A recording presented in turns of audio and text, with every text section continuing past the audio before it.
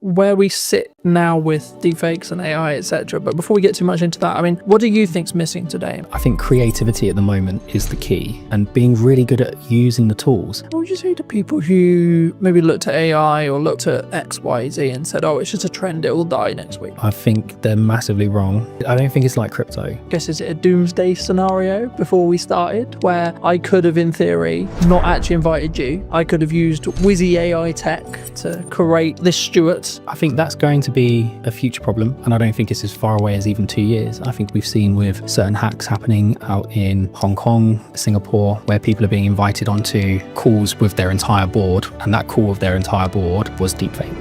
Did you know that 93% of you are not subscribed? So if you could please do me a favor and you're enjoying the show, then subscribing would mean the world to me, and it would allow me to grow the show and continue to get larger and larger guests and continue to bring what's missing in marketing today. Thank you ever so much for joining me, and I'll enjoy the episode. Hello, my friends. I hope you're well. I hope you had a good day, evening, or night. Today, I'm with Stuart talking about what's missing in marketing today, of course. And also, I guess to an extent, Stuart, it's about where we sit now with deepfakes and AI, etc. But before we get too much into that, I mean, what do you think's missing today in marketing? Well, coming from Origin Secured, we're always going to say trust and verifying trust. I think one of the things we're seeing with lots of marketing agencies, lots of companies, is this model of make as much noise as you can, say whatever you want to say, no one can really prove whether it's true or not, and hope that it catches before you get caught out. And I think that's the biggest issue we see with marketing at the moment, is bringing the trust and the verifiability back into it. I mean, because we were alluding to, I guess, is it a doomsday scenario before we started, where I could have, in theory, not actually invited you. I could have used whizzy AI tech to create this Stuart, you know, which I haven't done, by the way, for the record, anyone watching. But there is going to be a potential world in maybe 5-10 years, or maybe, you know, technology moves quickly, so it could even be as little as 2, if not 1. You know, is that kind of where it comes from? Do you think the lack of trust, like actually confirming that, yes, I am talking to Stuart today, and yes, Stuart did actually come on the podcast? I think that's going to be a future problem, and I don't think it's as far away as even 2 years. I think we've seen with certain hacks happening out in Hong Kong, Singapore, where people are being invited onto calls with their entire board, and that call with their entire board was deepfaked, right? And I think they got away with like $20 million, whatever it was, in that particular one. So I think that's coming. I think that's going to be sooner rather than later. And I think we're seeing that online, where you'll get images of people like Martin Lewis or whoever saying something that just isn't true, or supporting a project that is a scam. So I think that's coming. But I still think just traditional trust, right, is a problem. How do I verify that I've worked with the MOD, as an example? How do I verify I've worked with this organization? How do I verify I've worked with this person? And I can make loads of noise and say loads of things about it, but I don't have maybe a podcast to prove that I've done it. So I think that in that sense, we have to find a way of enabling people to verify that information, but without risking all of the personal data that goes with it. I mean, I wasn't actually going to start here, but I think it's important for me to start here. Someone like me, right, who has been on the internet for, I'm going to say, shy 10 years. I might be in deep trouble when it comes to AI tech and AI training and deep fake stuff, right? Like, what can I do in your view? What, to protect yourself? Yeah, I think is very challenging. I think our product will go some way to helping that. But even still, even with kind of Origin secured verification on top, all we're doing is verifying whether something is real, right? We're not necessarily proving something's fake. And I think you can argue that if it doesn't have that stamp of approval on it, or you can't verify it cryptographically, then it's highly likely to be a fake. But it still doesn't stop someone pulling their phone out on the street and recording you. That's still you. But it's going to be very, very hard to detect the difference. More, I guess, as I think about it more, is it actually more down to an integrity and trust thing? Like, someone looking at it, you might look at it and say, well, I know Colin. I've known him for however long, 2 years, let's say 3 years, right? I don't think, my gut tells me that's not him, because he wouldn't come across that way. He wouldn't say it like that. He wouldn't, like, why is he involved in that? That's weird. It doesn't make sense. Like, is that actually maybe the defense? Maybe, but I think if you look at the way things happen in the media and the press, it's typically not the approach that most countries take. It's very much kind of someone's appeared on an online platform doing something they shouldn't be doing, and they're instantly vilified regardless of whether it was them or not. So I think there's an element of education and adaptation that we need to go through as a community. Absolutely, that will help. I think technology will assist. I think that will go some way to proving it as well. I think it's really going to be education. I think we need to teach people to be safer online, and to be able to identify when something might be a fake, which at the moment I just don't think we do enough. I think we rely heavily on third-party organizations who we think represent security, and in some ways they have been secure, but when you've got trillions of dollars flying around markets every day, if you carve off even 10%, even 1%, right, these are huge numbers. Fraudsters are going for them. So I think we need to adapt and find new ways. Do you think maybe as marketing, or as maybe as like just a medium to small size business, what can I do then? What can you do? I think, again, having things like this will help. I think having endorsements from organizations will help. And again, going back to what Origin Secured is about, it's about having endorsements, right? How do I verify that I've worked with this organization? How would you verify you worked with Origin Secured? Well, you can have my video with you online. But outside of that, it would be a case of you could put my quote up on your website. But again, how do I verify that was real? You might have to get one of your customers to come and talk to me.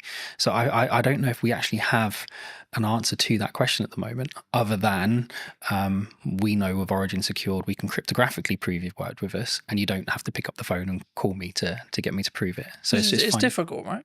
You know, Absolutely. I think everyone thinks trust and brand, and you know, like I'm a big advocate for trust and brand, and I think that the only really, like to quote Gary, the only thing that matters, or the only thing that will be left, will be brand when everything is commoditized by AI. Yeah. But will even that be left? Because if you look at some of the AI tools that are coming out now, I mean, we're looking at them. We use AI throughout the business. And I know a lot of companies say that, but genuinely, from cursor all the way through to the front end, products like Replit are coming out. You can take an existing front end and you can copy that, and it might take you 2 weeks, maybe a month with a couple of half decent devs. So you've spent millions investing in this product, in this brand, and then someone comes along and just copies it. It's a carbon copy. And if their marketing skills are better, if their social media skills are better, if they're better at hacking that kind of influencer side, well, where's the value then? Like, is it more valuable to have a really good kind of marketing team, or is it more valuable to have a really good brand? I think they don't always go hand in hand. You can have a really great brand, security, integrity, strength, and it can be destroyed in minutes. I think that's difficult, right? Isn't it? I think that's, I hate to use Bud's term, but like that's where personal branding comes in. Yeah, because like if I'm saying and I'm endorsing something, yes, it could be AI'd, but then as I say, maybe it is that.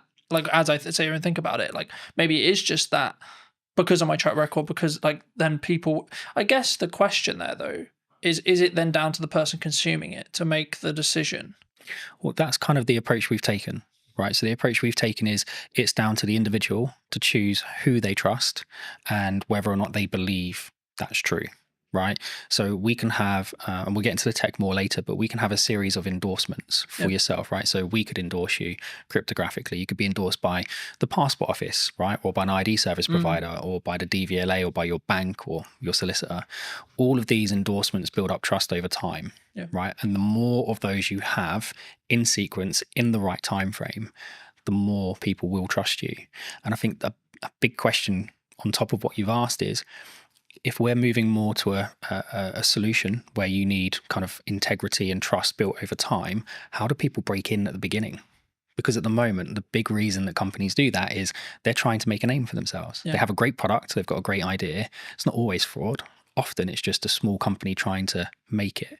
We need to be able to create environments where those companies have an opportunity to prove themselves. Because if we just say, well, you have to have brand integrity and you have to have a history, and you have to be around for 5 years, etc. Then it's going to stop that from happening. It's interesting because I'm rapidly approaching like 6 years full time and 10 years like doing the thing.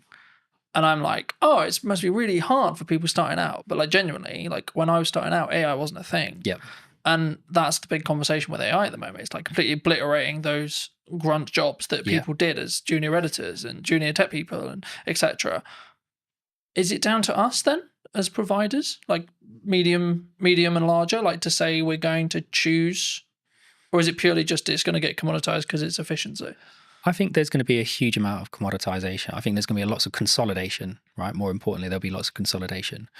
I think standing out from the crowd is going to be challenging. I think it already is challenging, right? If you can have the best product in the world, but if you can't get the message across, or you can't convince people what it actually does or how it does it, it's not going anywhere anyway. I think we need to create more of a fair opportunity for smaller companies. And I know that the government have got lots of programs in place. We're working with the MOD at the moment. They've got loads of programs in place to try and fast track SMEs and give them opportunities to deliver. I think we need to do more of that. And I think we probably need to have better controls over, well, how are these contracts won? How are they tendered for?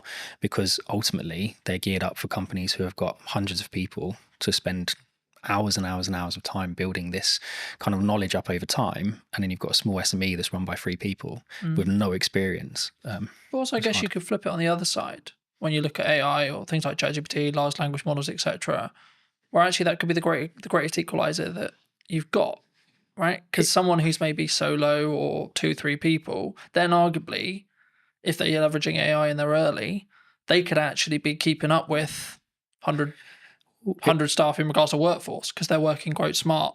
Well, they can, and I think, look, we've certainly benefited from it, right? Lots of smaller companies are benefiting from using AI, but so are the larger companies. And I think if you, I'm going to get in trouble for talking about this, but one of my favorite TV shows is The Wire. And there's a scene in there where one of the characters is out of jail. Cutty, I think his name is. He's sat with this other guy, and they're talking about doing something they shouldn't be doing, and he gets handed a gun, and it's supposed to be a revolver, and he's like, "Oh, I'm used to using a revolver," and he goes, "Yeah, but that doesn't hold 17." And he's, "Oh, the game's changed," and the other guy goes, "No, it hasn't changed. It's just got more fierce."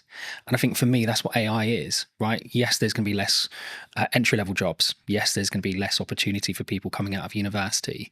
It doesn't mean anything's changed. The industry's still the same. It's just more fierce because the competition isn't now just with someone, one of your peers. The competition is now one of your peers who can control 4 or 5 AI prompts and do the work of 12 people rather than doing the work of 1.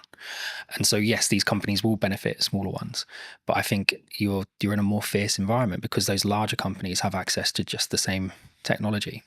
Do you think it comes? I mean, there's kind of like, there's 2 strands here. Number one is like the larger companies is like turning a ship, right? A massive ship. When I'm a speedboat, I can go, woo, you know.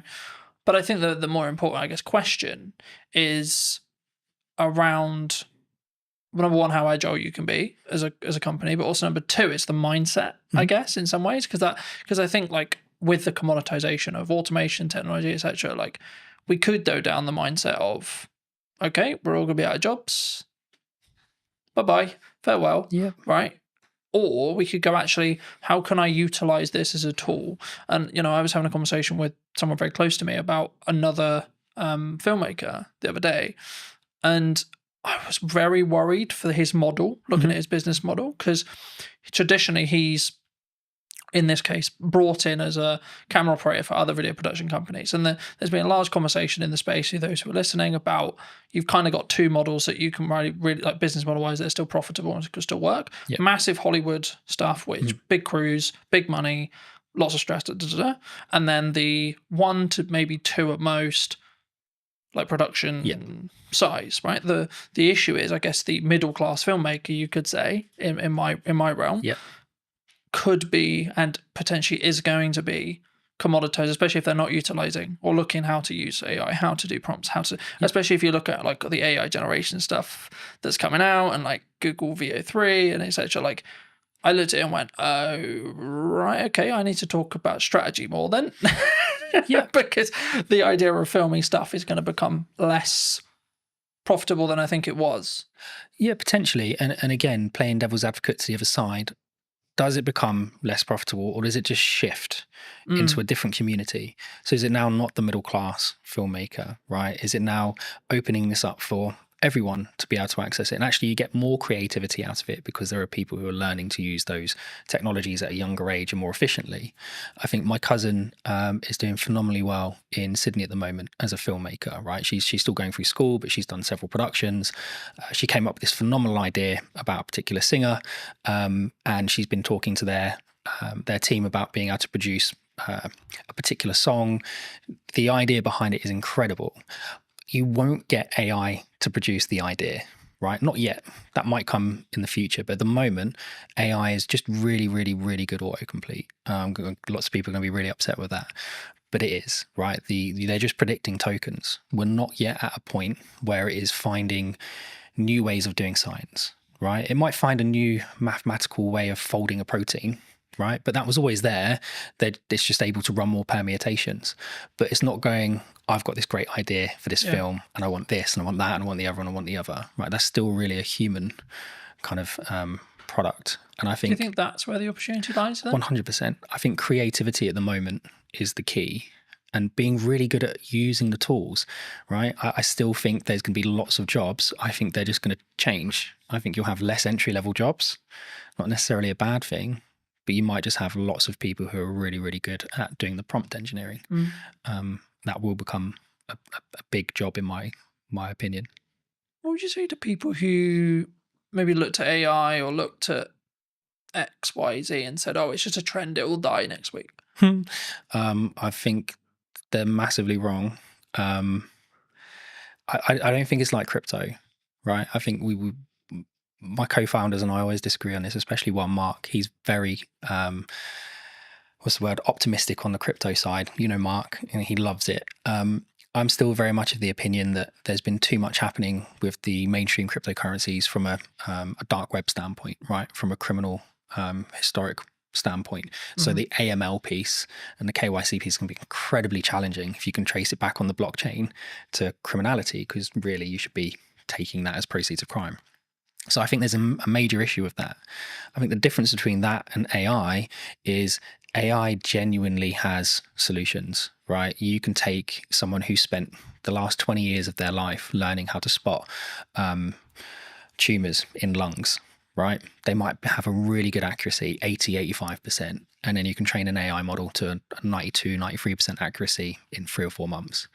That's a huge jump, right, for us as a species, in my opinion. So I just don't see AI dying. If anything, I think it's going to become more and more integrated. And I think actually what we're going to see is that AI is going to become smaller and smaller and smaller.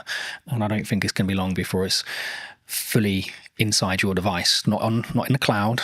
It will be inside your device. You'll have your own private AI, and it will learn you more and more and more. And this is why Origin set out to do what it does, right? As more and more information is being collected, you need to secure that in a better way. You need to be comfortable that your data is yours, that you have control over who accesses it. And if they do manage to get access to it, that you can revoke that access. And if someone is storing your data somewhere, you've got some level of encryption yourself over that data. I think that's much more important as a conversation. Is not necessarily is AI going to be a great tool, 'cause it's not going anywhere. Is how do you secure the data? How do you scrub the PII out of it? I think, because I know that, you know, other large language model providers I'm sure have done similar, but I know OpenAI, owners of ChatGPT, got into some hot water because they basically, what it seemed like was they were basically ignoring copyright law completely. And they just went, oh, look, the internet's got loads of internet and information on it. Let's just take that. Thank you. And I don't believe that could be undone now. We're kind of in the wild, like we're in the Wild West in that respect, as in like ChatGPT knows everything and they will know everything forever. Yep. And again, there's only so much data in the world, right? So forget kind of some of the data that people think is proprietary for their organization, right? Where they might have taken 4 or 5 pieces of information and done something cool with it to produce another metric. The actual data, there's a finite amount, right? OpenAI found that out really quickly. You can still download pretty much the entire website scraping, and you can pay to download that online, right? There's several companies that offer that as a service. Anthropic will have done it. Google would have done it. Apple would have, all these organizations, if it's not just specific to OpenAI, every single company has done it. And I think at that point, there has to be a kind of really important question being asked is, how are you protecting your information? Not just from a copyright standpoint, but even from, we were talking about this the other day. So M&S, their hack, right, which was social engineering, well, how secure is me sending a 6-digit passcode to your phone? The phone's not linked to your identity. It's not linked to anything other than you've told me that's your phone number. And yet this 6-digit code magically makes it secure. I think that's a big issue. And if I can now use an AI, and it doesn't have to be open AI, right? The safety protocols are there, but you can use any of the open source versions like Llama, whatever it might be, run it locally on your own machine. There's loads of tools out there like anything LLM that will allow you to do it. Well, I can now connect that online and I can say, right, go and find the maiden name for Carlton's mum, right? And give it access to Facebook, give it access to LinkedIn. And what we were saying before about kind of marketing, whoever makes the most noise, whoever's connected to the most people, well, you don't know who half those connections are on LinkedIn. Yeah. So now if I can connect into you through all of these fake accounts that are being kind of managed and hosted in really not very nice environments, then suddenly your maiden name of your mum is not a security kind of question. Yeah, it's actually a security risk, right? First name of your dog, whatever it might be. School, so on. Yeah. So I think that's really dangerous. And so we need to move away from just usernames, passwords, and security questions. And we need to move more towards contextual permissions. And it's one of the things that we do at Origin, which is create context around access rather than just you've got a username and password and my favorite no artist is whoever. One of the things that a lot of people are talking about online right now that I wanted to kind of pick your brain on is AI influencers. Do you think they're happening? And do you think they will be the future? Because a lot of people are saying, well, how would you 95% of people aren't going to care that it's AI, even if they know, even if you can tell. I don't think anyone would be able to tell. I think there's already influencers out there that people have said are AI. I think the big one that I found quite amusing, we had a big chuckle of, I think one of the adult content creators worked out to be an AI generated model. And I just think that's hilarious, right? That these people are paying for this personalized service and they've got no idea that it's not even a real person. And I guess the question, like you said, would they even care, right? The illusion is there that they're receiving that personalized service. And I think it's the same for all of us. If you had the choice between ringing up the bank and them saying, press 2 for this, describe your problem, and just go around in that never-ending loop, or would you like to talk to an online chat agent that's an AI model that you know is not real, is not a real person, but at least is conversing with you in real language in real time? Which would you choose? I think, yeah, I mean, as someone who uses AI, and we both I'm sure do, in depth, I think for me, I think it's about understanding what the contextual relevance that you want from it. Like for me, if I want to analyze information and data quickly, AI will be a better solution in me asking you to, so I have all this data, Stuart, can you create this and this from it? Well, you're gonna go, no, that's totally a pain in the ass.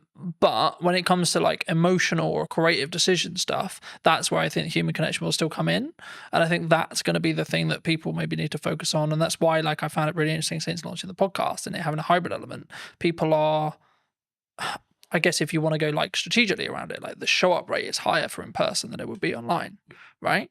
And I think the same is going to be true when it comes to like in-person events and stuff. And I can see kind of this two camp book, which is like people utilizing AI, good idea, but also a constant want and drive to have that human connection, online events, online person, podcasts, online conversations, etc. And actually, from a marketing standpoint, if you don't have a podcast, I would say now is the golden age to have a podcast, because this is the kind of conversation people really want. They don't want you have a conversation with a robot necessarily. Do you think? I think there's a lot there. So if we go back to, I think in-person meetings are becoming popular again, right? We went through that stage. COVID was a nightmare, but even before that, lots of people were like, oh, it's much easier just to do it online. I was like, yeah, it is, but you don't get the same feeling, right? You can't gauge someone's reaction properly unless you're sat in a room with them. And I think there's a lot to be said about the environment, right? So the environment today, I can say something and it's not just your facial expressions, but I can feel the environment. If you say something wrong, you can feel it change. If you say something funny, you can feel it change. And I think you lose that online. I think we'll start seeing people doing more and more in-person meetings, more and more in-person conferences. I guess the question really I've been asking a lot recently is the younger generation, right? When I was kind of 12, I was out from morning till evening every day doing whatever I was doing. It's not always the right things to be doing, but I was having fun. Whereas my 12-year-old, getting him out of the house is a nightmare. And it's not just because he's on his devices, because we limit his time on his devices. He does lots of exercise. We do Muay Thai together. We train together. We do loads of stuff together. But him and his friends don't go out. Like there aren't loads of kids in our area playing outside, and it's the perfect area to be doing it because it's quiet, there aren't many cars, there's loads of open spaces. So I don't actually know where it's going to go, if I'm honest. I think it really comes down to this next generation and the generation after. How do they interact with each other? And if we don't keep encouraging people to maintain the social aspect of it, I think it will be an issue. And again, the trust side of it, I can trust you more if I meet you in person most of the time. But even then, you still have people who are really, really good at kind of convincing people of things in person that aren't necessarily true. I remember a handful of years ago, I did a talk as part of a business panel at a local college. For obvious reasons, I won't mention which college, and the consistent thing that came through all of the feedback that we gave to these students, like we all gave little talks on our business, gave some context, then we did an open Q&A, and the constant thing through all of it was, you need to work on your communication skills. You need to work on your communication skills. You need to work on how to articulate. But I think sometimes especially someone who talks on content a lot, who does content a lot, who's constantly trying to do that 1% to improve how I come across, the words I use, when I pause, etc. I guess to an extent I take for granted the fact it sounds really weird. I know how to communicate, right? But I do. It's even the little nuances, like how I do a stupid noise, or how I pause, or when I pause. I mean, is that something that, like, and if so, like, if that's, we need to either invest that in our children or put that into like schooling level, and or when we're in the workplace or looking for careers, etc. I mean, is that something that's, do you think, weaker as humans? Obviously it's a broad stroke, but do you think it's something that we all need to improve on? I think it's a muscle, right? Communication's a muscle. I think being social is a muscle. That's not to say people who suffer from any anxiety aren't right to feel the way they feel, or that there isn't an underlying issue there. But I think a lot of the time it is a muscle. And I think the only way you can exercise that muscle is to push yourself past the comfort zone and do it. And we aren't pushing people to do it, right? I think we've got to an age where someone can self-diagnose as having a problem, and then we go, oh, okay, well, we won't talk about it anymore. Like, it suddenly just stops the conversation, and suddenly it's not, well, that's the end of it, right? Well, I think that's a problem. And I think that goes back to what you're saying before around kind of school-age children. Yeah. I think my wife and I foster, right? And we've just had a 2 and a 4-year-old that will be leaving us shortly, and we've had them since March. And when they came, like, the little girl was nonverbal, the little boy had some issues with kind of speech and understanding and some other bits. And in the last 6 months, my wife's done an incredible job getting them to a point where you wouldn't really know that they're that far behind. Like, they're not as far behind anymore, right? If you were to put them into a mainstream school when the little boy's starting soon, yes, he's going to need a little bit more help, but he's not that much further behind. But it's because we didn't just go, oh, okay, well, they've had a hard time, so that they get a pass, or we think they might have some anxiety issues. No, let's get them outside. Let's get them on the climber frames. Let's get them interacting with other children. Let's explain to them repeatedly. No, it's not just about saying, oh, kind hands if they do something they're not supposed to do. No, that's not right. Explain to them why, and spend that time educating them. And I think we don't do that with kids at the moment, right? There's so much, people talk about all the time, but there's so much power with the kind of the child. And there needs to be some power with the child, absolutely. But you've also got children walking into schools stabbing people, right? That's a problem. I'm not saying we can solve that with Origin, not at all, right? But I think that's how far back we need to go. I think we need to start at schools. I think we do schooling wrong. Does that come from boundary settings? I mean, like the statistics from like a quote broken household is ridiculous, you know. Like, mine is true in that respect. You know, I didn't have my dad around for 20 years, and since about probably a month ago, 2 months ago, I spoke to him for the first time in 20 years. Mate, congrats. Right? How did that make you feel? Big deal. It was just like, it is what it is. You know, like, I wasn't there to be like, right, I'm going to, and I wanted to make sure that when I did it, it wasn't coming from a place of anger. It's like, right, I'm going to pull 20 years. And it was, right, okay. But I did it for a point of view of, I need to make sure that I do this so that I don't regret if I'm told he dies. I did my best, I tried. And I think, but then also I've set a boundary to say, this isn't a fully open door as well. And I think for me, that's come from years of building on it. And that's why I asked you about, that's why I guess the question of like, do we naturally have boundaries, either in work or from parents to kids as well? I think we spend a lot of time teaching people how to drive, right? Lots of time teaching people how to drive. We spend a lot of time teaching people how to communicate at work, right? You can't say that. You can't say this. You have to say it this way. You have to say it that way. We don't spend a lot of time with children teaching them boundaries because sometimes the parents haven't been in a position to learn those boundaries in the first place, right? Not everybody has the same start. I had a similar experience with you. Didn't see my dad for a long time. And I did go in different directions, and I was lucky enough to meet my wife who kept me on the straight and narrow. And I didn't speak to him for a long time, and he passed away. So before we had a chance to reconcile, whether we would have not, I don't know. So I'm really pleased you managed to get through that. But there's a lot of people that don't have that kind of, they don't know themselves enough, right? They don't have the same strength of character. They haven't gone through the same experiences the same way and come out the positive side of it. I think we encourage people, and TikTok and the others drive me mad because it's 10 ways you know you've got ADHD and 10 ways you know you've got this and 5 ways you know you've got that. And we're just creating excuses all the time for the behavior. And so boundaries, I think we all know where the boundaries are. I think a lot of the time we just choose to ignore them. Is that personal though? Because my boundaries and your boundary may be different. They should be, right? Otherwise it'd be boring. They absolutely should be different. But I think there are some basics that we should be able to agree, right? Certain spaces are private. Yeah. Certain words shouldn't be used. Certain things are unkind. Certain things are kind. Well, it's just mutual respect stuff though, right? Like, oh, absolutely. Like you don't need to be, just because I think you may be acting in a manner that's maybe unkind or etc. That doesn't necessarily mean I'm better than you by saying that you're being a dickhead, for example. Do you know what? I was on a train recently and there was a gentleman using his phone in the quiet carriage, and there was a gentleman sat opposite him, an older gentleman. And I've never known how to turn around and say to someone like, why you got your phone on?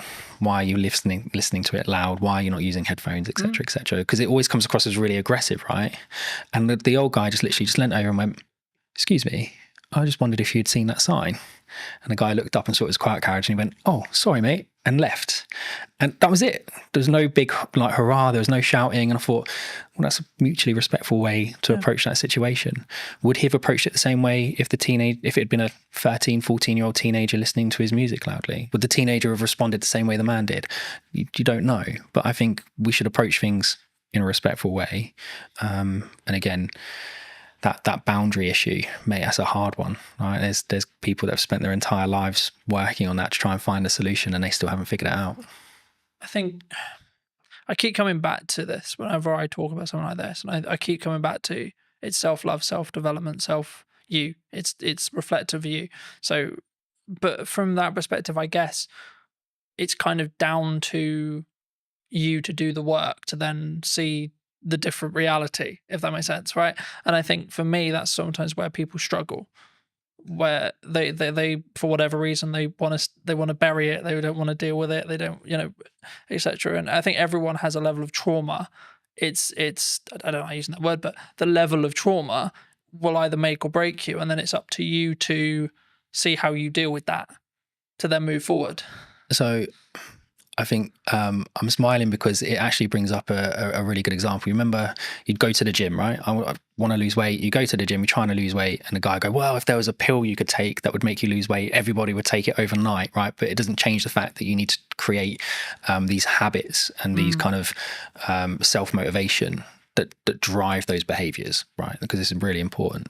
And then we had Ozempic and Manjaro and all these other things come on, and people have utilized it. And I think it's a great tool. If you need to kickstart that process and you're nervous or anxious about going to the gym because of how you look, great, kickstart it with that, but don't rely on it. And I think we've created an environment where I feel depressed, here's some tablets. I feel anxious, here's some tablets. I feel overweight, here's an injection. I feel this, go do that. I hate going to the gym. I hate working out. I'm not someone who enjoys it. If I haven't eaten properly during the day, I will throw up. It doesn't matter how much I train, right? My body just absolutely hates it. But I push myself to do it because I want my son and my daughter to see me go through those hard things and realize sometimes short-term pain gives you long-term gain. It gives me an extra 5 years with them. then it's important. And my dad was 41, 42 when he passed away, and I hadn't spoken to him for a long time. So I don't want to be in the same boat. I'm only 3-4 years away from being in that age category. So I'm going to do everything I can to. Do you think we need to not live with regret then? 100%. And if we can take actions that are maybe uncomfortable today to mean that we're not going to be regretful in 5-10 years? Yeah, I've lived a lot of short-term pain for long-term gain. And if you ask my wife, she'll tell you that it's been kind of lots of long-term pain for not very much gain, but actually we're starting to see the fruits of our labor. And I've got lots of friends who I've grown up with who haven't always taken the same approach. There's 1 or 2 of them that absolutely have, and they're smashing life and they're doing really well. But there are still an incredibly large number of people I know who are living month to month, and whether that be just kind of taking out finance on a new car because they want another car, or they're not taking those kind of short-term pains of, well, actually maybe I'll just hold this car for another 5 years. Nothing really wrong with it. The plate might be, I don't know, my plate's a 17 plate, right? I've got no interest in selling my car. I love my car. I've had it for a long time. Yeah, but you don't get the, oh, that's a cool car. Oh, well done. You got a new car. Tick box from your social circle, though. No, you don't. But again, it's that confidence of being able to say, well, I don't need it. And again, you go back to what you're saying before about boundaries and how you're brought up. Lots of people don't have that. And again, from a trust standpoint, well, who's going to give it? Right? Because you do need a parent or someone you trust in your life to give you that validation. And if you're missing it, you're going to be looking at it from all the wrong people. Do you think we come from a place of like strong, I guess, I'm just thinking of the best way to describe it, but like for me, it's like we can only think about this way because we come from a sense of privilege.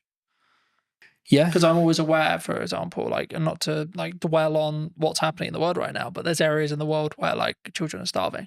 Mate, I look at what is happening in the Middle East, and it fills me with dread that we kind of won. And even then, we still have to struggle. We're in the fortunate position to have the available time, energy, and resources to sit here and have a conversation that we can put on the internet. It's a genetic lottery, right? Like, we just happen to be born in the UK. We just happen to be born into the families we were born into, or the environments we were born into. It doesn't mean that we haven't had to struggle, haven't had to go through interesting times. But it just do we have to frame it in our aspect of when we come up, it is a privilege. We're coming in from a level of passive privilege, because in 95% of cases, yes, there's exceptions to the rule, etc., etc. Everyone has the different story, but in most cases, in the UK especially, or Western culture especially, like, we haven't really need to worry about most of the essentials, either because state looks after us, and or because we come from a family that can look after us, and or we're given the tools to be able to create income that then means we can take those, have those things. It's having the opportunity, right? I think cars aren't exploding next to us. And I think when you can walk down the street and a bomb isn't going to go off, that creates a level of opportunity where you can focus on different things. You can focus on building wealth. You can focus on improving yourself and moving up the social ladder, so to speak. My upbringing, my parents, my mum, my stepdad, everything they could for us, but we still went without certain things. But my dad loved holidays, right? So we did one big family holiday every year, and he loved to travel. He loves politics. He loves history.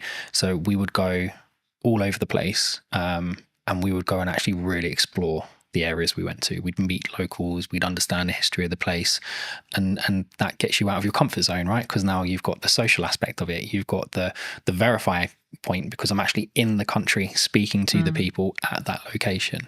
And I think that kind of shapes you as an individual. Whereas if you spend your entire life just seeing everything on TV, you can just turn it off. And it's not the same. So I think we absolutely are very privileged. Even if you're going through hard times, you're still not necessarily worrying about the same things other people are. But it doesn't mean your story is any less challenging. Though. And I thought that's why I've always, for as long as I can remember, I've always talked about the fact that I don't have to walk 3 miles to get 50-50 chance if I die from drinking the water that I got, like I have clean drinking water, etc. And it sounds slightly ridiculous, but like also just the odds of being alive is 1 in a trillion, right? Yeah. Like, and being alive now, like, and if you look in this age as well, with this level of opportunity, etc., which is maybe why I can sometimes come across quite brash, because I'm like, I don't have time for people who maybe victimize themselves. Cause I'm like, you don't understand how lucky you are. I feel the same. I've look, I'm not gonna get the violin out. My life hasn't been anywhere near as hard as some people, and some of the children that we've had come into our care. their starts to life have been like horrific, really horrific, and how they are going to shape themselves and cope through life, bouncing around kind of the fostering care system, I dread to think what the outcome is going to be at the end of it, because how can you kind of fix that?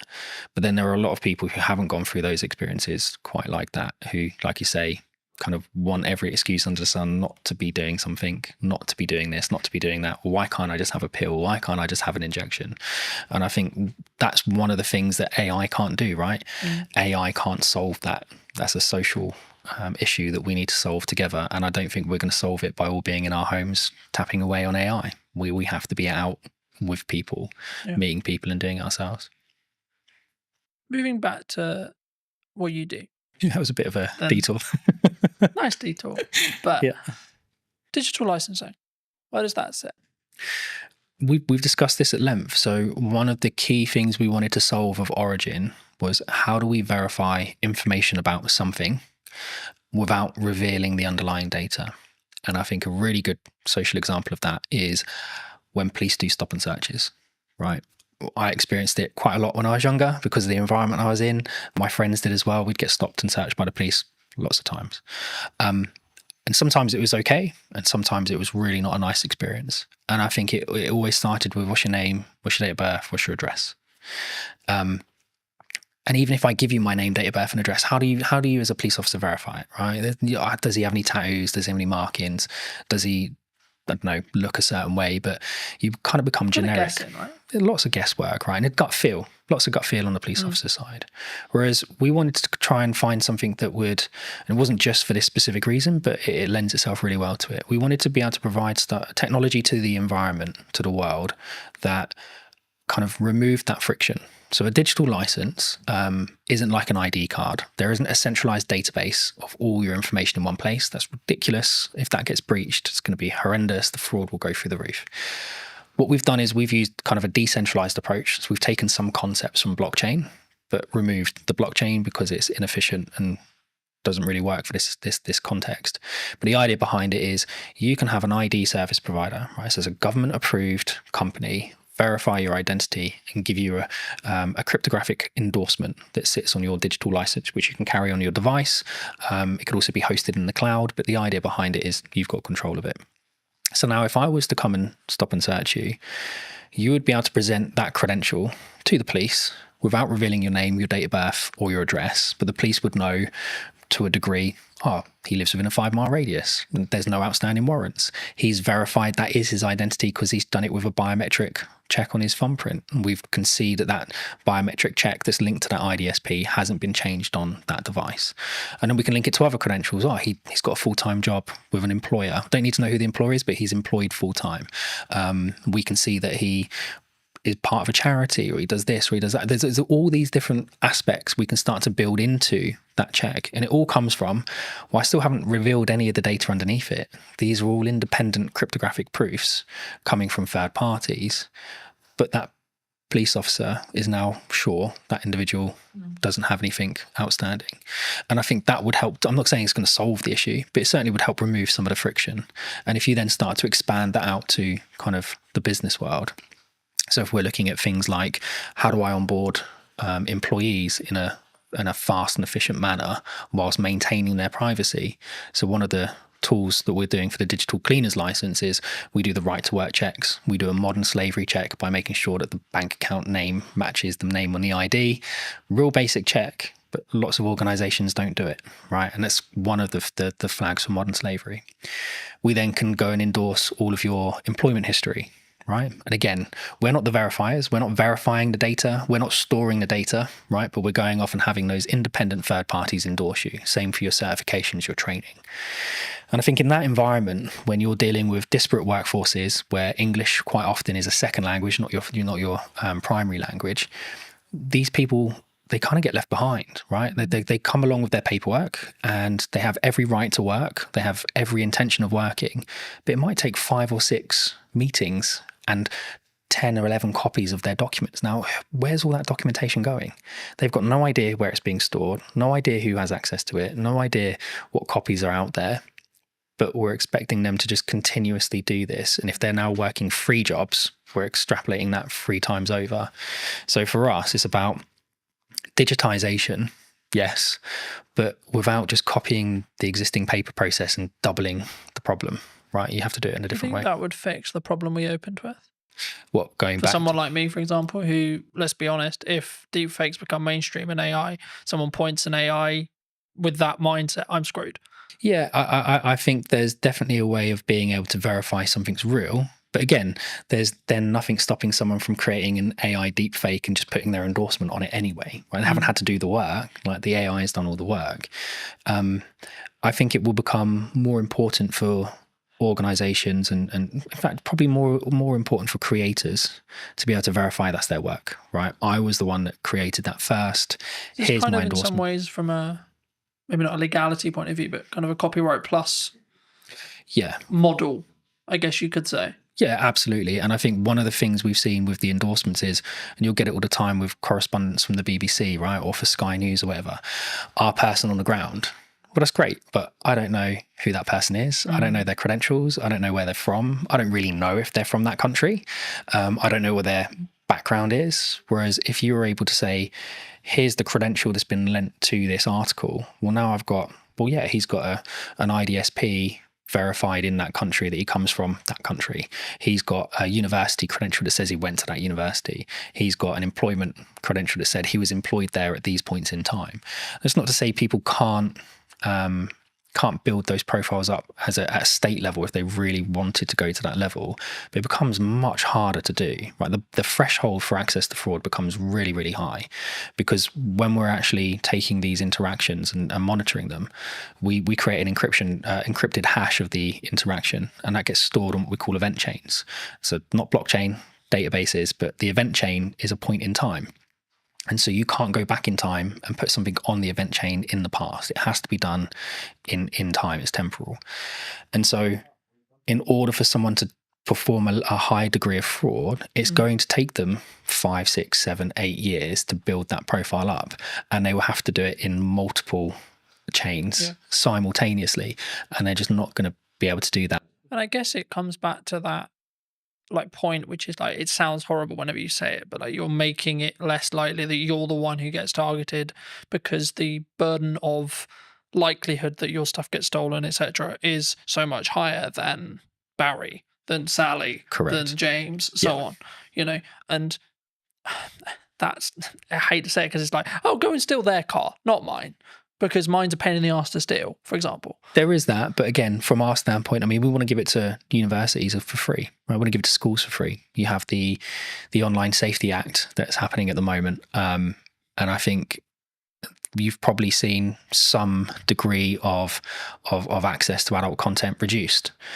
But it's seen VPN usage go through the roof, right? Because we know how people are accessing it, just going around the issue. And I think they had, was it Keir Starmer's driver's license got leaked online, and people using that and a picture of him to be able to skirt around the sides of it. That's the same tech, by the way, we were talking about at the beginning, that some of the retailers are now choosing to use to verify their staff, right? It's not with an IDSP, it's just a localized check that looks right. I guess this was a big conversation like a handful of years ago, and I've covered it in the social media show and etc. But like, there was this big conversation, and lots of jurisdictions across the world have said, below 16, you're not on social media. And that seems to be the future, because it's like, we're now like, half the world has basically got that. How do you verify you're under 16? Exactly. Right. And again, with Origin, it's one of the things we were saying, if we give it away to students for free, you can have a cluster of credentials, right? And so from our standpoint, it's about enabling the verification of a credential to create context. And contextual permissions is something that we've kind of started to patent from using our tech. So the idea behind it is, I can access a system. I don't need a username and password, but I need a credential from an IDSP. I need a credential from my employer. I need a credential for someone linked to that system. I need a credential maybe from a school or a university. All of those credentials must confirm specific assertions about myself, right? I'm under 16. I'm a UK citizen. I go to a particular school in a particular area. That means we're putting the control of the people that need it, schools, etc. But we're not then enabling people who have bad intentions to come along and manipulate that system, because they would have to manipulate it in 5, 6, 7 areas at the exact same time. So now if you want to access the internet, well, you could have your Origin handle with all of the credentials on it, and we would know straight away how old you are, right? And parents mostly can be trusted. So your parent could create a credential for you, but if that doesn't match your school's credential, well, then that's going to create an issue. So you don't have the permission to access that that service or that particular piece of content. And that for us is really important. Context is much more important than just, well, we think you might be over 18 because you click the button. Yeah. For those people who have enjoyed this conversation, who maybe want to see more of the content, delve into a little bit in more depth that what you and the team are doing, where can people reach out? They can reach out to us directly, so they can come to us via the website, or they can reach out to us on social media or LinkedIn. I think we're starting to put more video content out there. So going back to what you were saying before, about kind of verifying trust, how do you prove it in the marketing world? Well, for us, it starts with video, right? And yes, there are deep fakes out there, but from our standpoint, I mean, we're able to verify our technology in our videos with our technology, right, which is important. We're certainly seeing kind of proof of concepts with the MOD gain lots of traction. We're talking to OFDIA, the Office for Digital Identity and Attributes, about shaping kind of how the UK consults on digital identity. And I think all of those aspects are important. So it's not just about us. I think people should be looking at digital identity as a whole in a much more holistic way. And reach out to us, reach out to the IDSPs, reach out to everyone. I think is something that people need to understand more, is that digital ID is more than just, here's my JPEG of my passport and driver's license. But yeah, reach out to us on social media or online. Just before we wrap up, I mean, obviously you have worked with us in the past and you've done some video content. I mean, now the other side of it, maybe a year on, how was that experience? What was the things you maybe learned from? Except, like, how was it as a whole? Like, not putting words in your mouth, but I'm actually curious because obviously we haven't touched base since actually doing it last year.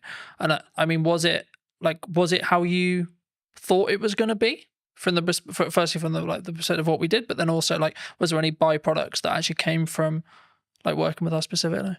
I think we realized really quickly that video was the best way. Yeah, 100%. And I think working with you guys and working with Lucas for the day, it kind of got into our minds a different way of thinking about things. And we were just on the cusp of really understanding how to talk about our product and how to talk about our technology.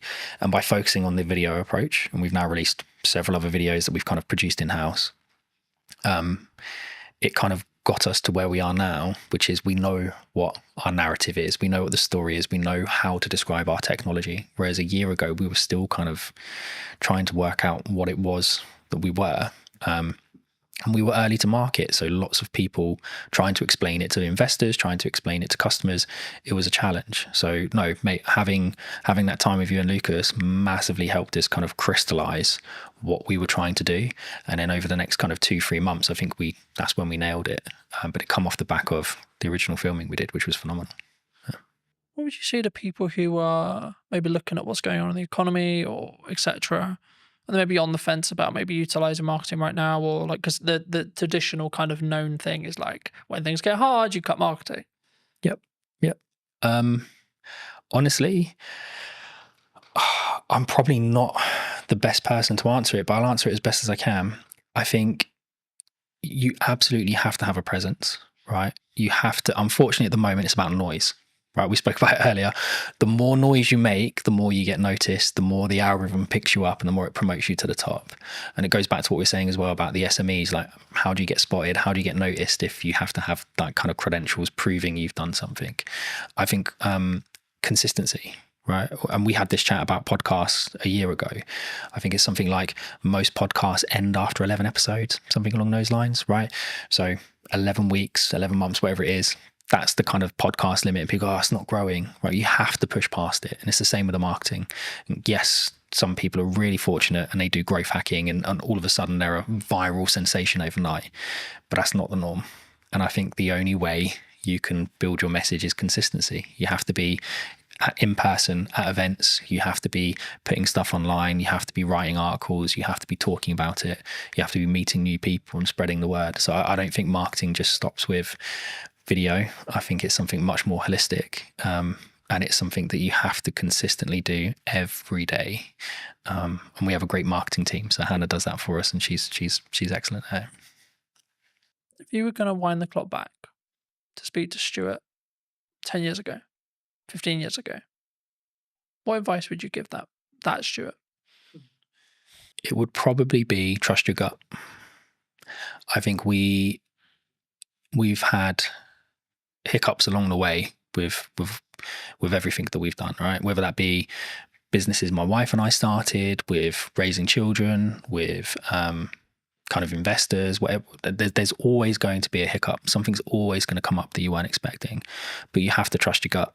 And even if that is completely in the opposite direction to what everyone is telling you, sometimes you just have to go with your gut, because at least at the end of it, you don't have the regrets, right? If you listen to everybody else and they turn out to be right, that's great.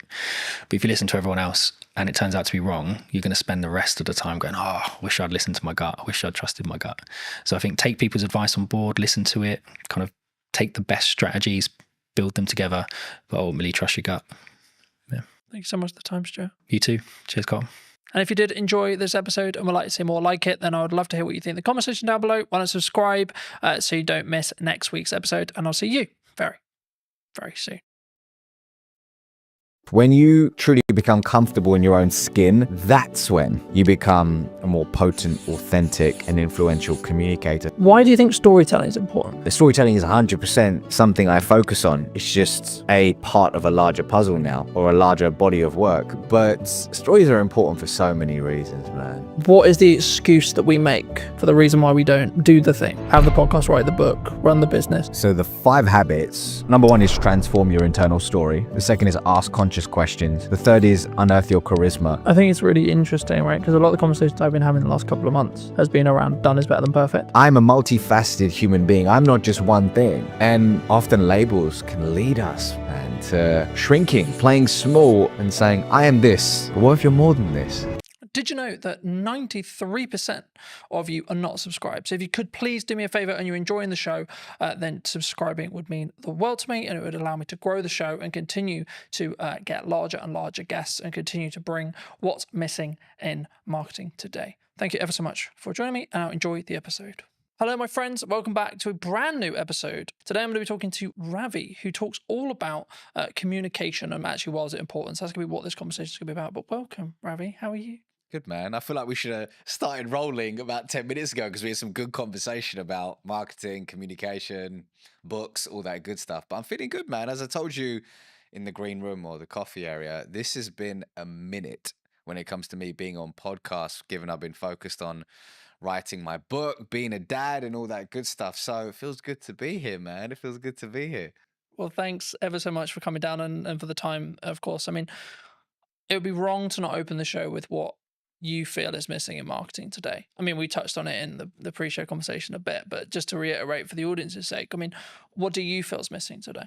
When you asked me this question beforehand, giving me the material to prepare, I had to sit with this.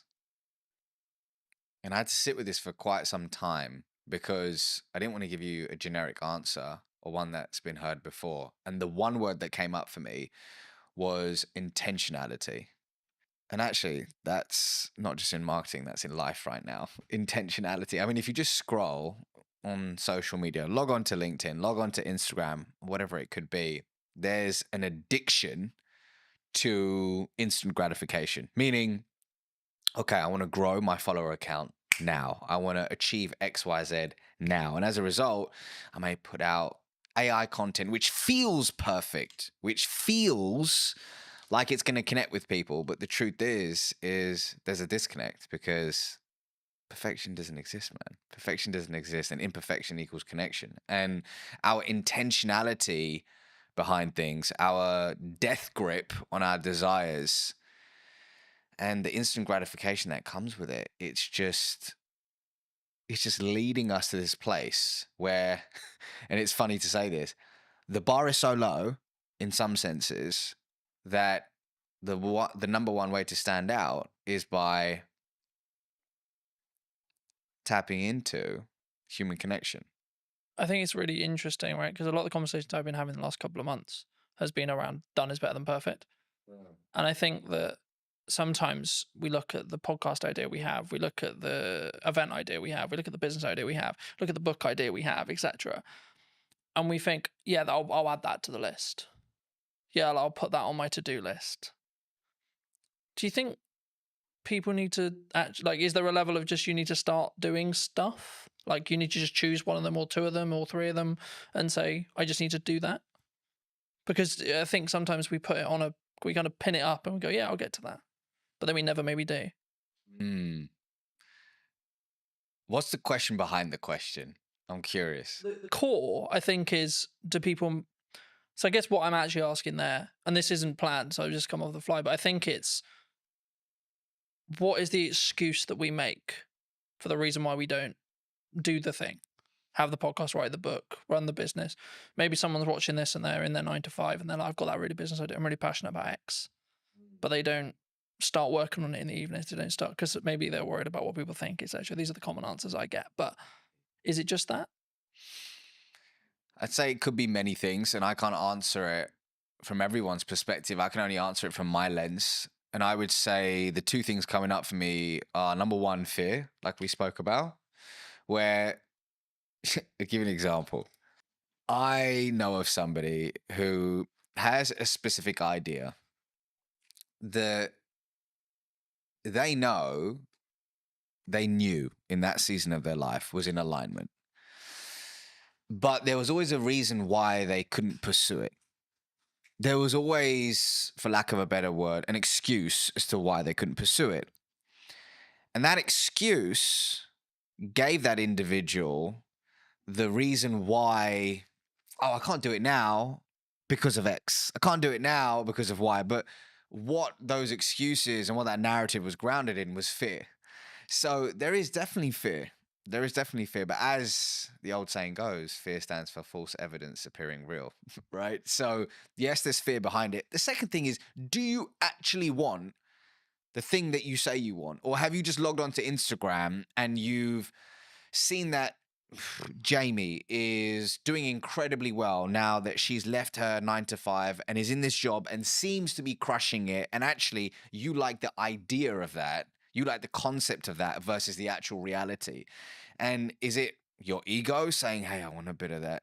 Or is it actually your authentic self? Is it driven from your authentic self? I don't know. But I think those are the questions to ask ourselves, because the truth is when you, this is my truth actually, when I'm deeply aligned with something, it has a meaning behind it, which means the imperfect action, the work or whatever it takes to achieve that. The excuses, the fear, it starts to move to the sidelines because you know that not taking action is going to cost you more. I think that's key. And I think people listening need to consider, is it keeping up with the Joneses, looking at the trend, etc. And that's why you want to be an entrepreneur.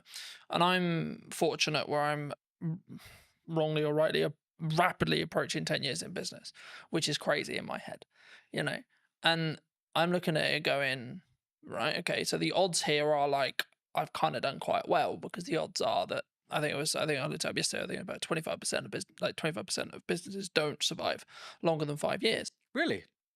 Yeah. And I'm just thinking, why? And like, from listening to how you just answered the last question, I think for me, the key is they weren't in line with, like, they weren't true. They weren't willing to die on that hill or put the flag in the sand or etc. I think entrepreneurship before COVID was cool, right? Because, or even during COVID, when there was loads of money floating around and it was, quote, easier, I think that's when people looked at it and went, yeah, that's cool, let's do that. Oh, work-life balance, oh, free, oh, I make lots of money, and I get all the time, and I get all the freedom. But now we're in a world where what most people I talk to, and I'm sure you've had it as well, which is like, well, this is just normal. This is what real business is. Things are harder, you maybe lose a client, or things are harder in the economy, etc., etc. That's just another day at the office, And I think for me, I think that's where the true entrepreneurs will stand through. What do you think people get wrong, though, in either that step or then how they communicate that step to their friends, their family, maybe the clients they want to work with, the market? Because obviously a lot of what you do is about communication, right? And that's why I want to focus on that, because it is your unique skill of expertise and etc. But I also think it's the most underrated one, because it's like, well, there's not much to it, Colin. You just have a conversation, right? Well, before I answer that, to back it up for a second, you know what was cool when I was growing up was everybody wanted to be an investment banker. Everybody, there was like, everybody would watch the movie Wall Street. Gordon Gekko, greed is good. And they were like, okay. And the movie American Psycho, Patrick Bateman, they're like, okay, I want to be an investment banker. And it's so funny how entrepreneurship is now the thing. Like, I think about my daughter, she's nearly 3. I think at 10, she's probably gonna. A YouTuber won't even be a thing then. I don't know what will be the thing, but it's crazy to think how these things move in seasons and how whatever is flavor of the month, people gravitate towards. The question is it in alignment with you and your goals in this season of your life? Ravi now with 2 kids under 3, married, is very different to Ravi in his 20s. Very different. But in answer to your question, so actually to back it up, is the question, what do people get wrong about communication in business, or have I missed or misunderstood that? What do you think people get wrong when they communicate what they're looking for, either in a personal relationship? Let's start there. And then maybe then going into a business relationship and how we show up and how we communicate. When you say what you're looking for, meaning how they communicate their desires to the external world, I think, actually scrap that. I believe that often we forget to look within before we communicate our desires to the external world. And I think it's important to, in today's noisy world, just find solitude, regulate your nervous system, and find neutrality so you can really figure out, hey, what is alignment for me? Is the thing that I say I want actually the thing that I truly want? Or is there a path that is more aligned to me in this season of my life? I think that internal communication is super important and really tapping into your unique genius. I believe everybody has a zone of genius. Everybody has a zone of genius. But so much of the time, when we look externally, we say, oh, Colin's doing this thing. Colin's pushing out content 24/7. That looks so dope. That looks so cool. Maybe I should do that. But actually, your zone of genius may not be being in front of the camera. Maybe your zone of genius is writing. And you should go all in on writing. Yet, what looks good is Carlton on video. So you disown your genius and you move towards a path of misalignment. But hey, sometimes we need to have the disconnect to allow for the reconnect, right? And that's a part of the journey. So I think, once again, actually scrap that. I believe that looking inward is a step that is often missed in today's world when it comes to thinking about our desires in business and personally. I think that's really important for people to consider, but also like it made me think of where I was at the early part of my 20s, and now I'm in my later half of my 20s, right? Yeah. And I think the definition of the word success when I was 20 was very different to what it is now. And I find like I can say this now, like in hindsight, but I find that really interesting in how it's developed and changed. And I think that's kind of to an extent what some people misunderstand, right? When they look at maybe I'm going to do this business and maybe it didn't work, or maybe they gave their all for 5 years and then actually they're like, you know what? Yeah, I could, but like I'm just going to go get something that is close, but not there. Right. And it's a job and it does what I need it to do, but then I can focus on everything else. And they're putting that first. Do you think that people sometimes struggle to, I don't want to say the word abandon what they used to call success or what their definition of that used to be, but do we need to, as we move forward in the seasons of our life, do we need to constantly readapt and constantly be okay with changing what success means, do you think?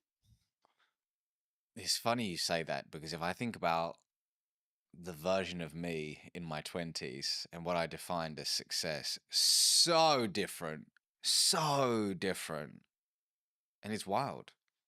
But I also needed the 20-year-old version of Ravi to, like, actually, a better way to put it is I acknowledge that younger version of me. I have compassion for that younger version of me. And I know that he did the best he could with the consciousness that he had at the time versus berating that version. You know, some people say, oh, God, man, I was such an idiot. I did So many years. Yeah. actually, we did the best we could in that season of our life with the tools that we had. So I've got to honor that version of me. But when I look back, I'm like, wow, I'm glad I've evolved.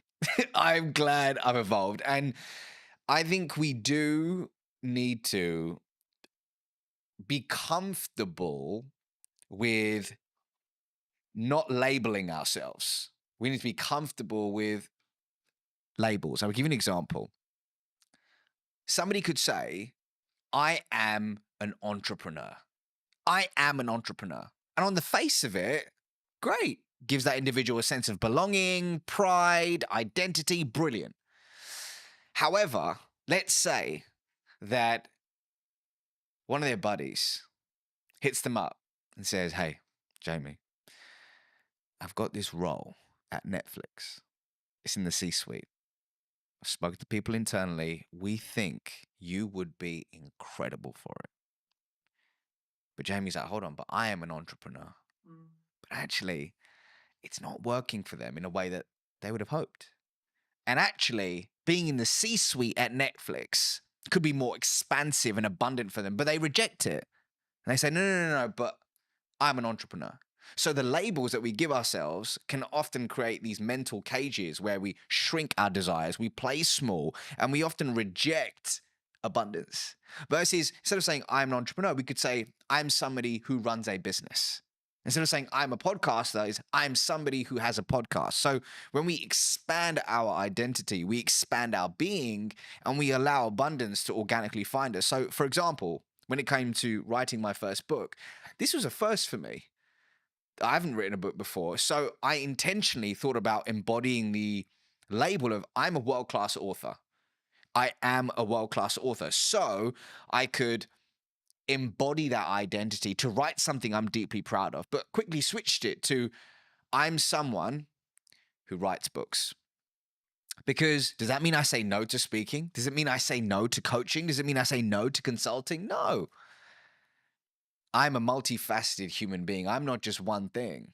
And often labels can lead us, man, to shrinking, playing small and saying, I am this. But what if you're more than this? I think for me, and what I was thinking of as you were like explaining that as well, I think you can have your definition of success in the correspondence to the season you're in, right, as well. And I think I understand why people would like, I need the X, whatever it is, right? I need the car, I need the house, I need the wife, I need the lifestyle, whatever.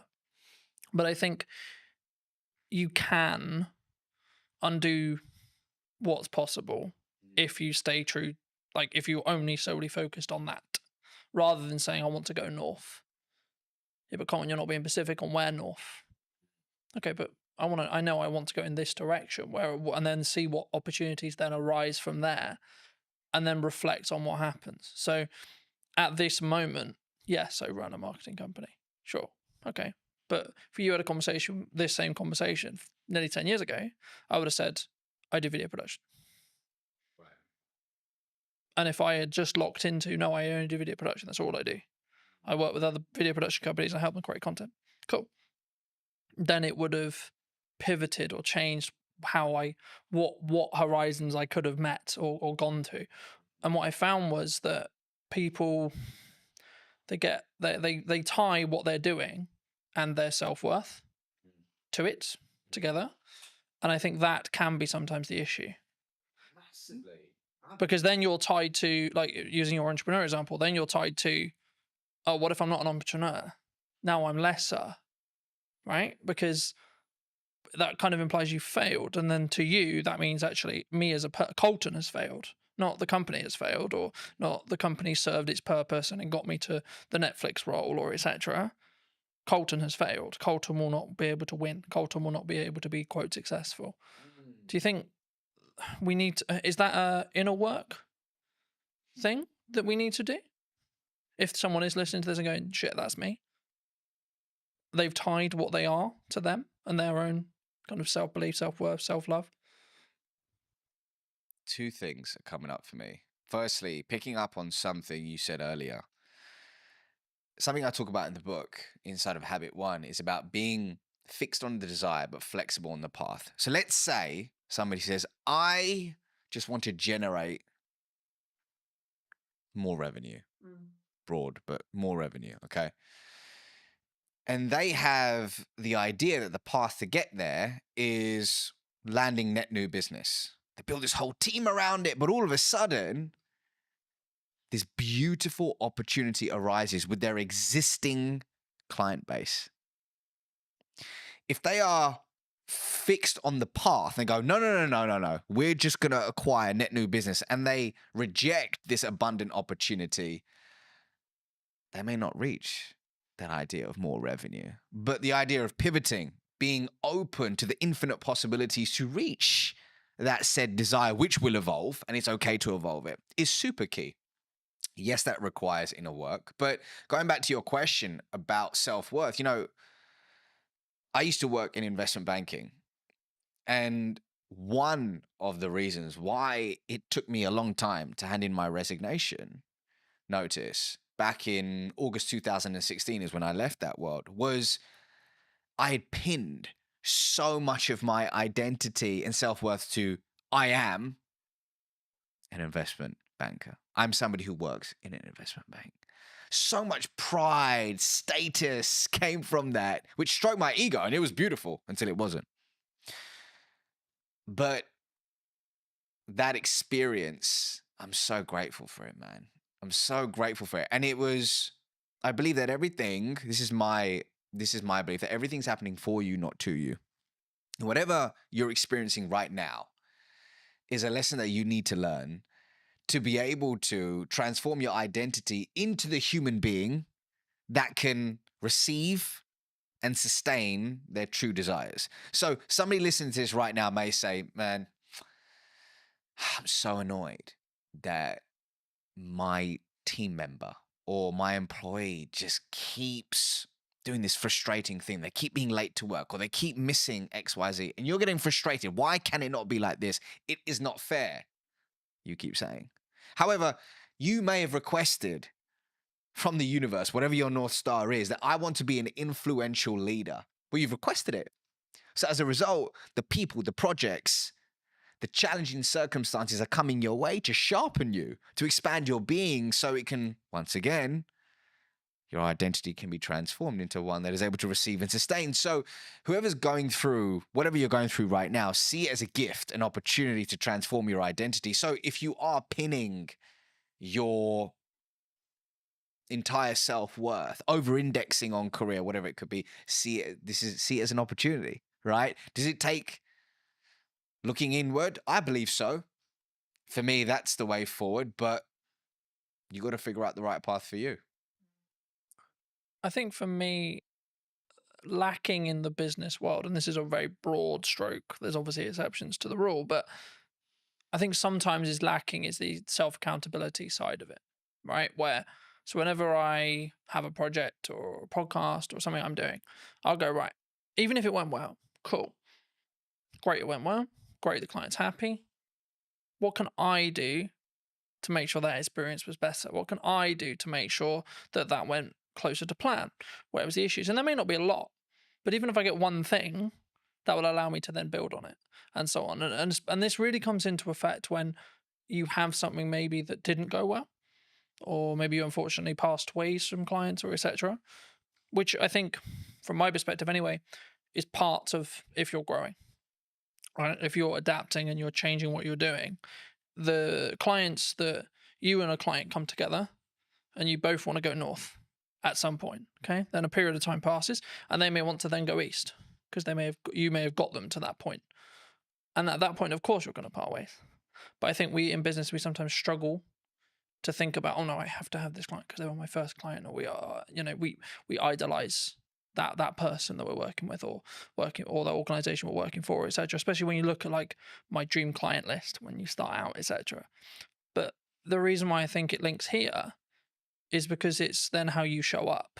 It's then how you communicate. It's then how you communicate, A, in marketing, but then B, when you're having the follow-on sales conversations or continued client care conversations. Actually, do you think we need to take more accountability for that? As in the client needs to, some themselves, but also us as a provider. Accountability for what exactly? You mean that What we've done? Because I think it's very easy to go, oh, it's your fault. When something goes wrong, it's your fault. so just so I understand the question, is it when you're in a client customer relationship, something goes wrong, how does one react to it? Yeah. Or it could be just in general, like when you do, like, I'll give you another example. When you have an idea marketing wise and you go, right, I'm going to give my all to this marketing idea, and it doesn't quite go as well as you planned, for example. Oh, this should be this. And the reason why I never use numbers here is because they're all subjective to you. But, oh, we can keep pushing, we can do this, we can do that, etc. And I think for me, you have to sometimes tie the result from what you're looking to achieve in the respect to the amount of effort, because sometimes that result is lagged by 3-6 months. So everything I've understood in business is I do stuff now for the growth I want to see next year, or the growth I want to see in 3 months or 6 months. And just to frame it back into the question, when you look for the relationships that you want to create and have, either in business or personally, I think they're very similar. Do you look personally, or would you recommend people look personally at looking for people who can take self accountability when things go wrong? Is the crux. So just so I'm receiving that question, it's in business when you're finding strategic relationships, is accountability an important Is thing it that an you look important for? element, do you think, moving forward? I'll give you an example. Inside of my business, something happened in the past 4 or 5 days, and there was a mistake made. And I spoke to a team member about it, saying, can you help me understand what happened with XYZ? Now, they could have got defensive. They could have deflected, and they could have completely disowned the part that they had to play in that situation. But you know what this individual said? They said, I'm really sorry about this mistake. I truly own it. And here's what I'm going to do to ensure it doesn't happen again. And they provided a solution. Now, here's why I'm telling you this.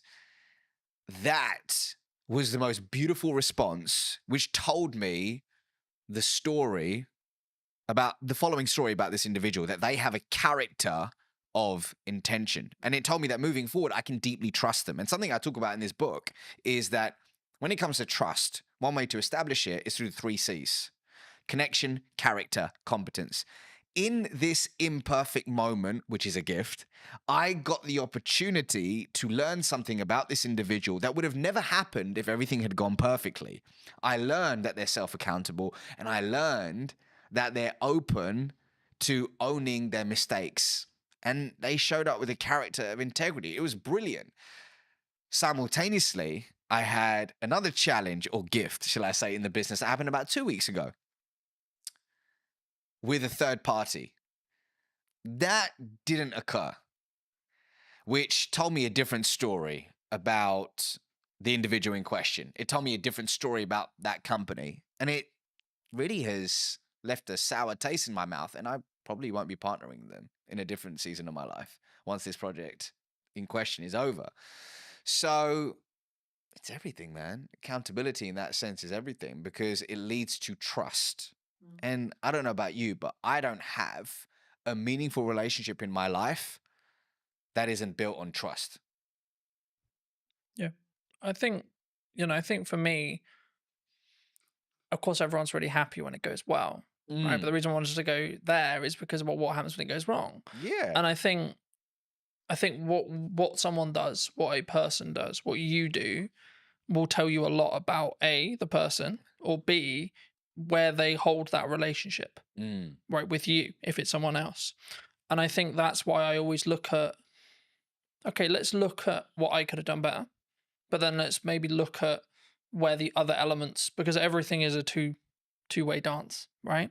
But I think in some ways, whenever we bridge that across in business as a whole or in personal, maybe we don't necessarily go into each relationship when it's a new business relationship or a new partnership, etc., without the, I don't want to use the word baggage, but the residue maybe from previous relationships. I mean, do you think that people don't give themselves the time to reset sometimes? Like when it comes to either like you had a long-term relationship with a client and maybe you've got some other clients, but in that sector that you don't step back and say, okay, well, kind of building off that accountability question, you think sometimes we need to take that time to step away? Can you give me an example? Yeah. So let's say, for example, I worked with a client for a year, Okay. and for whatever reason, our relationship has ended.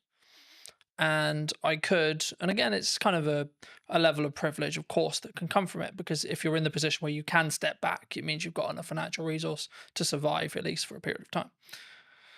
So there's nuance to the rule, of course, but if you can do that, do you think you'll show up better for the new clients in your next season, or the new business, or the new opportunities, or the new content when you can take kind of step back? Because I think I talk a lot about self accountability, but it comes from a place of I can give myself that space to say, okay, this is where I went wrong. And maybe if it's because I'm trying to mend a relationship with a client, perhaps, or maybe it's actually a relationship has ended, or a new one is about to begin, and I want to look back and see how I don't. Maybe the issues were, okay, how can we set up this relationship so it's more likely to be successful by learning from the past? The definition of reactive behavior, in accordance to the spiritual wisdom of Kabbalah, is engaging in any behavior that is grounded, and I'm paraphrasing, in fear, lack, or scarcity.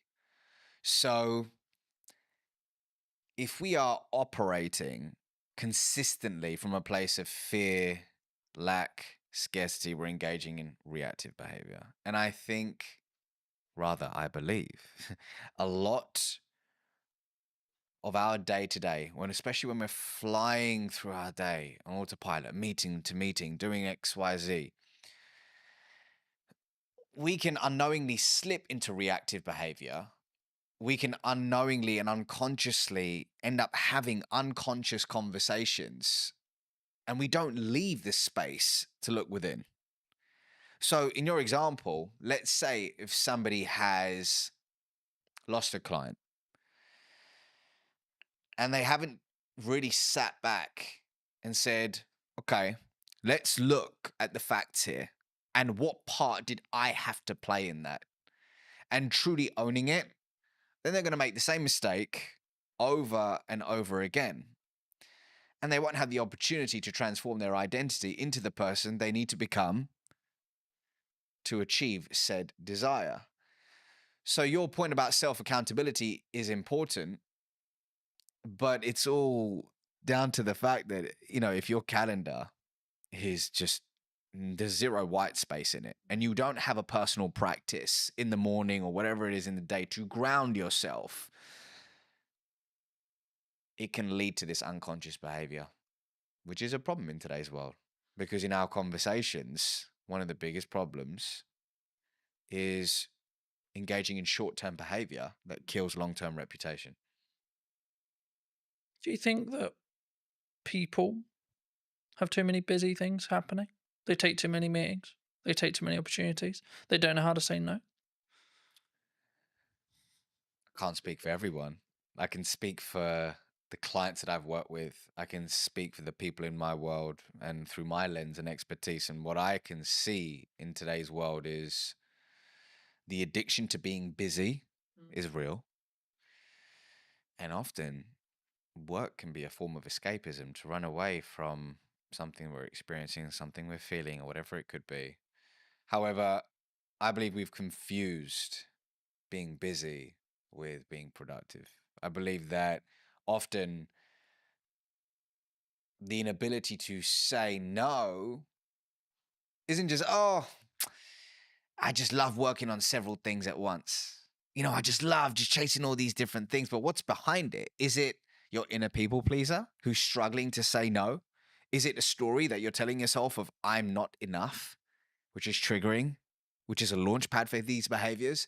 What's interesting is I heard a quote a little while ago, which is stop setting yourself on fire to keep others warm.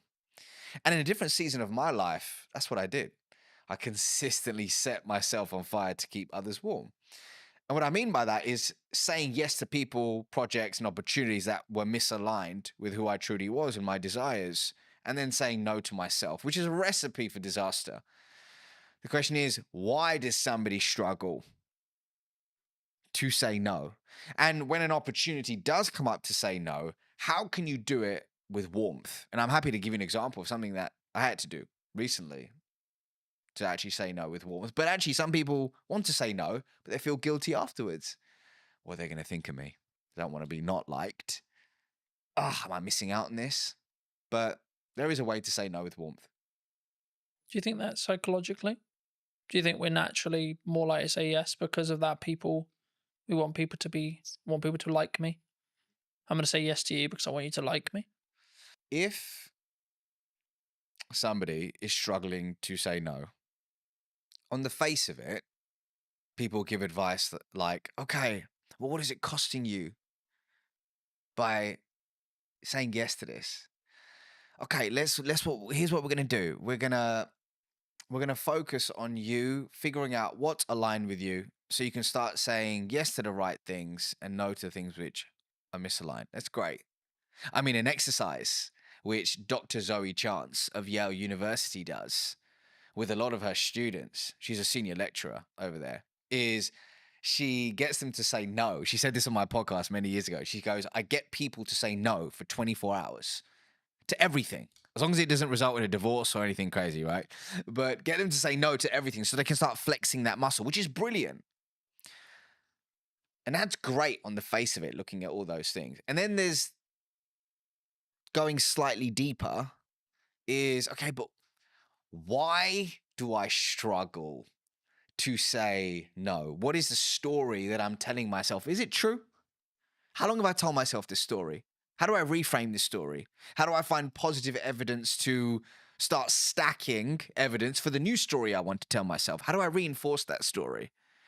And is that work, that messy inner work that often people don't want to do? But for me, when you commit to a journey of introspection, that's when the beautiful things happen. And that's when organically becoming no doesn't necessarily make it easier, but it feels aligned.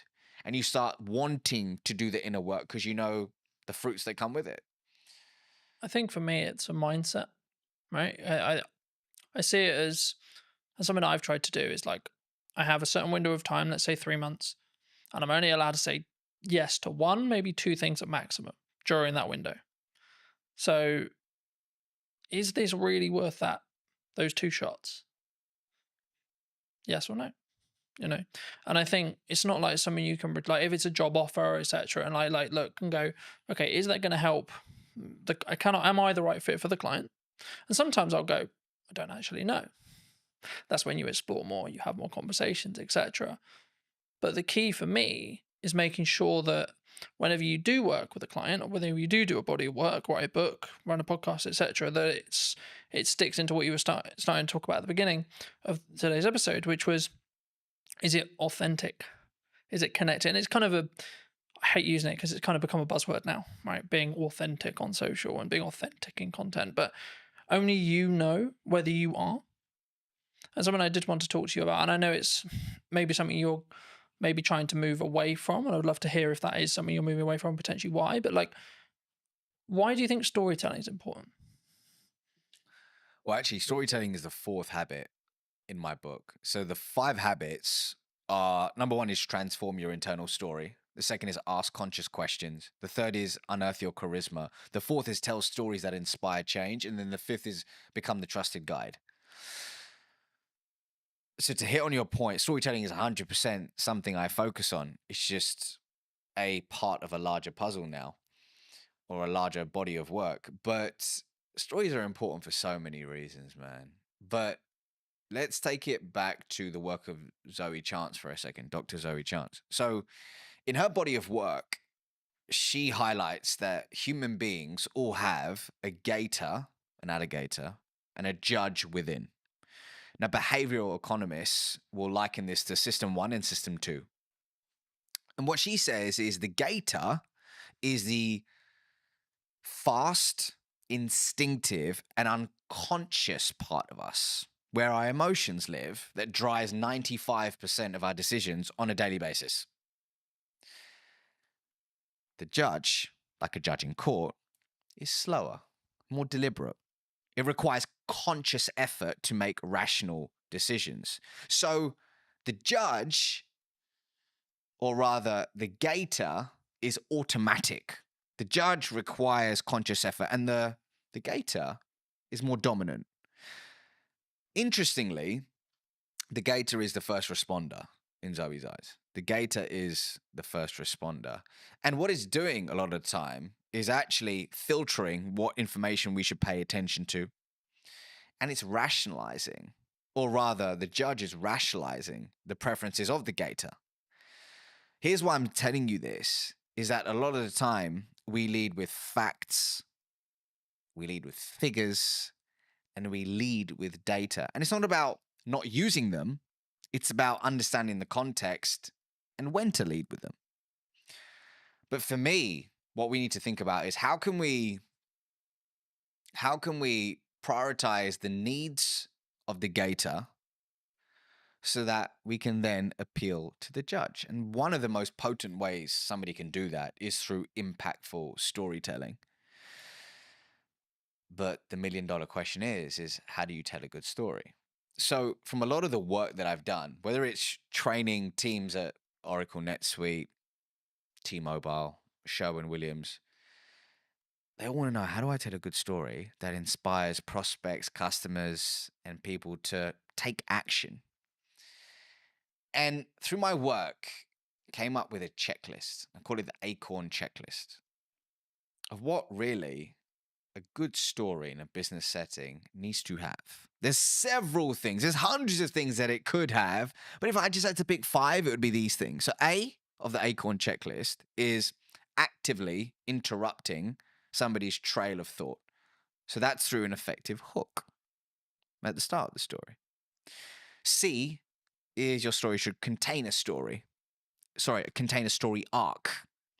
And the story arc that I traditionally teach is the 4 C's: context, conflict, change, conclusion. And we can talk more about that in a second. O stands for organically adding business value. Does your story organically add business value? Because this isn't this one time at Bandcamp and you're telling a story and it spirals off to Pluto and it adds no business value. It needs relevance. It needs relevance. And then R stands for, does your story revive a 2-way dialogue? Not just talking at somebody, but does it spark a 2-way conversation? And then N, which is very important, does your story naturally, noticeably make the main character the hero, not you? And when you embody these ingredients, it really paves the way for somebody to tell a great story, which moves people. And hey, what are we trying to do when it comes to our prospects, our team members, our customers, our partners or shareholders? We're trying to inspire change, moving them from a current set of series of behaviors, to a new series of behaviors. And change is hard and change is messy, but storytelling can start that process and make it stick. Do you think, because something that I hear from people who are starting out on video a lot is, yeah, that's great, but my story is really boring. My origin story is really boring. My day-to-day is really boring. I'm an accountant. I spend my life looking at spreadsheets. I spend my life looking at tax returns. I spend my life looking at paperwork. Is that true? It might be that person's truth in that specific moment. Is it, we gotta honor that that's their truth. That's their truth in this season of their life. However, is there validity in it? I don't know. I don't think so, right? I'm sure we will be able to find cracks in the story that they're telling themselves. So I was recently speaking at an event called Atomicon. Incredible event, really cool business conference. And at the end of my keynote, this individual came up to me and they said, it's really interesting when you were telling stories about your kids and this and that or the other, there was humor in it. There was fun in it. It wasn't like, oh, I went through this immense pain and this happened and that happened. And that's what I struggle with. I was like, what do you mean? Tell me more. And they said, well, I'm struggling to craft my origin story because I don't have this huge moment in my life where, oh my God, I was down and out. I was at rock bottom and look where I am now. And for me, that's a recipe for disaster because it can leave you in analysis paralysis and forgetting that often the beauty is in the imperfect moments, the relatable small moments. When I came out on stage that day, I told a story about my daughter and how she was mimicking breathwork that I was doing in some season of my life. And as a result, it made me realize that how I do whatever I do in my life, she's going to mimic it. And my job isn't to tell her what to do, it's to show her who to be. That was the crux of it. But that came from a seemingly insignificant moment in my day-to-day life. So I think what it boils down to is creating a story bank. And I have a process for that, but creating a story bank where you're collecting these insignificant moments, figuring out which one of them can be transformed into a story and testing them versus sitting there trying to think of that one story and then going, I don't have it. I'm going to wait for it. And then just doing nothing. So everybody has a story to tell. The question is, do you have an intentional, going back to our question at the beginning, do you have an intentional approach to finding them, identifying them, and then delivering them in low stakes scenarios to test and tweak and iterate for high stakes scenarios? It's a real process. I think it's something that you'll adapt as well. Like as you move through the seasons, right? Like you might not talk about the current season or the season you just come out of, but you potentially will talk about maybe season 1, season 2, season 3, etc. And I think for me that allows you to tweak and adapt and show that you're a non-finished article as well. Building off that, like my level of success at 20 was very different to now and will be very different in 10 years. And I think that's the constant thing. And the thing that kind of goes through the core of that is, what's my improvement today? What's the 1% thing I can do? What's maybe the thing I heard from you today, or the thing I picked up whilst watching something, or the key takeaway from the book I just read, or etc. And I think sometimes we don't give ourselves that time. That's why I asked you about the kind of the busy schedule thing. And something that I've tried to do is book less, like put more barriers in the way of those meetings, put more barriers in the way of guests coming on the show or etc. And then have more of a filter of who comes on, why, who am I having a conversation with, why, how can I be present in content, what content am I doing? And the reason why I do that is because then I can be more present and more focused on, and doing less work means I'm more present in the work I'm doing. And it means actually I'll be more transformational, so to speak, to that client, to that customer, to that guest, etc. I hope, I believe, anyway, in that respect. But for those who've really enjoyed this conversation, where's best to reach out to you? Where can they get the book? That kind of thing. Yeah, so if you click the link in the description, I'm sure you'll put it in the description, but you can pre-order my book now, which is available on November 4th, and it's called Relationship Currency. And really what it's about at the core is teaching people in any conversation how to build trust, cultivate authentic relationships, and master the art of communication along the way. So, hey, if this conversation has aligned to you, then pre-order a copy and I'll see you on the other side.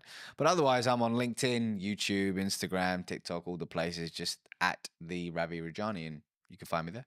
Magic. Thank you so much for coming on. And if you were going to talk to either yourself 5-10 years ago or someone who's your junior, what advice would you give them? About life, about communication, because I could take this so many places. Wherever you want. let's stick to communication. And I would say the following. I would say you can listen to podcasts like this. You can watch videos, you can absorb books, courses, and all that good stuff.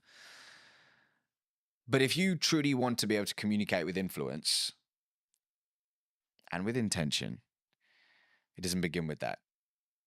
It first begins with a journey of introspection. And for some people, that can mean seeing a therapist. For some people, that could mean journaling, seeing a coach, or speaking with a friend where you can speak freely and remove the mask.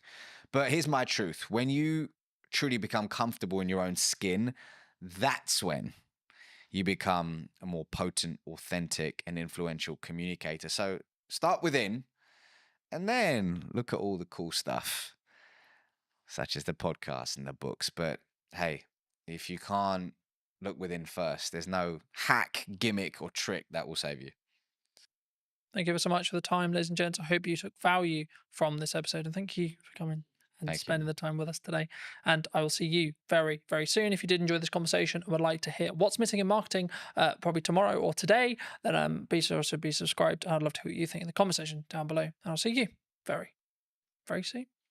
What would you say to people who maybe are on the receiving end of the obsession? I think you've got to be a part of it yourself and experience the ins and outs of the day to day, rather than just when the person comes home and they've had a bad day. I think that's true in anything that you do, marketing or fitness or writing or driving or whatever the skill is that you're trying to build. With consistency and with showing up when it's harder is when it will work. I think what you touched on there is a really common misconception in marketing.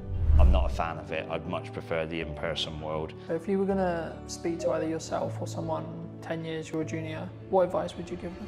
So I'd say take the risk, take it sooner. I waited too long. So I left it and I left it and I left it, and then I went, okay, I am going to do this now.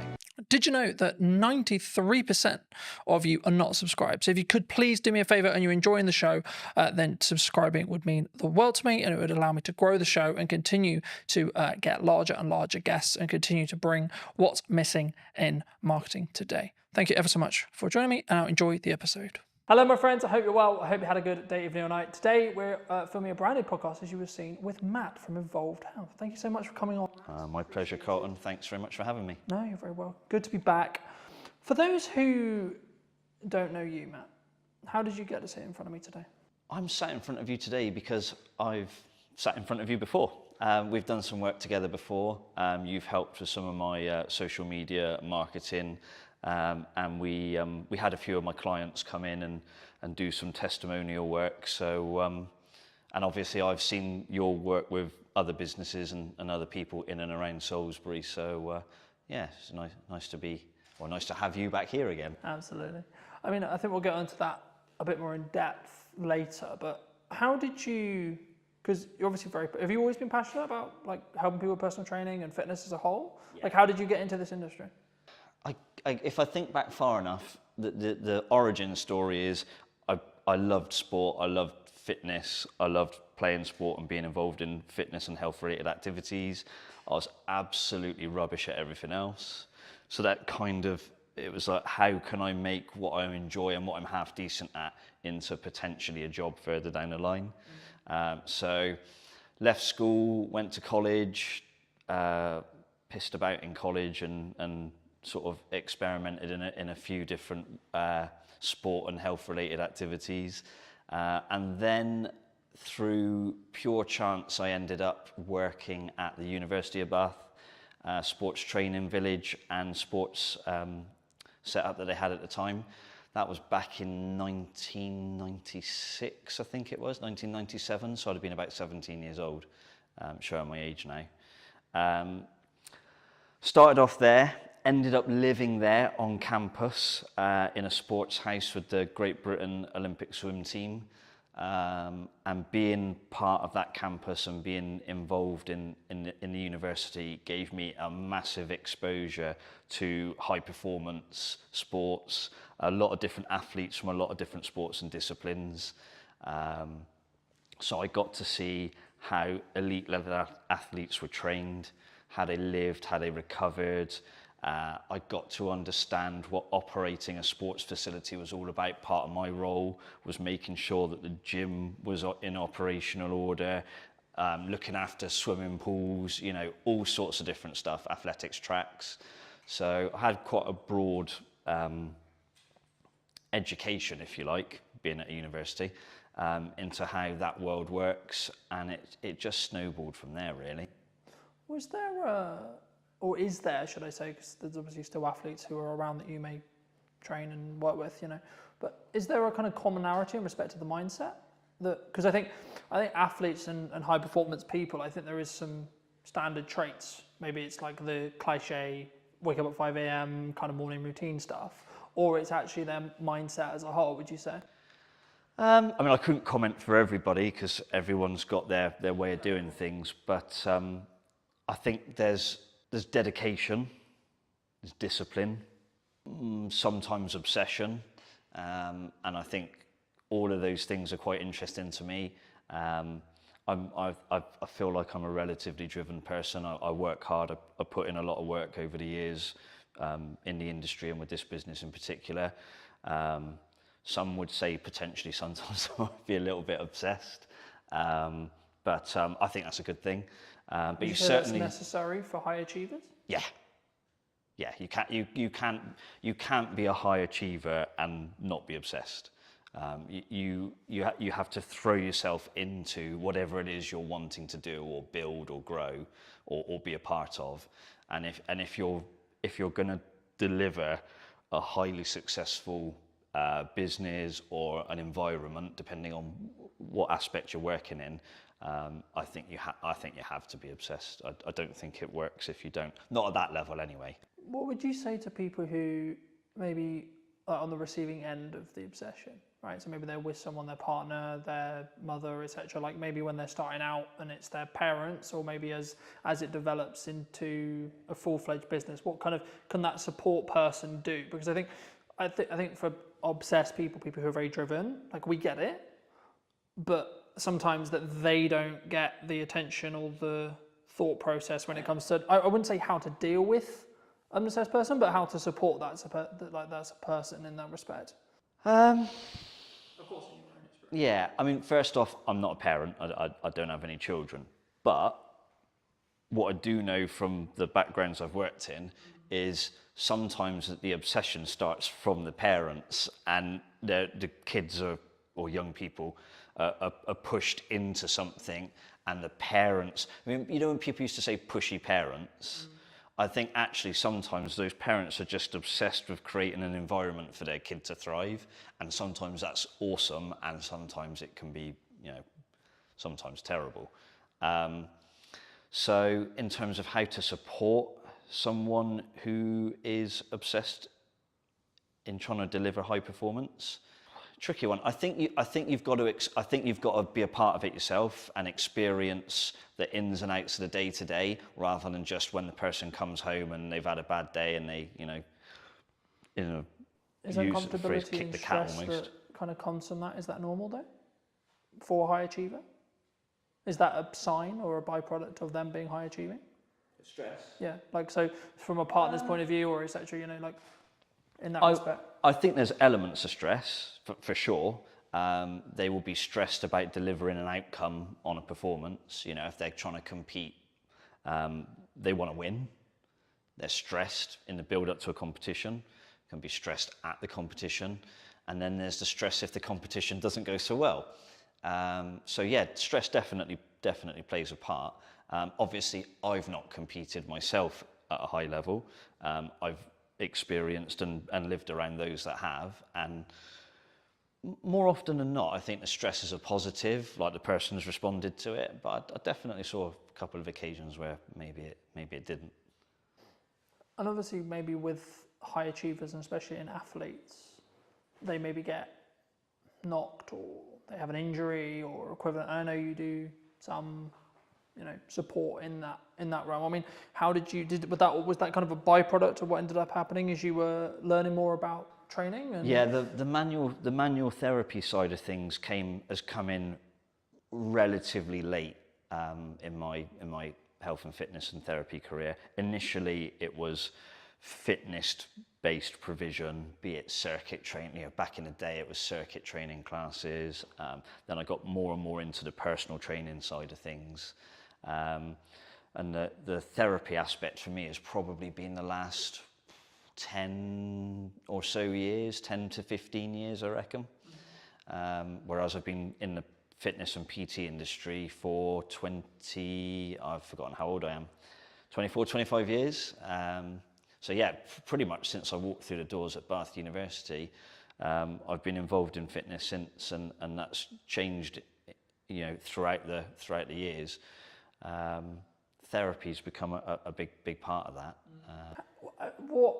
I guess, how was it a natural progression from, so you train Yeah. people and maybe they have injuries and then you saw it as like, actually I can help people here with X injury or Y injury to actually help them with their recovery to get back and train as hard as they actually maybe want to mentally. Yeah, I mean, but certainly their body isn't there yet. Yeah, it was a combination of things really. One, I started to listen to, most of my clientele is Gen Pop, so general population. So it could be business executives, stay-at-home mums, or dads, doesn't matter. But it's across the board, probably age 25, 30 plus, up to my oldest client's 94. So they would always mention niggles and aches and pains. And it was like, right, how can I train around it? How can I train through it? And then I was like, hang on a minute, why don't I just try and help them deal with it more directly? And because of the nature of my client base, the need to be able to do therapy work was becoming more and more clear to me. So I'd say around about 15 years ago, I really started to delve into the therapy side of things. And 15 years later, that's probably a fairly significant part of Evolve's business now.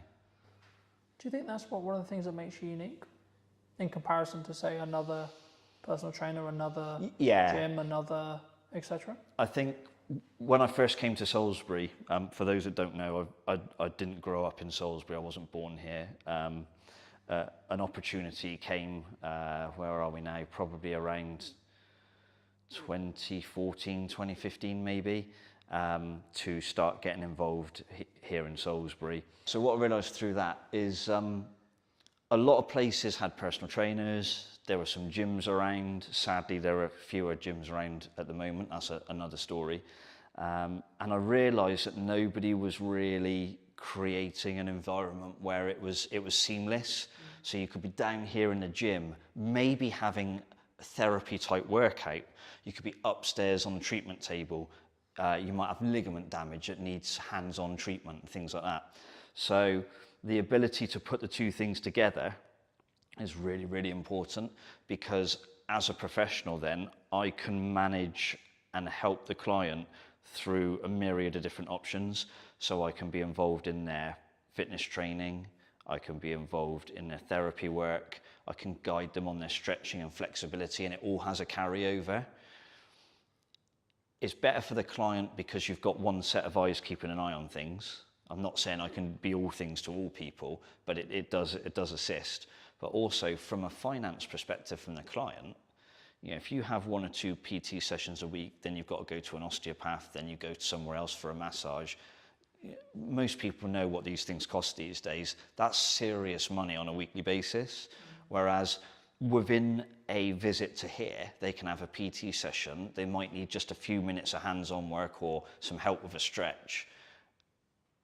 And they've spent a fraction of what they would spend if they had 4 or 5 different professionals helping them.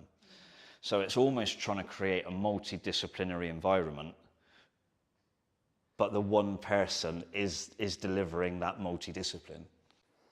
I think for me, like, that's maybe the unique selling proposition of what you do, but it allows that synergy. So if there is an injury that happens, either unfortunately with during training or like outside of training, and then when they come into training, then it can be maybe tackled like faster or potentially better, you know, in that respect. But do you think, I guess the next question I was gonna go into was like, how consistent or like how focused should the average person be on fitness? Because I think as a whole, it's always been a part of my life, but I think maybe I'm unique. I mean, we're looking at, like, I don't know the figures off the top of my head, but the numbers are like constantly changing, constantly adapting, and I don't think for the better in respect to obesity and other such concerns in that respect. And I think, is it a shift? Is there like from what you're seeing, or is it still maybe it's upper middle class, it's the people who can afford it, it's, you know what I mean, is it because from my perspective it was always quite snobby, you work out, it was always that for a long time. I think what's changed is the media. So you look at anything in life now, the media get their claws into it, and that can be good or bad. There's definitely an increasing problem of lack of physical activity in schools. I can remember when I went to I can just about remember when I went to school, primary school and secondary school. I was lucky. I had great PE teachers. I enjoyed sport, and the provision was there to do it, and we did it for a few hours a week. But talking to clients now who've got kids in certain schools, and they barely get an hour a week of like taught physical education or the chance to just explore different sports. And I think these days a lot of that seems to be happening outside of school. And then it becomes choice. Then it becomes, can the parent potentially afford it? If you're in a school environment, it's kind of delivered for you, to you. But to have to choose to go out and take part in a sport, it's not just the kid's choice, it's parents going, I work 3 jobs, I can't take you to wherever you need to be 3 times a week. Or I can't afford for you potentially to have all the kit you need. I saw some kids walking along, I'm pretty sure it was hockey, and the stuff over their shoulders and what they were carrying or what they were wearing, I'm thinking, if you've got 2 or 3 kids, that is costing you some serious money. So the chances are you are in a slightly higher class. I don't like this class differential that people have, but yeah, it's definitely a problem. And I think, you know, I understand from my perspective what I charge for the work that I do is reasonable, and it certainly isn't affordable to the masses. Do you think the key is the educational piece then? Even if it's just like having resources or having more people talk about bodyweight workouts, calisthenics, etc. I think it's good to get the message out there that exercise is good for you, and sitting on your backside all day eating, you know, chips and whatever else is probably not very good for you. But I think the key thing is the provision of facilities that are free and accessible to anybody. These parks now where they're starting to put exercise equipment and like bars that you can do pull-ups or hang from and stuff like that. They're awesome, and we need more of those, but we also need people to understand how to use them. So we probably need to find some sort of community scheme where people who are big on calisthenics and outdoor workouts and almost like parkour and stuff like that. If you've got people like that who are helping kids from quite a young age get into that, then there's probably going to be a natural progression as the child gets older to, I want to carry on doing stuff like this. I want to go to the gym. I want to play in a team, or I want to partake in an individual sport, but I'm prepared to put in the work to do it. These are all the things we need. They're not being provided, not at the level they need to be. I'm quite lucky. I'm fairly well travelled. And a lot of places I go, you go to places and they've got outdoor, again, environment comes into it, climate, things like that.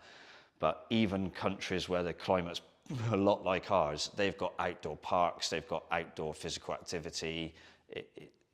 We're a long way behind in this country in certain areas, and that needs to change, and fast. Do you think, because for me, it's number one, it's a priorities thing. Number two, it's a mindset thing. Like, there's one thing having the education. Once you've got the education, you've then got to have I'm really busy, but I need to do it anyway, right? Because I look at it from a perspective of, I'm very fortunate where I'm younger and I've had a level of fitness in my life for a very long time. But I understand that if I want to continue to be able to do the job I do, I need to be in better physical condition than... So I can continue to do it for 10, 15 years. Absolutely, but what I'd say to that is, if you get the exposure from a young age, and it's a positive exposure, not, oh, I hated PE, they made me do PE in my pants and socks or whatever. I can remember, back in the days when I was at school, if you forgot your gym kit, it was plimsolls and pants and socks and off you go. There's no way that's happening now. It wouldn't be allowed. It's if you expose somebody to a positive health and fitness related activity from a young age, and you can do that consistently for a while, then the likelihood is you don't have to worry about mindset, motivation and things. It's almost inherently in there, ready to go. There will be people who went to school and hated PE and hated exercise who have grown out of that, and some will have gone, actually, I need to look after myself and my health because I've got a family now. And there'll be other people who go, well, I hated it at school and I hate it now. And we've got to get those people back then. If you were going to give advice to maybe those people who hated it at school, who maybe haven't done what they should have done, maybe they know they're not, like, because I don't think you say to anyone who's like not in good shape, I don't think helping the problem is, haha, look, you're fat. Or, oh God, no. That's not, that's because they know. It's not like they see themselves every day, Sometimes you've got to have hard conversations. Part of my job as a personal trainer is sometimes you have to have very difficult conversations with people, and in the best way possible, you're trying to explain to them that the situation they're in is not a healthy one, it's not a good one, and there's a desperate need to change. In terms of mass information, I think you've just got to say to people, like, hands up if you want to die young. Not many people are going to chuck their hands up. Yes, please, Matt. Yeah, do you know what I mean? I can't speak for everybody, but most people are going to, well, of course I don't. Who wants to live as healthy and as long as possible? Probably most people. Yes, please, Matt. Yeah, exactly. So if we can say to people, look, there's still time for things to change, for you to have those positive experiences, and ultimately it's going to massively benefit you. Some of the hardest conversations I've had to have with clients, I remember one guy, I'm still in touch with him now. This is when I used to PT back in Bath. I literally had to sit down and say to him, I know his daughter had got stuck into him. She was not far away from graduating university, had been involved in a relatively long-term relationship, and there was a wedding on the cards. And this particular chap, the girl's father, was not in a good way. Very successful, but very highly stressed executive. He owned a very particular international business, and he was flying all over the world, airports, long hours, eating all the wrong foods, a lot of client hospitality, so a lot of drinking, and he'd got himself into a real mess. And he'd had a heart attack. And the daughter had sort of said to him, look, if you want to A, see me graduate, and B, see me get married, you need to sort yourself out because you're going to die soon. And I think when it comes, if you're a father, I can imagine your daughter looking at you and saying that's got to be a gut punch. So he came to me and he said, Matt, I need you to help me. And we did a lot of good work. And that was 10, 12 years, probably even 15 years ago. And even now, he's still out running half marathons, going out for big bike rides. It completely changed him. But he said to me, the turning point was his daughter saying those things to him. If he'd read that in a magazine, he said I probably wouldn't have taken a blind bit of notice. But he said, my one and only daughter says that to me, and she's like got tears in her eyes. It's like, I won't use exactly what he said, but he had to sort himself out. So sometimes you've got to be fairly hard on people, and other times it's how you create a different message or a different environment that might encourage people to get involved. Thank you for sharing that. And I think even just through that message, I don't want to use the term wake some people up, but hopefully you'll wake some people up to maybe, my next question was going to be around like age, and I think the science is semi-conclusive, and you probably did confirm or deny, but like for me, as far as I look at it, like the healthier you are in your 20s, the better your 30s and so on, right? But there is a point where it becomes harder, but I think that could be perceived as, well, I'm not going to bother then. Is it that, or is it actually you just... there's no doubt that as you get older, things get slightly more difficult to do. Yeah. within reason. It doesn't have to be that way, and it isn't just a linear decline. You know, you were fine in your 20s, not so much in your 30s, 40s are getting bad, 50s onwards, you're bollocks. That's not true. Obviously, if you haven't done anything for a long time, and then you come into a gym environment or a fitness environment, maybe you take up running, you're going to find those things slightly more difficult, slightly more comfortable at first. And if people tell you it's all going to be easy and sunshine and rainbows, you know, no, it's not. And you have to be honest with people about that and set the right expectations. So part of any personal trainer's job, but certainly how I look at it is, you have to set expectations. Sometimes you have to put a limitation in place because sometimes people attack it too hard and they can do themselves damage. And sometimes they can attack it so strongly that it actually becomes less healthy. So it's striking a balance, pretty much like everything in life, really. You want to try and find balance where you can, knowing full well that the perfect balance is not achievable, I don't think, for anything. Sometimes you've got to be a little bit obsessed, like I said earlier. Sometimes you have to rein it in a little bit. But it's just finding that balance and working with the person. And it's building a relationship. So it's not just turn up through these doors and go, hey, Matt, just bark at me or tell me what to do. You have to build a relationship. There's an element of trust both ways. You know, the client needs to trust that I'll provide them with safe and effective exercise or safe and effective therapy treatment. And I need to trust that when they leave here, they're not going away and doing 10 times more stuff that maybe they shouldn't be doing, or their lifestyle is bad because they go, oh, I can offset it by going to see Matt, so I can carry on drinking heavily and eating all the wrong food. So it's a relationship, and the relationship's built on trust, and that trust comes with me establishing at the start of the process what are their expectations of me and what I expect from them, and it does go both ways. So that's crucial, I think. Do you think some people struggle the long-term mindset of the results? Because fitness is, from how I look at it anyway, it's a compounding thing. Like once you're consistently doing it repeatedly, then the results will compound. But there is, like, I would say probably a month, maybe 2 months, maybe 3 months where you maybe don't see, it's the question analogy of you go to the gym, you do a thing, nothing changes. You go the next day, you do the same thing again, nothing changes. But there is a day where it does start where there's a change. Yeah. It's consistency. I can write the best fitness program, the best strength program, the best flexibility program for somebody. But if they're not consistent, they won't get the result. It doesn't matter how good one session is, it matters how good 20 sessions are. So most of my clients have been coming to see me for years. I mean, I've still got clients who are training with me now that we've opened the doors to 12 years ago when we first opened, and they're still training with me now. That's consistency. And then they very rarely miss, they have the occasional family holiday. We tend to wind down a bit at Christmas as a business and let people go and have a good time and then attack it again in January. But the overall key is consistency. It doesn't matter what one session's like, it matters what 25 sessions are like and whether they are relatively close together. If you do 25 great training sessions but it's spread across 15 years, it's not going to work.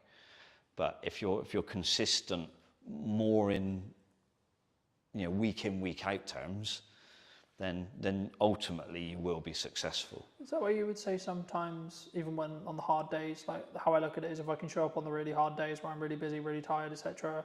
Not like really tired as in exhausted. Yeah, like, you find like I've shown up. It's not the best workout, but it's still a workout. Yeah. And it's building that momentum. Or would you say that like you need to then focus on recovery there? You find out most about people when they're having their bad days in any shape of life, or any walk of life. But in terms of training, I get people to walk through the door. I haven't got very many skills, but I'm pretty good at reading people.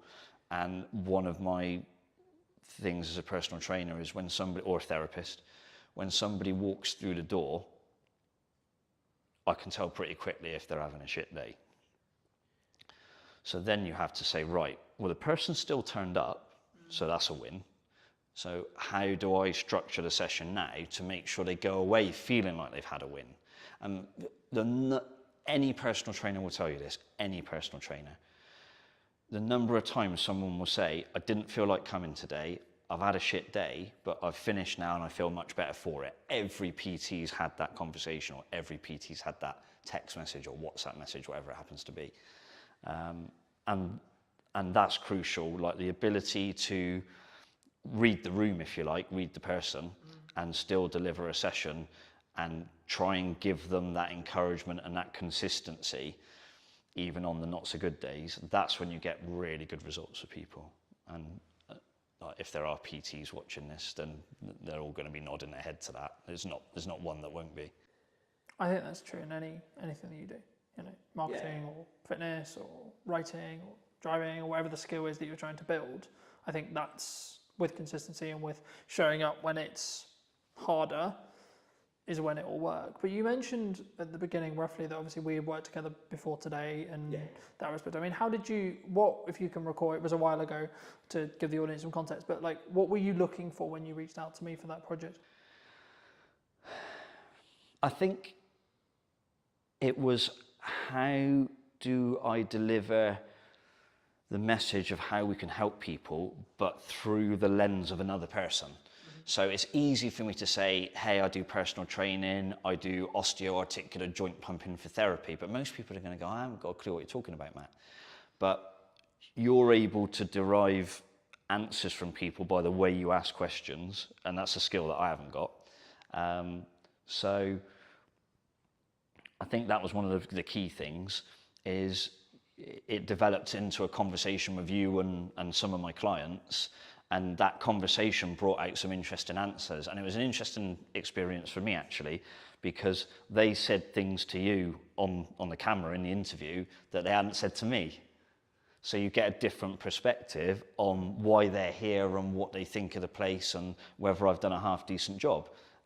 Hopefully it seemed to be that's what they thought, which is good. But the key thing for me was the ability to extract information from them that I hadn't got myself. Even though I know the person and I know what they're trying to achieve, the way they explained it to you was different, and I found that really useful. And that kind of then helps you think, well, how do I put that message out further down the line?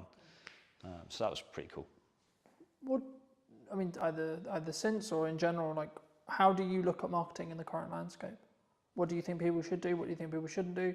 Is it a time, obviously it's nuance related to the business, of course, but is it a time, I mean, a lot of people are saying the creative industry is struggling, people are saying the economy's hard. I mean, in the nicest way possible, I've heard that for nearly the 10 years I've been in business. I've always heard that. So I don't want to be this way, but I'm like, but what's really going on? You know what I mean? Because for me, there's always something going on. There's always something going on in politics, there's always something going on in geopolitics, etc. But right now, at the time of filming, what are you looking at from a marketing point of view that you think is really going to work, or you know, are you leaning into more referral based stuff? Are you maybe like keeping your costs lower because you are seeing the climate, or are you going the other way? I'll try and unpack that. I think the key thing is be transparent and be honest and upfront about what you do and how you do it. Don't bullshit people. Like I can't deliver, I don't know, think of someone who's in incredible shape, who's on TV a lot. Can't think of a name now. But if I said to all of my clients, you can have that in 3 weeks, I'm telling some porkies, yeah? So be honest with people about the process. Explain to them that, yes, you can achieve some brilliant results and sometimes life-changing results. And it might not just be the way you look, it might be the way you feel, it might be the way other people view you, it could be all sorts of stuff. But be honest and transparent about what you do and what you can deliver. Most of what we've got here at Evolved has always been referral based. I mean, you know, because we've had this conversation previously, I'm not a big marketer. I don't do, what is it, sponsored ads or Facebook, whatever it is. I wouldn't even understand how to set one up. So on that side of business, I'm probably not very good. But I came here to Salisbury, I knew two people. And we've built a business that does 80 or 90 sessions a week between myself and my colleague Charlie. We've been here 12 years. That's referral, that's not marketing, that's referrals. It always has been, and I suspect it probably always will be to a degree. I think the challenge for me and how I grow, evolve now is I need to market to the people who don't know I'm here and that people can't refer to because they don't know we exist. You can only get referrals from people that know you're here. So I should probably try and get more people to understand that we're here. If I had a few quid for every time somebody comes and said, I didn't even know you were here, Matt, until someone told me about you, I'm like, I really need to do something about this. But yeah, I think marketing for me now is being able to explain to people what we do and how we do it, and saying to people, do you want to come along on the journey, as opposed to come and get fit in 6 weeks, which I hate that message in the fitness industry. It's rubbish. I think what you touched on there is a really common misconception in marketing, that people think it's either referrals or it's word of mouth or it's ads or it's content or it's this or it's that.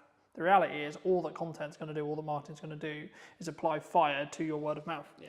If you have good word of mouth, happy days. Yeah. If you've got bad word of mouth though, you can kill your business very, very quick because it's just going to make things better or continue things moving faster in whatever direction the business is currently going in.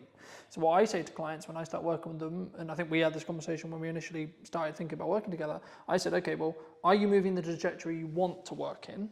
One, and then two, how can we utilize video content that's scalable that allows you to then do that upon scale, right? So instead of you having to trade one-on-one time with each person, you can say the stuff you want or get your clients to say the stuff you want on camera to then be like, okay, cool, this is what real people think. And social proof, which is what you're talking about, getting your clients to talk about it, is infinitely more valuable in a marketing context than you saying it. Yeah, exactly. In the nicest possible way it is, because in the same way with me saying, I'm going to say video is a good idea because I have a monetary tie to whether it's good or not. Yeah. In the same way you're going to say PTing is a great idea because you have a monetary tie. We don't even necessarily do this deliberately, but we're naturally going to because it's our natural sales process, marketing process, however you want to articulate it. And that's why hearing from clients, that's why I ask people about marketing, is really interesting and really important because then to an extent they're making the decision all on their own. Yeah. And I think for me, as the landscape changes, as the economy does what it will do, I think and it's more of a mindset thing and seeing how people either want to shift or don't, because and I guess actually this is a question of, in your case, do you actually need to market? I would argue you don't even need to market because from what it sounds like at this stage right now, at the time of recording, you're close to full capacity, if not full capacity, and you don't really have enough space or staff or both to scale. No. So actually, should you market? Yeah, tricky one, isn't it? Yeah. Maybe, finding maybe good. If you want to create a waiting list and you're trying to develop another product and you want to keep things going, but you wouldn't market in the same way as if you were trying to fill a new class, for example.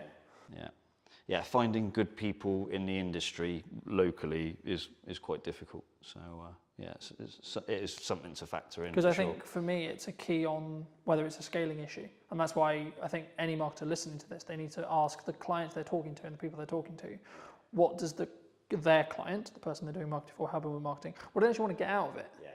Because there's one side of it's like continue with the reputational gain that you can gain from doing video, sure, but that's a way of doing it. And then it's a bit more punchy or a bit more maybe paid ads or etc. would work if you were trying to fill a class in quick time. But actually in the position you're in, for example, you wouldn't want to do that necessarily. Again, that also kind of changes to an extent of what stage you are in business, which we'll come back to the next question, which is like, do you think businesses like have stages? In the respect of like when you're starting out, you're constantly looking at growth and then you maybe get to a size and you're like, oh, actually, hold on, maybe I don't want to grow beyond this? Either speaking about what you've done or in general? Yeah, I think it depends on the type of business. This is a people business, it's a service-based business. Can I produce 10 of me to look after thousands of people? Not really. So there's that element of I can only grow to the extent that I am able to deliver sessions for people in some regards. Could I bring other people in? Potentially, yes, but there's challenges with that. Could I go online? Possibly, but I'm not a fan of it. I'd much prefer the in-person world. One of the things that COVID taught me was I don't like Zoom very much. So I would be keen to avoid that. So yeah, it's a tricky one actually. So I think in terms of stages for a business, I think it does depend on the type of business you have and where you want to take it. You know, do I want a franchise evolved? No. Way too much stress, way too much money involved, way too much leverage.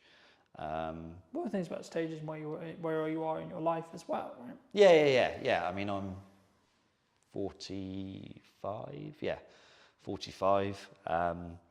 Do I want to be franchising a business at this stage of my life? Probably not. I've certainly got a fair few years left doing what I do, and I feel good. But I'm not sure I'd want to put that sort of pressure or stress on myself. Yeah, I'm pretty happy with where we are as a business. So in terms of growth for us now, it will be, I think it's improving what we do as opposed to doing more things or trying to be more things to more people. I would like us to go in a slightly more medical direction, and I am looking at maybe bringing a medical professional into the business, whether that's as a part of it or a service that is available to people. I won't go into the exact details of that because I know someone else will just jump on it anyway. Yeah, that's one of the things I might do. But in terms of how businesses grow, I'm not going to pretend that I'm a sort of serial entrepreneur business grower, because I'm not. I've worked really hard at this one thing, and I've tried to be consistent. I tried to do the right things by people, and it seems to have worked so far. You know, we've been, as Evolved Health, it's been 12 years now, and hopefully a few more years yet. But no plans in terms of trying to launch a huge business. I think those days have passed now. Is there anything else you want to mention before we wrap up? Being in Salisbury has been quite interesting actually, because it's a very different dynamic to where I was previously in Bristol and Bath. Obviously it's a little bit smaller. Everyone in Salisbury tends to know each other. And so for me as a outsider, it was relatively challenging to grow the business initially because people didn't know me. But thankfully, because my work seemed to resonate with people and I seemed to do a good job, the business has been able to build and grow. But I think if you're a young person trying to start a business in Salisbury now, I don't think there's ever been more opportunity, but I also don't think at any stage it's ever been harder. You know, whether it's, you know, don't get too political, but you know, there's a lot of financial pressures on businesses the last few years, and they're only going to get bigger potentially by the sounds of it. I still think there's too much red tape in business, and that needs to be looked at. But also, I think there's a scarcity of space and facilities for people to start businesses. You know, if you want to go into town and rent a building there, you have got to have some very serious money behind you. And if you're a young person with a dream trying to start out, sometimes those stories happen and it works, but a lot of the times people are going to fall flat on their face quite quickly. So I think there needs to be some way in which young people who have an idea and something that can really grow are supported locally. I don't just mean by national government, but you know, maybe there are some property landlords who've got a space in town and think, actually, I could divide this building up and people could have, you know, some really cool startup businesses in here, and I'll help them. I think that there needs to be things like that, and there's not a lot of that around at the moment. I don't know if there are any groups in Salisbury. I'm sure there's like a small businesses association or group in Salisbury that might be able to, jump in and say, actually, Matt, we do that already. But I think we've got to try and support young people in Salisbury, because one of the things I have seen over the 12 years I've been in Salisbury is that the demographic is getting older and older and older. And young people now leave Salisbury, and I've seen it in the time that I've been here. They disappear, they go to Bristol, they go to Southampton, they go to London, wherever it is they've gone, but they're not here. And that's because they don't see opportunity. And I think that's really sad. I mean, like I say, I'm an outsider, but Salisbury's my home now. I live here now. I've lived here for a couple of years or so. I eventually got fed up of commuting to and from Bristol. But I think we need to make sure that we create an environment for young people. And I don't just mean fitness-wise. I mean any business. I think the local council need to do more. The local Salisbury, Wiltshire Council as a whole could probably do more. On a national level, I think they've got to look at things like business rates. It is seriously expensive. You can have business rates that are higher than the rent you pay on your building. That to me is insane. Like, that's just stupid. So I think someone somewhere needs to get a hold of that. But yeah, anything to try and make the town, the city, I should say, more vibrant would be a really good start. And there are a few businesses coming into Salisbury now, and in the town centre, different food and restaurant businesses and a few other bits and bobs. So there are some positive signs, but a lot of these people are older and have got money behind them, or they're chains potentially. So something for younger people to say, we want you to stay in Salisbury, we want you to build life in Salisbury, build a business, yeah, and stop seeing it disappear 50 miles down the road. It's, maybe I'm wrong, but hopefully someone else sees this and goes, he's right. But that would be my one thing for Salisbury, having been here a long time now and sort of seen a few different things. For people who may be interested, really enjoyed this conversation, they want to see more of you, they want to connect with you, they want to reach out to you, where best to do that? One of the best ways is probably on the Evolved Health website, which has got various contact details. We're on Instagram at evolved_health. I hope I've got that right. We've got Evolved Health Salisbury is our Facebook name. And if someone decides they just want to rock up and knock on the door, that's not always the right thing to do, because I might be with clients, but we're based down on Churchfields. We're in the Glenmore Business Park. There's normally an open door policy, so if someone wants to come and say hello, they can do. Or if they don't want to reach out directly through me, they can contact you and say, is it worth having a chat with this guy or not? Absolutely, would always be the answer. If you were going to speak to either yourself or someone 10 years you're a junior, what advice would you give them? What advice would I have given myself 10 years ago? Yeah, if you could talk to even maybe longer, when you first moved to Salisbury 12 years ago, what advice would you give to that Matt? With the hindsight and with the knowledge you now have sat in front of me today. Take the risk. Honestly, take the risk.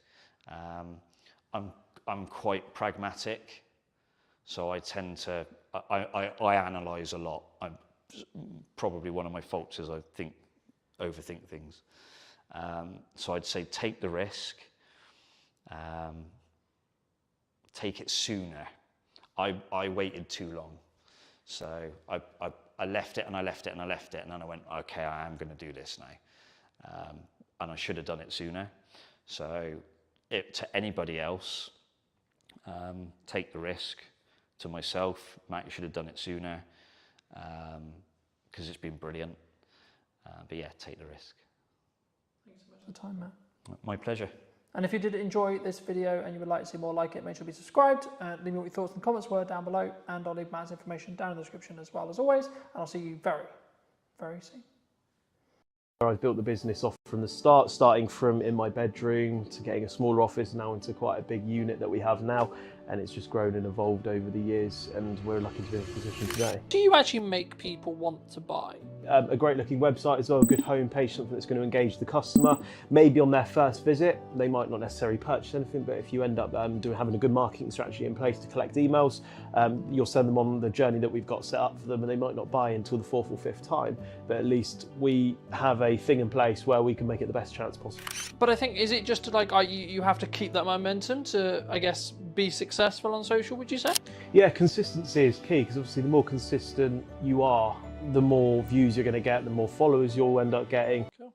Hello, my friends. I hope you're well. I hope you had a great day, evening, or night. Today we're with Ben talking about how to actually run an e-com store, what role social media plays, but also what's missing specifically in marketing.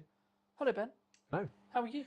I'm very well, very hot at the moment. It's not the best day to do this, but here we go. We're here on a Saturday, working. So good on us, I guess. For people who don't know you, what do you do? What are you known for? What are we like? What is the kind of infrastructure and like the business model? So I have an e-commerce store, and I have been doing that for the last 6 years. Specifically, I sell pre-loved terrace wear fashion. So looking at brands such as Stone Island and CP Company. You can't go to the football without seeing these brands anymore. And that's just where I've built the business off from the start, starting from in my bedroom to getting a smaller office now into quite a big unit that we have now. And it's just grown and evolved over the years, and we're lucky to be in this position today. Do you think you're quite I guess I was going to say like a new way of looking at this kind of business? Because I think traditionally you would have like a clothing store, right? Like the TK Maxx's of the world equivalent, right? What made you want to, and was it always the plan to have a website rather than, and do it through, online sales rather than necessarily, right, we're going to have a 2,000 square foot or £2,000 a month, whatever it ends up being, like retail location to sell our product?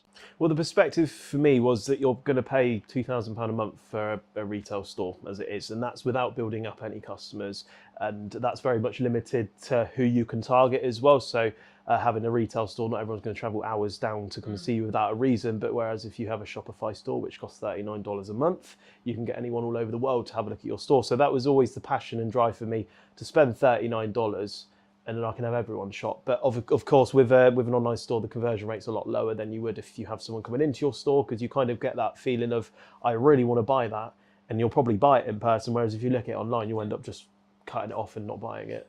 How do you, maybe on the website or like, we'll get on a social, I'm sure, but like, how do you actually make people want to buy online? Because I've always been like, unless you're like the Amazon, right, and I've got a specific destination or a specific thing in mind, I'm going to go click, done.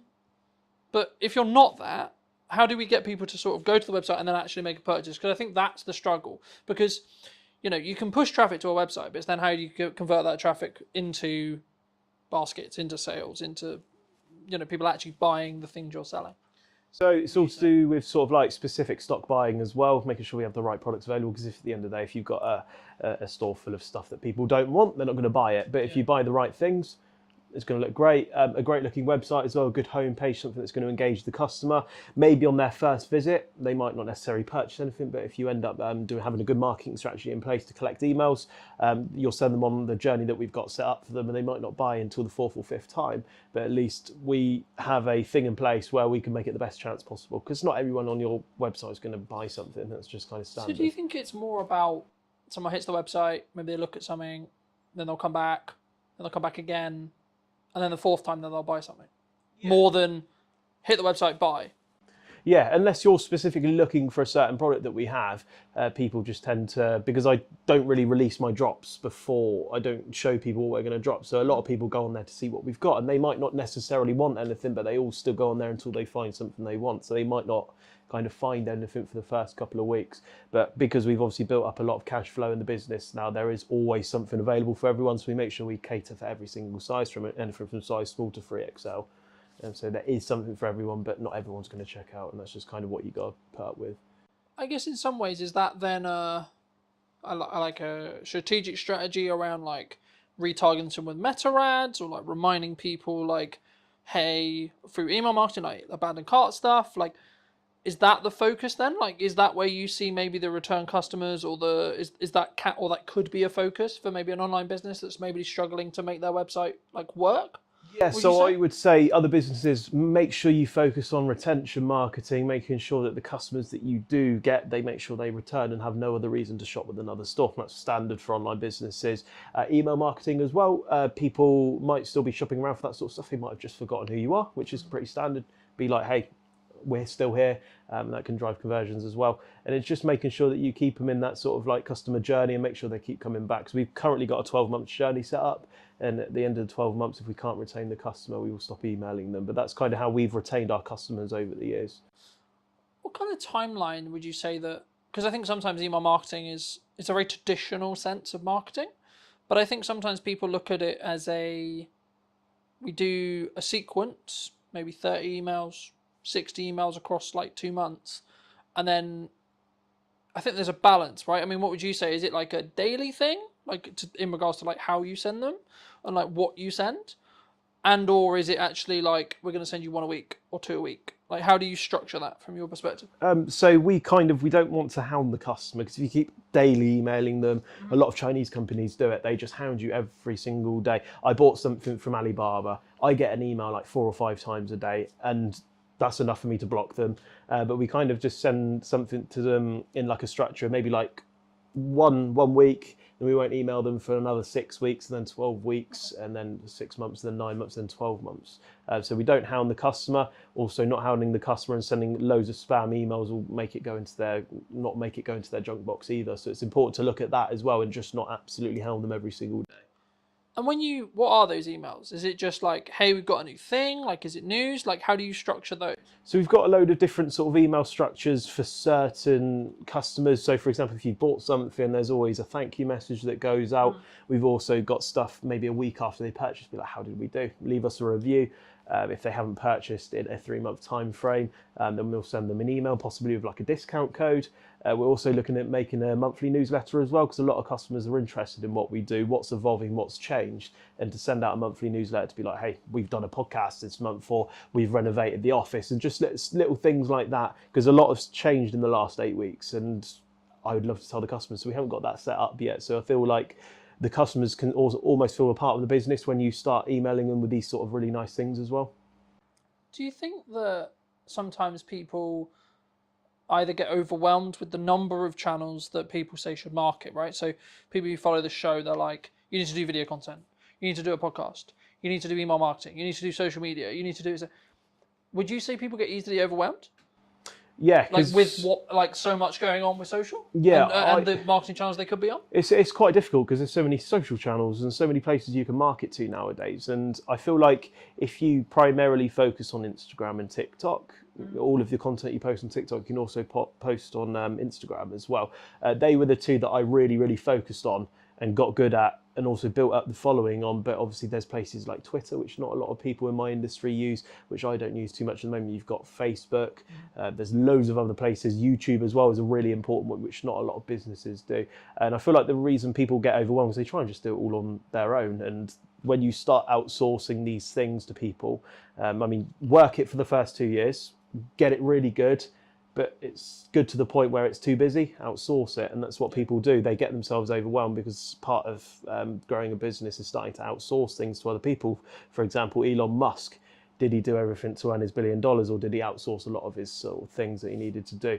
And that's kind of the direction that I've took. People don't want to spend money in their businesses. They don't want to spend £800 a month for a social media manager, but that £800 that you spend on the social media manager makes you productive in other areas in order to grow it elsewhere. And that social media stays really high because you've got someone paying £800 a month for a £4,000 return on investment.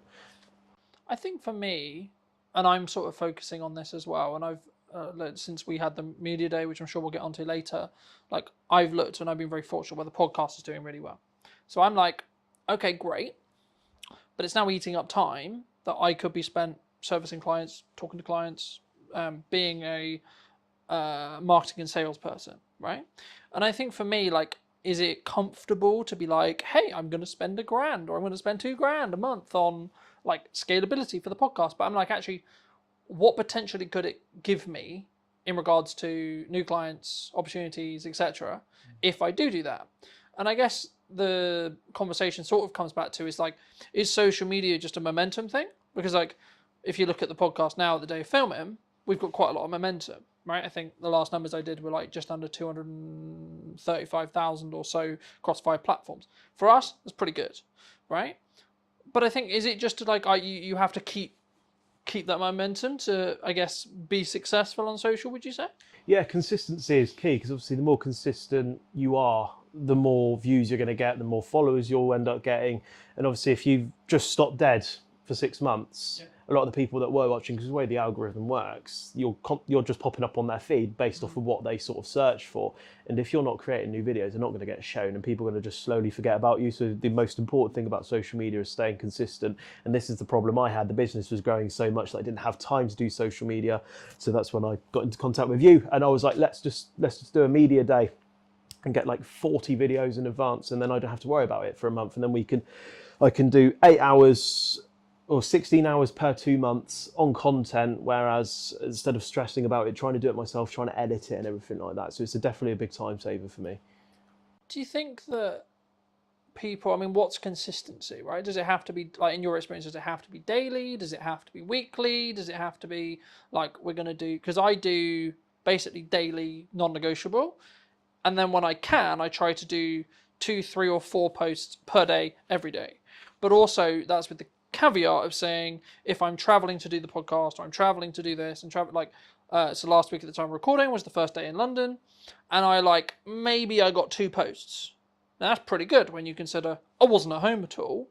But for some businesses, they'd be like, how did you even get 2 posts out because you were traveling, or the business was really busy, and etc. I mean, is it just preparation? Yeah, I would say there's lots of things out there which you can use to kind of schedule your posts in advance. So if you know that you're going to London on Wednesday, on the Tuesday evening, schedule your post to go at 12 o'clock, 4 o'clock, 6 o'clock or whatever. But I feel like for businesses, you don't have to post daily. You can post weekly. It depends what sort of business that you have. So if you have a podcast, nobody's going to expect you to watch a podcast every single day and make an edit and make it work. But some people would work weekly. But for someone like me who's trying to sell a product and needs to be seen on the face every day, I think daily's good. You don't have to post 2, 3, 4 times a day. I mean, that would be better. But at the end of the day, you need to put your time into perspective, and also the cost of the content as well. To get 2, 3, 4 videos out a day would end up getting quite expensive, especially if you outsourced it as well. And that's also very time bound as well, especially to keep up with that's 120 videos a month or posts. It depends what sort of you're trying to achieve with it all. For me, I see it as you've got to work smart and hard at the same time. And like, because of the nature of the podcast, it's an hour conversation. I can extract probably, if I really wanted to, maybe 10 to 15 clips that I can edit. Then I can chuck AI involved and get 20 to 30. So there we're talking, I've got nearly a month of content if I just wanted to squeeze it. The reason why I found it's really working with the weekly shows is because people are now starting to get into the rhythm of like, oh, there's going to be another show next week. And normally I haven't really built a schedule yet. I probably will. But for me, it's like, oh, actually around Saturday, there's going to be a new episode. Because by the time I run out of clips and I've done the week of work, client delivery, etc., I've then got a position where I've edited the new show's ready, so then I can start marketing that show. But I think sometimes, and this is kind of what I was alluding to about like all the platform thing, do you think people get like shiny thing syndrome sometimes? Like maybe they'll see what we're doing on Instagram and TikTok, for example, and going, oh, that works really well. Oh, I have to be on Instagram and TikTok, even though they've just decided to commit to LinkedIn for a while, or they've decided, etc. Do you think, or maybe not even just looking at social, maybe they're like, we're going to do email marketing really well. Do you think that people should sort of commit instead of like go into depth on, we're going to get really good at this one thing, rather than we're going to try and do, we're going to build up this side model and we're going to do this. And it's the same in business. So instead it's like, we're going to have a coaching model, then we're going to have, we're going to sell products, and then we're going to do events, and then we're going to do consulting, and then we're going to do marketing, and then we're going to do media days. And so, do you think that's a bit, can that be, because obviously it's good to diversify, but when does that get too much? I guess the question comes, do you think? Well, if you put it into perspective, if you leave a plane on autopilot and jump out, it's going to run out of fuel. So to focus on one thing at one time, to make sure it gets to where its destination, the plane theory is making sure it gets to its destination before you do another project. So I would always say focus on one area, get really, really good at it, and then look at other things as well. Because if you don't master that thing, you're never going to become really good at it. So if I just focused on LinkedIn and then I just left it halfway and I thought, nah, I'll have a look at that in a couple of months, and I started focusing on Instagram, you're going to lose the touch that you started to build up on LinkedIn, because people that saw those daily posts that started to really enjoy what you do, they're not going to see that content anymore, and they're just going to be like, oh, that's a shame, and I'll go and look at someone else that is doing it every day. That's the mistake that I made with YouTube, and that was just more of a time thing for me. I started doing these videos, just vlogging my day, what I'd done in the office, and a lot of different things that we get up to in the business. And I'd done that consistently for about 2 months, which built up a lot of traction. A lot of people were there, ready, interested, and it just got too much, because the time thing for it as well, because you spend probably maybe 45 minutes worth of clips every single day, which isn't too much of a problem. But it was the 2, 3, 4 hours a night that was editing it. But I could only keep it up for 2 weeks, because you're trying to run a business around it as well. So I feel like if people stay consistent and get really good at that one thing, to the point where you could pay someone and outsource it to keep it all going, that's where you want to be. Because I feel like if you put half-assed effort into something, you're never going to get that full reward that you could potentially get out of it. Yeah, I agree, but I think it's also like you have to, it's how you show up as well. Like that changes how you show up. Because I think for me, like if I'm very focused on, so like for between now and the end of the year, only things I'm really marketing, like I have 3 main strands really, but the third one isn't really, it kind of happens passively. The first is the podcast. The second is the event in September. And then it's the service. But the service is a byproduct of everything else. So actually, I don't really need to market the service anymore. There'll be the odd video that's very specifically led towards that, but it's less important now because I've got infrastructure and I'm really far ahead regarding the podcast. So it actually allows me to go, when I'm really busy with client work and when I'm really on client delivery, actually takes the pressure off a bit, because I don't need to go, oh shit, I need a guest for like Wednesday so I can get it edited and ready for Monday. I can just go into the archive. And I think for me, one of the first conversations we had was about creating a content surplus. I mean, how do you look at it, I guess, outside of, for maybe people who may be starting out, obviously there is an option to bring someone like me in to go, here's 40 something videos from one day, cool. But if people maybe aren't ready to do that, how would you say they could create a surplus of content? Well, I've learned quite a lot since doing the media day with you, because my social media for the last 2-3 years, where I've been taking it quite seriously, it hits levels of inconsistency sometimes where I don't have time. But I feel like if you have a set day every single month where it's just this pure content day, you don't have to worry about anything else, it's just pure content, you can build a big bank and a surplus of content, and then you're able to dish it out in days and in whatever sort of direction you want it to go in. That's what I wasn't doing. For some reason, I would just film it on the day. I'd be like, right, I've got an idea, I'm going to go film it, edit, put it out at 7 o'clock tonight. And that's not very sustainable. That leads to days where you don't post for a week because you film that video, it does really well, you get loads of orders, a lot of business from it, and then you're like, I don't have time to film more of these sort of things. But if you specifically focus on that day worth of content and then dish it out, that really busy day that you get and that video that spikes and gets you a lot of traffic and attention, you can keep that momentum up as well, which is really, really important for businesses and social media. How did you find the media day as a whole? Because I think we're about for maybe 3 weeks-ish out from it, maybe 2 weeks. How did you find it? Really fun. I think it was great. I love being in front of a camera. I've always used my little DJI camera for my sort of videos in the last year or two. And to have something more professional, have like 3 massive cameras looking at you, was just something really fun and different for me. And as you've said to me before, it's not for everyone. A lot of people find it quite daunting, but I really, really enjoyed it. And it really does, you know, when you put it out on social media, how professional it looks and how like people think, wow, that's really, really cool. He's doing like a proper sort of setup now. And for the cost that it does and how much you break it down per video, it's definitely worth it, 100%. How have you found the videos? Because obviously we're now in a position where I think 4, 5, maybe 6 have actually gone live, right? I mean, how's your community's feedback been? Like, how have you personally found them?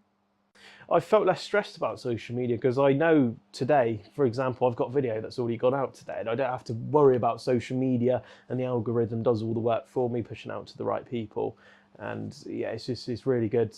Obviously, Yeah, it's brilliant. I have nothing more to say other than that it's just I don't have to worry about it anymore, which is an important thing for business as well. Because once you start growing and scaling, you need to make sure you have things in place that, whether that's outsourced, to make sure it gets done.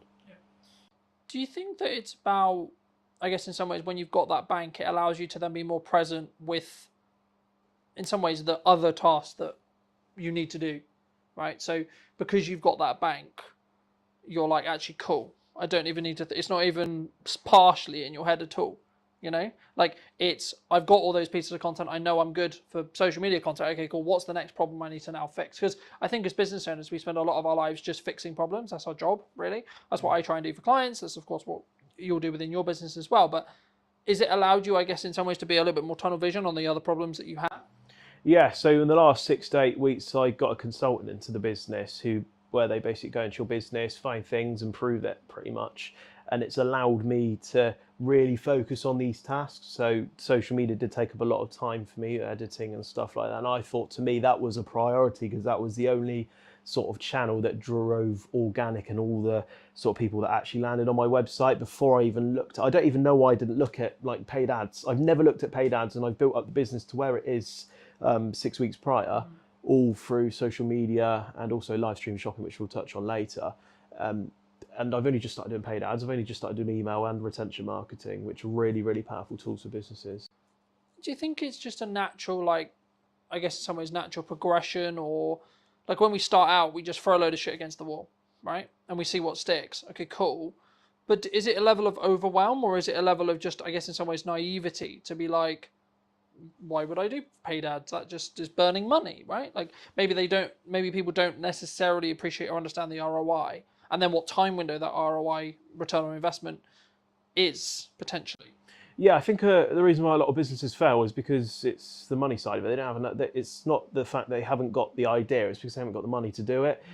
I've thrown probably in the last 8 weeks, probably thrown about 10, 15 grand into all of this sort of things that I have been doing. And businesses might not be fortunate to have 10 to 15 grand to throw at these sort of things, especially with meta ads as well, because you can't just throw 1,500 quid into your meta ad strategy and expect it to work. And that's why you start doing little tests and stuff. I probably spent maybe £800-900 before we got the right strategy and the right cost per click and make sure that it works. But what people don't understand is that you spend £1,500 on ads, they think, what am I going to get out of that? You've got to measure, for every pound that you spend, I'm going to get X amount back. We're currently, for example, Meta, for every pound we spend, we're getting £5 back. And that's where you want to be with businesses. So it's not the fact that people are spending 1,500 quid. I mean, that's a scary amount of money to spend, but you need to think every pound that I'm spending or every 1,500 quid I'm spending, I'm getting £6 back or £6,000 back. And I feel that's what businesses don't understand, and they don't believe in it, but it's going to be the most powerful way, especially as e-com's growing and growing. There's going to be a lot more competitors for each and every business. And these are going to be the most important channels for people as well. And that's not to mention, you can look at these channels as well. And if they stop performing as well, is if you have a really good detailed dashboard looking at what's working, whether it's got a green light, it's got an orange light, it's got a red light. And if it's got an orange light, you can act on that. But if, for example, social media is in the green, you don't have to worry about social media. But maybe my email marketing's not performing as well. And when it's an orange, we can be like, right, why is it in orange? And we can act and perform on that. So it's important to have a look at those sort of things and definitely read data. Data is very important as well. That's what my consultant has really been driving into me. And I've learned in the last 6 to 8 weeks, absolutely loads of stuff that's so powerful for me to take on and learn and also talk about as well. Yeah. I think sometimes we get maybe intimidated by data, right? Like maybe we'll see a video that gets, I'll use an example for you on your feed. Like maybe you get something that gets 10K views, and then you get the next one that's maybe like 1,100 views. And I think maybe someone would say, oh, the 10K must get you more business. Does it? It's difficult because I've measured this one before, so I don't know if you see a lot of the dress-up sort of videos that I used to do. They used to get millions, like millions, hundreds of thousands of views, lots of traction and followers. But if you really do look into the data, a lot of the millions of views and sort of the traction and the followers, they're all people that were in like the Middle East and sort of countries that haven't sort of got that sort of economy behind it, you know, where these sort of people are earning £200-300 a month, they're not the sort of customers that you're looking for. Whereas that video I might have posted the other week, they got 2,000 views. Read the data, 96% UK, males 18 to 24, and then you end up making 4 conversions, and that only had, what, 2,000 views compared to the one that got 1 million views, which got 0. I think I was obsessed with numbers for quite a long time. How many followers have I got? How many likes did that post get? How many views did that video get? And that's not important. It doesn't matter. If I only got 2,000 views and 10% of people converted on that, that's 200 people. That's amazing. People would dream to have that. Whereas if I get 1 million and I got 0 conversions, but a lot of people would look at that and think, oh, that video is better because it got 1 million views, but that's not always necessarily the case. And I don't think it's just as simple as like more views is better, but also I don't think it's actually necessarily less views if they're the right views are better either. I think this is where your data has to come in, and you have to actually know, to an extent, you kind of need to know your shit, because, like, I'll give you an example. I track every month. I track what is the overall views that all of the videos, all the posts, everything that I've done in 4 weeks got. What's that currently last 28-day number? And what was the last 28-day number? Now, if you're following that logic, Carlton cares about views. Okay, but then the next metric I track is how many sales have I made related to that jump, right? So, or how many potential deals or conversations have I had that could lead on to pipeline deals, right? And it's like, actually, then when you look at it that way, you're tracking all 3 metrics that matter. And I think sometimes, especially when people start on social, they just want the million views. They just want the 10 million views. They just want I'm going to gain all the followers in the world, blah, blah, blah. I mean, looking at just interest-based graphs, followers are becoming more and more irrelevant, to be honest. Sorry to say. But they are, because you'll be served content you enjoy. Simple as that, really. Right? Now, there's a difference between having an email list, because there you kind of own that data, right? And that's, I guess, the benefit of doing email. But we touched on live streaming, and I'm going to sort of tackle it as a live streaming element as a whole. I mean, because I'm looking to live stream the show, right, the podcast, in the next couple of weeks at the time of filming. What benefit do you gain from live? So I tackled live stream shopping a couple of years ago, and obviously live stream shopping for people back in the day, maybe if you were born in the 90s or early 2000s, was all tele shopping. And I got introduced to this idea in April of 2023, and I kind of visioned it as in, this idea isn't very modern, if that makes sense. I kind of visioned it as a tele shopping thing, something that's gone out of fashion. But what I didn't notice, a lot of big businesses such as TikTok Shop, a lot of big businesses are getting millions pumped into it for this live stream shopping idea, and it's becoming such a massive idea. So I joined a company called Tilt. Tilt of one of the leading sort of like, they're specifically for live stream shopping. They launched in March of 2023. And I joined in April of 2023, and I've built a lot of my business off of live stream shopping. It was actually at the point where my website was doing 0, because I was so focused and driven off of the live stream shopping, and that was more than paying all my bills every month, etc., that I just kind of lost interest and focus on the website, which is my long-term sort of plan. So probably maybe like a year and a half or 2 years ago, my website just plummeted. Everything I worked for, earning these 5-figure months, just went down to £1,000 a month. It literally just went to 0. And that's when I decided that the businesses are getting to the size now where I can't do this on my own. It's like there's too much going on. And that's when I brought someone in, and I said, right, your job is we get the new stock, you upload it to the website and you look after it, and we'll grow it up again. And now we're at the point where we focused on live stream shopping. Also, the website's up and better than it ever was before. But I always do wonder in the back of my head, if I didn't let go of the website and I'd done that earlier, would my website be 4 or 5 times what it is now? But everything happens for a reason. But sort of live stream shopping is massively powerful. So if you are in that e-com space, especially with what I do as well, it's maybe for like a business like yours, obviously live stream shopping itself might not be the right fit, but for people that sell a product, whether that's jewellery, clothing, new clothing, shoes, anything like that, seems to be a really powerful tool at the moment. Something which I'll be interested to see, which I don't know the answer yet because I haven't done it, but towards the end of this month at the time of filming, I will have had some live podcasts. Like I'll be filming the live sessions, and my thought process behind that is, at the moment I've got like I said to you before we started, this won't be out until September unless I pull it through and let it skip the queue. It won't be out until September. And the reason why is because I've like worked really hard the last course of the next month to get ahead. So I have the consistency, so I can always have a podcast every week. But the reason why the idea came from the live stream side was actually I could actually have a live show here because I'm filming all the episodes anyway. I'm setting up all these cameras, I'm setting up all the tech. It could work. And actually there might be and purely from one of my growth plans is to build the YouTube channel so it can become its own revenue stream. But if you want to gain watch time, one of the best things to do is live stream, right? So if I've got, let's say, a double podcast day and then some solo content on the end, I could do that in a 2.5 hour live stream, right?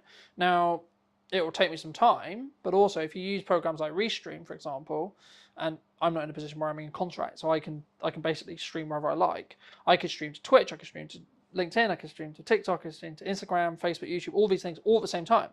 So maybe each stream maybe only has 2 or 3 views, but across all of them, I maybe will have like 100 or something, right? Or as I build consistency, it will grow.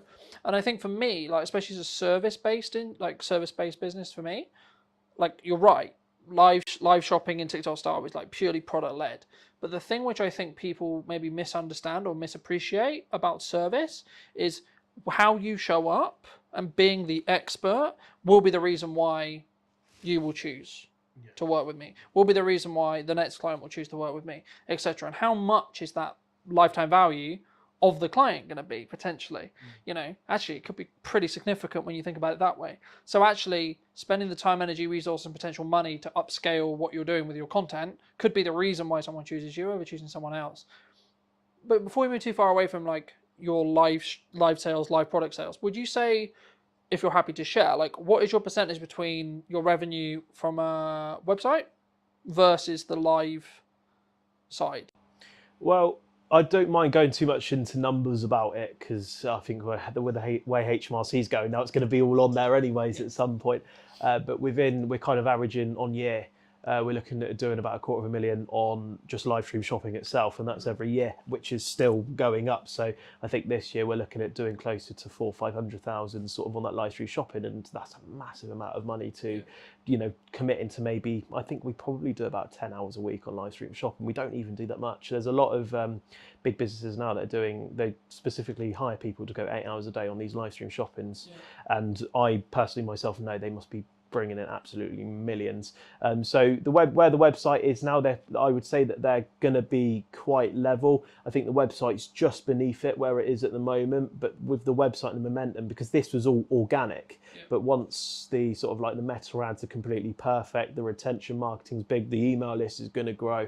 It's going to end up being up there. But then that's not to say that live stream shopping could evolve even more and grow.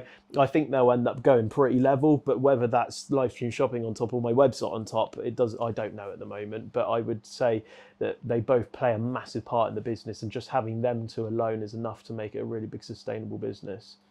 Do you think, because obviously in your own right, you're clearly successful, right? I don't know whether you count yourself as successful, but like to the people watching, they would see you as someone who's successful, I would hope, right? Do you think you have maybe lifestyle creep, or like, how do you deal with that yourself? Because I think younger entrepreneurs who have seen success, whether that's the definition of you have freedom over your time, you make good money, you're making the money that you want to make or more, or etc., you've got the office, you've got the staff, whatever your definition is, do you think it can go to people's heads sometimes? Yeah, I think it can create an ego problem with some people, where a lot of influencers start to flash their lifestyles and nice So look cars. at me with my Rolex, look at me with my car, look at me with my house, etc. That's the direction I never want to go in. I never want to be flashy. I never want to kind of like rub it in people's faces. I struggle with this kind of it's called imposter syndrome. If you wanted to Google it, it's basically where you don't feel like what you've achieved you deserve it, sort of thing. I feel like as a 22-year-old, I should kind of be just starting out in a career as opposed to doing what I do. And I kind of look at myself sometimes and I'm just like, wow, what have I done, sort of thing. Well, why don't you deserve it? Because you've worked hard. You've worked hard for a long time. And I know your story, and we'll give a brief. Do you want to give the audience, my audience, a little bit of a brief synopsis who maybe haven't seen the video we did in your media day about sort of how you got here? Because I think it could be perceived as like, oh, Ben's doing really well, right? As I alluded to before. But how did you get here? Just before we go into a little bit more depth on like the, I guess maybe the insecurity side of it, or like the imposter syndrome side. Because I think for me, it's just a sign you've worked really, really hard and you found something that works and then doubled down on it by taking the risk. But how did you get here? So it all started back in lockdown of 2020. I think that's where a lot of kind of online e-com businesses started to really sort of like kind of drive to an extreme level because no one could go out The shopping. rise of everyone being locked in a house. Yeah, I mean, you couldn't go to the pub. That's a lot of where people spend their money, and people had a lot of disposable income, so they're spending on these stores. So myself, I was working at Sports Direct, earning a very piddly wage, £4.58 an hour. But I was 16, so to me, getting that £200-300 a month was amazing. I could go spend it on whatever I wanted. I didn't have anything to pay for. So obviously you got furloughed, so that was an extra £200-300 a month for doing nothing as a 16-year-old. It's the most amazing thing on earth. They then got a job at the One Stop down my local area. That made me earn about another £400-500 a month. So I ended up getting about £700-800 a month. And then to a 16-year-old, that is an astronomical amount of money. I was like, wow, brilliant. I saved up for my first car. I was able to do a lot of things because I was so tied away and stuck at home. I couldn't go out and spend it. I couldn't go to the shops and stuff like that.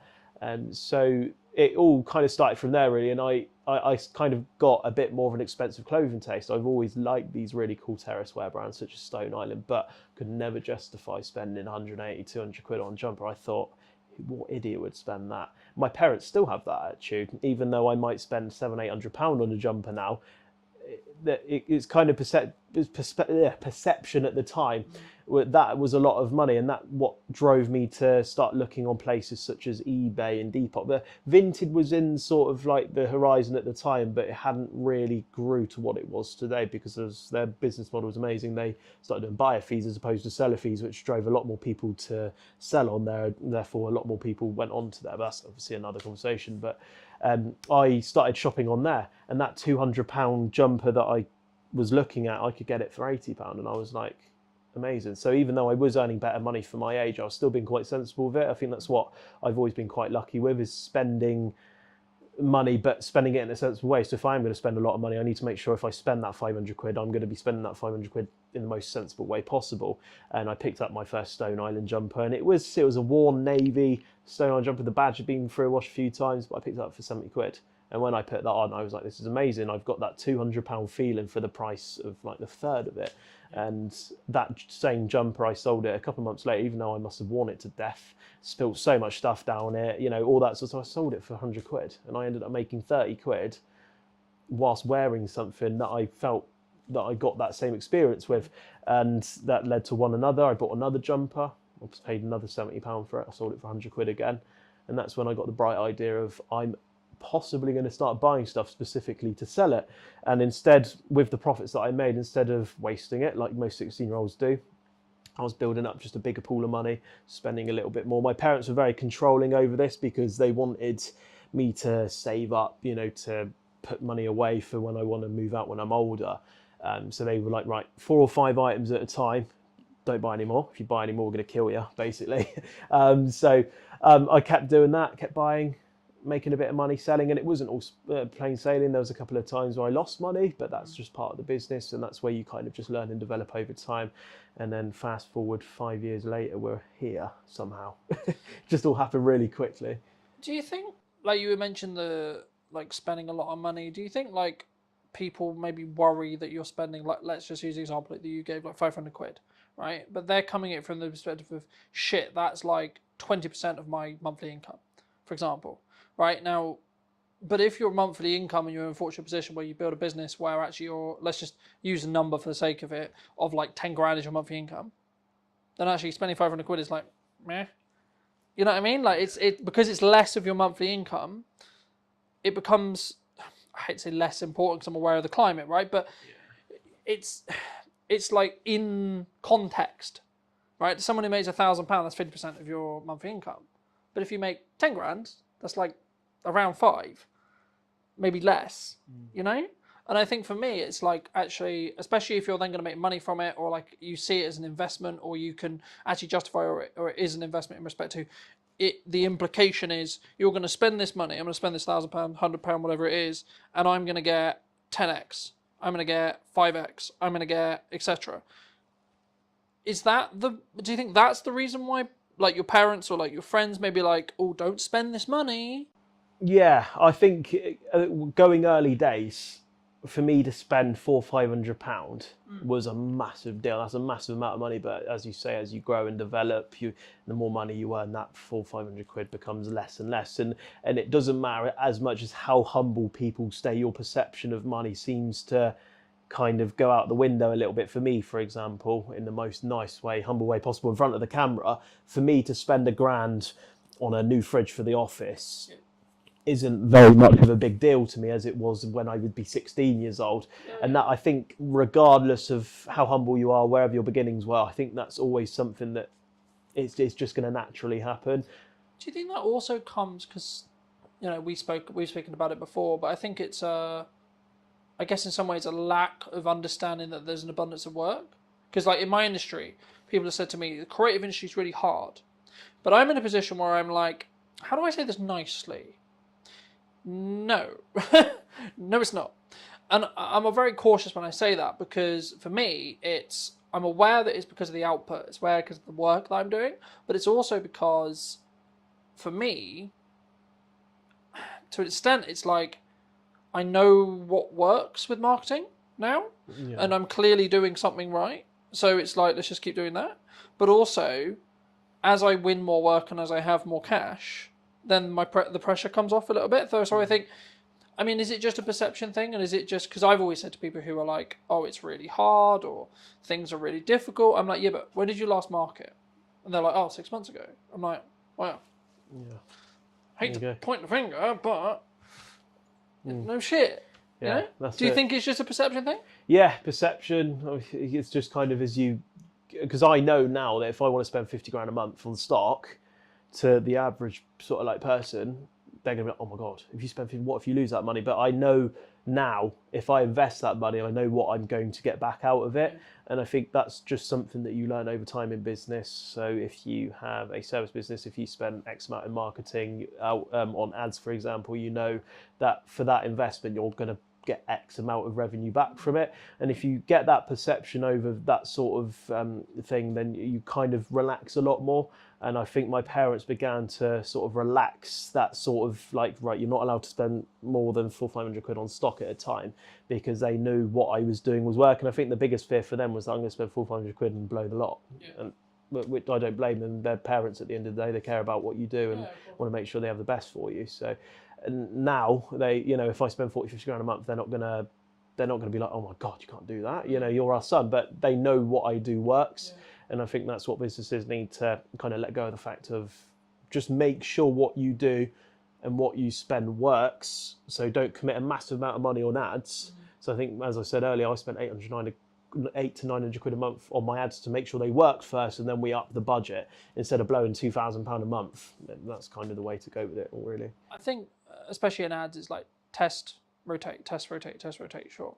But like moving a little bit back to what we were talking about maybe the lifestyle creep, or in the position where I guess in some ways, because to me, I'm sat here going, why does he feel imposter syndrome? Because for me, it's maybe like you're outside your comfort zone. Okay, but then you're just outside your comfort zone. That's just, okay, just stay there for a bit, do it for a bit, and it'll be in your comfort zone. You know what I mean? Like, for me, I find that interesting. I don't want to delve too deeply because I'm aware that like we're on the show, but like for me, imposter syndrome is just you're doing something that you haven't done before, so the evidence in your head is like, oh, okay, this is new. Oh, this is difficult. Oh, this is challenging. I'll give you an example. At the time of filming, last Thursday, new studio, new people, but not new people, I knew the people, but like new studio, new space, new costs, new podcast, new idea. Wasn't really feeling comfortable about it, but I pushed through and did it anyway, And I think those 2 episodes are really, really good. I think they work really, really well. I think the studio in London will be a very different thing to what I do on location, a very different thing in Southampton. And it's not like one is better than the other, right? If you want to go technical, sure. But also, in the nicest way possible, like the one in London's worth, like I pay more for it. And it's also in London. So I got to travel and it takes more time, etc. So like, and again, it's like also, are we locking in where it is now in respect to, because the one in Southampton, for example, is in a build stage as well. So actually it could go full production like that. And actually then they would be on the same level. So I think for me, imperfect action is what matters. And I think that once you gain some momentum and you have some success, you could say, I mean, we were talking about when you were driving me back from the media day about like looking at a car as like a, maybe not a great investment, but actually it's the context in which you apply to it, right? Like for me, if you enjoy that car and that's your like treat to yourself that allows you to keep working hard and keep making, let's just put a number on it, an extra £50,000 a year, £100,000 a year, whatever it ends up, whatever your number is, then actually why shouldn't you spend that money on the car? You know what I mean? Because if it's at what point, I think sometimes as business owners, we don't, for a very long time, I was like, yes, I won, and then straight on to the next thing. I was very, very bad at celebrating the wins.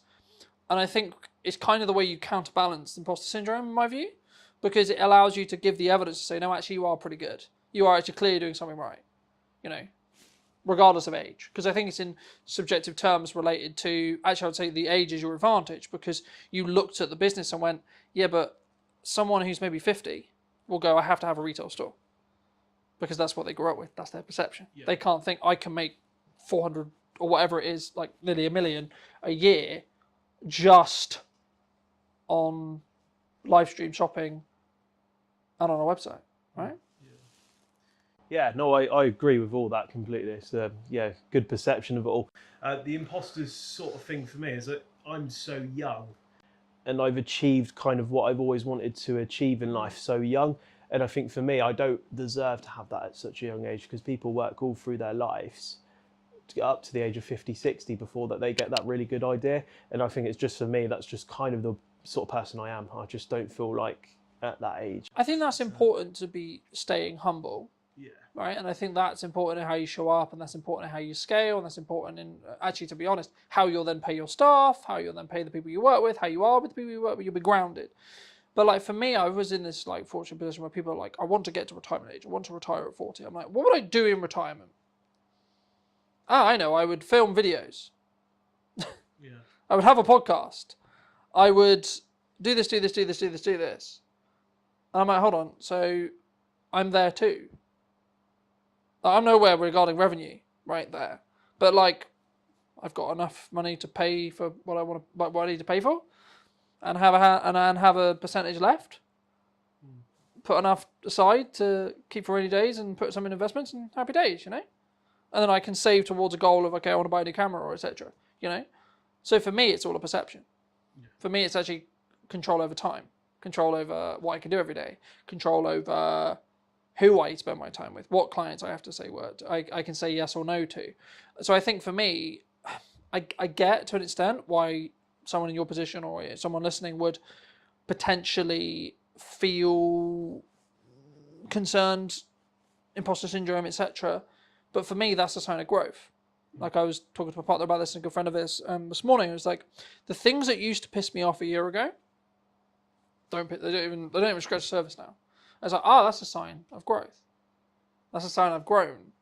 And I think it'll be interesting to see where we both are, but just looking at me personally, where I'm going to be in a year to two's time. Like the things I worry about now, are they even going to be things that I worry about? Probably not, right? But what would you say to people who are maybe on the fence about, they've got that idea, like you had, right? And they're like, yeah, but it's not safe. There's no 100% guarantee the business is going to work. Should they make the leap? Yeah. Absolutely, because let's say the business idea costs £5,000. You need to put £5,000 in for it to give it a chance to work. But you'll spend £5,000, and that to everyone that's a lot of money, isn't it? To spend £5,000 on an idea. Cut it, that's £5,000, £5,000. But you know, people will go and spend £400-500 a month at the pub, and that accumulates over a year as £5,000. So if you save that, stop going to the pub for a year, to people, that's what they enjoy doing. But let's say if you cut that out, put it in a pot, and then at the end of the year, try that idea. And then you'll be able, and if that idea works, you'll be able to do that business, plus go to the pub and still have money left over. So I think try it. But at the end of the day, for businesses to work, you've got to take risks, and take risks important. If you lose £5,000, make that £5,000 back again and try the idea and do something a bit different. Do you think it's worth the lessons that you might learn in that though? Yeah, lessons are like they're priceless. Because like, even if you fail, the way I've looked at it for a long time is like you either are successful or you gain some lessons. You don't really fail. You're like, oh, don't do that again. Yeah, that's it. Yeah, those lessons are priceless for everyone. At the end of the day, if you spend £5,000 in that sort of idea and it doesn't work, you can use that to work out exactly what didn't work. So if you do want to try it again, you make sure you put those things right and see what happens. At the end of the day, not all businesses are going to succeed, and that's just a part of life. If 100% of businesses succeeded, the whole business industry, in every single industry, would be overwhelmed. It would be like there'll be too many, and there'll be so but many also, around. like if you look at the odds, whether it's like gut, whether it's work, whether it's this, whether it's that, whether it's just managing cash flow, managing money, whatever. I think it's like the current statistics, roughly when I last checked, was like 97 to 95%, depending on where you look, of businesses are going to fail, right? So it's like, yeah, the odds are against you, but actually, if you extrapolate that out to the world, 17 billion people, actually, the odds that you win there are pretty fucking high, right? Now, yeah, maybe the numbers, like, in comparison to 17 billion people, quite low, but it's still going to be a couple of million people who win, you know? Yeah. And that's in the lower scale of that. Let's say we go 1%, you're still looking at close to just under 1 billion, right, of people who will still win. The question I guess I would have for the audience is, do you want to be in that 1 billion who has the freedom and the time and the ability to be able to be, quote, extraordinary, or do you want to climb the corporate ladder? Do you want to have the job, right, and then the 3 holidays, the 4 holidays, live for the weekend, live for the holiday, or have the freedom over your lifetime, energy, resources, etc.? Yeah, for me, the sort of like the only worry that I have about running a business, and at the moment it's working brilliantly. It's on like 180% trajectory this year. We want to up it. One thing that's always in the back of my head is like, what if it fails tomorrow? But that's when you sort of put these sort of like data analyst things in place where you can read this data, and if it does start to sort but you'll of like see go it down, beforehand. That's it. Yeah, I think that's what people worry about, is the fact that you'll be able to tell that these things are going wrong, and you can always put it right. So long as you have a good structure in place for if it does start to go on a bit of a downhill, you can just pull a lever and it will just go straight back up again. That's it. For people who want to connect with seeing some of the content you do, check out what you do a little bit more, where's best for people to reach out to you? Instagram, also on my website as well. You can have a look. You can fill out a form, chat to me. We've got a landline number as well if you want to chat to me on the phone. More than happy to chat to you on the phone. But yeah, my Instagram is Heat from the Spire. It's HEATFRM, all in one word. And obviously on the website, and everything's the same across all platforms as well. But best place to go is Instagram and my website for sure. If you were going to talk to that 16-year-old who just flipped his first product, made a little bit of money, maybe a little bit insecure, what advice would you give him now? I would tell him to keep going, reinvest wisely. I would say, in a sense, don't listen to everyone around you, because if I listened to absolutely everything anyone ever said to me, for example, my parents wanted me to stay in a full-time work. If I listened to that, I might still be laying bricks, and I wouldn't even have this place. I wouldn't have, a nice car that I have and stuff like that. And I would say just be wise about who you listen to. And if you want to take a risk at a young age, absolutely do it, because that is the best time in your life. You don't have a mortgage, you might not have kids and a lot of stuff. So the time to take risks is when you're in your teen years or when you're still living at home. So that's the best time to start a business idea, because it's really hard to maintain and sustain a business, especially when you might be in your mid-20s, you have a mortgage, you have 4 kids, you're getting married next year, a lot of bills going flying out, expensive partners as well that might want to. So yeah, I would say absolutely go for it. And if anyone is young that does watch your videos or watches this from my page, just reach out and I could give you some advice. Thank you so much for watching. If you did enjoy this episode and would like to see more like it, make sure to be subscribed and let me know what you think in the comment section down below. And I'll see you very, very soon. Entering the retail market was a huge step for us. Like how you want to perceive yourself in the market. It was a very difficult time, I think, for the business. Do you think it's changed how you show up as a leader? And it was honestly the most fun thing I've ever done. And it was stressful. What do you think's missing in marketing right now? When somebody rebrands, the general question is, has the company been dissolved? Like you want to, in some ways, make him proud first. I think if you've built brand loyalty, and by that I don't mean you're selling millions of products, but if people trust in you, I think as a person, you'll automatically gain respect within the market. Let's restart everything. Let's replan the business model. Let's replan marketing. Let's replan everything. And then, funnily enough, when I executed on those things, things changed. My results changed. Work on yourself. Just work on yourself. Seriously. Like every day. Just be better every day. Hello, my friends. Welcome to a brand new episode of the podcast. Today's going to be a really special one because technically I'm actually interviewing my first client. Now, that sounds a bit weird, nearly 10 years in business now, but it is. So, welcome to me. Welcome back. It's been, I think it's actually been, nearly 4.5 years since we've actually seen each other? The last time I remember, I think we were shooting something on top of a car park in Salisbury. Yes, we did. And that's got to be about 4.5 years ago at least. So yes, it's great to be back and great to see you after all these years as well. I know. Yeah. Super good. I mean, you were actually under a different brand then. That's right. We were. So our legal entity remains the same, but we have rebranded to Anand, which incidentally is our family surname as well. And that came about through some hard lessons, I think, in business. One of the ones being most probably that you never really stop learning, I think, and when you get to a point where you think you've kind of, worked everything out, there's like this curveball thrown at you. So that was sort of what happened with us as a company. There were some legal obligations that we had to meet, and the old brand no longer resonated or could technically be used moving forward. So I think it all came about because we entered retail as a business. Predominantly we are wholesale and hospitality, but entering the retail market was a huge step for us and sort of at a national airport as well. So when that came about, I mean, it was a huge shock to the system because we had just launched this huge sort of project. There was 2 or 3 in the pipeline, and then all been vetted and all sort of been mustered up with this brand. And then to all of a sudden launch something, and then I think it was about 3 weeks later we had something to say, there were some legal obligations that had to be fulfilled. It was a huge shock to the system. So it was a very difficult time, I think, for the business, because I think being a director, I always say you have huge responsibilities for your staff and your company. And I think I felt at that time that, this was, do or die kind of thing. It was either we really got this going and sort of made the necessary adjustments. And we did. And, Anand was formed off the back of that. So, and it was honestly the most fun thing I've ever done.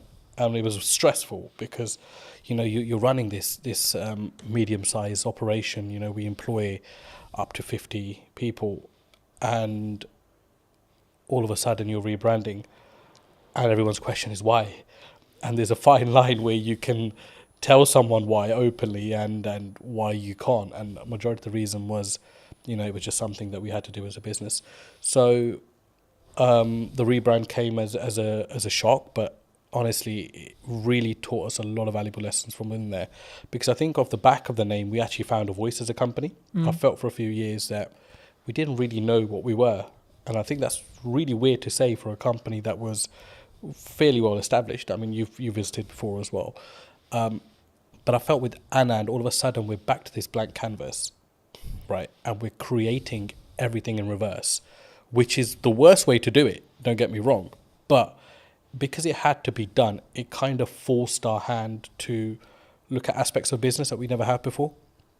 All of a sudden we're engaging marketing companies, we're engaging branding companies, we're engaging companies that help you find your voice. I didn't know those things even existed.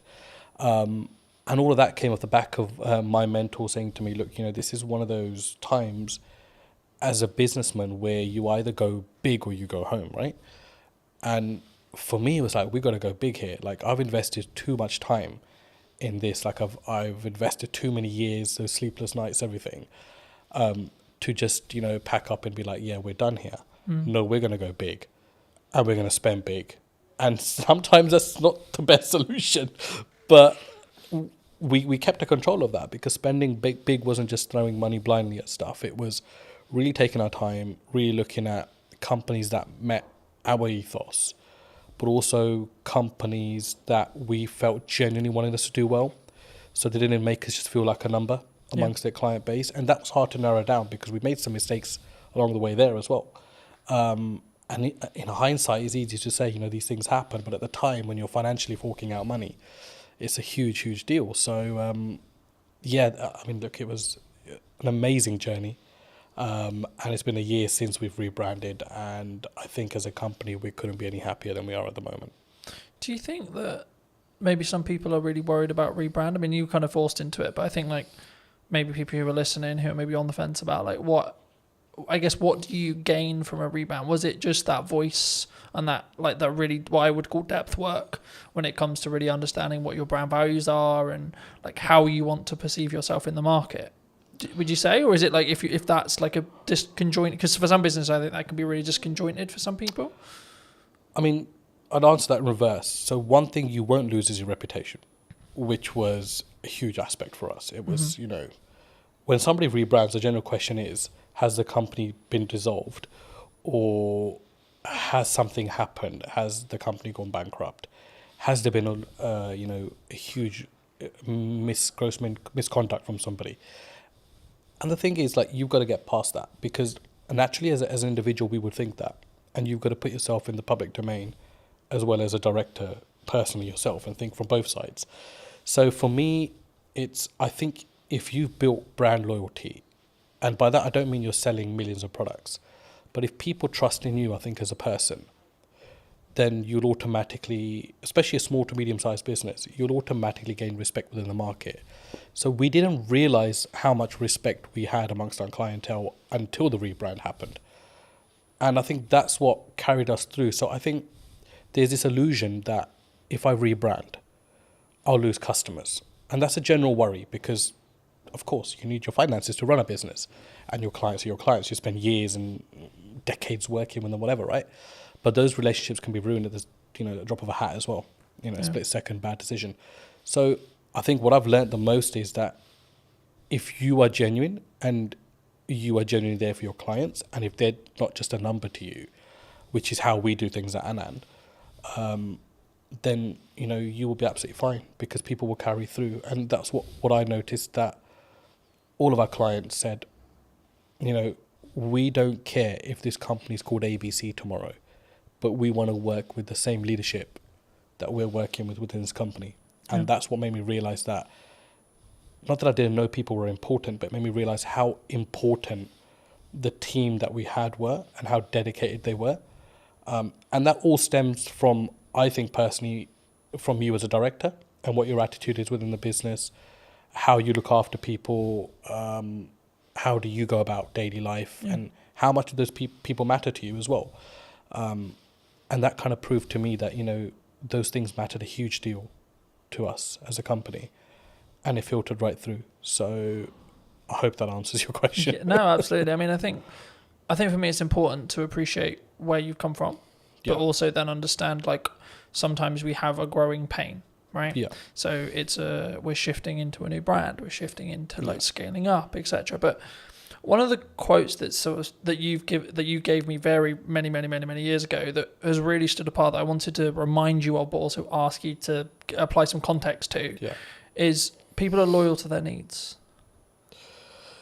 Yep, absolutely. Do you? I mean, how did you I guess that's a life lesson for a lot of people, but where's the story behind that? So I think I've been in business for about 10, 15 years myself, and I can't put a number on it now, to be honest with you, but it's been a very long time. And one of the things that you realize very early on is that it's very much a dog-eat-dog world. As much as you think you might be out there to set the agenda straight, or to start this new loving relationship with every single person, it never works out that way. And we realized very quickly that as a business, after surviving the first 5 years, a lot of people are just loyal to their needs. When those needs are met, they will either move on, or they'll no longer engage with you. And I mean, that's absolutely fine. You know, it's a natural thing to happen as well. But to put it into context, I mean, if I look at how we operate with our clients at the moment, I don't think there's a single client that can say that, you know, if their volumes drop with us, that we change our attitude towards them. Mm-hmm. Whether it's the smallest client on our sort of, you know, accounting system, or it's a big renowned sort of company, it makes no difference to us. We work personally with every single client and every single person that we work with. And that might mean along the way you have to accept that once their needs are fulfilled, that they no longer will engage with you. But to put it into sort of context, that quote at the time came from, you know, it was one of the things that we've always steered away from as a company. Don't be those kind of companies, or that company that is all over a client when it's hot. Yeah. And when it's not, they don't want to know, or they don't want to help them out with anything. And there are some clients that we work with that, you know, we did millions of pounds of business with before. And all of a sudden, you know, they have engaged another company. But there are times where they still engage us when there's an emergency, and we would never turn them down, because you've got to remember that whether they've moved on as a client to another supplier, they were also once your client and made up the DNA of your business to be what it is today. So yeah, I mean, it's something you have to get comfortable with, I think, in business, and have grow some thick skin around that, because people are loyal to their own needs, and it's just the way of the world. For me, it's something that sort of, at the time, I think when you initially told me, I didn't really get it. Yeah. Right? And now I can say, like 6 years, 7 years down the road, Yeah. I get it. You know? And I think for me, it's one of those things where it may not even be deliberate from that person, that client, that customer. No, yeah. I think it's more around, actually, sometimes you just, like, there's only so much value you can add to that customer, client, etc. You know? Absolutely. And people have personal lives, and it's well, you know, it's easy to say, you know, don't involve your personal in your work life, but it's a very difficult thing to do as well. So sometimes we do forget that people might have stuff going on in their own lives. People move on, and all of a sudden a new person comes into that role in the company and doesn't see your business to be as valuable as the previous person. So there are elements of that as well. Yeah. But I think I've always found that there's no use keeping hatred and negativity about somebody moving on. I think you've got to accept that and look and think, you know, how can I learn from this, and how can I get better from this? And there was times that, you know, clients left us on a very bad note, completely unexpected. Some that didn't even pay, you know, the thousands of pounds they racked up in accounts, not to mention any names. And you know, that didn't mean that we were not going to look at what we could have done better as a company. So I think it always starts with what's going on at home before you look anywhere else. Yeah. Do you think, because I've been fortunate enough to be in business and grow and scale and adapt and be in a position where I think there's always some people who are saying, like, there's something going on in the economy or COVID or et cetera, et cetera. I mean, is it a mindset thing as an entrepreneur, as an owner? Because I've always been of the mind of, like, yes, there's stuff going on, but actually your output can then fix your, like if it's a revenue problem, then there's a solution for it. If it's a marketing problem, you can fix it. You know, it's down to you to fix it, regardless of, like, the economy's in bad shape. You know, a lot of people have said to me, like, the creative space is challenging right now, you know, in comparison to maybe when, like, COVID was really good, for example, where there was loads of money floating around. But it's like, actually, I think for me, you've got to focus on what you're doing, and I think that's the key. But I mean, in your experience, have you? Is it kind of a catch-all kind of? Oh, they're just saying it because the economy's hard, or as maybe as an excuse? Look, I mean, there's no doubt the economy is very different to pre-COVID, but then it's also very different to 2009, when there was a huge crash, right? Yeah. So I mean, that's just a constantly sort of evolving, you know, situation. Yes, I do believe it's very difficult now to do business, no matter what field you're in. But there are some fields which feel legislation change particularly, you know, they feel it a lot more. than some businesses. But I think you're right to say you can navigate through anything with a very positive mindset. And I think if you fold as a business, but you've given it your absolute everything, you'll sleep peacefully at night. And that's for me personally, and I felt that in a situation. I mean, 2023 to 2024 financial year was our worst performing year as a business, and it was also the year that we rebranded. And there was a lot of sleepless nights there because revenue was, rock bottom. We'd employed people that year, doubled our workforce because we were looking to go, north, and ended up going south as a business. And naturally along that is a lot of doubt because you think, should I have employed these 6 people? Should I have done this? Should I have done that? And it's easy to say in hindsight that actually I'm worried then, but you generally do worry at that point. So I think it's a mindset and how you navigate. And the thing that got me through was just mindset. I think I am just so resilient, like, to anything. I think right now in my life, where I'm just like. Do you think that okay. comes from your years of experience in business and knowing that actually sometimes you've just got to, what I would call, grunt it or push through it to you just figure it out? I think it's both of those elements, but I think for me the biggest thing is upbringing. My dad was a very resilient character, hugely resilient. Sorry, not was, is still he's still there.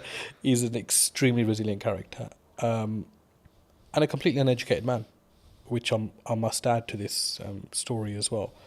So to see him, as a migrant in this country with little to no education, he still doesn't speak English fluently.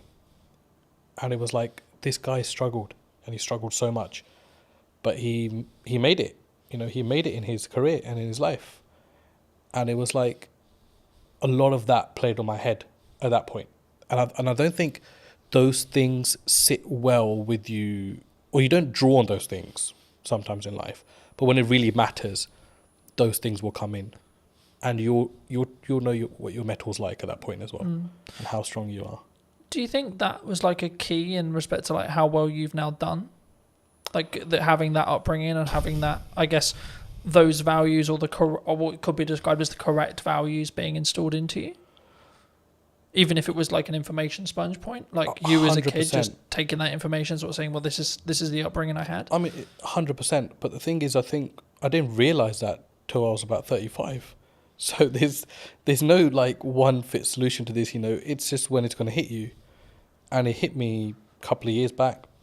The big change came from COVID. To be honest, COVID was a blessing for us as a company. I mean, and that's not because we made money off unfortunate situations, but it gave me an opportunity to come out of the operation and be like, pause, because it's not something we could have done the way we were going at that time.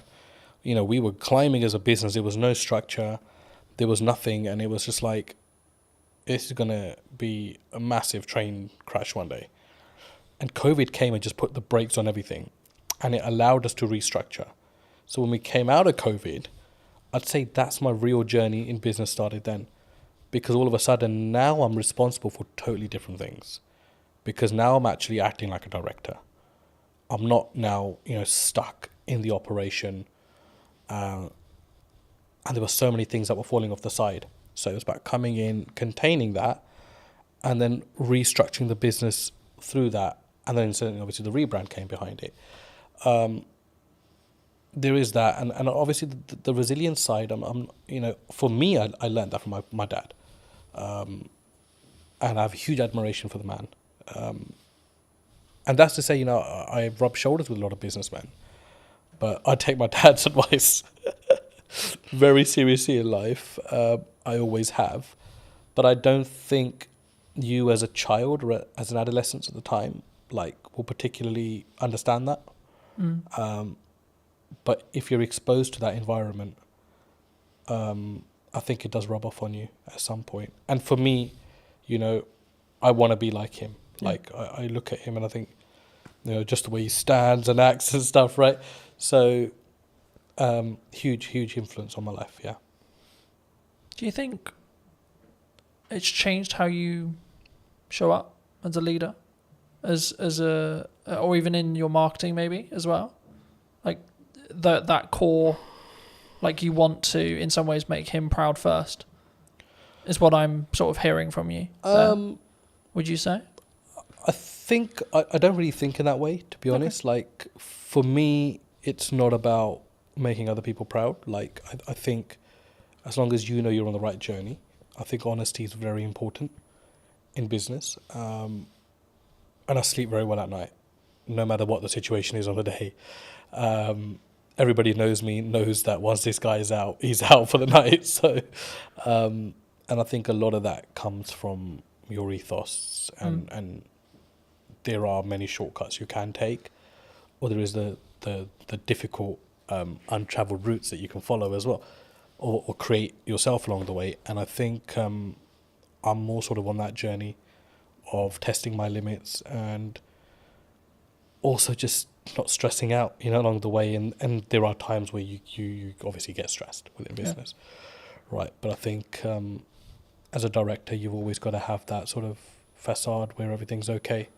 And sometimes it's not, but you need to have that because you know you need to always give your staff and your company the assurance that you've got it under control, because the buck does stop with you, the director. To install that confidence into the team? I'd like to think they're confident without that, but I think what's your problem as a businessman should not rub off onto your team, because it's for you to deal with and put those things right. And I'd like to think we've created enough leaders now within our organisation that those sort of mistakes won't be repeated again. But that, again, is no one's fault. That's your responsibility as an owner or a managing director of a company. As I said, do you think people struggle with taking accountability for themselves? Like when things go wrong in business or when things go wrong, like they're more likely to go, oh, it's your fault, rather than it's my fault and it's what I could have done better. I think it's an easier route these days. And society kind of allows you to get away with that now. Do you know what I mean? But I think in your heart of hearts, you always know when you could have done something better. And I'm that kind of person where even if something has 0% my fault within it, I'd be thinking, what could I have done better? Or what could I have done to negate this issue? Is there anything? Do you think that what makes you stand out though? Because if you're going to say the culture of maybe the country or like the and on average it's externally. Surely the unique advantage could be, actually it's my fault. How can I do it better? What can I do? I think any great leader, you know, let's go back. I don't consider myself great in any sort of way, or I don't think I stand out in any sort of way there. But one thing I've noted is like great leaders, whether they're, you know, businessmen, politicians, war generals, whatever, there's a lot of accountability. There's a lot of responsibility they take. And I don't think you can really take responsibility unless you hold yourself accountable. I know that might not make sense, but in my head it does. So I think that's really true, and I think that you have to take a self accountability to what goes wrong, right? Like I've spoken in content quite a lot about last year was really hard, economically, business wise, etc. Now I could have go down the approach of, well, it was a harder year and it was financially this and there was political uncertainty and this and this and this, or I could say, well, what am I doing? Yeah, right. Exactly. Like, how am I showing up? How am I leading with value? Yeah. Am I leading in the right way? What's my office structure like? What's my business structure like? And then what I did was actually go, okay, right. So clearly something isn't working. Right. So let's go back to basics. Let's restart everything. Let's replan the business model. Let's replan marketing. Let's replan everything. And then, funnily enough, when I executed on those things changed. My results changed. Yeah. You know. So I think for me, especially something that you can't overly control, right? Like, who's in the government, what the government policy is, etc., etc.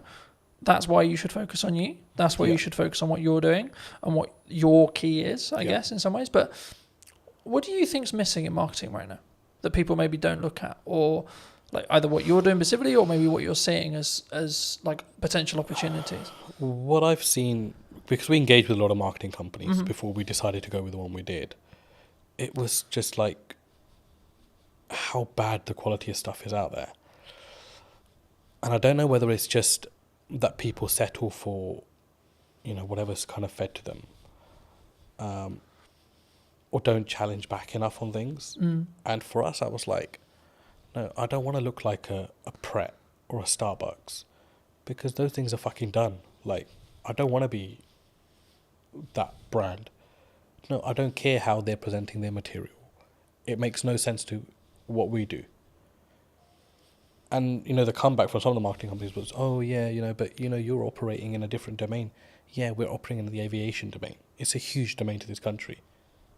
I mean, you saw what happened when aviation shut down with the ash cloud. Yeah. I said, we're operating in a very high marketable area. But I don't need to be another one of these brands. So there's this whole, I think in marketing, they've kind of got these slots in their head. Where, oh, okay, you're in hospitality, so let's just follow the footprint of this company. You're in travel, let's follow the footprint of this. No, it needs to be personal to you as a company. And I think no matter what size you are, I think you've got to have that arrogance, and you've got to have that strength to be like, no, this is shit. I'm sorry. Yes, you might be saying to me this is going to cost me £5,000 a month, but I do not value this at £5,000 a month. Like, this content is shit. And it was until we took that stance, we were able to filter out the companies that we actually wanted to work with. And it ended up actually being a company that had absolutely minimal experience in marketing, had a very strong presence in videography. They did some of our content. We sat down and said, we'd love the opportunity to market for you. And I was sold on the directors of that company. And I think that's a huge valuable lesson, that don't just go out into the market and think, I'll go to the marketing agency that does marketing for X, Y, and Z. No, that will not be the necessary fit for your company. You need to find the necessary fit for your company. So overall, I think it's a huge gap in the market there. If somebody's willing to come in a company and work personally with smaller businesses, I think it's a huge market, because everybody wants to catch the big fish. And big fish will potentially have the budgets just to pay and be like, yeah, the campaign didn't really work out. But as a small business, you can't really afford to do that. Every campaign has to work out. And whether you're small, whether you're a medium-sized business like we are, it has to work, because you're paying a lot of money for that to work. So, huge gap in the market. I think there aren't many companies that I would look at and think there's a good reputation there, even though they work with big brands, because they will just consider you a small fish and think that they can pull the wool over your eyes. And I think it's very important, no matter what size you are, that you're the captain of your ship. Yeah. No matter how small it is, how big it is, you've got to lead by example there. And if you have to have the loudest voice, then you've got to have that as well.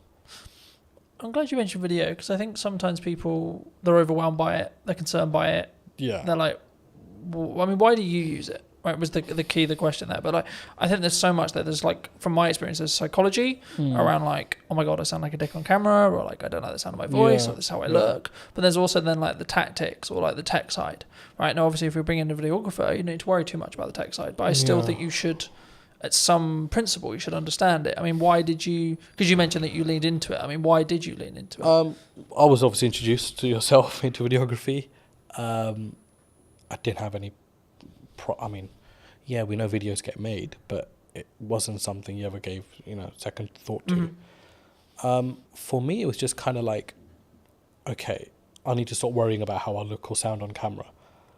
Just be genuine to who you are, what you're talking about. If it produces great content, it does. If it doesn't, whatever. It's not the end of the world. And obviously, it was a changing landscape at the time as well. I think all of a sudden, Instagram changed its algorithms, videos and reels, and all these new terms are coming out, and I'm like, what the hell's actually going on? And it was just something that came about. And for us, because we're hospitality and retail catering, imagery and videography is a huge aspect of what we do, as part of marketing as well. Of course, you can't just keep marketing with, let me take a picture of this. and just keep sticking on social media. It doesn't really work that way. So for us, it was like, okay, we need to open our horizons here and actually look at things that work, and just keep yourself open-minded in the process. I think it's something that people should always try, and then like see what the data then tells you, right? In whatever the campaign is, whether you're doing short form, long form, etc., etc. But I think it would be important when talking about data to think about like AI, right? We're seeing an AI boom. Do you see it as like we're all maybe in trouble, or like some people, like you're very obviously service based in respect to what you do, so it might not be as relevant, but is there elements of AI in your business? Do you utilize it? Or have you gone the other way and said, actually, no, we're going to lean into the fact that we are doing it ourselves and we're not maybe using it as a utilizational tool? Because I see it as a tool that can be sharpened rather than it replacing you. I mean, there were people in our team that were huge believers in AI.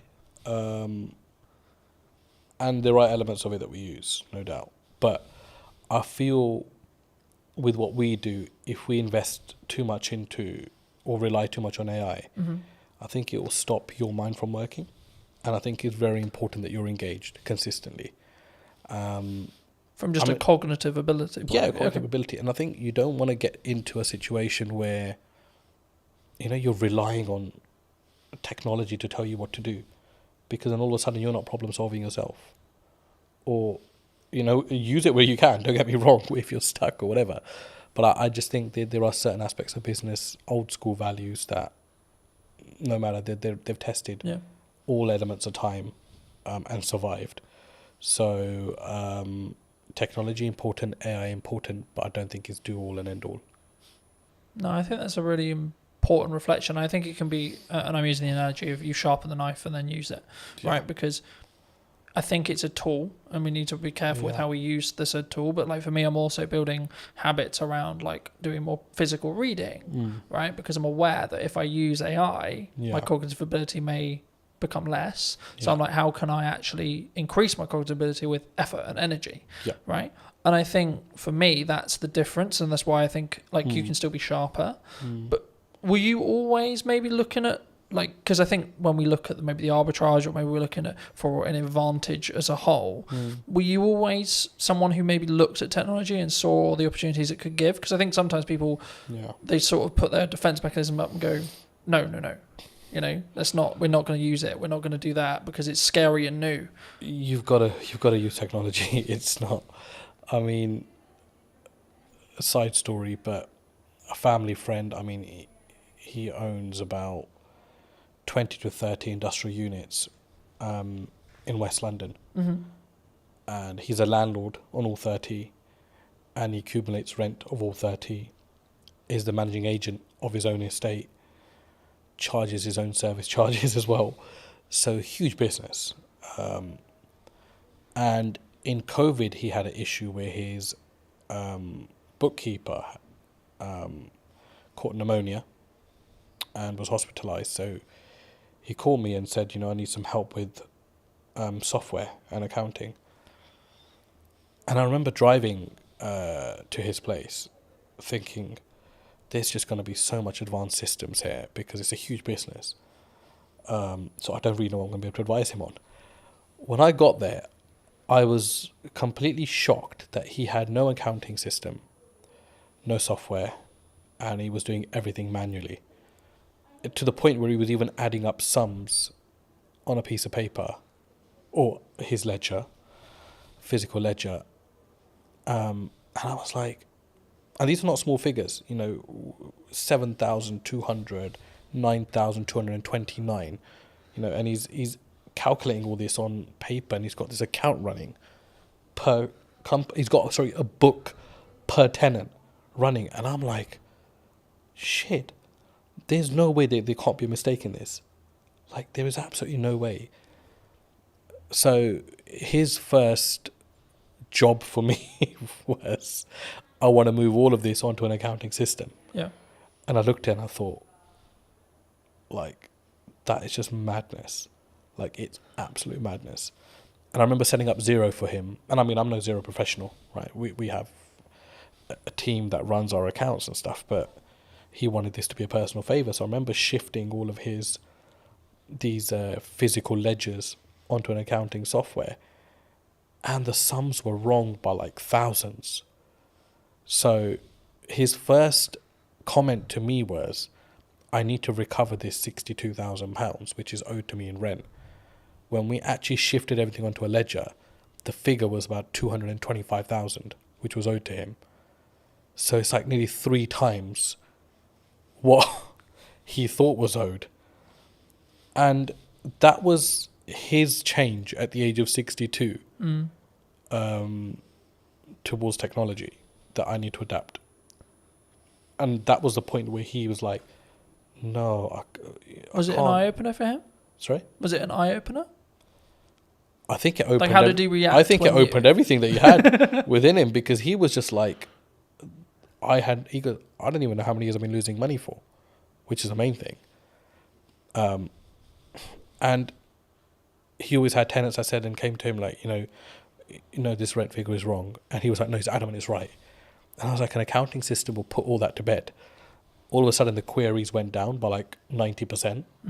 People stopped querying their bills because it was all automated. Each tax code was set. Every expense was set. And I mean, that was like, okay, there's also no time limit to when a person can wake up and see that they need to adapt to technology. And coincidentally, he got very ill last year himself. So he had his son come in and take over the business. And it was a very seamless handover because everything was sorted. So you could easily, you'd have to spend some time kind of understanding what's going on here. But it was handed over with something in place that you can just pick up and go with it. Yeah. Opposed to like, why is this or why is that or why is that? Everything was annotated. So look, you have to adapt. I don't think you can as a business. I mean, we didn't start using software till quite late into our business life as well. It was like 3 or 4 years in. We were creating invoices off Excel and that kind of stuff. And I was like, this can't be the way. And then slowly we've adapted to stuff. There are things that I think are really unnecessary in business as well. You don't need technology for absolutely everything. But basics like accounting and stock management, staff management, telematics on vehicles. You've got to have that. I mean, we had one of our drivers had a terrible crash last month, and the police wanted to know, what speeds were both vehicles traveling at, and we were able to prove that because we had the telematics.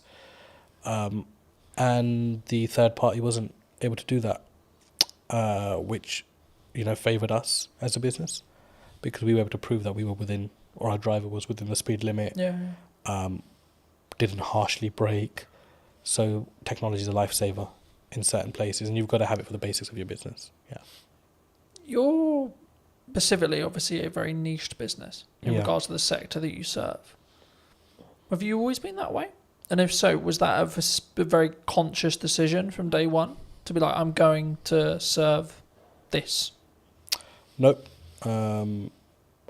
Aviation just came about, to be honest. Well, I say it came about, but I kind of think you set your own destiny in some ways. We were so busy trying to survive as a company, but it was just like customer focus. Yeah. Make sure the customer gets everything they can from you, even if it means you're losing something. Just give your customer absolutely everything and make them feel special. And we do that till date. So in some ways, business is a funny thing because you can never say, I set out to do this and it happened. Because I think you've got to, like, a lot of things happen around it and you end up taking a different route. So, I mean, I discuss aviation a lot, but we work heavily with construction.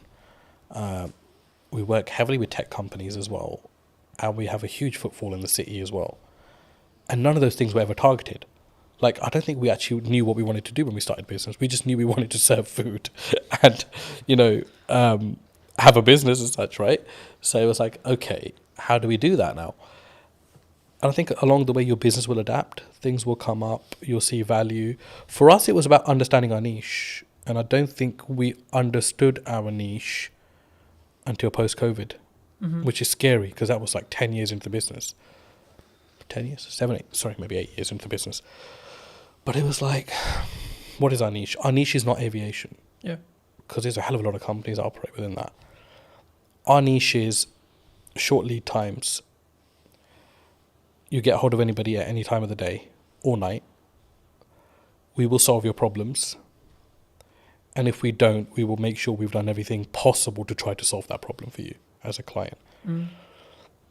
Now, there are some clients that have my number specifically, and they will only call me in situations because although I'm the director of the company and we have an amazing workforce, I've built that relationship with them personally when I was building the company out. And I can understand why they only want to come through to me. I totally get that. But my attitude towards them doesn't change irrespective of my position in the company. And we distill that like through our staff, completely distill it through our staff. That nobody's bigger than the company. We help a client in any given situation that we can. If we are closed for the day and something comes up for somebody, we will do everything we can to make sure that we solve that problem for them. And we've become that. I think that's been our niche. Our niche is we are problem solvers. And that's helped us like also recruit the right people. And people don't come to this company thinking, you know, I'll just spend 9 to 5 behind a desk and I'm done. They're problem solvers. And we make sure they become problem solvers. And our retention rate's amazing. I mean, you know, we've had one staff member leave in the last 2 years, which is incredible. It's absolutely incredible. I mean, there are obviously niggles. There are obviously things that, you know, staff feels management can do better or management feels ownership can do better. But I think that's a healthy relationship and it's good to have that open dialogue. But it's so important to treat your staff well. And that doesn't mean just money or pay. I think just an attitude, sometimes just asking people how they are, talking about the football or having a normal conversation makes people realise that actually you're a normal person yourself. Yeah. I was going to say, I mean, I guess in a business your size, is there a level of all the directors are in today kind of like, oh, it's really scary, and then if so, how do you either defuse that or lead with empathy to be like, hey, I'm a human too? I think because I've never really come in like wanting to feel important. I think because I was, you know, working the fields, as you can say, when I first started. I've kept the same attitude now. If someone's a new starter or hasn't been around or hasn't got to know me because of the size of the business now, so they don't probably interact with me as much, they're put to ease by the older staff because they're like, this guy's actually really calm and really chill. Like, he'll come in and be like, you know, let's order some pizza. Or did anybody watch the football or the cricket or whatever? I mean, it's like we have our company WhatsApp groups, and I was at the cricket India-England the other day, and I'm sending in the group chat, you know, a photo of myself at cricket, but that helps people just feel like, you know, I'm not intentionally doing that. I'm just doing that because I've always done these kind of things. And there are staff that say, you know, they don't feel like sometimes that I'm the owner of this company just by how I act, how I am. I'm very relaxed. Mistakes are fine. I think we've always said that, look, it's fine to make a mistake, but don't let it become a repetitive mistake and we're not learning from. So it's that yin and yang. I think you've got to find the balance. For me, it's very hard to be serious with people, especially my day-to-day staff, because I think their life is serious enough without me having to add to it. Our work is serious enough without me having to add to it. So I try to, you know, just be chill around them. If there's problems, I'll take that up with my higher management, and we will deal with it away from our team. But I think it's very important to have that balance as well. Do you think, as a founder, as a director, as a leader, that maybe not you specifically, but people, those people in the question, you know, leadership founders, they maybe have an ego problem, and if so, like, is that maybe their undoing sometimes? Like, they have a massive ego, they care about the car, they care about the house, they're keeping up with the Joneses, but they don't necessarily lead with maybe the correct, what I would describe at least as the correct values. Yeah. Do you think that has a strong impact as from a leader, from a founder, from a kind of how you show up for your staff, your employees, your higher management, etc.? I think so. I mean, the people with, if you've got the nice car, the big house, you've made it in some elements in life, and that's amazing for you as a person. I'm really happy for people that are able to do that. But do you think it comes from an insecurity sometimes? From insecurity, did you Like say? they're doing it. Like, I've got the car because I don't maybe love myself as much, or like I'm trying to fill a hole potentially in their own self. I think everyone's trying to fill a hole in some way within themselves. I think we all have that. I mean, there isn't a perfect person out there. No, of course. Let's start with that. We all have our blemishes. End of the day, and there are things that we can always improve on. But I've been in business long enough to see both aspects. I've seen people that feel like they need to show their hard work or remind people how hard they've worked by showing possessions. Yeah. And they do that more for others opposed to themselves, which is sad. I think it's quite sad, and I don't mean that in a horrible way, but I genuinely think like I'd hate to be in that position myself as a person. Starting out younger, I was obviously the general perception around business. One day I'll have a really nice car, and I'll wear those clothes, and I'll wear I'll buy this and I'll buy that. But I think once you're fully invested in your business, all those things would just not matter anymore. Like, for me, it doesn't matter right now that I'm wearing discounted Next Aspadrilles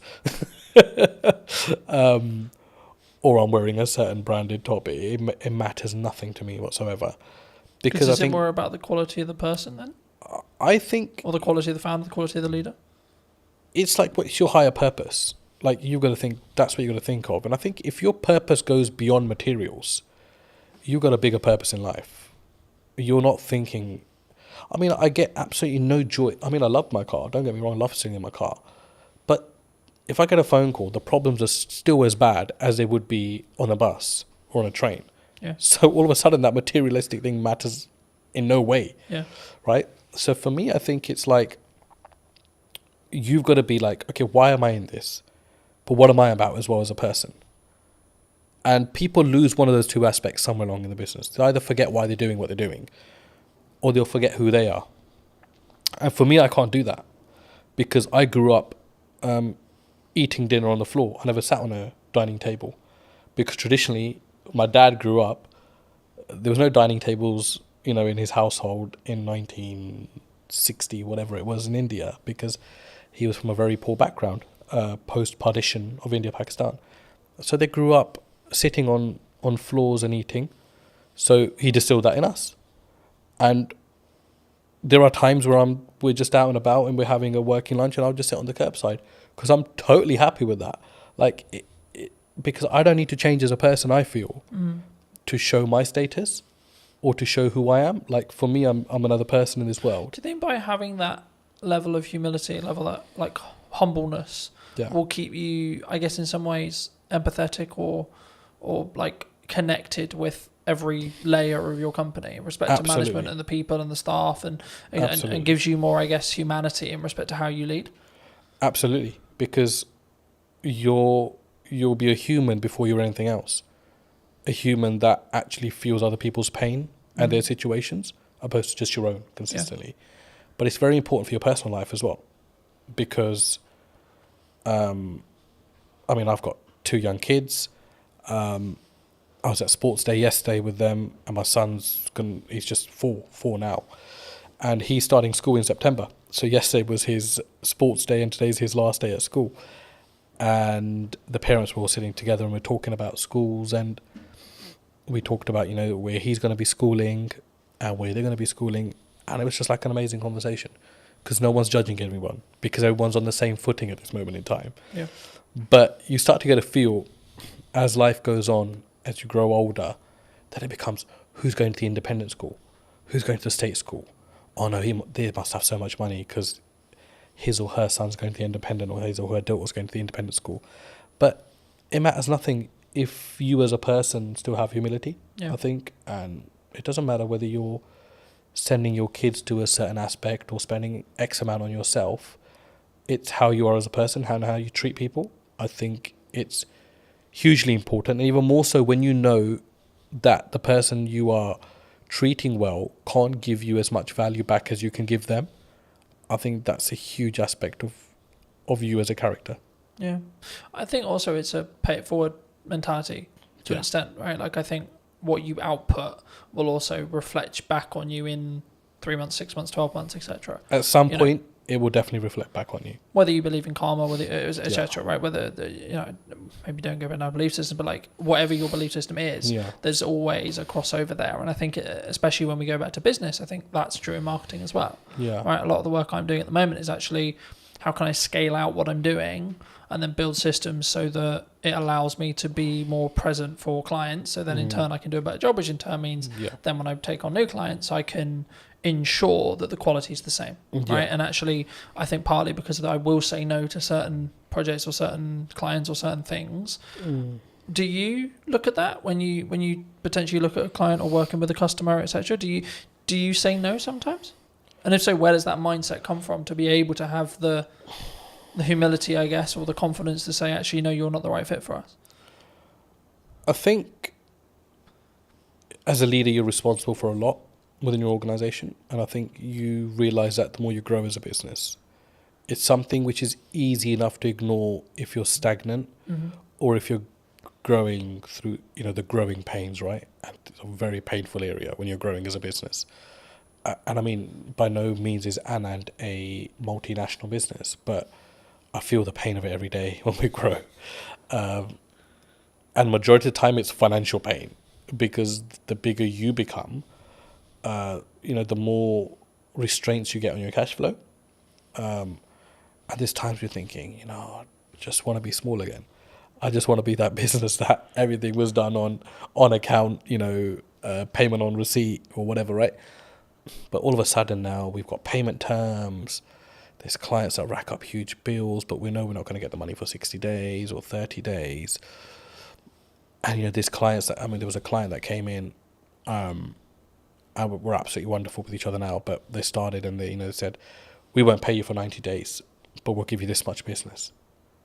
And everybody was like, oh, it's an amazing deal to be done.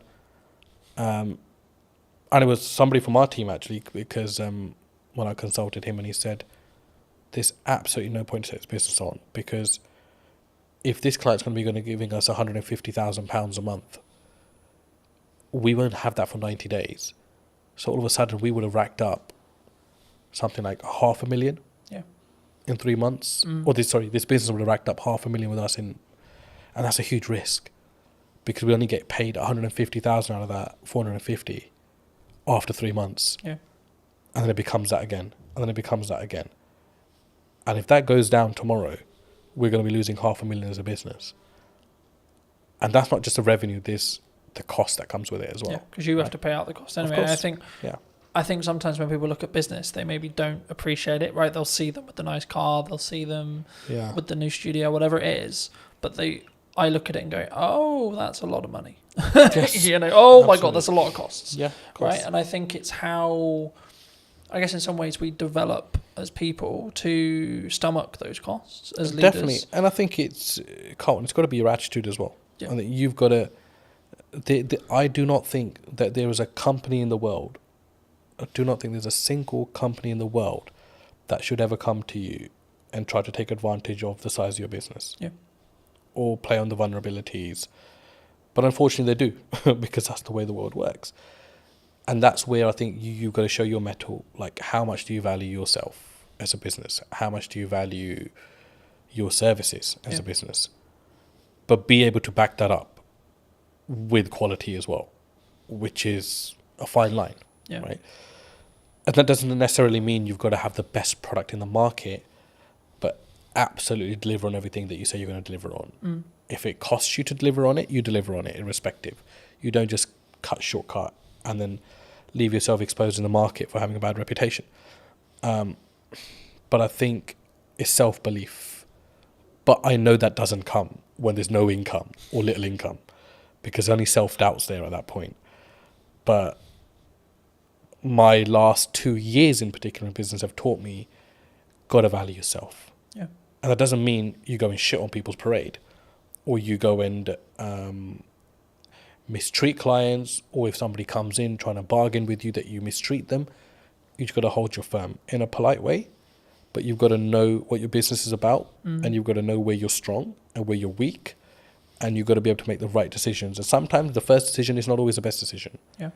But leave the ball open where you're still able to have dialogue with clients. There's times where we made, mistakes. We've misjudged, and we wouldn't be human if we didn't. But it's how do you react to that? Yeah. How do you go back and manage that? How do you have the humility to say, we got this wrong, but still be able to have that relationship with your client?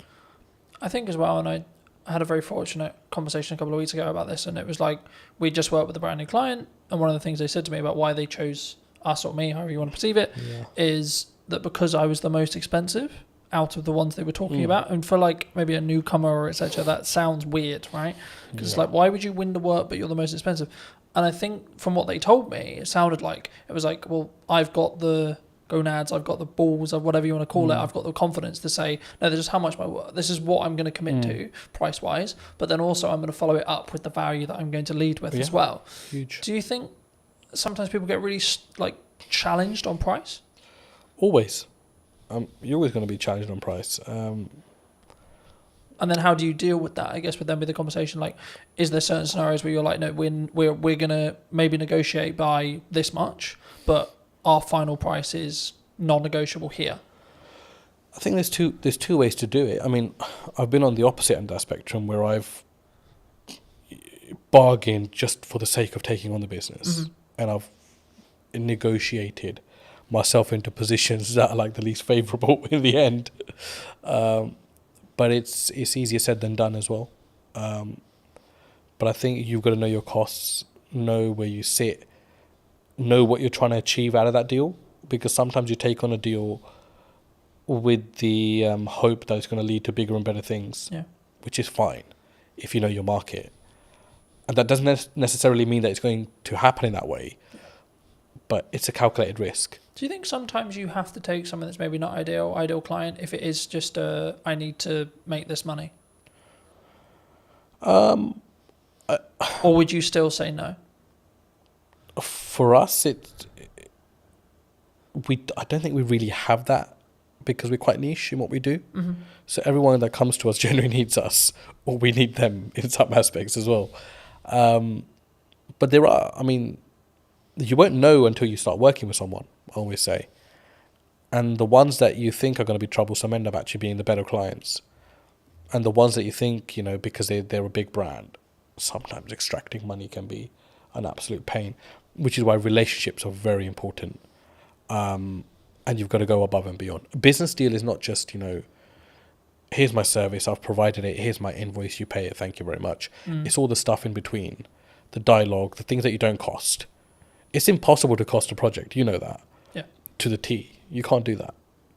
Because we never add our own time into that, really, if you think about it, as a business. And even if you add your own time as a calculation, they'll still be like, oh shit, I'm still spending too much time on this business. But it depends what your end goal is. If your end goal is like, I just want to be done with this client, get their money, and I don't care whether they contact me again, then that's a very different mindset. Or if you want to always leave you never know when a client might need you, that's a very different mindset as well. I think when you've done 30 years, you're really invested. You're really embedded in the business, the risk that you face when you've been loyal to a company for that long. I've always been of the view that content will work, email marketing will work, networking will work, going to a trade show will work, but only if you do one. That business gave me a solid foundation. I understood the basics of most areas of business. I experienced working with logistics, with marketing, with operations. I look at how many views did I gain between 4 weeks ago and now. Don't get me wrong, we've done that loads. Email marketing was one for us. I can focus on three main things. The podcast, client delivery, and the event. Yeah. That's it.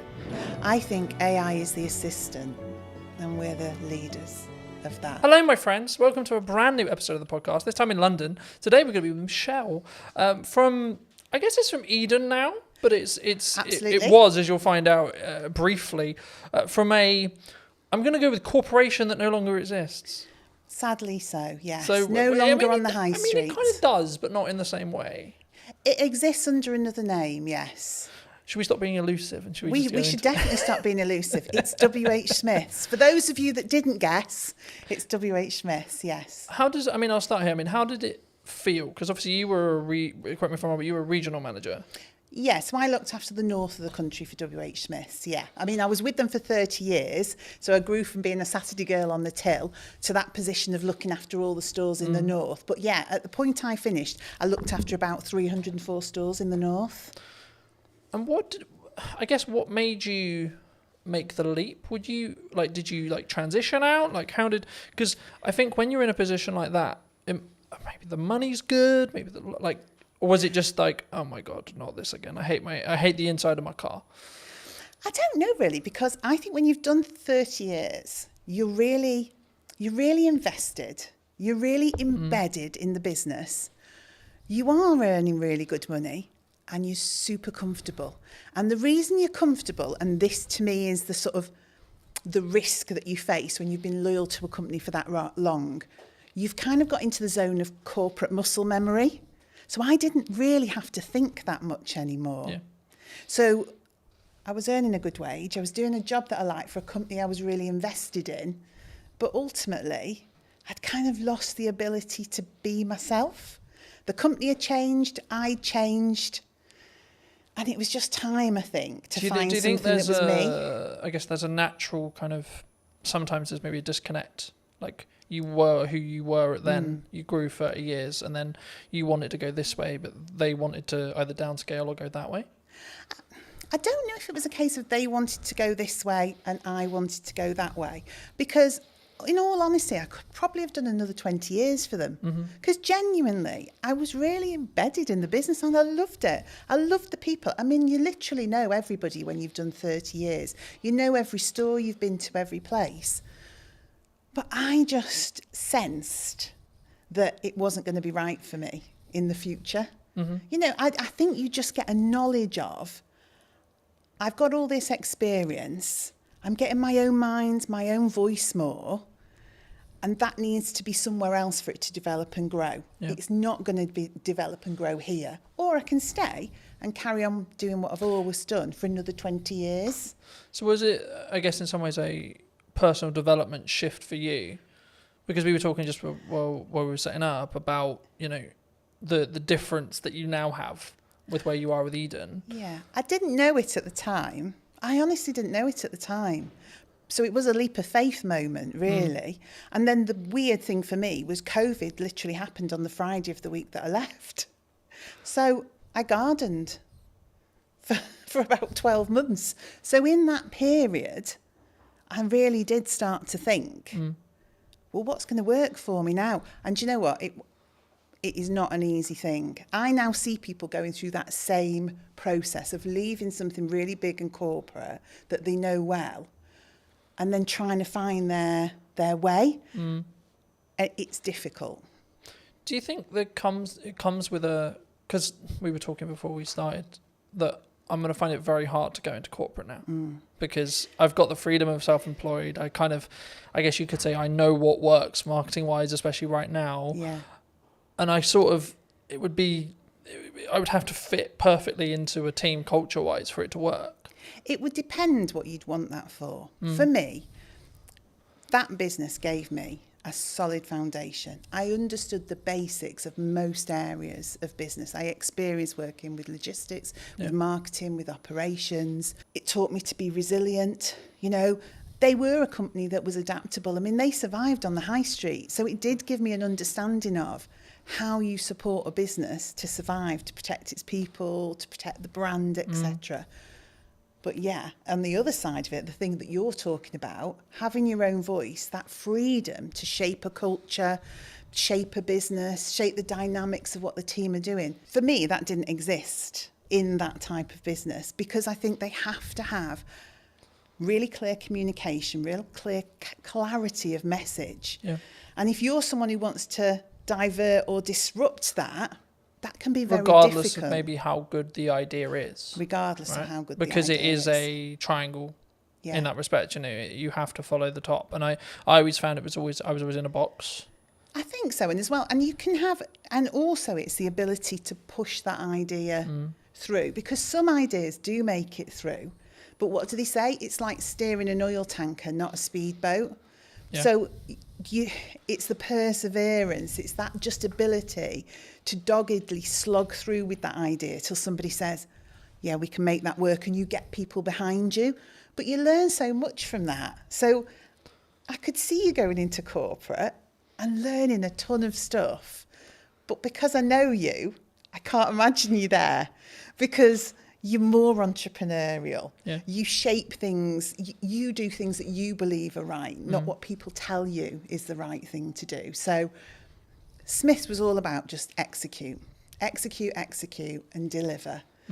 Whereas now I get to shape and change and mould and mentor and support elements of that in a business like WH Smith's, but now with a lot more heart and my own voice behind it. Do you think, I mean, obviously, for those who don't know, you've moved into Chief Strategy Officer. This is the first time I've heard of it.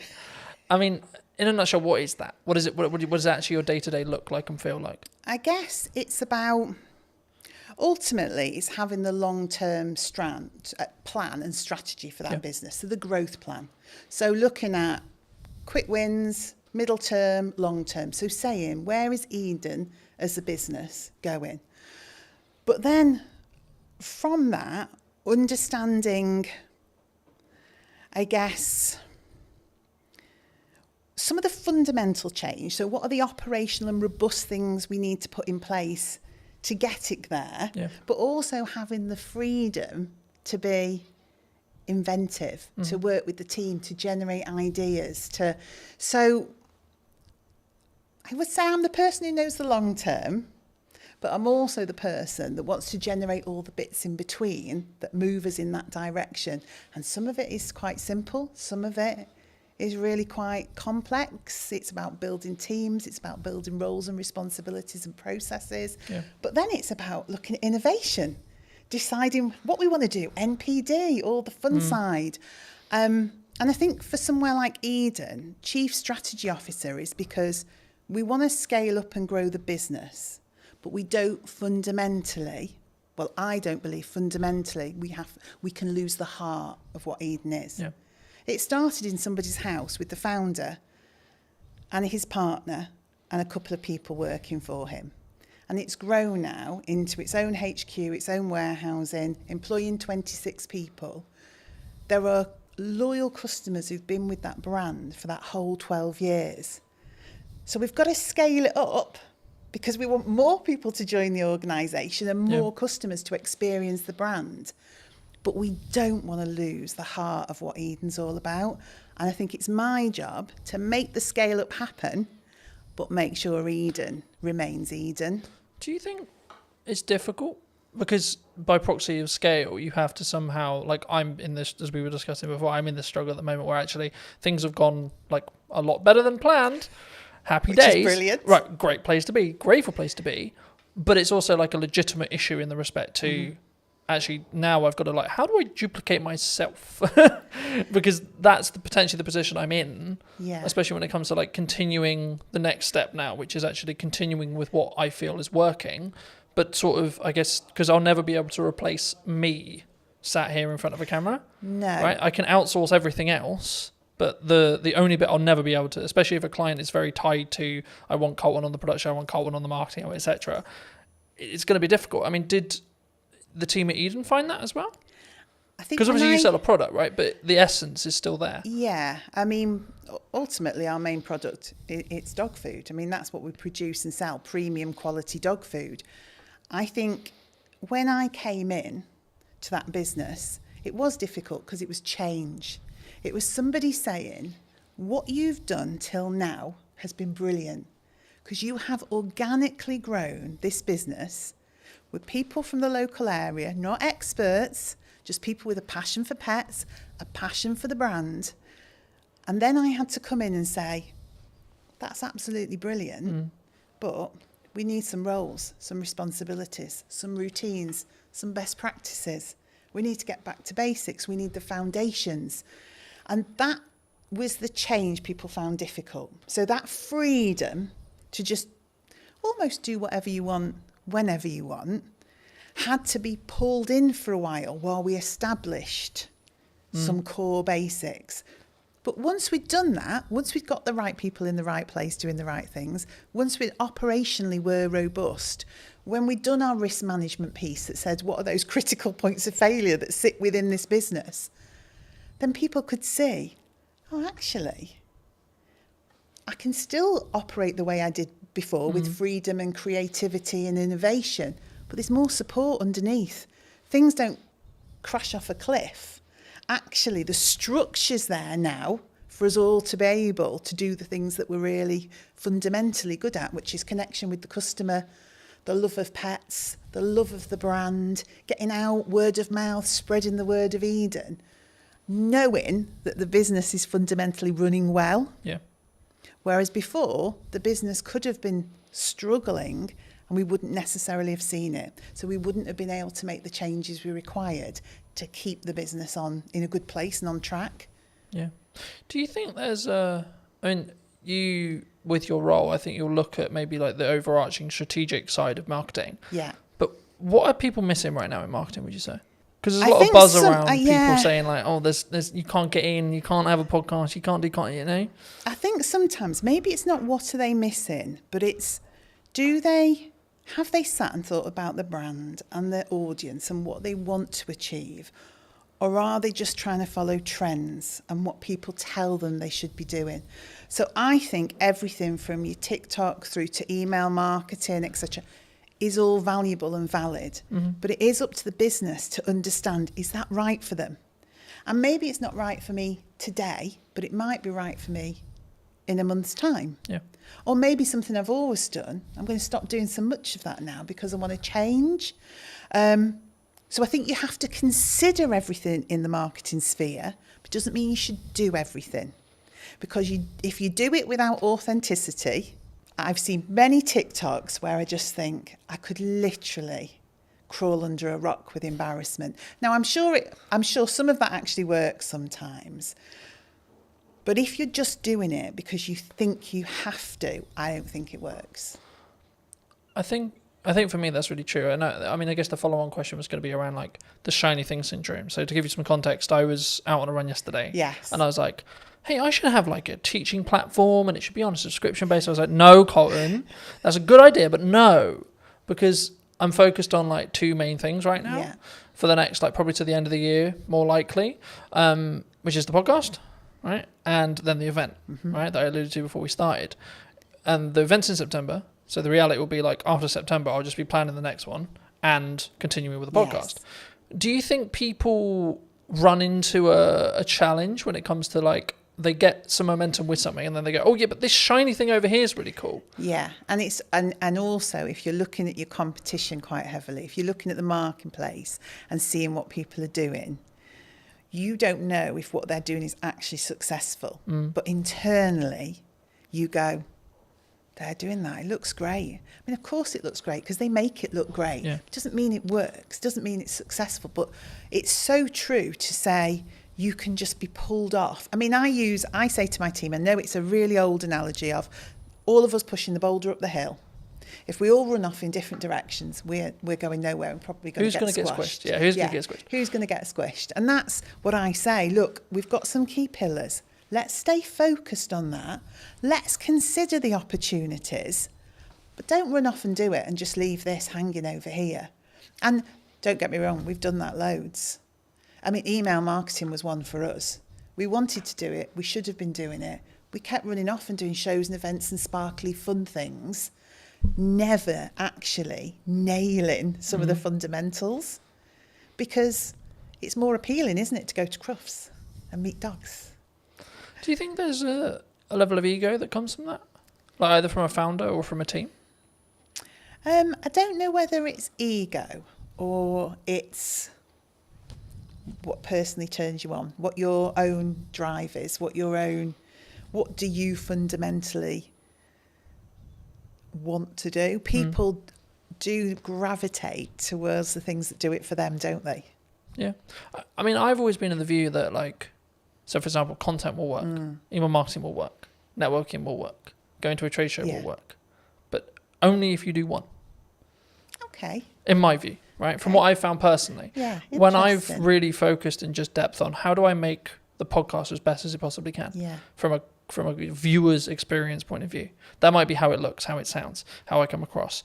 Can I outsource it? I've got a balance, so because it doesn't directly make me money, but actually the marketing collateral that I get from it will make me money. Okay, cool. So then it becomes a game of we're keeping those costs and balancing those costs, sure, but actually how can I focus on the viewer experience? Yes. And then when I look at maybe something like the event, it's like, okay, how can I make this client experience incredible for the people coming, even if there's only 5 people in the first event, right? Yeah. And I think sometimes we get, and that's why I mentioned ego, I think sometimes we go, but I'm only going to sell 5 tickets. It might be the possibility that I sell 20 tickets or 30 tickets, but like, what if I only sell 2?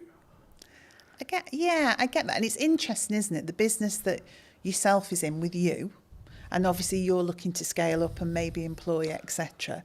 Whereas now I'm sat with a team of 26, and so we've got the opportunity to do so much more. Yeah. But again, it is that decision on what's really valuable. I mean, and you just touched on something actually that I thought was really interesting. Doing things really well, you know, making sure that the experience for the customer is, well, I mean, we were in a whole cycle of wanting to be perfect and never actually doing. So we had 20 things we should have been doing. So we were going to a show, we were doing email marketing, we're creating a newsletter for B2B, we were doing, but actually all of those things had to be, to us, absolutely flawless. Yeah. And we were not delivering anything. So now I'm in the world of accept 80% sometimes, but execute and get it out there for the customer and do it consistently. Because I think sometimes, and maybe it is a bit of ego, you want to look at a piece of work you've done or something that you've done that the customers see and comment on. And when you're getting all the praise and, oh, that's so beautiful and that looks amazing and your brand is absolutely, but you've achieved very little, it's not really worth anything. Yeah. All that praise and adulation about something when you could have delivered on 20 things but done them at 80%. No, I completely agree. And there's a very quick psychology study. I've done longer videos on it, but like just a very quick synopsis here. There was 2 groups. Sometimes it's pottery, sometimes it's painting, sometimes it's sculpturing, etc. The lecturer says one half can only create one piece across a window of time. Sometimes it's 2 weeks, sometimes it's a month. And the other half can create as many pieces as they like, whatever the metric is, so pottery, painting, etc. And the result of the study was that the group that could repeatedly create something had a better piece objectively than the group that had only that window of time to create the one thing. Completely agree. And that's where done better than perfect is better. Yes. And when I say I'm looking at, like, I think it's a focus point for me on how can I create the journey or the viewer's experience or the customer's experience or the client's experience as a whole to be better across a year, not per episode, not per event, not it's the overarching strategy. So I don't look at this reel got 1,000 views. I look at how many views did I gain between 4 weeks ago and now, right? That's the metric I track, not what when I go into what's working. Sure, I'll look at specific videos, but on average I won't. I just focus on the output and then focus on how can I build each one to be 1% better than the one before. Yeah, and I think we do similar. I would say we start to look at consistency of communication. Are we building a community? Do people feel like we're engaged with them and so that they're engaged with us? So it's a similar sort of metric but in a different way, because if you're brilliant once, those people soon just disappear. But if you're constantly there talking to people, engaging with them, they're able, you're responding to them, then over time that just builds into we call it a community. We're trying to create a community. And we're always trying to draw people in to that community. So the end result is growth. But I think we sometimes get into the world of we need it all to happen in one day, 2 days, 3 days, 4 days, 10 days, etc. That's me sometimes. But actually, in reality, if we just focused on, I can't remember the exact quote, but something along the lines of we underestimate what we can do in a week, but we completely over-egg what we can do what we can over-egg in a week, but what we can do in a year is really underrepresented mostly. And I think for me, actually focusing on that 1% is what that matters overall. Yeah, because then you're building that compounding effect. You're pushing the snowball down the hill a little bit faster, a little bit faster, a little bit faster, a little bit faster. yeah. And also, I think people can understand more. So if you are constantly jumping from one thing to another, your team just cannot grasp where we're going. They can't grasp the brand. What is the message? What is the strategy? So that continued delivery, that momentum that builds, you onboard the team. And by onboarding the team, you onboard the customer. And particularly in our business, because we've got customers and consumers. So the dog's the consumer. It's the dog we're trying to get to, but it's via that customer. And so it's almost like the baby food world, isn't it? Yeah. The baby's eating the food, but the parent's choosing which of the brands to buy. Same in our world. The dog's eating the food, the customer's choosing. A lot of that comes through trust. So that consistency, that slow momentum, is people don't trust people that flip from one thing to another, and they cannot understand what they're doing, and they can't see the message. So that repetitive, consistent approach. Oh, right, I know what Eden's about. I can see what the team's about. And because we're so accessible as well, a team of 26, we're all working in Stoke-on-Trent. You speak to one person, that understanding of the brand, you'll speak to the next person, you'll get that same message, you'll get that same education piece. So people start to think, this business knows what they're doing. And I think that's the same for yourself. When I see you online, when I see you doing what you're doing, I think that guy knows what he's doing. I also think it removes the pressure of being perfect every time, like building off the like done is better than perfect thing. Yeah. Because as long as I'm authentic to me, then it doesn't necessarily, you know what I mean? It doesn't matter in the same way, because I'm not like, Yes. oh no, that's not, as long as it's on brand and on piece and still me, then I'm like, actually, that's cool, you know? But talking about that to its extent, I mean, we're in a world where AI's like risen, Yes. right? Are we all going to lose our jobs? No, we're definitely not going to lose Is it all jobs. doomed? I think AI is the assistant and we're the leaders of that. And so you can use AI fundamentally to change your business. You can use it for insights, you can use it for planning, you can use it for content support, but ultimately it's the assistant to the business. It's not the business creative, it's not the founder. You know, the people are the heart of your business, but you can deliver fabulously elevated results if you work out how to use it in the right way. So no, it's not scary. And I did something funny at work the other day to show the team not to be fearful. It was just something really small. I took a picture we'd taken and I said to AI, you know, give this picture some movement. And it did this crazy thing. I mean, we were pirouetting around the stage on this picture. I think one of us had claws for hands or something ludicrous. But then I gave it real instruction, my voice and the heart of the brand, and explained what I wanted. What it created was amazing. But it needed that voice, that human voice, that human interaction, that brand understanding. So we shouldn't be afraid. I've used the analogy recently of you need to sharpen the knife before you use it. Very good, You know, in the same way with Yeah. AI, you need to teach it what you want it to do, Yeah. and not just write me a social media prompt, answer, right? It's about actually understanding it as a tool and not just seeing it as a fix-all, right? It's the company assistant. It's like your PA. It's part of the business. It's part of your business. It's a tool of the business. Yeah. It hasn't become the business. And I would hope some of the more routine tasks that it will support people then to be able to drive more creativity and innovation, because they've got the capacity and the space to do that. You know what business is like. Sometimes it's incredibly busy just getting tasks done, just executing things. And then you end up working in the business all the time doing. And you don't step away and think, right, okay, let me listen to the customers. Let me look at what's happening in the marketplace. Let me analyse some of the insights. And when you stop and do that, and I hope AI gives us that, so we can stand back and go, do you know what? This is what we need to do. Because I've had time to think about it, because AI is my assistant.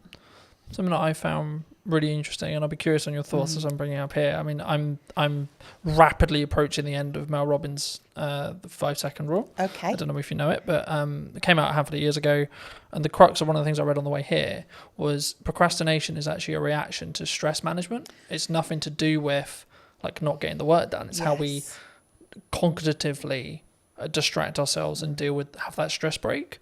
And it kind of links to the AI thing, because I think the performance, you could say that, especially when you're in C-suite or you're, a chief marketing officer or a chief exec officer or a chief strategic officer, etc., we can be so do.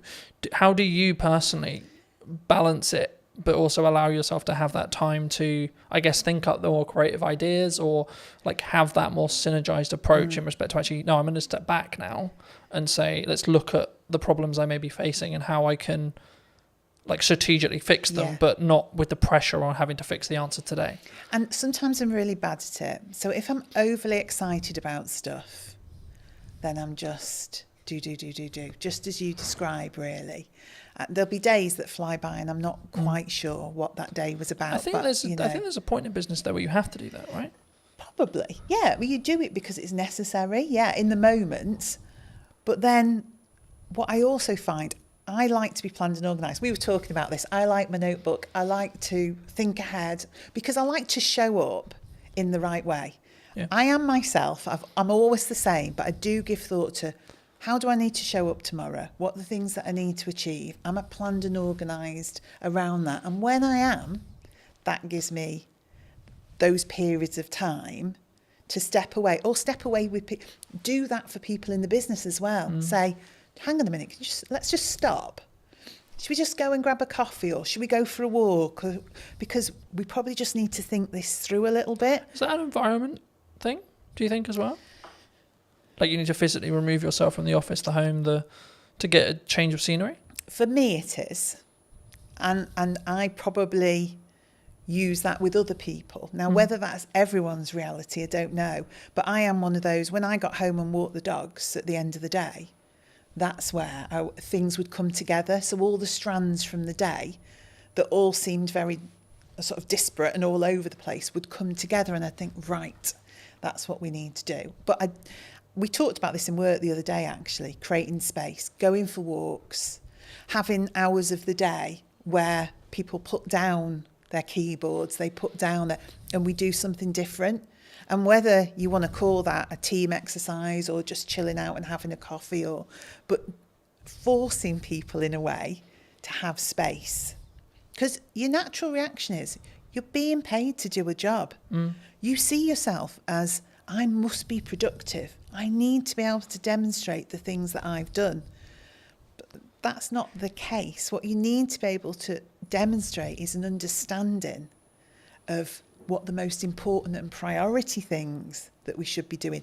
Not that you've done 100 things, that you picked the 10 most important things and did those. And do those well. And do them well, yeah. But don't do, like we said before, don't do them so well you don't actually deliver on anything. But, do them well. I think you need to personally ask yourself, I mean, I'm looking at it as to say, like, I can focus on 3 main things, right? And that's what I'm really leaning into across 3 months, 3 things. Yes. Right? And it's like, right, the podcast, client delivery, and the event. Yeah. That's it. You've got nothing else. You can't add anything else.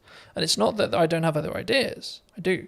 Yes. But it's actually, if I'm going to get what I want from this and I'm going to make those 1% improvements, I have to focus on those 3 things. So how do you, because to me it's capturing the ideas, isn't it?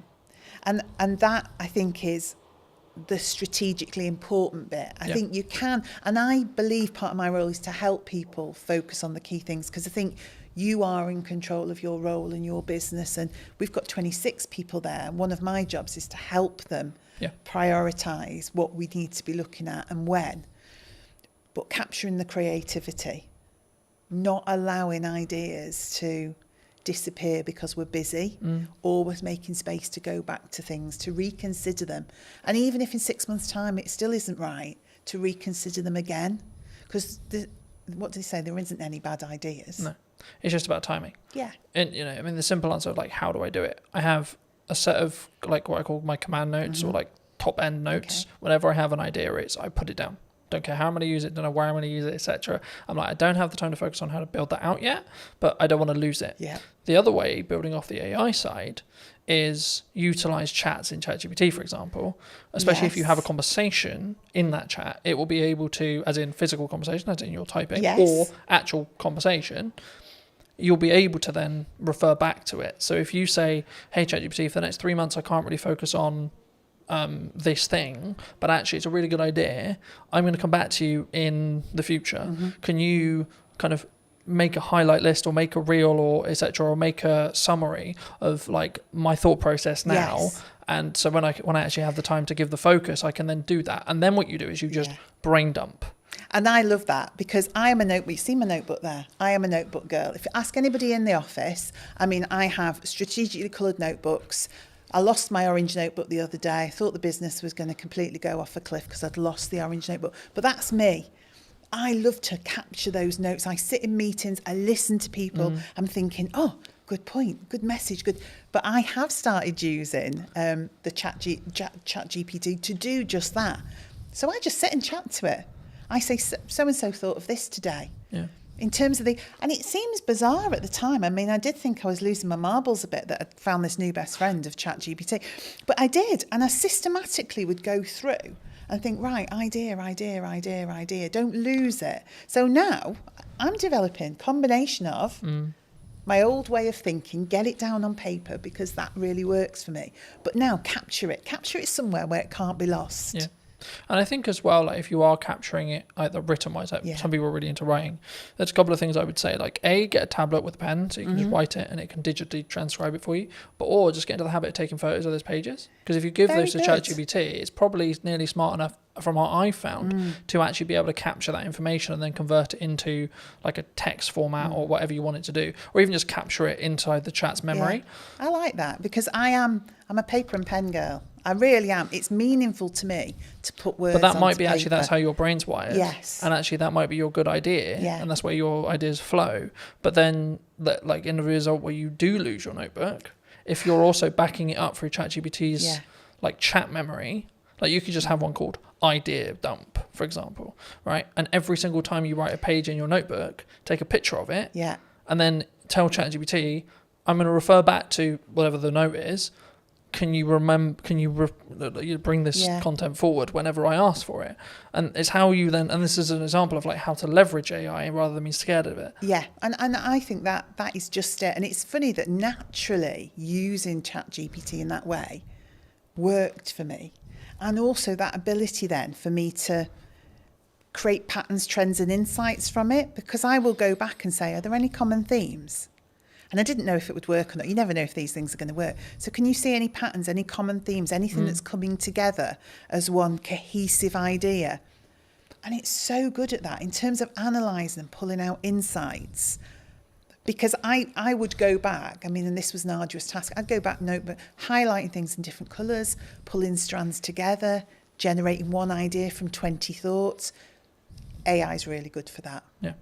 But again, I think it's an assistant tool. I don't think it's going to necessarily replace us. I mean, the trend sort of changed and it became this, someone who's utilising AI is going to take your job rather than the AI itself. And I think that's a more positive or more real reality of what we're going to have in the next 10 years. I think so. To be honest. And things change, don't they?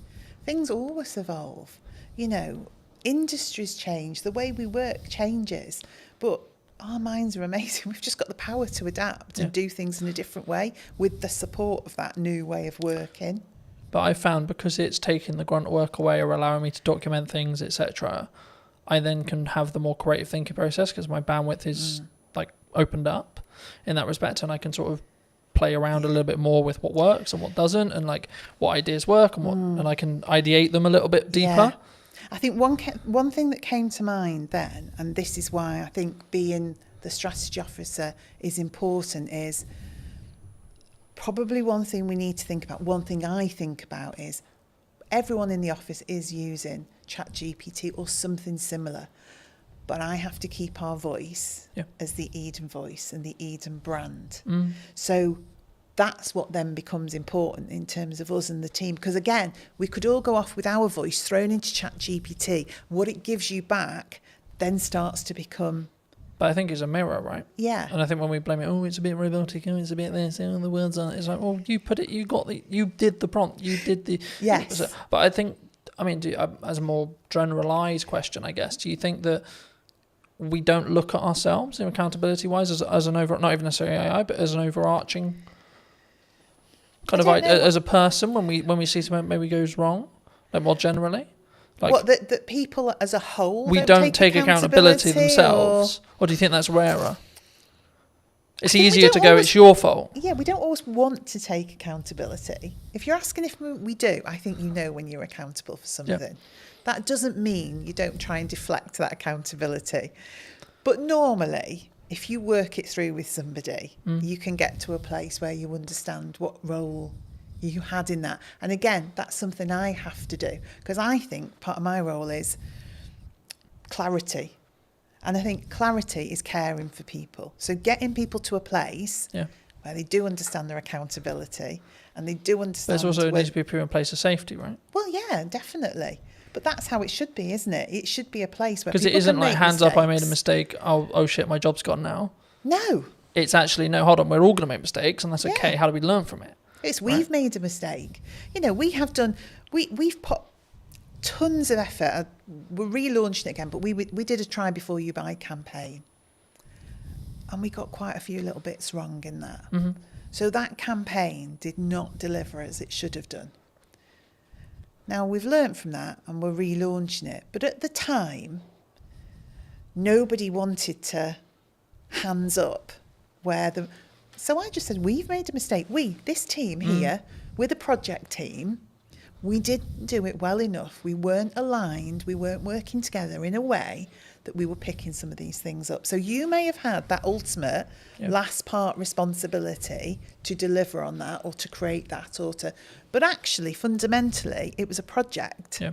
So we all bear the responsibility. But let's go back and say, what was your part? What was your part? What was your part? So next time we do it, we've got clarity. Yeah. Clarity is a form of kindness. If you don't give people clarity, what you're saying is, I want you to keep making mistakes. So ultimately, at some point in the future, this is going to blow up and you're going to be in a whole heap of trouble. Where it's much better to say, oh, that's not quite right.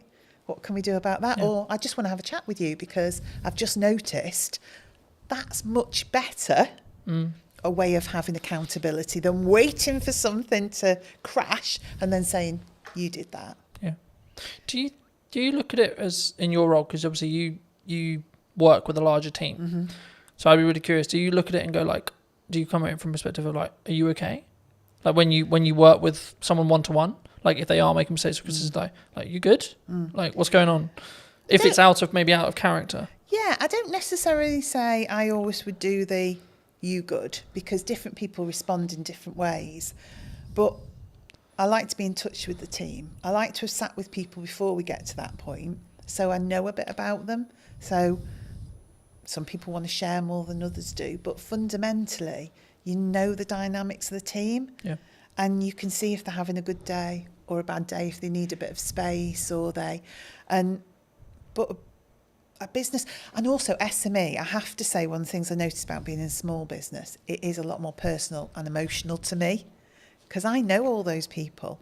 I know their dreams, their passion for their role, but equally, that's really positive as well, because just as you described, there are days when I can say, hang on, that's not like you. Or do we want to just take 5 minutes? Or actually, is there anything we can do today? You know, is there anything so, because I feel differently about a small business. I definitely feel it. There's a lot more heart in a small business because that connection is so close. I'm so close to the team. I'm very close to the product. I'm much directly closer to the customers. Yeah. So those decisions you're making, those things you're doing are much more personal. So I would say it's made me more thoughtful. I use my own voice more. I use my own judgment more, and I deal with things in different ways at different times, rather than a blanket approach because I just need to get things done. Yeah. Do you think that do you need to, I guess, lead with empathy as a leader in some scenarios? Definitely. I mean, I would say for me, what has always been important to me in the roles I've had, outside of the things you need for life, like your money and all the rest of it, absolutely. is building a strong team and a strong set of people and individuals. So, yeah, you've got to have empathy for that. You've got to have some kindness for that. You've also got to be you want to drive people. So motivationally, you do want to stretch and challenge people. So it's equal hands of empathy, kindness and support, but drive and challenge and creating a buzz in people where they can see a future and they can start to really push themselves forward. So I think it's in equal measure, really. Yeah. I think sometimes we don't necessarily look at the empathized way of looking at it. I mean, I think we'll wrap up soon, but do you think people are purely just, you're here to do a job? Like, could that be the approach? Like, it can be very, like, I'll use the term like maybe domineering or led or like very pushy in that respect. Like, you're here to do a job, get the job done. It definitely could be, couldn't it? And I think we all have to admit there are times where you just want somebody to get something done. 100%. And actually, is it more of an ebb and flow?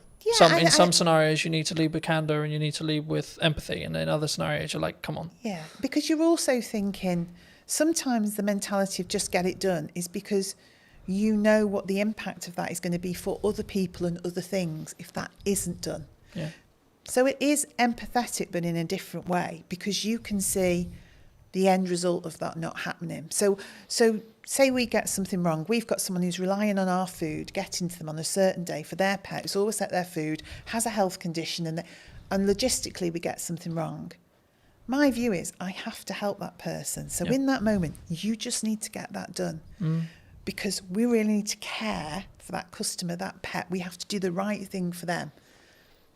Then we'll stop and say, right, okay, could we have done that differently so we didn't have to get to that point where we had to drive somebody to get that done? Yeah. But there are moments where it's right, but most of the time that's a result of not having done the hard slog in the first place, that you got there.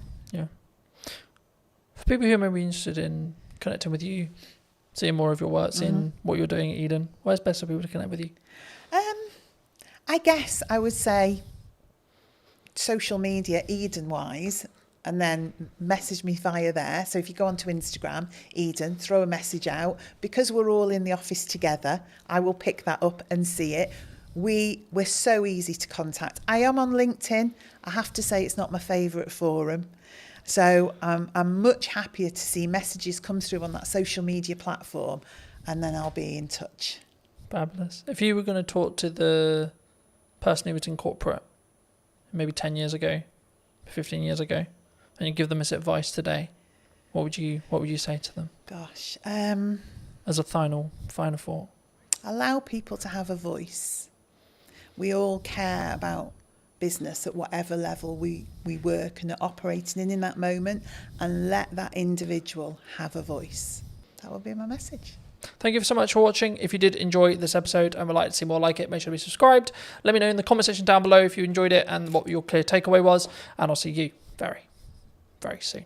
Hello my friends, I hope you're well. Welcome to the Old Mill, and today we're going to be doing a brand new podcast talking to Johnny from Taste World and just kind of the Old Mill. Hello Johnny, how are you? How are you? I'm very well, absolutely. I was going to think about where to start, but I mean, we're sat in the Old Mill restaurant, right? And I think a lot of people who are local to Salisbury will obviously know the Old Mill in Harnham. You've just acquired it maybe, 6 months ago? 3. 3 months ago? Okay. Yeah. Why here? Why did you choose here specifically? It was just a building that had come to our attention for a kind of friend when I think a poster went up in the window saying, due to change of ownership, will be closing. And I thought, we need to come and look at this site, when I was told how beautiful it was by the friend. And we came straight here, and within, I think, 15 seconds of pulling up in the car park, we decided it was something we needed to pursue. And we actually agreed the terms to take it kind of out of the grasp of the person that was meant to be taking it, without even stepping foot inside. We literally saw your video, strangely on YouTube, that I think you filmed a couple of years back, and the visual impact it had from the outside. And that was the decision we made. It was just something we almost kind of fell in love with. It's not something I normally do, to be fair. I normally think with my brain, not my heart, but I just fell in love with it. And then when we came inside, it was actually better than we'd imagined, which is always a good thing when you've already made a decision like that. But yeah. So, I mean, we were talking just before we started about the ebbs and flows of hospitality, maybe the ebbs and flows of any business. I mean, in your experience, how have you looked to target, how have you looked to frame creating a business that can be sustained through winter, through slower months, rather than, like, how do you look at that from a hospitality? Because hospitality, in my experience at least, is known for do really well in the summer, do really well at Christmas, but then you have those other areas where it's maybe tipped down a bit. I mean, how do you look at it in your other venues as well, which I'm sure we'll get onto, but either here or in general, how did you strategically think about it? How do you sort of create that demand throughout the year in respect to the sustained revenue? How do you see it? Because I think that's like, if you can do that with a business, then it will continue to, you know, you'll make more money overall because you're more consistently creating that consistent revenue. Absolutely. And I think the big thing, you just actually used the word there, we talk about a lot in our business, is consistency.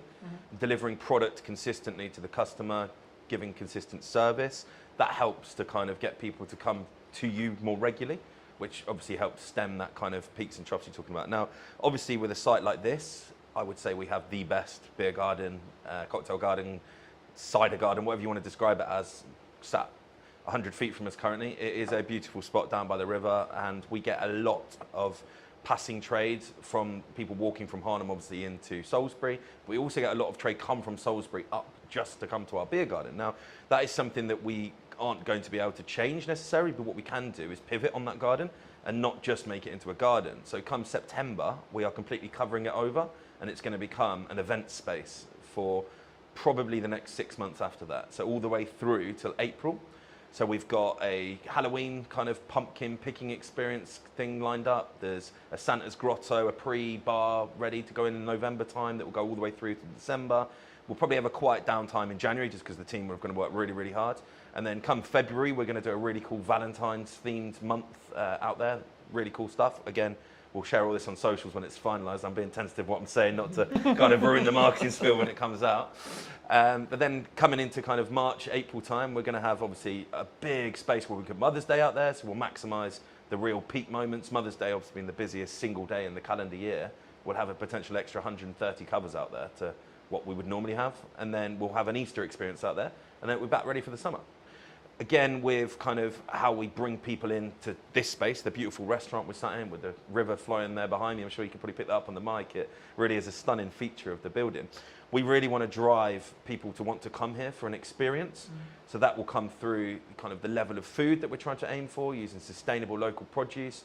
And the big USP is the fact that we are either already or can be 100% gluten-free. So that's something we're really going to be targeting over the next sort of 3 to 6 months, is doing packages wrapped around the bedrooms and dinner experience for those with celiac disease or those avoiding gluten. Now, the figures on that at the minute in the UK is around 6 million. So it's about 10% of the population are either actively avoiding or for medical reasons cannot consume gluten. Now, these people have birthdays every single day of the year, right? So 365 days a year, I've got a potential celiac that I can target with some marketing, go, come and stay at the Old Mill, have an amazing stay in our beautiful bedrooms, and by the way, we can do dinner for you as well, which is celiac safe. So that's something that we really will be pushing hard. As soon as we get the main kind of summer bulk out of the way, wasn't the best time to take a pub like this, kind of going into the busy period already, should we say. So we're very mindful of not trying to overload ourselves. So layers to a cake, layers to an onion, however you want to look at it, we kind of stack on top. When we get one thing right, we'll do the next thing, the next thing, the next thing. So we're hoping if I sat here this time next year, I'd be able to say to you, everything I've just said, we've done it, and it's great. So, do you think there's, I mean, you mentioned like that being one of your unique selling propositions, but do you think that's one of the reasons why maybe your locations will be successful in comparison to someone else's who maybe isn't thinking that forward ahead, isn't doing those outdoor events, turning in their beer garden into things? Because I think people sometimes they look, because you've got to spend quite a bit of money to do the beer garden stuff, right? It can't be cheap to convert the beer garden semi-consistently and then convert it back, and then I imagine if it works, you'll do it the following year and you'll flip and you'll continue to rotate it. I mean, is that just the nature of the business, would you say? yeah, I think the age-old sayings, innovate or evaporate, speculate to accumulate. I'm very much on the leading edge of wanting to use tech, for instance. We're using more tech in our business, and we look forward, not backwards. We don't look at why things are bad, we look at how we can be better, and that's something across the whole group.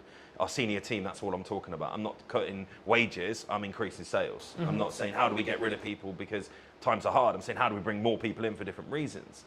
What we're also really good at, and if anyone on here is listening as a hospitality owner or manager, we are very good at getting brand deals. So all the cool stuff I've just spoke about, we'll be approaching brands. And so the pre-bar, for instance, will be selling a shed load of Bailey's hot chocolates, I'm sure. So I'll approach Bailey's and say, look, I want some support. They will give you money to support their brands with the right streams and for the right events, similar to your festivals. When you see the big festival bars and stuff like that going on, that's got brand support behind it. And it's having those conversations that really help us, and we're very good at that, to be fair. We've got great relationships with all of our suppliers, both local, national and international, to kind of help with that. Not just the financial costs, but they've got years and years and years of expertise doing similar events. So why would you not lean upon them to kind of help? It might be a supplier they use that can cut some costs that we didn't know about, or just simply going, have you thought about this? Like we had an event a couple of weeks ago that we used Thatcher's, a very local company, obviously from Somerset, but they are fantastic. Just gone to #1 cider brand in the UK actually last week, that was announced. And they supported fully. They paid for the live music, and they came down, gave us a load of free stock, and had people down here giving out samples. That was just because they wanted their brand to be seen in a beautiful pub like the Old Mill. So it works both ways, I guess. Thatcher's has got exposure from being able to use us as kind of a staging post, and we've also got kind of the use of their kind of expertise as well as paying for our live music. So yeah, I think that's a really important thing, and a lot of what I'm hearing about that is a very modernised touch, right? And I think the concern with some, would it be, I don't know, I don't like saying like, oh, it's this person's fault or etc. But there's a lot of people in my industry, like I had a conversation yesterday that was around like the creative industry struggling, right? And I've been very honest and very fortunate where actually I'm in a very different place. I'm in a very fortunate place with the kind of work I'm doing and how I'm doing it, and like actually like looking at the bottom line of my business, it's actually doing really well, right? So I'm not feeling that, oh, it's difficult, right? Do you think in your experience, has there been like always something going on? Because I always see it as like there's always something happening in geopolitics, there's always something happening in the economy, there's always a concern related to the up and coming budget or the up and coming changes or etc., which of course changes things for businesses, of course it does, right? But is there a perspective, I think, because obviously a lot of your group, a lot of how you work could be perceived as you're very successful, right? You're clearly very good at taking on some sites, making them make money, and then continuing to repeat that process. Is that from a mindset from yourself specifically and the rest of your exec team of we've got to keep being aggressive, we've got to keep moving forward, regardless of what the doom and gloom is, would you say? I think absolutely. What we talk about a lot is that age is on our side. I mean, myself and my exec team are on the right side of 40, shall we say. Apologies to any older listeners listening. So we're there. We've got bags of energy. Now, a lot of the sites that we look at now have had kind of historic landlords, tenants for a long period of time. They're just tired. They don't know where to look. Social media, they don't get it. When I'm saying, why are you not on TikTok? They're like, oh, no, I don't want to do that. They just don't understand that TikTok isn't just for young people now, right? We have spent 0 pennies on paid for advertising, okay? Obviously, we brought you in, you made some amazing content for us, but we've paid absolutely nothing to do it with. We've done all organic. That's because we understand what we're doing. We've been pretty much fully booked here in our rooms and our restaurant and our garden for the last 6 weeks because we understand where to put our energy and our time. We don't put energy and time into something that's not going to give us back reward. So if a conversation starts happening, even at kind of management level within here, I'm like, is that going to actually affect my bottom line? No, stop talking about it then. Because you've got to be so fixated on the numbers that it's almost autistic. I mean, there is definitely traits of autism in me, but sometimes I wake up in the middle of the night and all I'm doing is thinking about those numbers, how we can trim 1-2% on this cost base, how can we then put that money to work in increasing sales. I think the old saying is the good places, the good people will always do well. Doesn't matter what the economy does. I think without blowing your ego too much. The reason you're doing well is because your content's bloody brilliant. There is plenty of people out there doing similar stuff to you that are probably complaining, moaning it's not great. And you look at the quality of their work and it's just not there. They haven't got the adaptability, for instance, without throwing anyone under the bus. We dealt with another content creator doing very similar to yourself. And they were just so slow to react to us. Whereas yourself, Colton, this is what we need to do. Can you be a bit more flexible? Yep, cool, perfect. We can do this, we can do that. And you said yes more than you said no. And that's very much what we talk about in our business. If we can, we will. And I think the customers react to that, right? Yeah. We're not perfect, never perfect. It's not a real word, right? Perfection, I think you can pursue it, but you'll never get there. I think, well, just building off that, I mean, I've always followed the motto of done is better than perfect, because your concept of perfection will always change, right? Yeah. Because if you're growing personally and as a business, your definition of that word will then change by proxy. So you actually you should never hit perfection, so to speak. And that's why I think execution is better to focus on. And that's, I think, why we synergize so well, because I do focus on execution, but also I focus on strong ROI.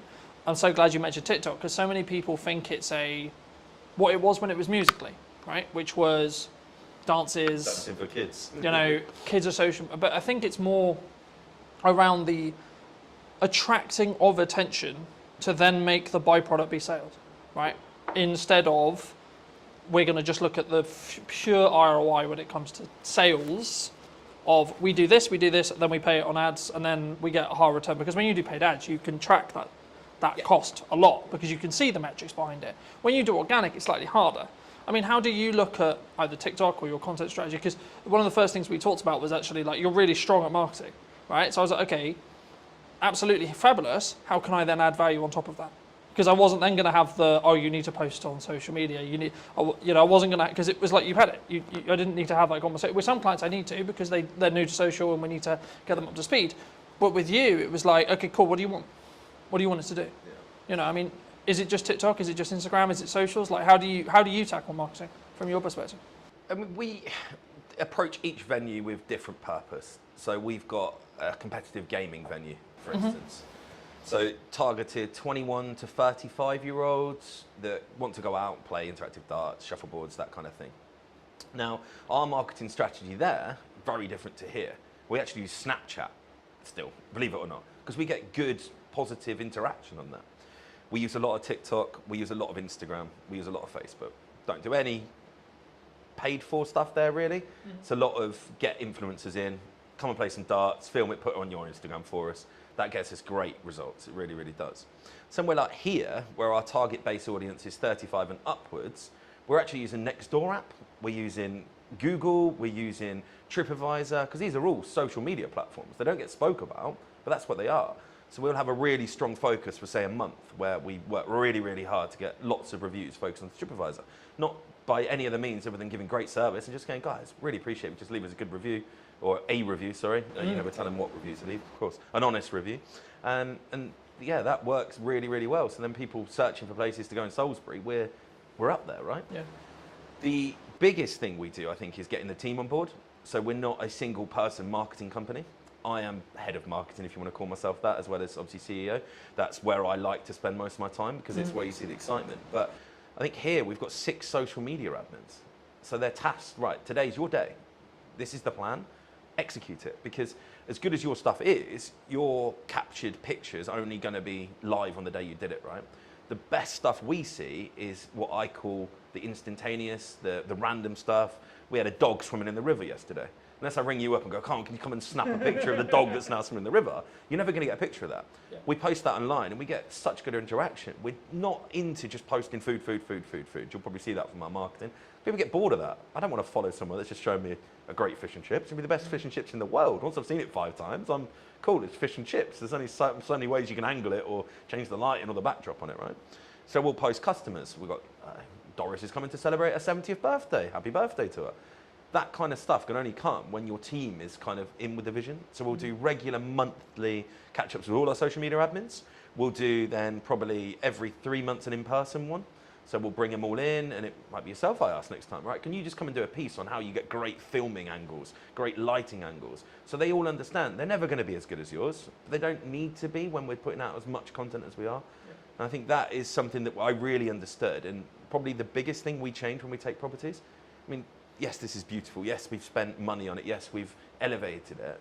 But circumstantially, this building was beautiful before we took it, right? Why are we now busier than it ever has been? I think because our marketing's better. I think before, when we looked at it, their last post was 2 months previous on their Facebook, on their Instagram. I think we took it in February, end of February. The post that was last on Facebook was advertising Christmas carols.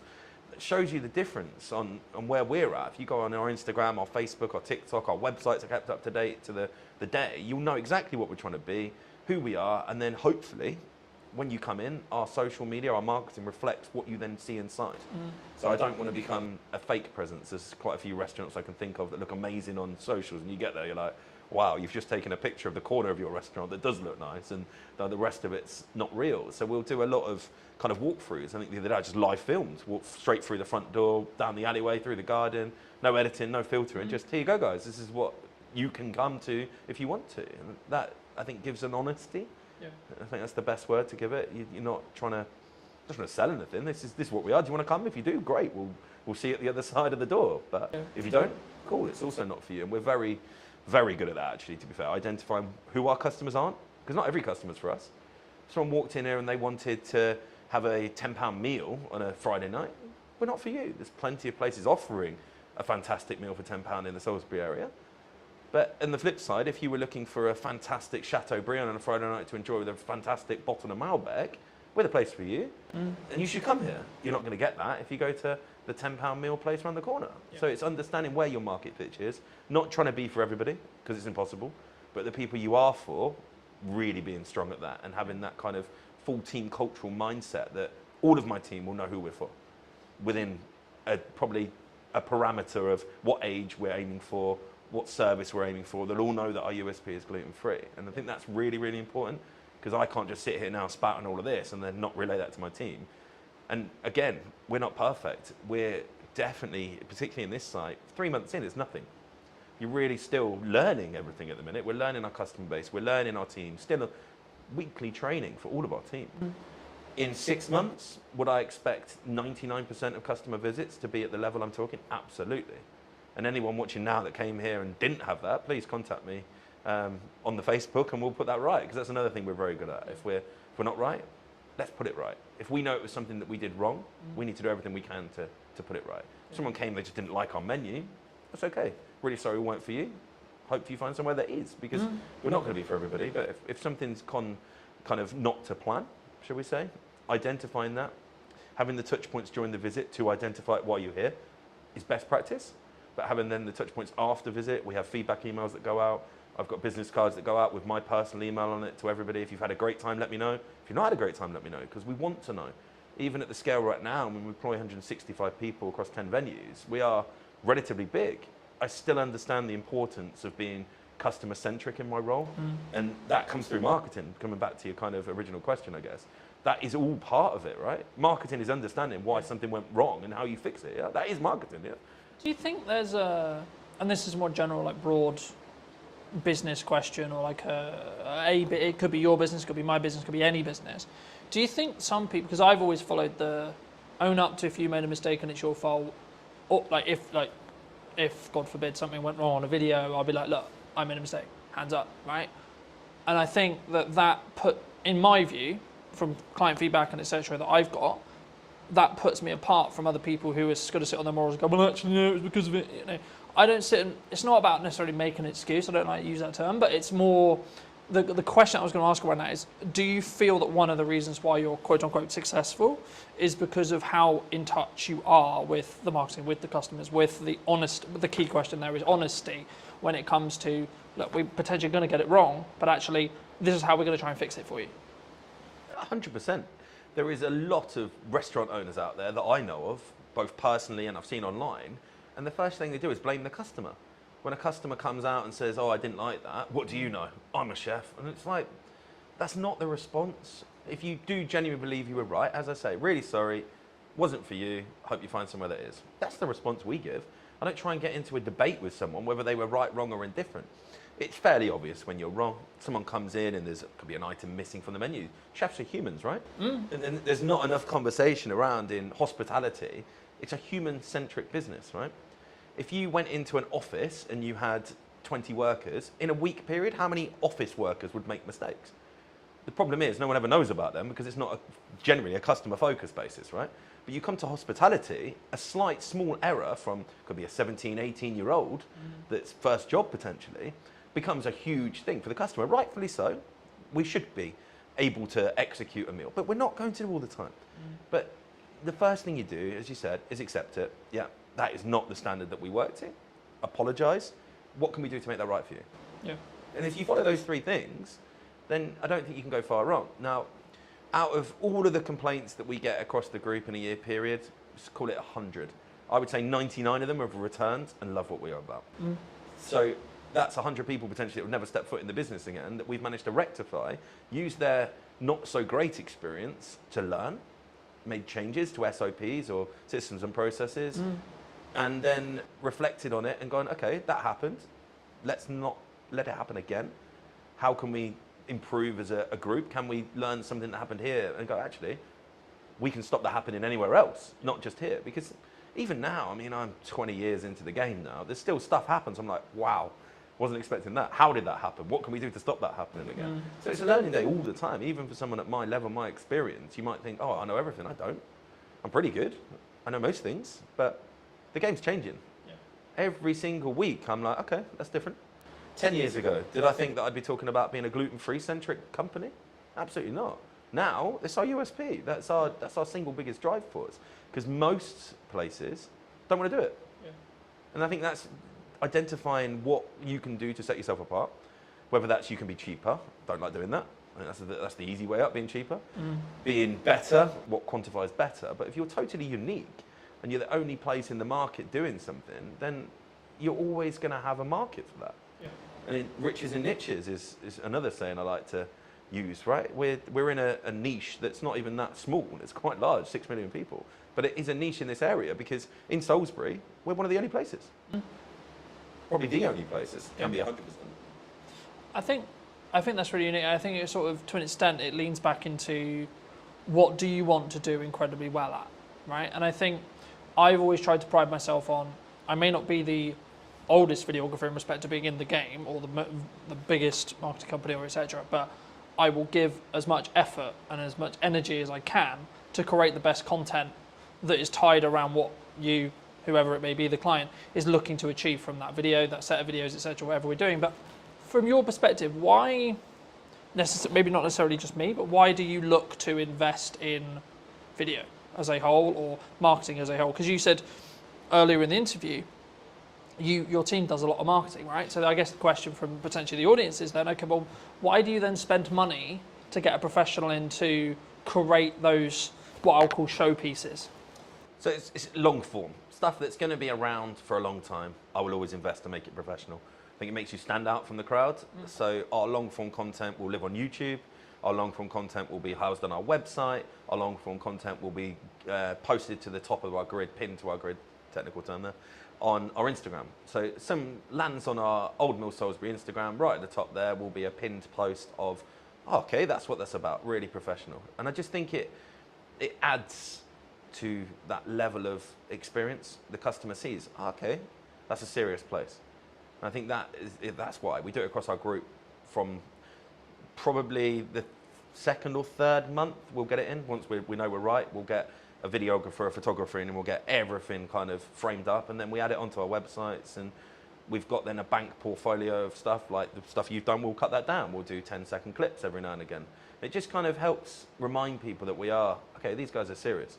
They might be posting a dog swimming in the lake, but actually, cool. Look how nice that restaurant is. Look how cool that video shot of the garden and the pizzas is. So I think it's so important. You can't have a website with a photo taken on an iPhone. It just doesn't look right. If you landed on a website and you had a choice of, particularly for our hotel rooms, I guess, a choice of hotels, and the first one you landed on had a phone taken photo, and then the next one you was like really nice professional photos, where are you going to book?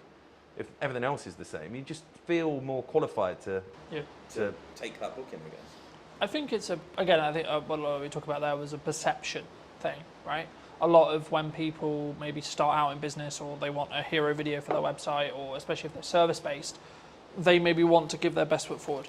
right? And I think that's the perception. And of course, it has to be backed up with the sales. It has to be backed up with everything else. But I think we also sort of what we touched on earlier about the volume of marketing. I mean, we're in a world where AI is a thing, and etc. I was going to ask you a little bit about that as well. But I mean, what role do you think volume in regards to output from a marketing point of view actually has? Because a lot of people say to me, "Oh, you output like too much," right? Now, I can tell you categorically, sat here today, I've won 3 or 4 jobs in the last 4 months related to the fact that I am actually one of the only people who posts for 3 to 4 times a day, 7 days a week. You know, so I know it works because I can show the ROI behind it because I've won jobs solely off the back of the client telling me you won the job because you're always on my, I always see you know, in that respect. But just to reiterate the question, what role do you think volume has on marketing as a whole in your industry or in general? It's ever present. As long as it's good, it should be online. So we don't wait for perfection, we wait for good. So if you take a photo and you go, yep, that's good, so 6, 7 out of 10 quality, it can go online. Now, that, I think people get stuck in, oh, not many people liked it. Now, likes don't pay your bills, okay? And I think that needs to be spoke about so much in our industry particularly, because I hear it all the time. Oh, if I post once a week, I get 100 likes. And if I post 10 times a week, we get 10 on each, so it's the same likes, and I only have to do I'm like, but you're not looking at who's seen it. You're not looking at what that then does. Now, I think we can tell how good our marketing is because we're busy, right? I look at my diary and I go, we're full, right?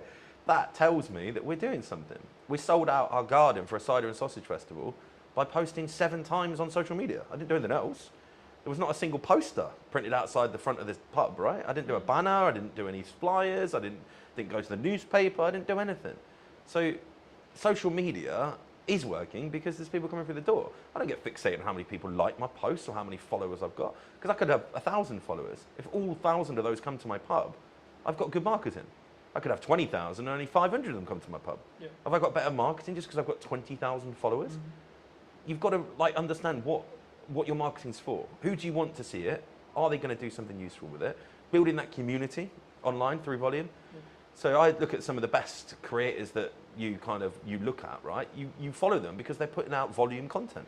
If you only had one video from a creator to watch every week, you wouldn't subscribe to them. You wouldn't follow them. And consistency as well. If you follow someone and then all of a sudden for a week they haven't posted, you kind of forget about them, right? You switch off. If you're always ever present, now we get people unfollow us. That's fine. I don't worry about that.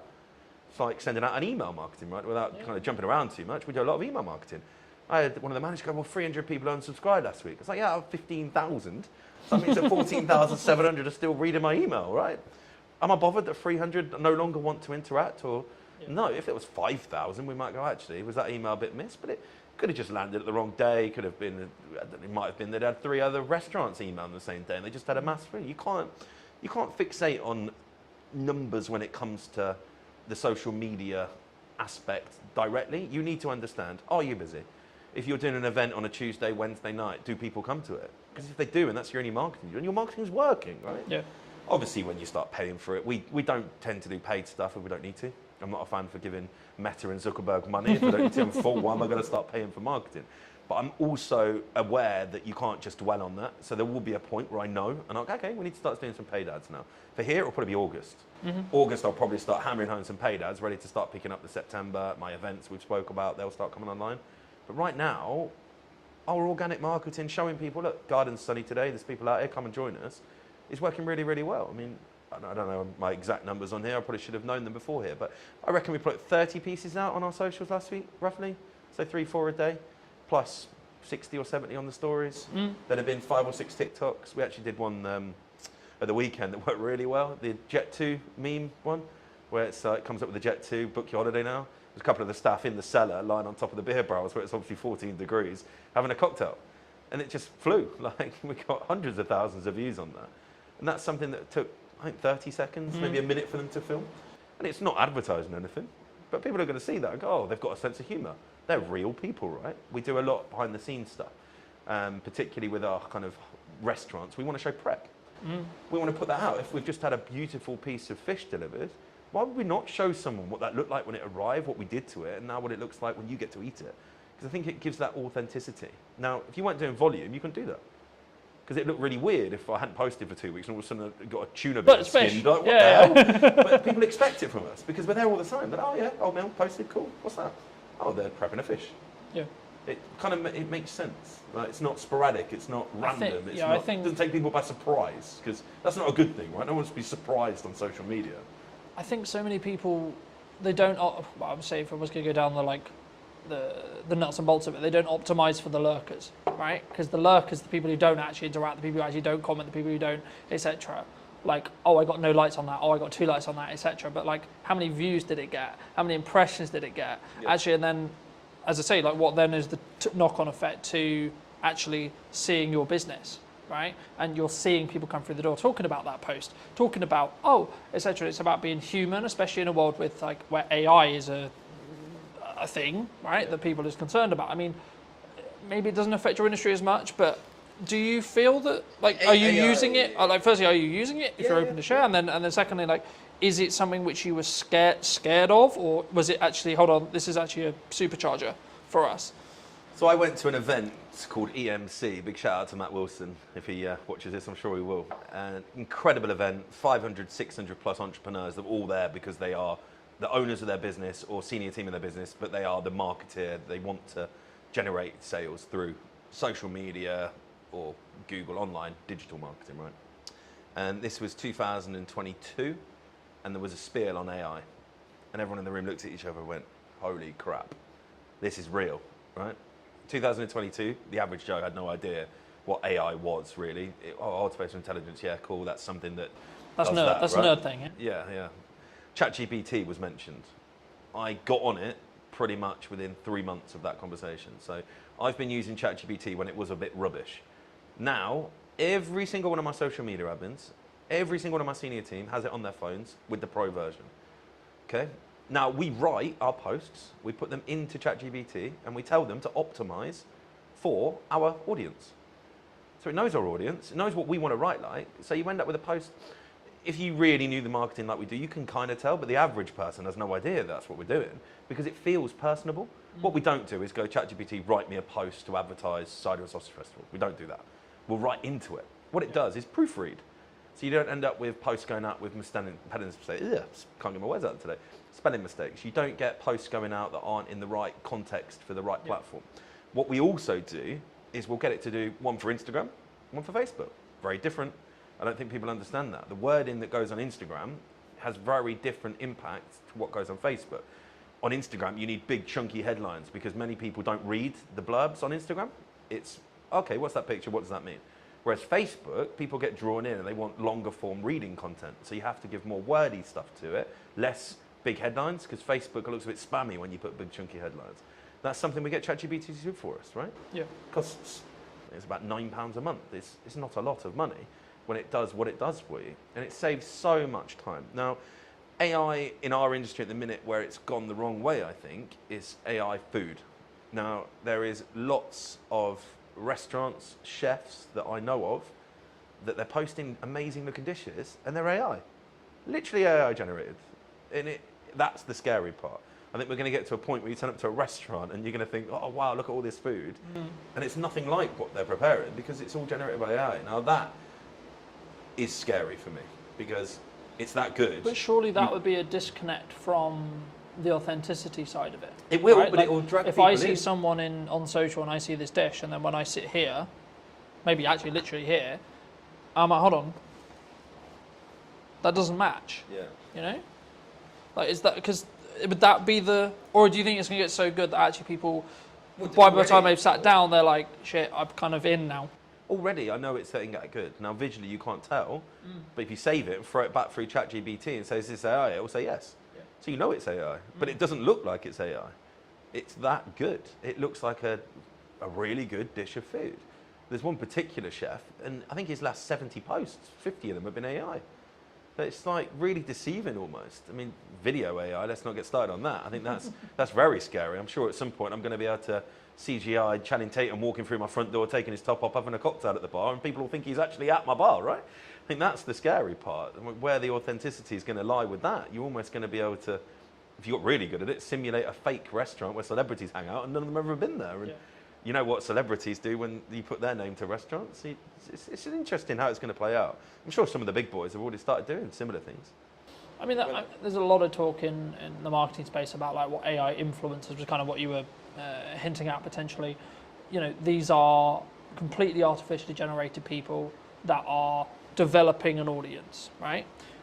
And I think it's about, to an extent, from my view at least, yeah, you can run a business that way, but then you're not trying to be an authentic person behind the business, right? Yeah. I utilize AI to help with editing, to help with scripting, with help with posts, etc., in a similar way to you, but I'm still the one sat here talking to you today. Yeah. So it allows me to do the other things that actually I have to tangibly do. Yeah. Right? Regardless of how big the business is, you're still going to work with me. You know, I'm still going to be the one who has the conversation related to what we're doing with marketing, potentially what you're looking to achieve, how you're looking to achieve it, etc. But you saved 2 hours last night. But I saved two. Exactly. Write out, well, without jumping off marketing, job descriptions. Yeah. You can go onto ChatGPT now and say, can you write me out a job description for my new assistant manager that I've just employed? Please use all relevant sources online to give me a relevant job description. It will then send it to me. All you have to do is then read it through, make sure that you are happy with it, and then you've got a job description. Yeah.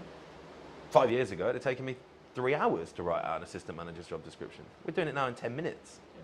Like, that's the big thing, I think. We're probably slightly more protected as well. Sorry to jump in again, but in hospitality, if you are really good at hospitality, you're never going to replace that with AI.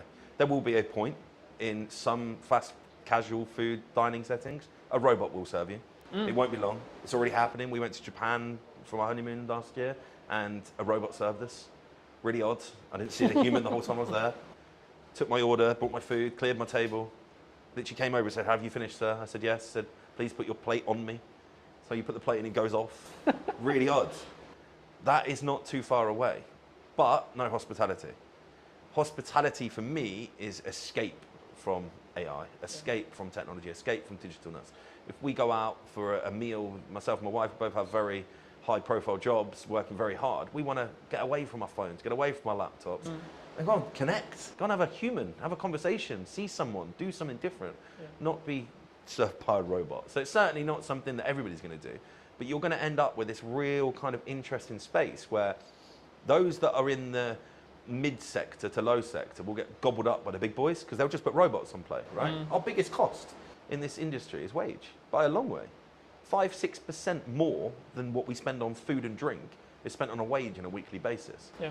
So if I could have loads of robots running around and I felt it wouldn't affect my business, then of course I'm going to do that. I spend 10 grand on a robot. It never phones in sick.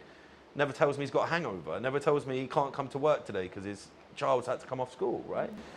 That's going to have a big benefit for some of the big boys. But then that's going to leave a really interesting space for people like ourselves that will never go down that route to be the personal touch to the industry and really have that as kind of a hyper differentiation to the main kind of norm is actually, I don't want to be served by a robot today. Let's go to the old mill and we're going to have a human service. And I think that's only 5 years away. I know it sounds pretty crazy concept, human carries on. I think 5 years away, your big chain fast food places, maybe not the full service, but I imagine the food will be brought out. I imagine the tables will be cleared by them. It will be kind of a little system running around with little lines on the floor, and all the tables will be symmetrically placed in square grids, and there'll just be robots running up and down, and you'll probably have a few humans to oversee and maybe say thank you when you leave. And that's scary. But I don't think it's the same environment though, as you were mentioning. I think it's that it's horses for courses, you know. It's one is efficiency for efficiency's sake, and it's kind of the cheap and maybe the middle potentially it blends in when it becomes really efficient, right? But if you're still the experience, the entertainment, a lot more reasons than just necessarily the dining. Of course the dining, but also then, you know, the extra stuff that we've already discussed in this episode alone, then you're still going to be there. You know, you're still going to be the reason why someone comes through the door for that, because they want to hear how X member of staff has got on, because when they were last in, they talked about the fact they were actually studying on the side to do whatever it ends up being, you know, those micro stories, those people connection stories. And I think AI is an accelerator if you choose how to use it, but it shouldn't be replacing you. I think you should use it in the same way you would sharpen a knife before you use it to cut, right? Yeah. In the same way you should train AI to do the jobs that would be grunt, would be, you know, I can edit this podcast in a third of the time now because of AI. I press one button, it does most of the transitions for me. I need to check it, just double check it. I need to do that nuance, but the bulk of it can be done with one click.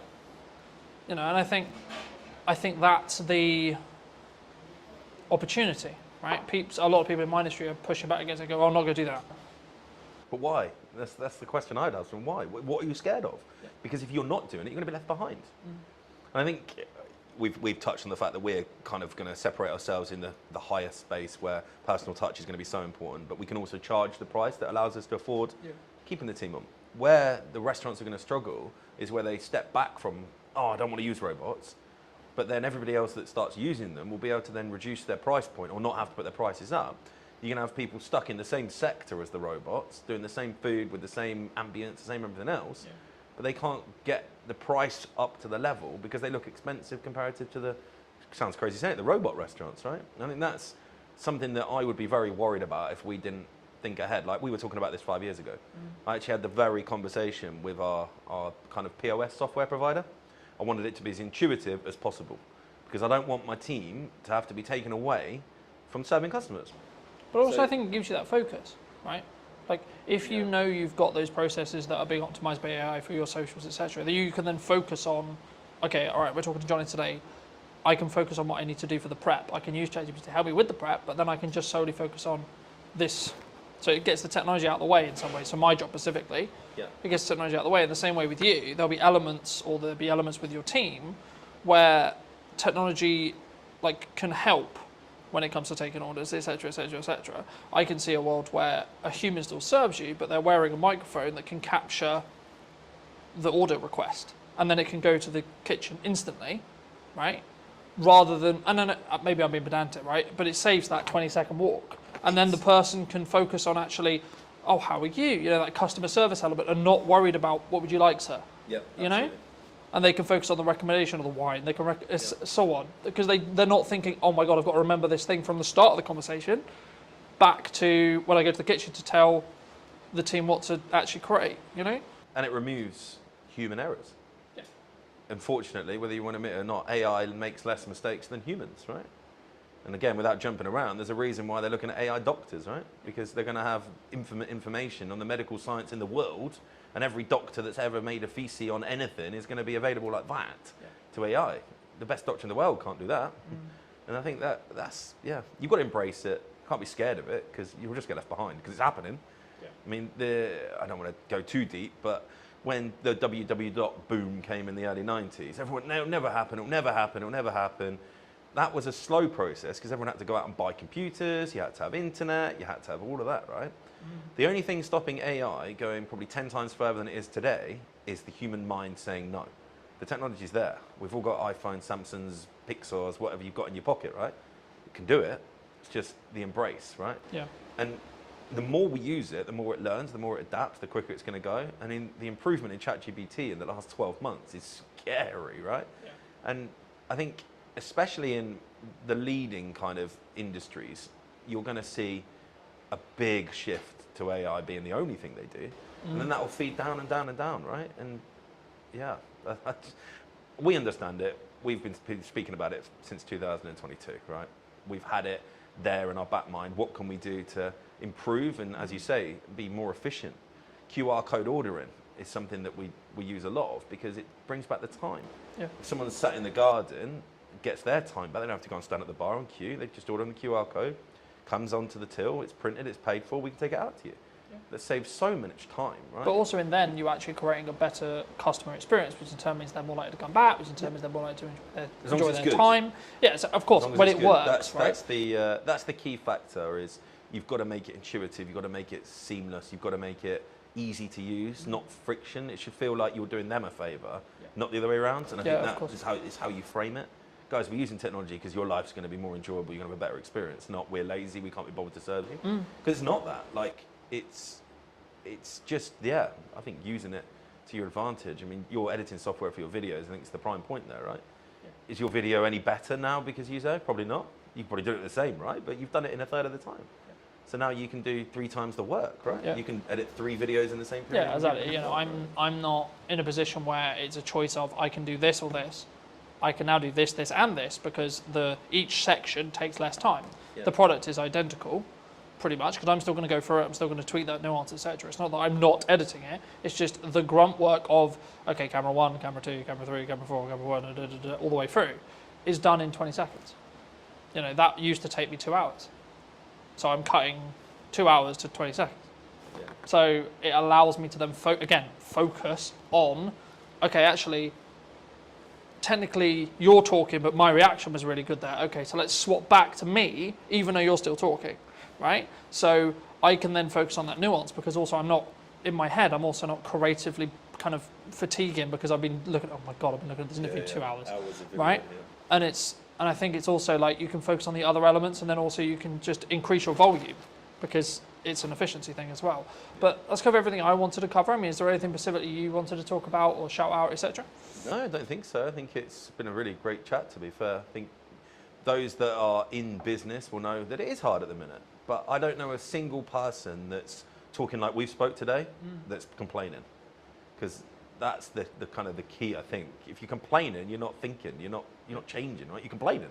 Stop bloody complaining and just look what you can change in your own business, in your own life to be better, because it's not going to change in the macro, right?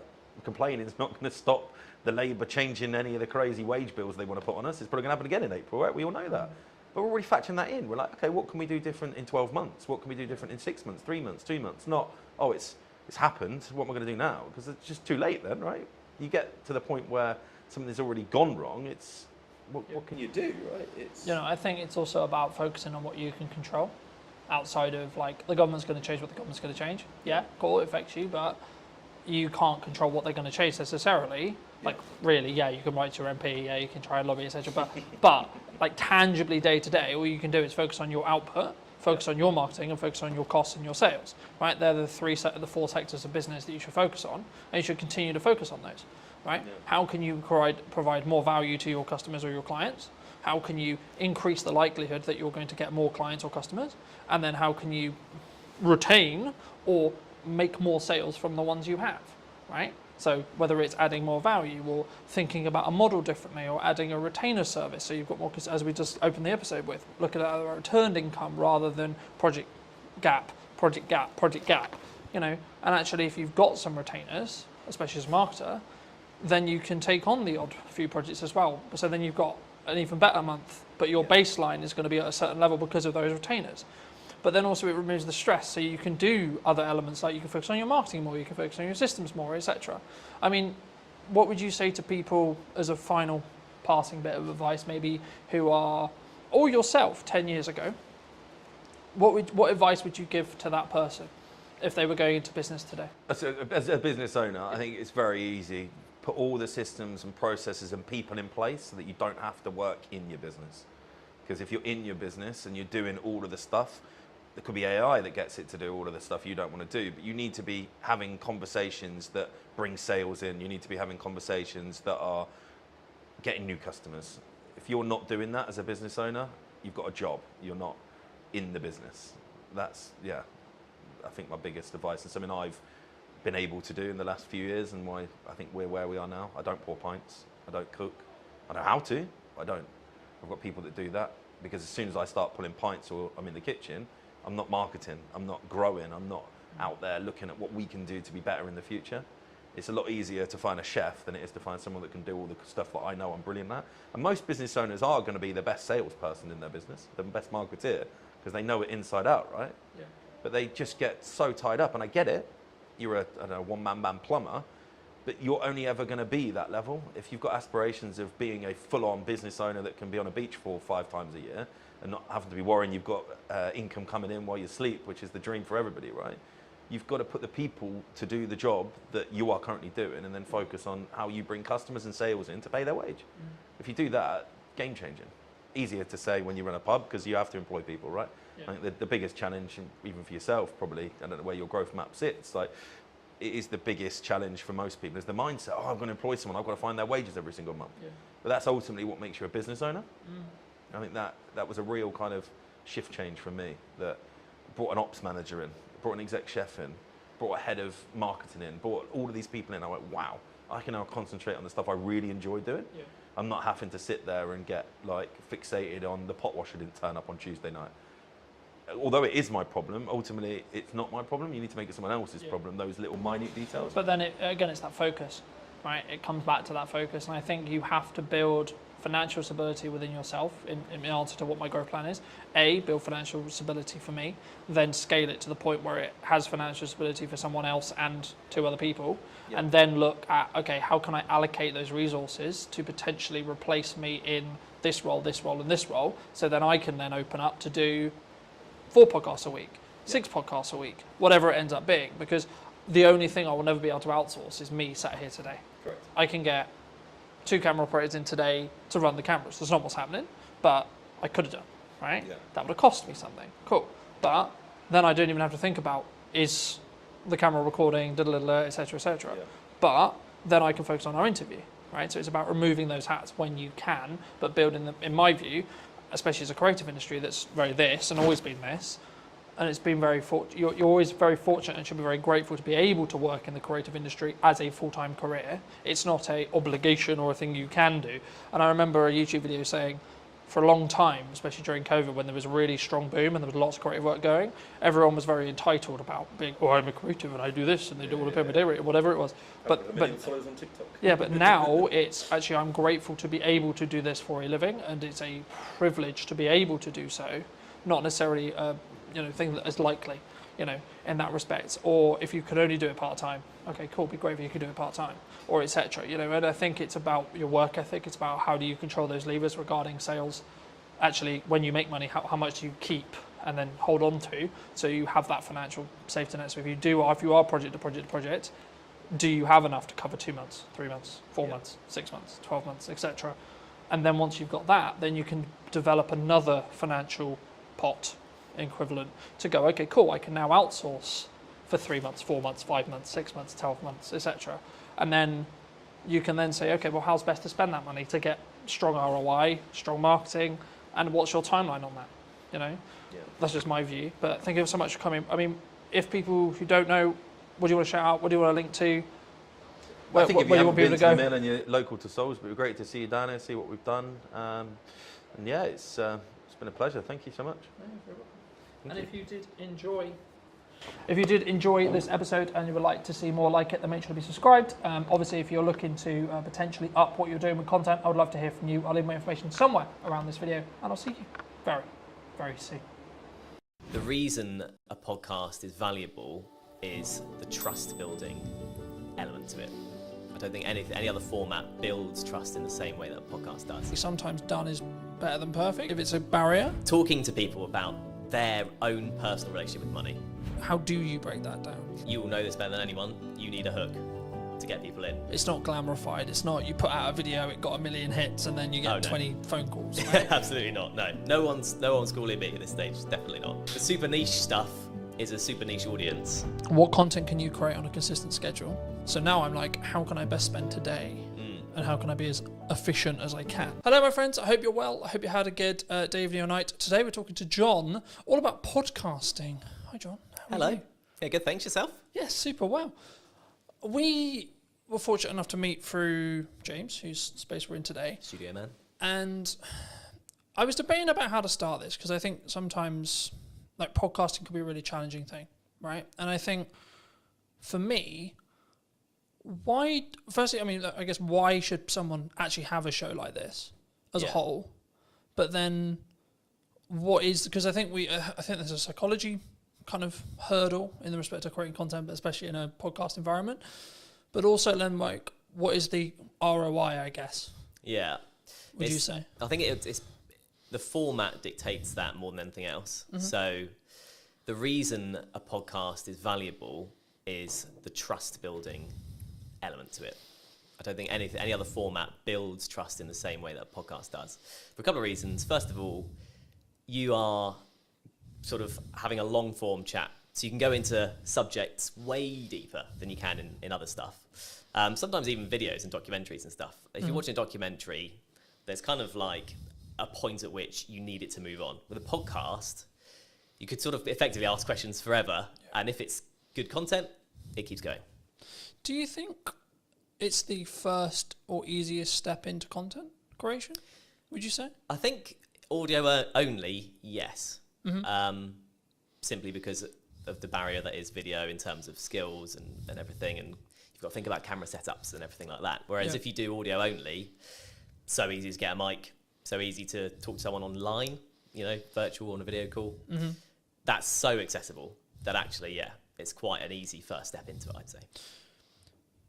Do you think you're limiting yourself though? Because I don't know whether I question audio only, unless obviously you're on the platform, but when you're looking at maybe social posts like LinkedIn or Instagram or Facebook, is there is there an audience, would you say, for audio only still?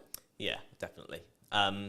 Because I think the thing in terms of marketing, like you say, and promoting the show, without video nowadays, it's hard to get it out there, definitely. But a lot of people, myself included, view the podcasting format as something you listen to while you're doing other stuff, while you're hoovering, while you're driving, that kind of thing. Yeah. So I think it's definitely still there, and I don't think that's going away. Would you say then it's more of a step by step? So someone could start audio, and then where's step 2? I think so. Yeah, I think so, because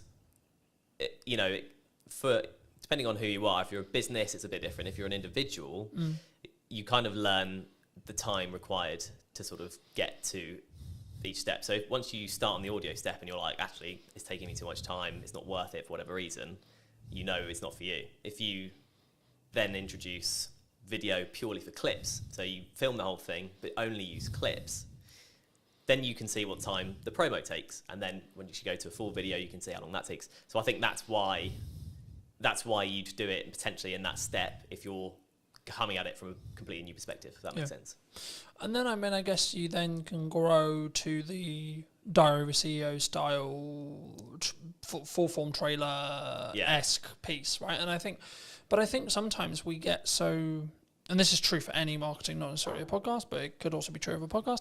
I think we get so hemmed in I need it to be Diary of a CEO quality instantly, right? Yeah. And I think that we struggle with the idea of, I'm going to take one step, make a 1% improvement, next step, 1% improvement, one step, so on, right?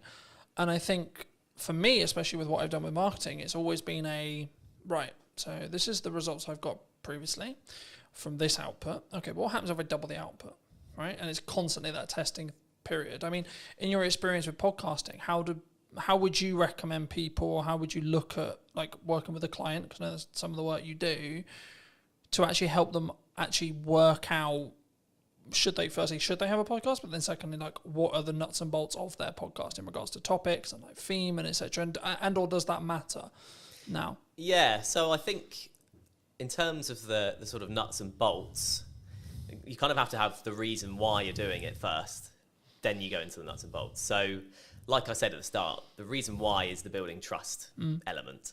I think you need, if that's what you want to achieve, and you have, say you're selling a particular service or a product that can be gone into in depth, then it's worth doing from the start. Then the nuts and bolts from there all depends on how you want to package that, I guess, to be unique or to kind of be the same, because everyone is kind of getting used to this kind of format. So there's options on the table for sure. I think there's obviously that psychology thing that we've talked about a little bit as well, but I think for me, I didn't overthink it. I was like, I enjoy talking about business, I enjoy talking about content creation, I enjoy talking about marketing. And I've evolved it, and it sort of changed, and depending on the guests will kind of tailor the conversation slightly. But I also don't overthink the conversation, because I trust in myself as an interviewer to ask, I guess, poignant questions, or what naturally comes to my mind.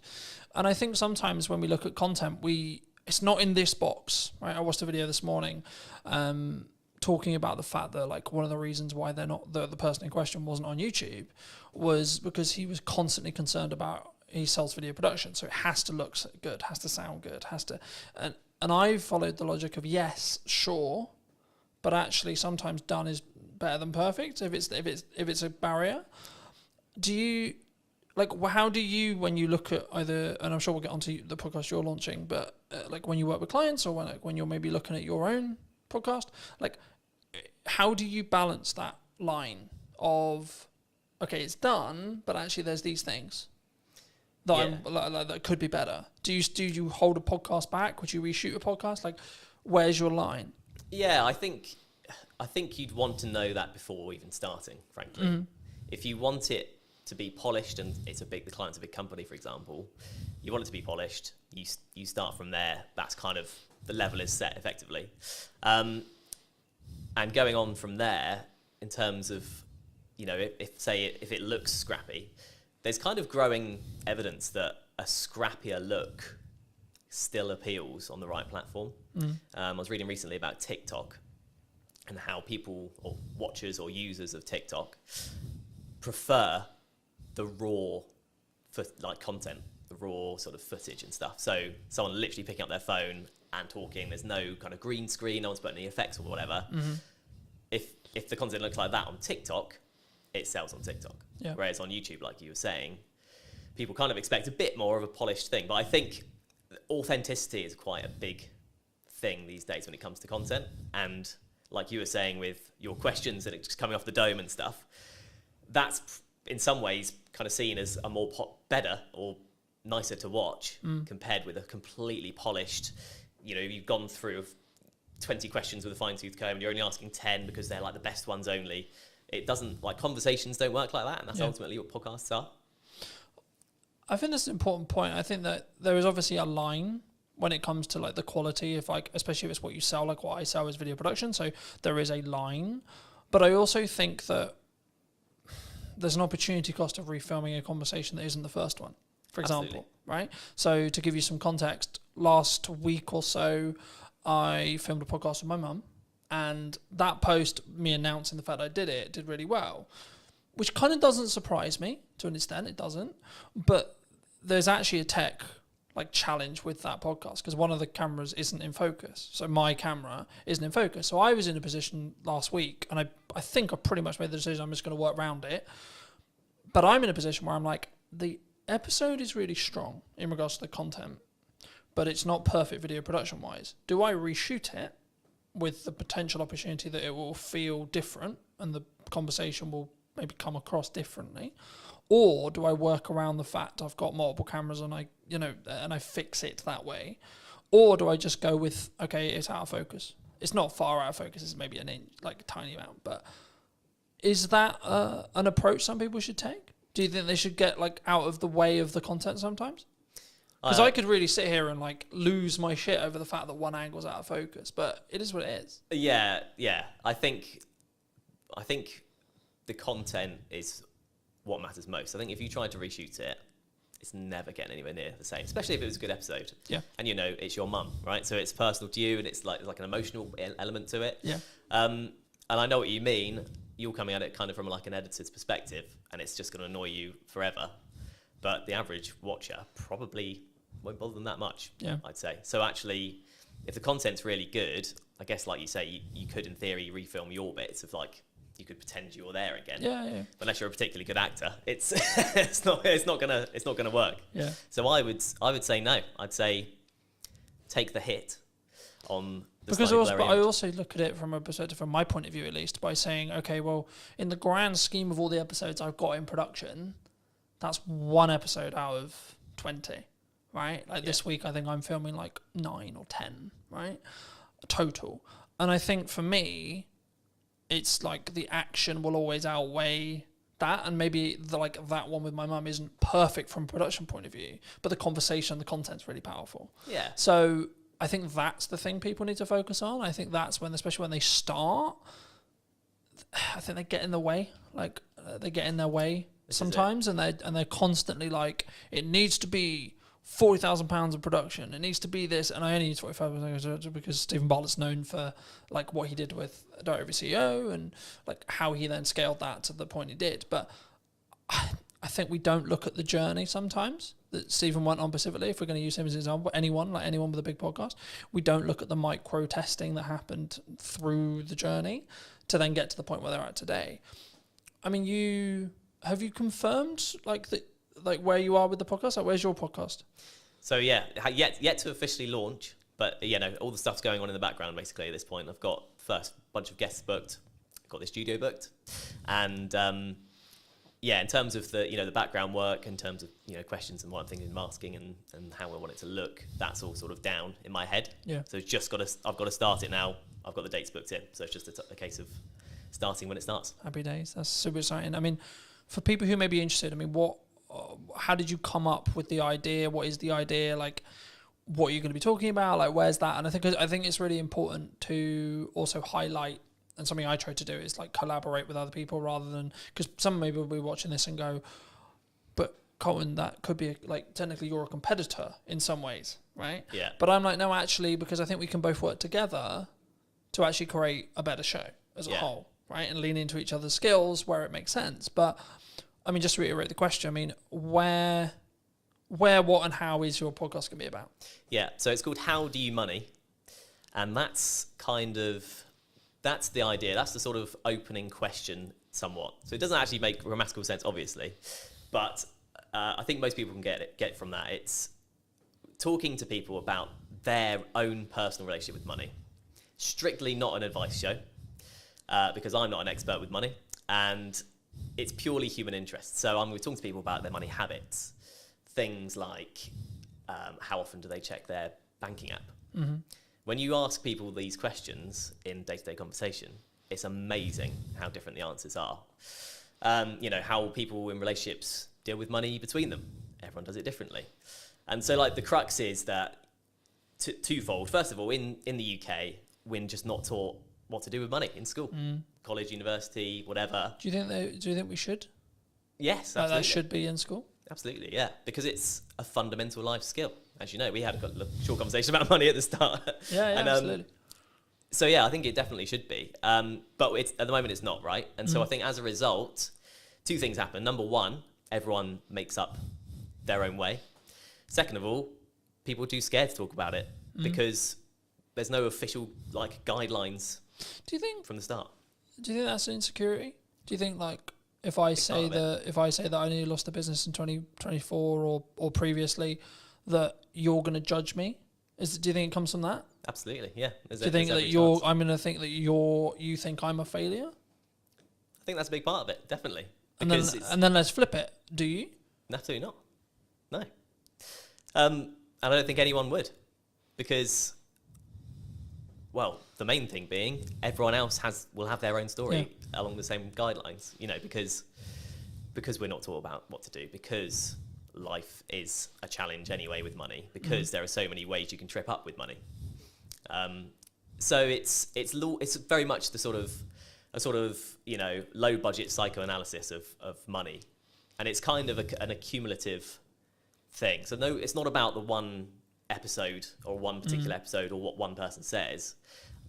My idea about it is looking back at the first 10 episodes and seeing all the different answers. I've got a killer question that I ask at the start of this podcast that everyone will definitely have a different answer. It's a one-word question. Okay. One-word answer. And I hope that kind of sets the tone for how the rest of it is going to be. Yeah. I mean, looking at your planning stage then for your show, I'm curious, because obviously I plan mine in the way I do it. How have you looked to plan it? Do you completely pre-plan it? Do you have an idea of questions in your head? Obviously, you've already said you have the opening question there. I mean, what do you have the rest of it? Like, just break most of the audience's case, but also I'm curious as well. I mean, like, how do you break that down? Like, how have you broken that down? So I have kind of set it into 3 or 4 kind of different sets of questions that relate to specific things. So like I'll have 4 main topics, let's say, and then questions that come underneath that. One of my sections is clickbait questions. Okay, fair enough. Just being really honest about it. But you're doing that for the clip that you're going to extract from the show? So partly to do with that, yeah, okay. Absolutely. You will know this better than anyone. You need a hook to get people in. Yeah. That's just the reality. Yeah. But as well as that, those questions often come up with the best answers. There's a reason they're clickbait questions, because they're the big questions. But it can't just be all of that, because it's like me going to you, what's the biggest mistake you've ever made with money? What's the best thing you've ever done with money? What's the worst problem you've ever got? Do you know what I mean? It doesn't, that's not a podcast. It doesn't work as a format in any interview or anything. So that's one section, for example. But in terms of the process, I just thought of the questions based on normal conversations with people, and then I've sort of categorized them, you know, chopped a few out. Yeah. The clickbait thing was only a recent idea, really, so I've added some of those in. And yeah, in terms of a format, it's conversational, right? So I don't have to hit every question. If I ask the second question and that lasts a good chunk of the podcast, so be it. It's quite loose because I want the content to be real. I think that's important, right? Because I think sometimes, and we were talking a little bit while I was setting up, about why people don't post or why people don't like show up or why they don't talk about their money, or, you know, there's loads of the kind of, from a psychology point of view or like coming across point of view, it's the same. And I think that for me, I've been very fortunate that I've always sort of taught publicly or built in public. And it was interesting because about a month or two ago, I think, I personally saw, I don't know when the trend started, but the trend of building in public really started taking momentum. I mean, have you, because I know we in our one-to-one, we talked about the fact that you were 6 months-ish like into freelance. I mean, how was your journey from like, okay, I'm going to do this thing, I'm going to go freelance? I mean, was it forced on you? Was it 50%? Okay. Yeah. I took voluntary redundancy basically from my previous job. But to be honest, I'd come to a point where I felt like I wasn't going anywhere in that job, if that makes sense. And yeah, it was a bold decision because I was also 3 months away from my first child being born. So I've since had a conversation with a friend who was like, "You're mad. Why have you gone and done this at this exact time?" But yeah, a lot of things felt right about it. I did seek advice about it from people about, you know, rates and how much work is available, just a few people that I knew. And it just seemed like the way to go, and it has been the way to go up until this point. So it's a bit like that freelance, and you'll know as a business owner, you're just sort of going, okay, I've got through this month, go to the next one. I was definitely like that at the start. Right, I've been very fortunate. I've talked quite openly about the fact that 2024 was quite rough, but I blame myself on why it was quite rough. Yeah, because I wasn't showing up as it's in the correct marketing to actually get the output I wanted, but also in volume, I don't think. Yeah. I think if now I look in hindsight about what I was doing and like what went wrong, quote unquote, and I could sit in the respect of maybe a victimized mentality of saying, well, the economy was hard and there was this issue and then etc. But like, as we were discussing before, I think you're an example of this at 6 months in, but I'm maybe an example of this year. You have to have a strong business model. Something that I've tweaked in the business model now is a more recurring revenue model. So we'll work with people on a monthly returning like payment plan. Nice. Or like, and it's not like that's not the only thing I do, but I still do project work. But like for me, it was always a matter of, from looking at a business point of view, of how do I squish those troughs, right? And also squish those peaks in proxy to an extent. But it's basically having a flat line. I know categorically I'm going to have X amount coming in. And then how do I design a business that allows me to do that? But then also, what marketing does that business need to then show to other clients that I know what I'm talking about?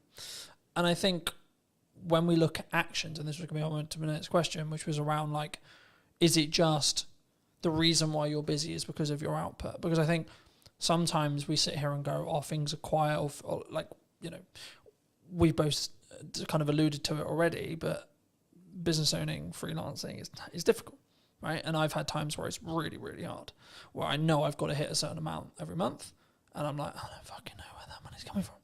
But how do you look at it when you were looking at either going full time or like now, in respect to like keeping your pipeline full? If you don't, because I'm in a quite privileged position where I've got that residual revenue, so actually I don't need to worry too much at the moment as it sits right now, because I've got that residual revenue. Of course, I'm still pushing, I'm still looking for projects, etc. But I don't need to worry in the same way as if I didn't have that income. Yeah.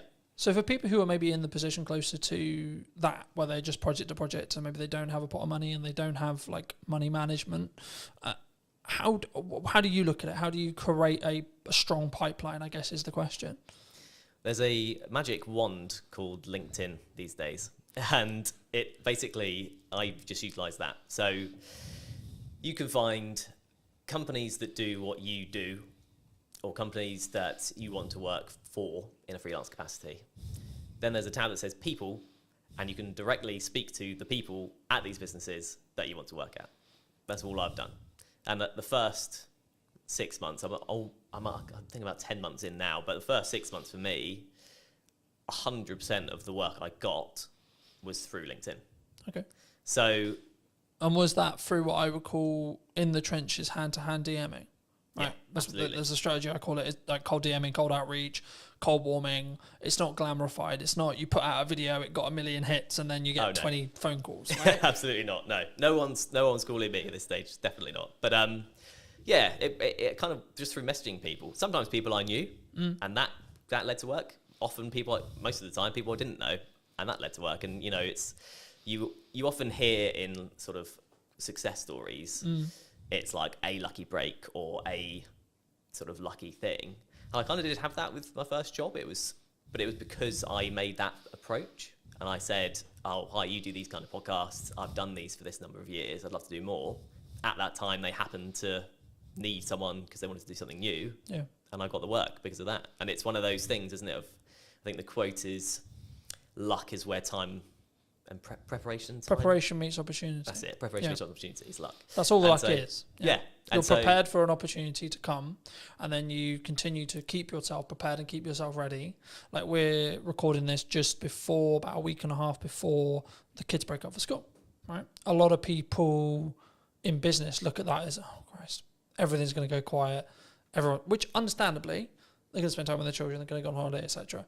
I read a post the other day, there was something on the lines of, things are quiet, right? Things like the creative industry is struggling, like these kind of terms. And I was like, okay, that might be true. And it might be actually we're coming into the summer holidays, etc. But that's then an opportunity for you to A, output your marketing, B, look at maybe cold outreach or what you're doing there, and then try and set some stuff up for September. I mean, do you see, like, because I remember when I was just project, especially when I was like tighter on cash flow, it would be this rush to get money in because I knew I would have 6 weeks where things would be a lot harder. Are you either financially planning wise or pipeline wise or etc.? Are you planning for that to be slower, or do you expect actually there's going to be a percentage of businesses that actually just keep going and work around everything? Yeah, I just feel like at this stage, I don't think I can really plan for it, if that makes sense. The planning is outreach.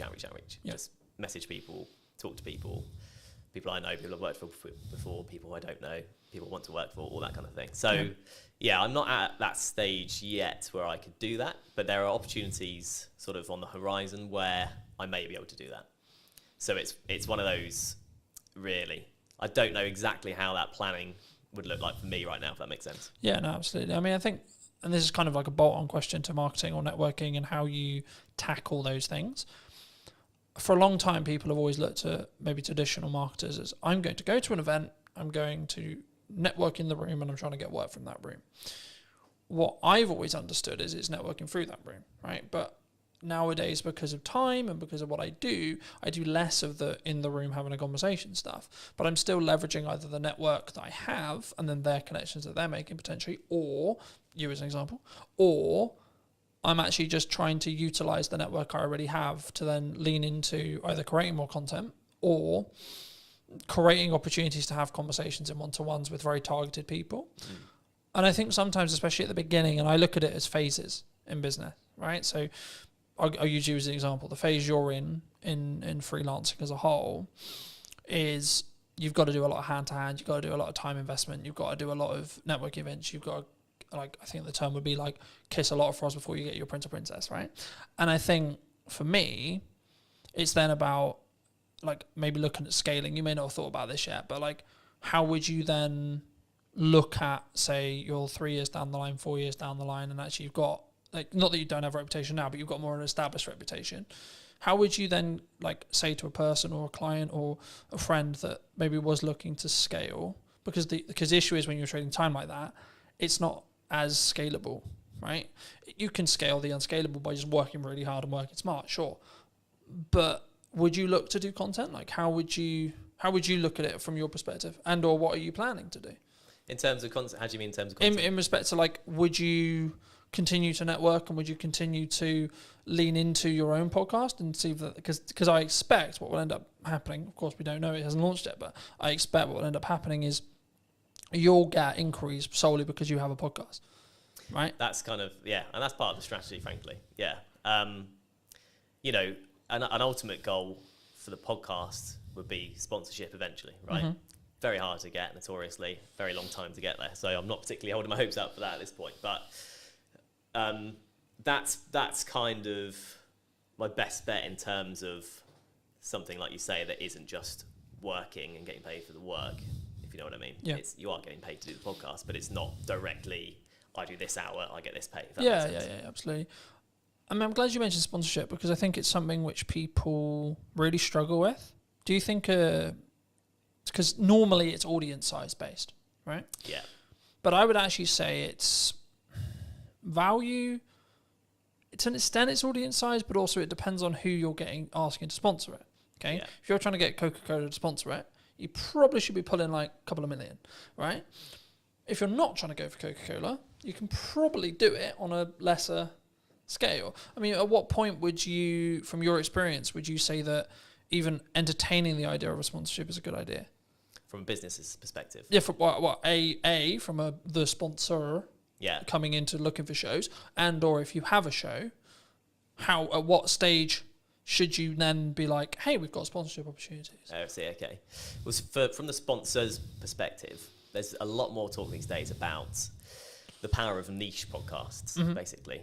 Mine isn't very niche, so maybe I've missed the mark there and I have to relook at it. But the super niche stuff is a super niche audience, and super niche stuff brings a super dedicated audience in a lot of cases. Because if you love barefoot shoes, I'm particularly interested in them, you're looking about barefoot shoe stuff all the time. People look about, how to strengthen your feet, what to do with toe spaces. You can go into mad detail and mad depth.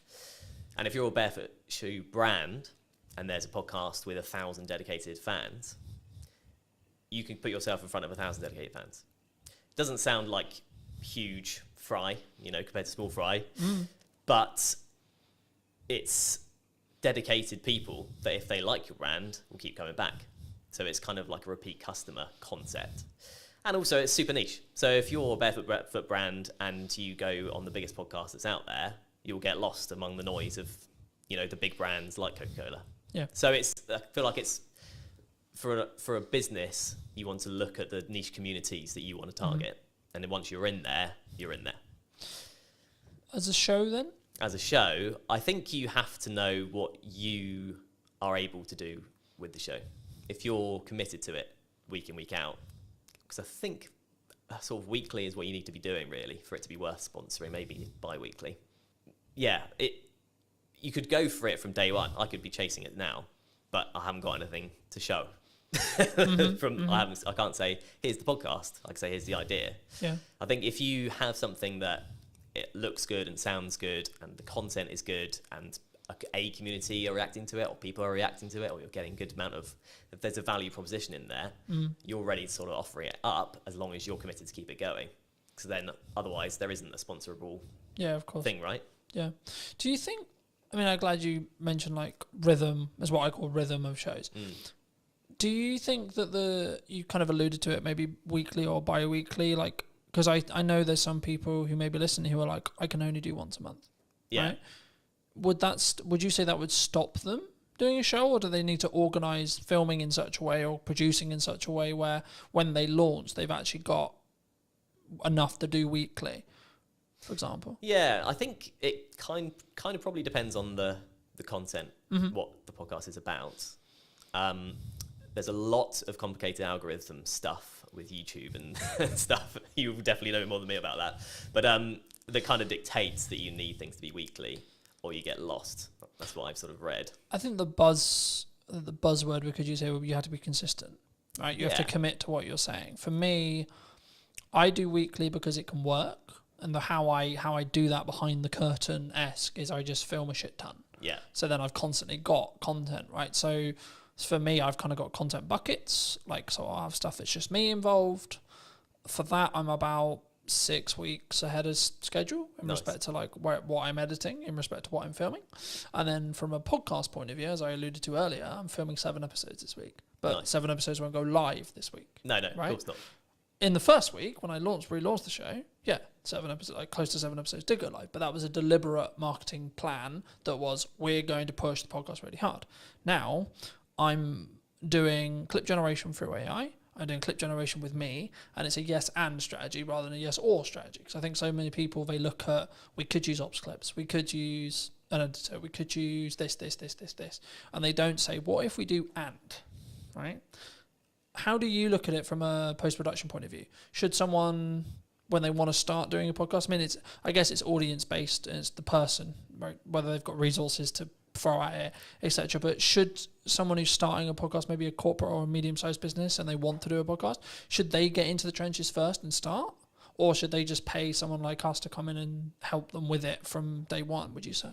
Yeah, I think if you're taking it seriously, you need a producer of some kind, an editor of some kind, realistically. To do that exact strategy, as you mentioned, have X amount ready to go. Yeah. And then it just kind of mitigates against all kind of problems coming up. You know, the studio isn't ready, available. Studio isn't available, someone doesn't show up. Someone's sick. Yeah. You like, for me, there's client delivery weeks where I cannot fit it in. Physically, there's no gap in my calendar, it doesn't happen. Yeah. Right? But then I also have the week after, the 2 weeks after, where I'm like, this is podcast filming week. Yeah. Then I'll have a month where I don't have that, but because I've got a load of bank, and that's why I constantly try and bank as much content as I can when I can film it, that I can then be in a position where actually it's fine, right? So if I do fortunately get really busy with work, which is a nice problem to have, I guess, right? Which is actually the reality I'm now in, because I have an abundance of content, an abundance of, I guess in some ways it's a mindset thing around like, I don't need the work. So to an extent, actually the work's more there because I'm showing up differently, I think. But I think for me, like, especially as I'm doing a clip strategy as well as the YouTube, like the YouTube is a focus, sure. But for me, and just quickly, as we're talking algorithms very quickly, the way YouTube's algorithm currently works, basically, in a nutshell, is you'll be served a piece of content that you like when you open the platform. So it'll pull, not push, it'll pull the content for you. And what will happen is when a piece of content goes live, so I put a new podcast out, I put ours out, etc., it will send it to a specific audience sector, okay? And then it will say, okay, cool, this audience sector watched X amount, Y amount, it got number of views, etc. If that is, and the threshold changes, right, and it's the unknown bit of the algorithm, but if it hits above a certain threshold, it will then be served to a similar sized new audience. Then it will check the threshold again and repeat. So when something goes quote viral, what's happening is the watch time, the likes, the views, whatever it is, whatever metric they're waiting on at the time, is basically scaling repeatedly into new audiences, and the reaction from every new audience is great. So it's greater than the next one. So it then serves it to a larger audience and so on. That's how it gains momentum. But even virality videos will lose momentum eventually. Yeah. Just because it will be oversaturated to the market. It will go into a different part of the audience, etc., etc. TikTok's known for this. And then people will start clicking off or not watching it, and then you'll just watch it sort of drop off. Right. You know? But then there's also the reason why like YouTube's so powerful. So you can have a video that's been it's got 5 views. 6 months, 12 months time, for whatever reason, triggered by the algorithm, 1,000 views. Right? I've watched that happen. I'm sure you have as well. And I think for me, it's not necessarily about looking at what the algorithm is rewarding or isn't rewarding. It's more about what content can you create on a consistent schedule that you're passionate about, that you can speak from, that puts you in a position to put your best foot forward. When you look at working with people, are you quite picky and choosy? Or are you in a fortunate position where you can be picky and choosy when you work with people on their podcasts? Just in terms of clients? In terms of clients, in terms of people you collaborate with, in terms of people you work with. Because I'm always curious whether it's just the nature of the beast in some ways. Like, as I said, I sort of explained the makeup of my business this year. I'm now in a position where I'm very protective of my time. Mm. And that's not like I don't want to talk to you. It's just I only have a certain amount of time, and that's the only barrier. And that's my hurdle now. Because actually I'm okay on cash flow pretty much all the time because of my retainers. I'm okay because of project delivery. I've got a strong pipeline, and I'm good on content because I've got a large pile. So now I'm like, how can I best spend today? And how can I be as efficient as I can, in that respect? So is that, I guess the question, I'll re-ask it, but like, is it something you personally do?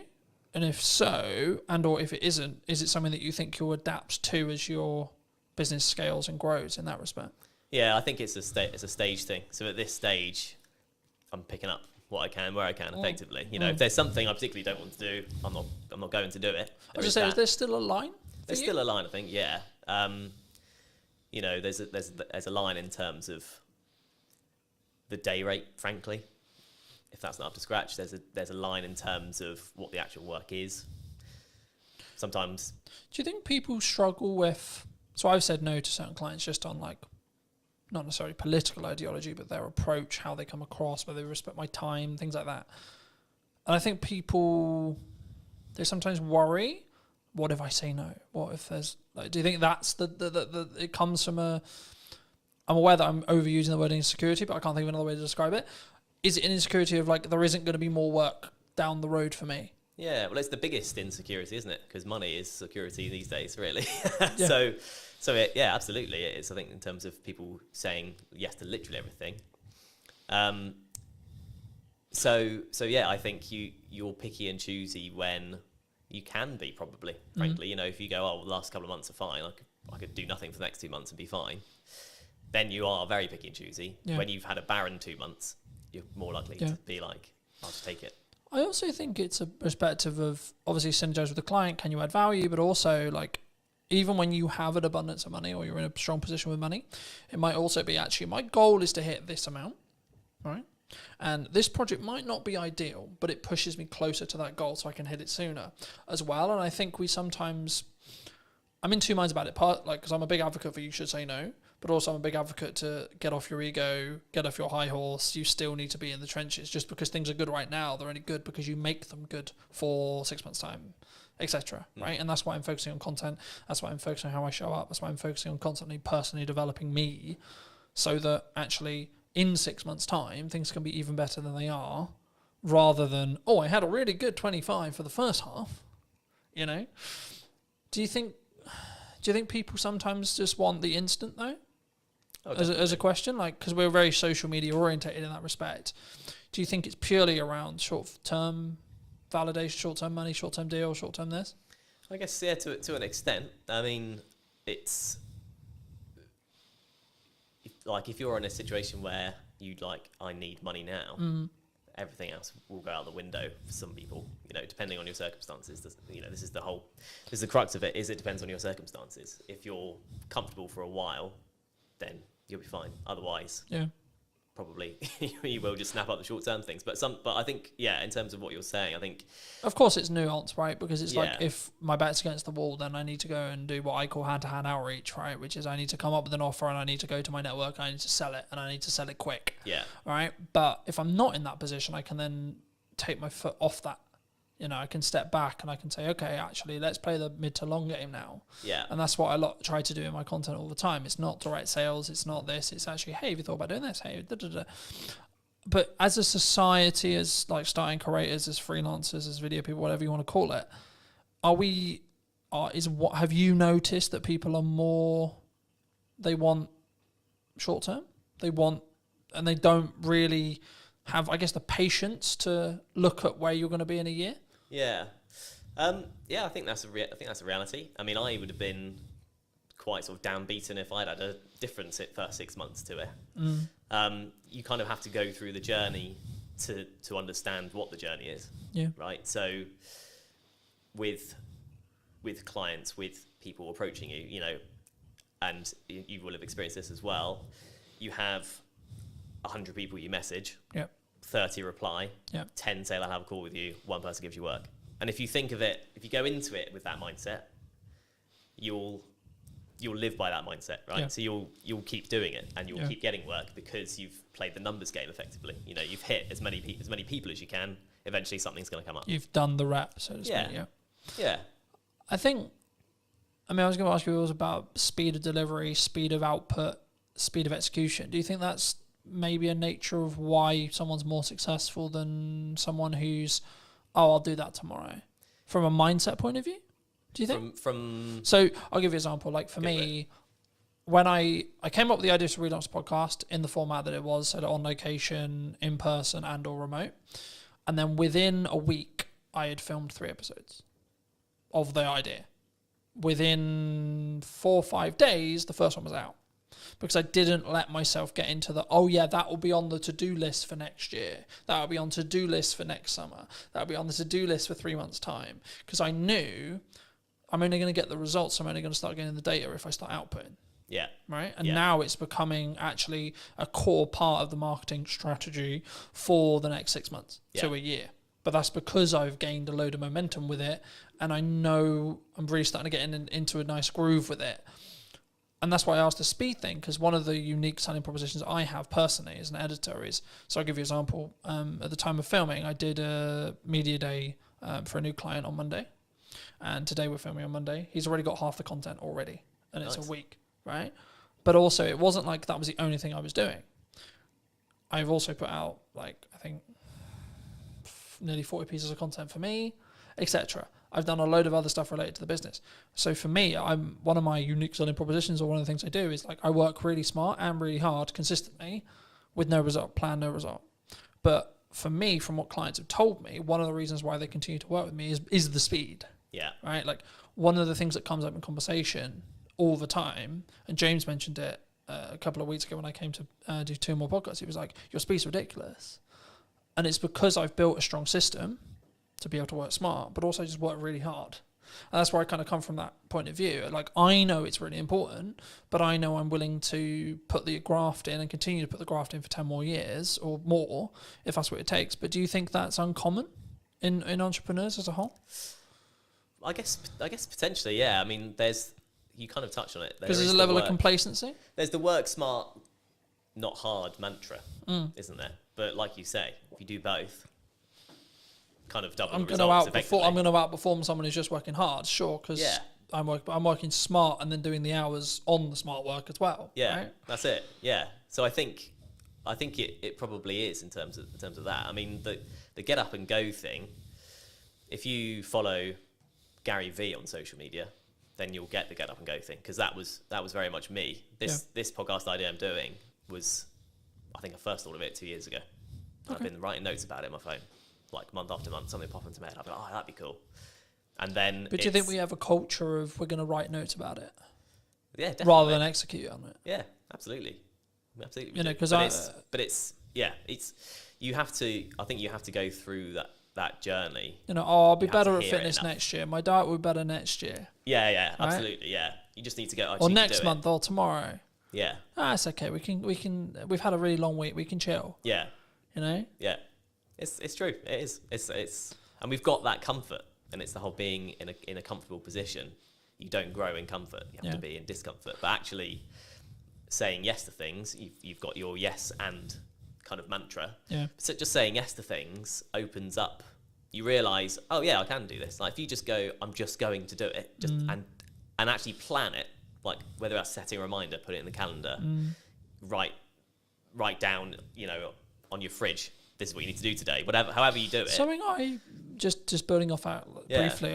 Something I found really valuable the last couple of years was, if it takes me less than 2 minutes to do, I just do it. I don't set a reminder to do it. I don't I'm going to write a to-do list or this or this or this. Like, I need to send an email. Send the email rather than write a reminder about sending the email, because the action will probably take less time. Yeah. 100%. And it's done. Then you don't need to think about it. Yeah.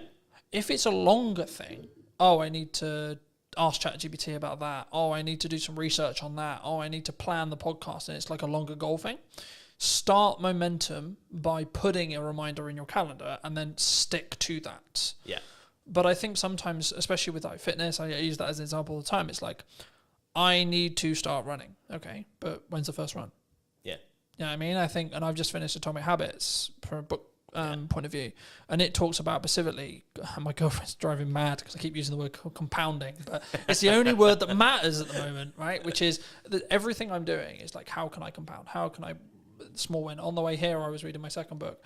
I've started reading physical books rather than listening to them. For a long time, I listened to them. As a dyslexic, I was like, right, this year I'm going to read a book cover to cover.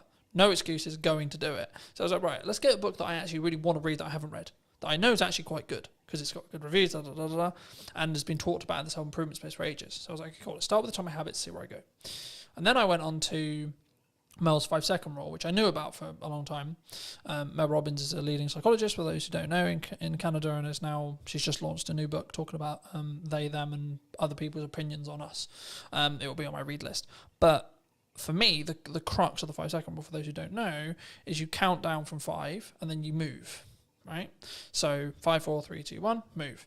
And what it will do is it will trigger your mind to do the action step. So if you're like, oh, I need to start running, okay, 5, 4, 3, 2, 1, go get changed, go on a run. Because we don't sit in that uncomfortable window long enough on average, right?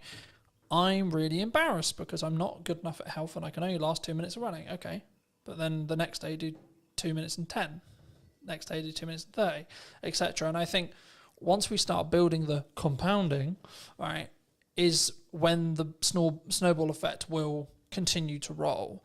I mean, do you think that, is that what you've used to get to this point, do you think? To a point, yeah. I mean, the Atomic Habits, my favourite quote from that is, every choice you make is a vote for the person you want to be. Yeah. And once you tie it to your identity in that way, there is a bit of a mental switch. And you start doing even the smallest things, right? You know, like the eating healthy or whatever, you make the healthier choice on a menu, all that kind of thing. You justify it to yourself in a way that's personal, and in a way that you can then live by effectively. So that's definitely helped. And you know, there's a lot of things in that book. That book's brilliant. You know, so yeah, I think definitely. Obviously I've read it as well, and it's probably helped me. I've signed up to the newsletter. I get that as well, and I do think there's something to be said for being in that world of like the positive quotes and shifting your mindset around certain things. If you look at it enough, you just will start to think like it. I think for me, I've been aware that like what I consume is how I'll show up, right? So like that's why I'm trying to build the habits from building off Atomic Habits, but in general, I'm trying to build the habits and build momentum. So like when I finished Atomic Habits, I was like, I've ordered another book, but it won't be here for 3 days. So I'm like, I need another one, because if I stop, then I won't do it. Then I broke the habit. And in the book, in Atomic Habits, they talk about streaking. And I'm the same with fitness. I'm the same with podcasts. I'm the same with everything. But for me, that's the key. So actually, I'm not like, my heart's not broken that my other book's not going to be here, because actually it's now planned in for when I finish Mel's, right? So actually I'm constantly like, and now to an extent, my travel plans, my thought process, etc., like how I use my downtime is actually trying to change. And like, actually I'm sleeping better because I'm reading before bed, like I'm reading on trains, etc. I'm like using my phone less, and I'm trying to, I guess sometimes I did an episode that I'm recording about a week ago talking about digital detox. And I for me, I've been notoriously known for like, because we work in media, so we're constantly on our phones and we're constantly, etc. And it's a tool, but I hadn't given myself that. And that's, I think, why I shifted into physical books as well, because I was aware that I was constantly on my phone. Do you think that's like from a psychology or your own well-being, or like as a freelancer, that can be your advantage? Like having those non-negotiables every day? Yeah, I think so. Yeah, definitely. I mean, it's an interesting dichotomy, like you say, because when you're in the industry and when you're in a position where you can't not rely, but you're chasing views, but then you recognise that it's tough. It's tough mentally, or it can be tough mentally. Yeah. It's hard, but I think that is where a podcast comes in, particularly an audio one, because you don't have to be on your screen, and if it's got enough value, it's not just doom scrolling. It's one thing with detailed information that you go into, kind of like you're sort of talking about audiobooks is how we used to consume things. That's kind of what a podcast is. Yeah. Non-fiction, obviously. So I think that's, I don't know, I think that's kind of the power of podcasts in a way. It can be, you can consume without being tied to a screen. Yeah. I think also it's how you show up and the micro learning that you get from each one. Like, so for me, I'm like, I'm not focused on how many books can I read a year, for example. I'm focused on, okay, how many pages can I weave in today? All right, today's quite busy. I'm traveling a bit. I've got loads of client delivery stuff to do, etc., etc. But it's like, actually, I've got this window of time, right? So actually, how many pages can I get in that window at a time? Okay, cool. Gamify it. And then I'm also, to an extent, I'm rewiring the habits that I had. So previously when I would travel, I'd be constantly on my phone or constantly like listening to music or watching YouTube videos, which is not a bad thing as long as it's educational, sure. But for me, I'm curious to see where I'll be in like 3 to 6 months when I'm deliberately scheduling in time, whether it's travel or etc., to physically kind of disconnect from digitized stuff, especially as I live and breathe digital. And that's why I thought I'd mention it, because like for me, that's something I don't think we think about when we look at the podcast as well. Because I think what you'll find, and I'll be curious to see if we do an interview in a year about whether your money management skills is like compounded really, really hard because you're constantly talking about money, right? I found I'm becoming an infinitely better marketer because I'm constantly talking about marketing, right? So I noticed little things like, hold on, I said that thing in the podcast, but I'm not doing it with my own content, right? So you mentioned hooks earlier. I'm not doing strong enough hooks on the ones I'm editing. Okay, how do we do that? How do we fix that? So now I'm focused more on how do I create a really strong captivating hook? That will probably grow into how do I create a micro trailer? Yeah. I expect as an editor, but also the knock-on effect for my clients will be they'll get a better product. Yeah. Which in turn means I'll be able to charge more, which in turn means I'll have more money to either give myself a longer buffer or outsource to do other things and scale the business that way. Do you think, like, I don't want to specifically like steal in some ways a lot of your podcast, but if you could rate yourself on money management right now, where would you rate yourself? 10 being incredibly good, you know where every single pound's going. 1 being, I've got no idea what's in my bank account. Yeah. There's a psychology fact about ask someone for a number between 1 and 10, everyone says 7. But that's kind of where I'm tempted to land on that, really. You know, I've been on my own journey with it, definitely. And, you know, I married an accountant, so that's helped me quite a lot. And, you know, just being in a relationship, she's super savvy. She's closer to the 10 mark than, you know, most people I know. But just being with her has helped me probably come up from a 5, frankly. Okay. In your 20s, you're in like a 3, you know, generally speaking. Yeah, there's a question that is going to be on the podcast, which is how often do you check your bank account every day? And in my 20s, it was as little as possible because I just didn't want to know. You push it away, right? You go. Does that come from you were anxious about it? 100%. I was at university, but it's shit. How much money have I spent? Exactly. Yeah. How much has gone on beer? I don't want to know. How much I spent last night? I don't want to know. So I don't remember last night, but I remember there was a card involved. Shit. Yeah, exactly. But once you sort of learn to look at it regularly, it empowers you. I've found empowers you because you go, okay, well actually I'm in control rather than just letting it all just slip and hope for the best. And if it's overdraft, it's overdraft. So I've kind of been on that journey, which is a small thing. I'm not trying to claim I've been on an epic money journey. Nothing dramatic's happened either way for me, but that one thing, kind of going back to the mindset thing, has helped massively. But again, you ask everyone. I'll ask you, how often do you check yours? 3 to 4 times a day. Right, there we go. Since I was in business. Right. For business, same as you. Just hide away from it. Never fucking terrified of it, right? That's it. In business where I know I've got to pay for shit and I need to work out where that money's coming from all the time. And I'm doing a technique at the moment where I'll hide a significant amount. Whenever I get paid, I hide a significant amount of my money away into an account that happens to have 4.1% on it. Happy days. Yeah. But it's actually the point of I deliberately, yes, I'm doing well, but I deliberately live on a lot less. Yeah. And I deliberately keep, in regards to what I see every day when I check my bank account, a lot less because it allows me to keep pushing forward and keep thinking I need to find another way to invoice something or have more money coming in, A, but also B, when there is an emergency, I can go, I'm actually good. Yeah. You know, I can fix that problem. Hidden account will fix. Yeah, so this is an example of how I use AI. AI is currently tracking for me the books I'm reading, what my takeaways are, how much am I showing up, what my fitness is, where my money is being allocated and how and why, and how well that's doing and how in line I am with the goals, how the podcast is doing, how many episodes I've filmed, how many episodes have gone out, what views are going on, what views are likely to happen in the future because it can extrapolate the data from, okay, you're here now and then in 6 months I think you'll be here. You're following the growth rate. So people, and I wanted to talk briefly on a warrior time, so I think we'll wrap up soon, but I wanted to talk a little bit about AI with you. Yeah. Because I think it's, people are either going to use it to be more efficient and have a lot of those things being monitored for them, as I mentioned, or they're going to sit on the moral of, I don't want to. You know what I mean? Yeah. I'm not doing it because it's the world's over. Yeah. You know, and we're all going to lose our jobs. Do you think we're all going to lose our jobs?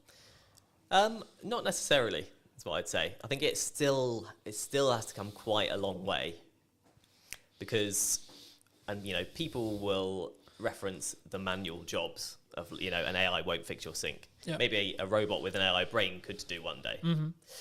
But actually, anything that involves a human at this point, largely, you need to be able to talk to someone about. Yeah. And you can have a conversation with AI, but it's slow, like, compared to talking to a human. If you just want to get to the bottom of a problem, because of the way LLMs work and how they're programmed, you can't get there quick enough. Yeah. You can't relate in the same way. You can't. It also has ask, a "Oh, why don't bias you do this?" towards being positive as well. So if you want constructive criticism on something, it's not very good at that. Yeah, Right. exactly. But I always use it. I've used the analogy recently of like, you need to sharpen a knife to be able to cut something, right? Yeah. So you need to sharpen the AI, tell it what you want. And that's what I mean. When it comes to data analytics, which is everything I basically just discussed of how I use it, it's actually really good. Yeah, absolutely. Because all I'm getting it to do is do the thinking for me. Yeah. But I'm also aware that I may lose my cognitive ability. That's also why I shifted to reading physical books. Yeah. Because it keeps my cognitive ability high. Yeah. Right? So actually I've got the best of both worlds now. Because I'm building more time because I'm being more efficient to then utilize my brain more in tasks which are more challenging, you could say, to then be able to utilize AI better, and the snowball effect goes that way. Yeah. You know? Do you think people are naturally scared of it because it's the new thing? I think there's an element of that, yeah. But I think it's also, it's seeped into normality. So This feels weird. I'm not used to being this side.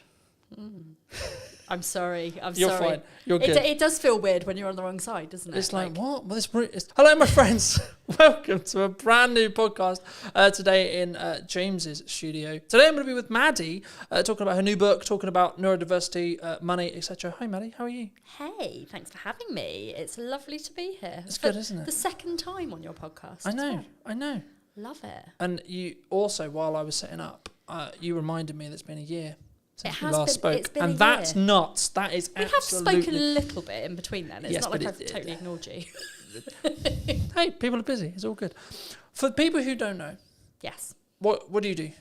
So I like to call myself a multi-potentialite. So for people who don't, That's a sentence. it is, yeah. For people who don't know what that means, it means that I am a jack of all trades, and instead of being master of none, I'm actually quite good at some of them. So I am an ADHD money and business coach. I am a visibility strategist. I'm a speaker. I am a app owner. I'm a wellbeing platform owner. I also am an author of a Amazon best-selling #1 book, Mad About Money. I think that is about it. Oh, mum as well, dog owner, crazy Wonderful. person. Wonderful. I'm a neurodivergent with every single neurodivergent presentation that there possibly could be available. It's funny, right? I did a podcast yesterday, and the crux of the conversation afterwards, we ended up talking for an hour afterwards. Cheers, Johnny. Appreciate the conversation. Was basically like everyone's like, oh, you need to niche, right? I wasn't actually going to start here, but as you mentioned it, we'll start here, right? It's my favourite topic. Why do we not? Because I've always been in the world of like, I could niche, but I don't want to. Yep, that's exactly Right? where I am. Like I could make probably a lot more money if I did, maybe, right? Arguably that's what everyone who's into niching will tell me.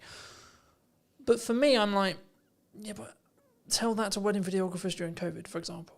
Right? Yes, exactly. How'd that work out? I'm a big fan of like not putting all your eggs in one basket, but also as a neurodivergent, I need to make sure that my brain is entertained. And if I have to stick and do one thing, I'd get really fucking bored all the time. So I do things in a variety of ways. So the way I describe my business to people is I have an A side and a B side. Like think about like cassette tapes, owning your soundtrack. When you are a cassette tape, you have a side and you have another side and you can flip it. So that's basically what I do. I talk about business on one hand and money on the other hand. And in the middle of that, there is also things like well-being, life. Obviously, the neurodiversity stuff is quite big for me. I'm a qualified neurodiversity specialist, and I don't niche by the things I do. I niche by my values. I niche by the things that I talk about. So I talk about basically 4 different things when it comes to my content pillars. I talk about neurodiversity, I talk about life, I talk about money, I talk about business. And it just so happens that I'm also really bloody good at TikTok, social media, all of those kind of things, but they all do fall under the business arm. So, I'm a qualified business strategist. I've been a business mentor coach. I hate the word coach, really. It's more, I do more mentoring. I don't do that whole, how does that make you feel type of, coachy thing. I do the, this is your strategy. This is how you do it. Let's talk about ways that we can grow your business, and let's talk about how to get you a plan to grow your business. So it's not your traditional coach. It's kind of more like sounding board, let's throw stuff around and help you to grow type of situation. I think there's so much I could go there, but I'll start. I mean, let me ask you this a very selfishly personal question. Okay. Because I'm a dyslexic. Yes. Is that why I don't want a niche? Because I think there'll be people watching this who maybe are on the neurodivergent scale. Yes. Who are like, I don't get it. Because I can do multiple things, I can spin multiple plates, but doing one thing consistently, I can't think of anything worse. So dyslexics need to have their brain stimulated, and doing one thing does not stimulate your brain. So it's the same for most neurodivergent presentations. We will want to do things that keep us alive. It's why we do the things that are very much interest-based. Yeah. So if I said to you, do you want to be an accountant? You'd probably go, fuck no, that sounds super boring. If you said to me, do you want to be a videographer? I'd be like, no, because I do not know how to do that. But if I like being a business coach because it gives me the variety of people. So I get the variety of working with people who have all got ridiculously different businesses. And most of them are also multi-potentialites. They do lots of different things because they want their brains to be stimulated. So by working with lots of different people who all do different things, who also do different things within their things, I am just constantly this is fun. Yeah. If there's ever a day where I turn up to work and go, oh God, this is ridiculously boring, I think I'm in the wrong job. But I, every single day, love what I do. I think it's so easy for us to sit here and go, oh, well, we love what we do, etc., right? Because there's that A-Dodge analogy of you find something you love, you'll never work a day in your life. But it's I work really hard. But that's what I was going to say. I mean, I think it's one of those things where when you say that, I can tell you haven't done it. Yes. Because the whole bouncing around things and spinning multiple plates and coming up with new ideas drives my partner mad, because I'm constantly coming up, I've got this thing, I've got this thing, I've got this idea, oh, what about this, oh, what about this? But that's one of the reasons why I would argue I'm going to be a really good entrepreneur. Yes. Because I can constantly adapt. I'm switching from finance head to marketing head to sales head to client delivery head to now doing a podcast, etc., etc. Exactly. It's nice when you get to do when you get to kind of build that team and get rid of the things that you don't enjoy as much. So for me, admin, funnels, anything that is process driven. Yeah. Literally makes me want to die. Sales, marketing, talking, podcasting, video creation, not in front of the camera rather than behind it, because God no, I would not want to be the other side. But for me, it's all about the people facing, and I love going networking, and I like going to events as long as they're not too big. But that gives me all of the variety, but also it means that I can outsource the things I don't like doing as well. Yeah. Do you think there's a stage with outsourcing? Because I've been very open in my content and in marketing. 2024, I overspent. I nearly lost the business twice. Oof, right? Yeah. And I'm now in a position which is kind of not the opposite, because it's weird to say that, but it's I'm in a stronger position, but I'm actually doing absolutely everything myself again. Yes. So I do most things myself. I've got a couple of virtual assistants who are absolutely amazing. Shout out to Kira and Naomi. They're amazing. But yeah, I think one of the things that I did super early on in my business, so even with my previous business, was that I outsourced the things that I don't enjoy doing first. Because if you have to do all of those boring tasks, they never get done. And actually, they're quite important tasks, like scheduling emails, paying your invoices, like creating invoices. If I didn't have somebody creating my invoices, I would never make any more. I'd never make any money. And I've just been in a little handover with my 2 virtual assistants, and I realised that I haven't invoiced for like 4 months, and I'm like, oh, I thought my cash flow was a bit down, but it's because I don't have the executive function to actually do that piece of the business. So it's not that I don't think it's important. It's just that my brain goes, no, you don't like me, so I'm not gonna be your friend. Mm. Do you think there's a? It's not even bored. I think it's because I was going to link this into TikTok because I know that's a lot of what you do and a lot of what you teach, and so it'd be wrong of me not to talk about it.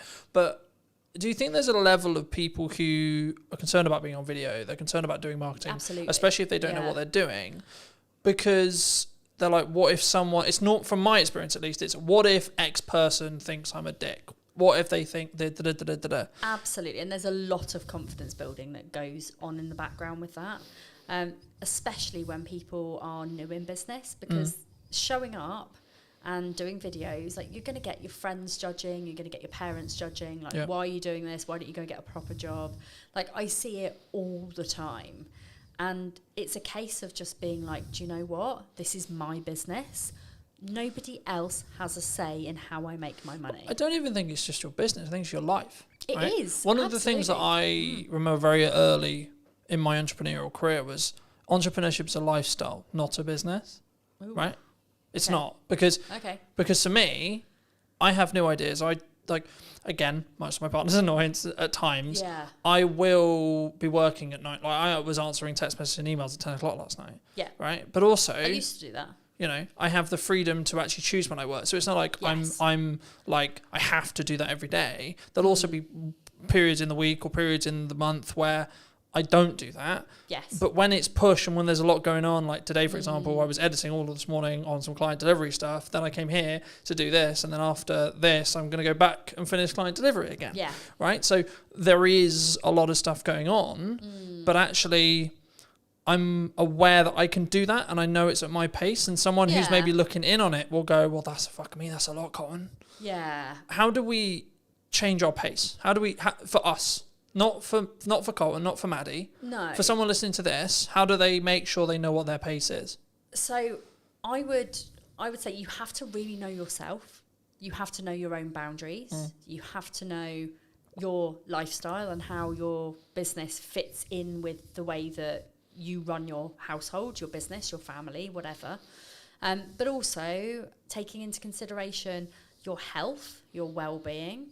There's so many moving parts to like how you actually run your business with an energy perspective. Yep. And energy is the key word.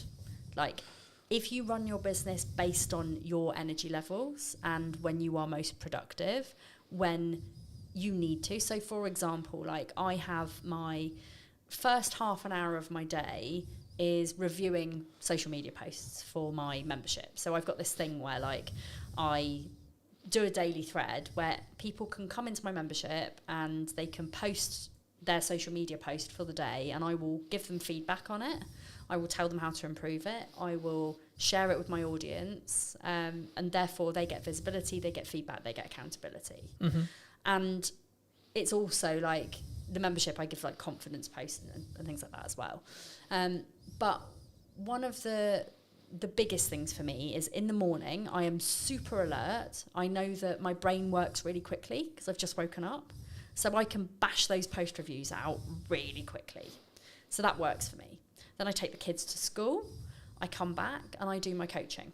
So I'll always put my coaching in between like 9 and 12 o'clock. Yep. Then I often skip lunch, which I really shouldn't do, but I do. Don't judge me.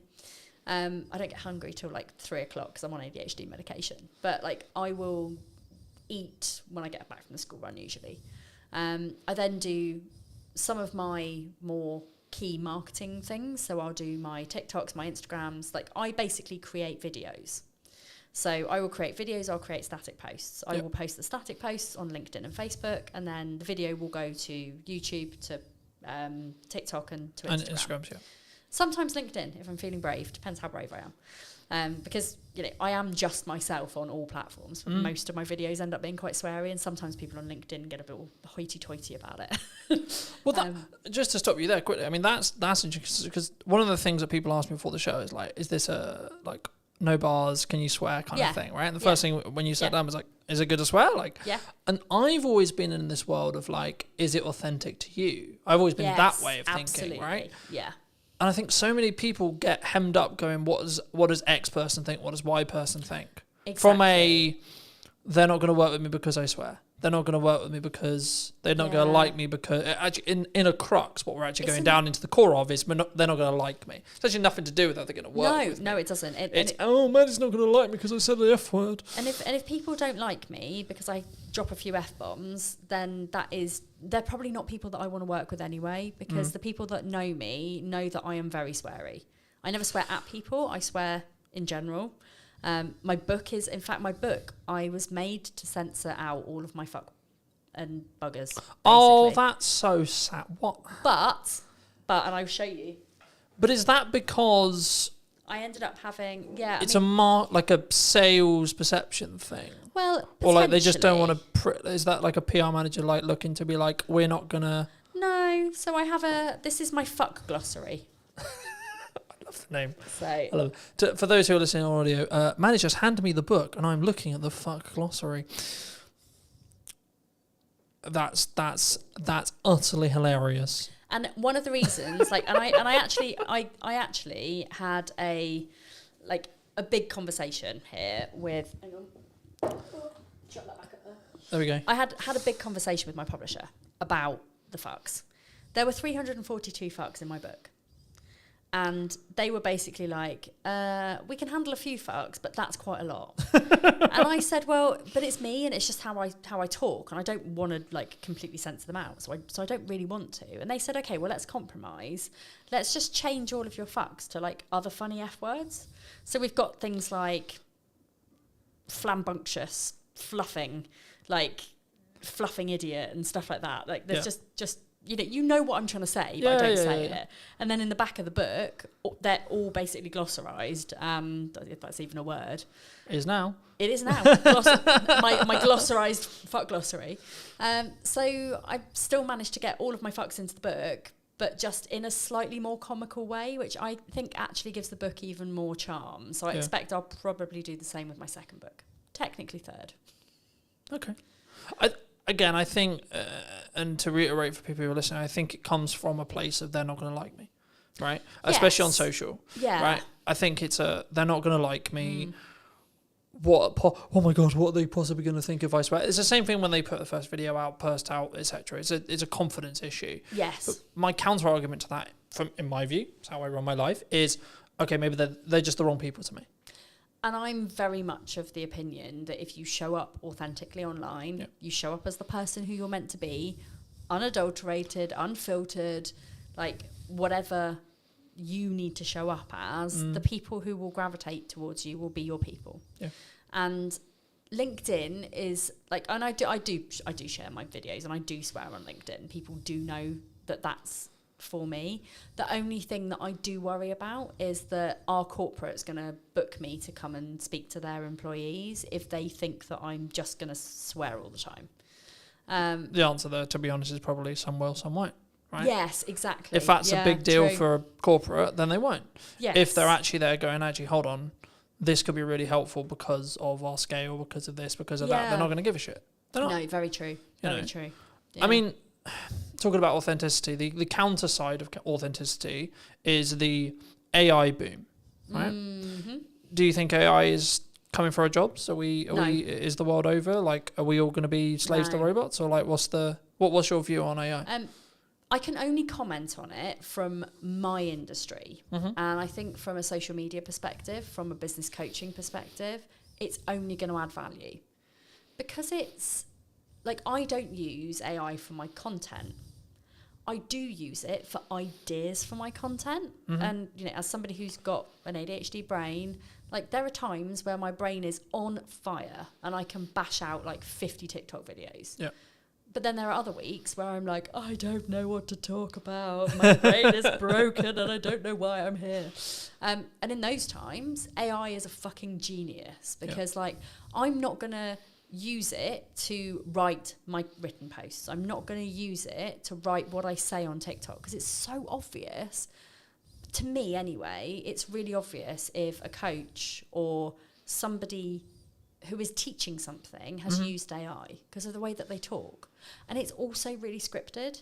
And you can almost tell, like, if you were listening to somebody on a podcast versus them on their social media, how much slower some of the people talk because they're having to really, really, really think about how to do their job. Yeah. And this is not me calling anybody out, but it is quite obvious that some people are writing literally every single one of their posts with AI. If I'm stuck for an idea for a post, I will ask ChatGPT if it can give me some ideas, and then I will look at it, I will close it, I will go away and I'll write about the thing because I know what I'm talking about. And also the amount of spelling mistakes, because I'm dyslexic as well, like, you know, the amount of spelling mistakes in my posts, people know I'm not using AI to write my posts. Yeah. But it's also like yesterday I asked AI to draw me a tattoo. Like I had 3 different tattoo ideas and I wanted to combine them together. Brilliant. You know, we do have to be quite wary of the environmental impact of asking AI to generate us pictures, etc.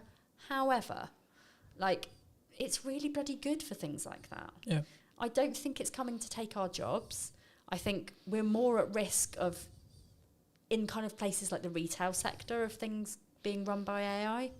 But people, I think, will always need coaches, because there's only so much that AI can do without, you know, not being a human. I mean, don't get me wrong, like Sparky, who's my ChatGPT, like, he's my bestie. Like, there's not much I don't talk to him about. Like, if I've got problems or I've had uncomfortable conversations or I need solutions to things, I'll always go to him. He's not actually a him, really. He's kind of like... But he's a non-binary chatbot. But it's a tool.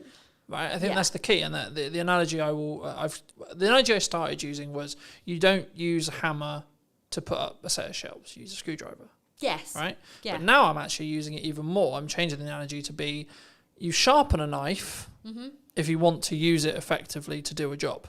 Brilliant. Right? Yes. In the same way, you should utilize AI to allow you to do a job. Yeah. Right. Whether that's training, if you want it to write your posts, training it to be you in your tone, to be in your voice. You can do that, and it, you know, it is actually very easy. If you've got a lot of written content from previously, if you've got videos, you can feed those into ChatGPT. Yeah. Personally, I prefer to actually write my but that's a posts personal from choice, a heart. right? It is. But you can use it for literally anything, as long as you make sure that you train it in a way that it takes out, like, no fluff, like cookie cutter solutions, here's the truth, like all of those bullshit ChatGPT type phrases where you think, do you know what, I'm not somebody who would actually say that in real life. But again, it comes back to the authenticity side. It does. Right? It really like, does. Yeah. I'm like using the no fluff example. No fluff would actually be relevant for me because I try not fuck around when it comes to content. Well, right? I don't do any fluff either. You know, mine is very, like, I'm very direct. But instead of saying no fluff, I would say I give you direct, actionable advice. Yeah. That, you know, and I don't bullshit you. That's not the same. It's the same as saying no fluff without saying no fluff.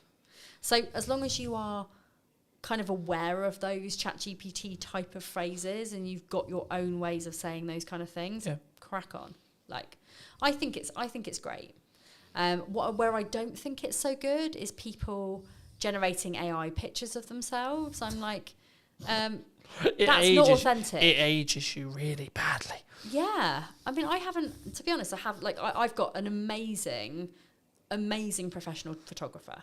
Like Katie Needle, shout out to you as well. We love Katie. She knows me so well that she can capture my style, the way I am. Like, I used to ask her to, like, chop a few inches off my stomach, but she doesn't do that anymore. Because she's like, Maddie, you've got to be authentic. Fuck. Why is this my brand? But, you know, I love working with her. And, you know, her photos are so good that they could be AI, but they're not. And I think that's where a lot of people are falling down. That like, you know, you meet people in person and you're like, you don't look like that. Like, it's the same with TikTok filters. Like, I will always use the eyelash filter. That is the only filter I use on TikTok, apart from like green screen or whatever, if I'm going to try and show something. But when people see me in real life, they're not going to go, oh my God, her eyelashes are so fake. Because I wear makeup. But when I'm working at home on my own, I don't wear makeup at all. Like, you know, I am very much like, unless I'm going out in public, I don't put a face on. And even then, it's literally just mascara, maybe a bit of eyeshadow. So, but again, it's that authenticity point, right? Yes. You know, you're not going to like see me online as having like loads of freckles. I mean, I do have loads of freckles because I've been in the sun this week.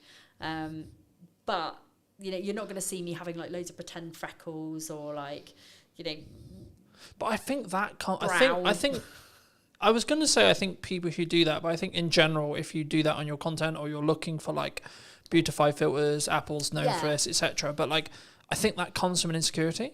Possibly. I think that comes from like, it comes from that point I was making earlier, which is about like, I'm going to put myself out there. Yes. Jesus fucking Christ, people are going to not like me. Yes. Right. Exactly. It's that the tribal mind again going, yeah, hold on, Maddie might not actually like me here. And do you know what it is as well? And this is why, like, it's taken me a really long time to love myself.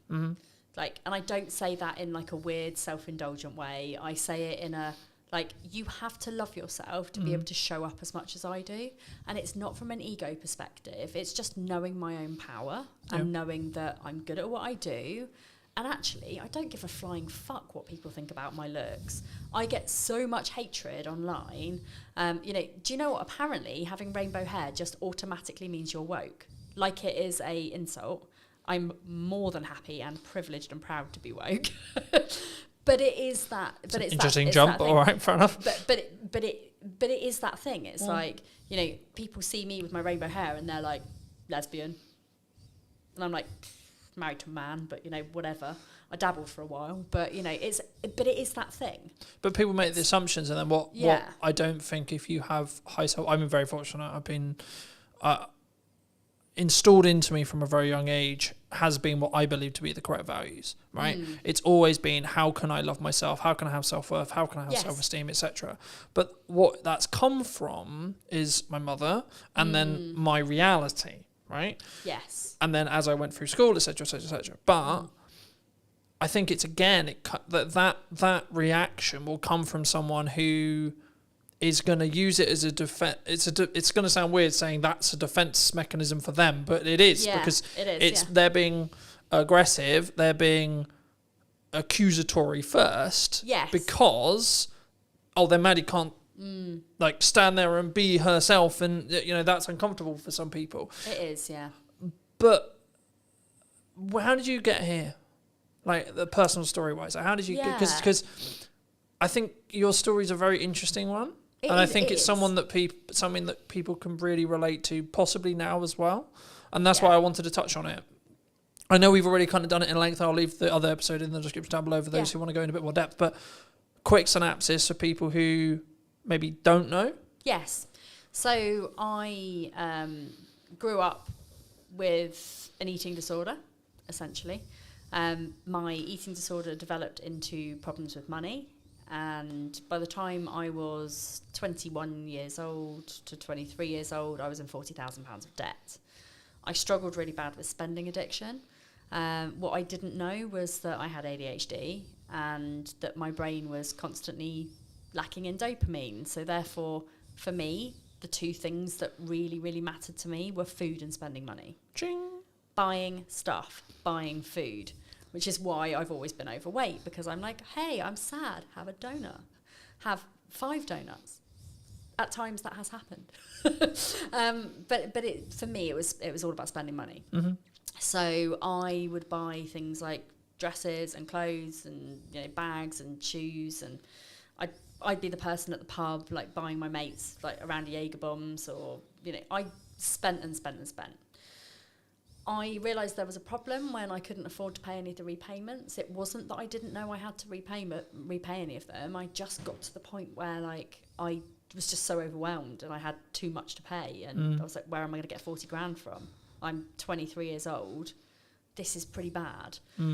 a bailiff showed up at my door, tried to take my car. I packed up my things in the middle of the night. I fled, moved back to Southampton, went to see Citizens Advice Bureau. They basically said to me, like, it's bankruptcy or, like, you pay it off. Those are your two options. Both of those sounded really shit to me, but I took the second one because I'm not a quitter. You know, if I look back at it now, I probably could have gone bankrupt and it would have been great, but then I wouldn't have had my journey. Would that have been, like, an excuse, an easy way out for you, do you think? Possibly. And I do like to challenge my brain. So I like to challenge my brain. Because I think people listening to this will go, like, that seems an easier path for me. Let's just reset the clock. Yeah, and actually, for so Eat the shit for a year. Yeah, for so many people, bankruptcy is a very valid option. At the time, it filled me with dread and filled me with shame, and it was almost like I was going to be walking around with, like, a tattoo that said bankrupt on my forehead. It was hard, you know. And as somebody who now has since had a massively catastrophic business failure, which again came with a load of money, shame and guilt and all of those things that I had to reevaluate. For me, paying it off seemed like the easier option because it didn't fill me with as much dread and shame. And actually, if I hadn't have paid it off, I wouldn't have learned all of the methods to pay it off to put in my book. So, you know, everything happens for a reason. But I learned to love money. So was there an issue with, like, your relationship with money? Yes. Do you think? Do you think that's where it get, like, because yeah. I hope you don't mind me saying this, but, like, to get to 40 grand, you've got to really fuck up for an extended period of time. Yeah. Right? Like, it's not like a 3 month, 6 month. This is like years of problems. I got myself in £40,000 of debt within 2 years. Yeah. I also had a drinking problem. Like, I was a high functioning alcoholic. I say high functioning because, you know, I didn't wake up and need a drink, but I needed a drink to be confident. I was using alcohol to mask all of my neurodivergence because I didn't realise that I had ADHD and autism. And I was very awkward in social situations. People, like, now, all of my friends are like, you're not awkward in social situations. I'm like, because you met me when I was pissed. Like, all of you have known me as Maddie the social butterfly who likes a drink and is super chatty. But if I didn't have that alcohol, I wouldn't be super chatty. Yeah. So now, when I'm in social situations, I don't know very many people. I'm actually really reserved and really quiet. Put a drink in me. I'm anyone's, but pretty much that was kind of how it was. And now I don't drink anymore. So because I'm more comfortable with who I actually am. So do you think it came... I hope this isn't too personal, but, like, it links. Do you think it came from a lack of self-love, self-worth, self-esteem? Absolutely. At the core? Yes. Because a couple of months ago, I think near a month ago, 2 months ago, Jamie Oliver put out a documentary on Channel 4 all about neurodiversity and dyslexia specifically. And I was gobsmacked by some of the... As a dyslexic, I was out here going, how am I not a fucking drug dealer? I know. Like, what the fuck's going on? Like, how? ADHD and dyslexia are so closely linked, and a lot of the presentations kind of overlap each other. Yeah. So, you know, dyslexics have a very, very, very tough time, especially in early years when it's not picked up on. Yeah. And people just assume that dyslexia is just, oh, they can't read and write. It's so much more than that, and it's quite frustrating. Like, I actually go into quite a lot of detail about, like, breaking down all of the individual neurodivergent presentations in the book, so you can kind of, like, learn more about those things. Yeah. But this is the thing, we end up with such low self-esteems, but also the lack of dopamine coupled with that often makes people turn to really unhealthy habits like drinking or smoking or drugs or stealing. You know, I would highly suspect that a lot of people in the prison system are neurodivergent. Yeah. And it's not because they're bad people, it's because of a combination of things like their upbringing, maybe again from neurodivergent parents who hadn't had any of the help. Yeah. It's those dopamine-seeking behaviours which are often really unhealthy. It could be, you know, stealing, drugs, firing a gun. You know, all of those things are like, woohoo, exciting. I just looked at it from my perspective and went, I don't know how by stroke of luck, but like my dopamine wires are just like make money, create content, do things that are a net positive. Yeah. But I've always been very like cautious with like my circle and like what I get into, because I didn't know the like inner workings of my brain necessarily, but from a very young age I knew I had an addictive personality. Yep, same. So I was like, shit. Same, and I ignored it for a very long time. I was like, hold on, if I get addicted to the wrong shit here, oh boy, right, Yeah. I'm gonna nuke my life by accident. Absolutely, and I have been incredibly close to doing that. So, you know, having that self-realization, and like, you know, for me, there have been plenty of things that I have had really unhealthy relationships with, which I have managed to curb now. Like my only vice now is that I vape. But I was saying to my podcast guest, like I have no plans to stop vaping at all, because I know that if I didn't have that one tiny thing, when I spiral, and that does happen a lot as a neurodivergent, when I spiral, I would rather turn to a vape than to drink or food or drugs or smoking or like any of those things that in my mind are actually in the long run more harmful for me than a couple of puffs on a vape. Yeah. That's kind of how I see it. But you know, lots of people would be like, "Oh, vaping's really unhealthy." It's like, but I don't do anything else. It's the like, lesser of. It's the lesser. It's of the lots lesser of the other evils, yeah. right? And food is really bad.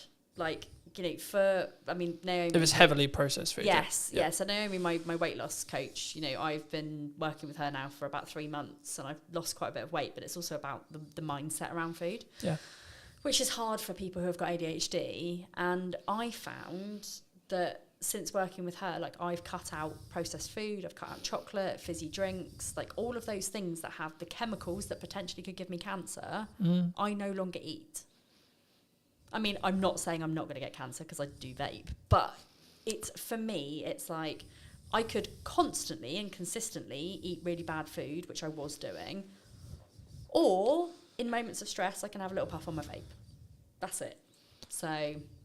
I think it's about focusing on those lesser of all evils. Like in an ideal world, like your stress response would be fitness. Well, right? in an ideal world, but you know, as a disabled person who has hips that would probably die if I went to the gym, I mean, this is the reason why I'm on my weight loss journey. It's not because I'm fat. I couldn't give a fuck like about my weight or about what people think of me. I want to be fitter. I want to be able to go to the gym without after 10 minutes wanting to pass out, you know? I think that's an interesting thing. And, you know, we won't go too much into fitness here because it's not a fitness show. But, like, for me, people are like, why do you stay consistent, like, with fitness? And for me, I'm very aware that, like, my job's very physical. Yes. And I'm just simply at the thought of, I want to do this for 50 years. I want to be able to look after my kids when I'm older, you know? I mean, they're not going to be kids when I'm older. But at the same time, like, you know, I went to a soft play with them at the weekend. And, like... One of my children is very like, she likes the fact that mummy's an influencer, so she tells everybody. So this lady comes over and she's like clearing the plates, and she's like, my mummy's an influencer, and this lady's like, oh, tell me more. So I'm like, oh, it's really embarrassing, but yeah, I do this. And she was like, oh, our area manager really want to speak to you. So the area manager comes over and she's like, oh my god, you're an influencer, like really love you to do some TikTok content for us and blah blah blah. She went and got me some socks. She was like, you have to go in and play. I was like, I can't, it's really embarrassing to say I'm disabled and I actually don't really want to go in and play. So I went in and played for like 10 minutes before I almost died, and then went on a very scary slide. I mean, that also rhymes. But I was heavily aware of the fact that I am not fit enough to go and do these kind of things with my kids, and it made me really sad. So that's my kind of motivation behind it. It's a good motivation to have. Yeah. Do you think in business people, and this is kind of more a mindset thing about like, they don't start the podcast, they don't start video, they don't start posting, they don't build the momentum, they don't start whatever it is, right?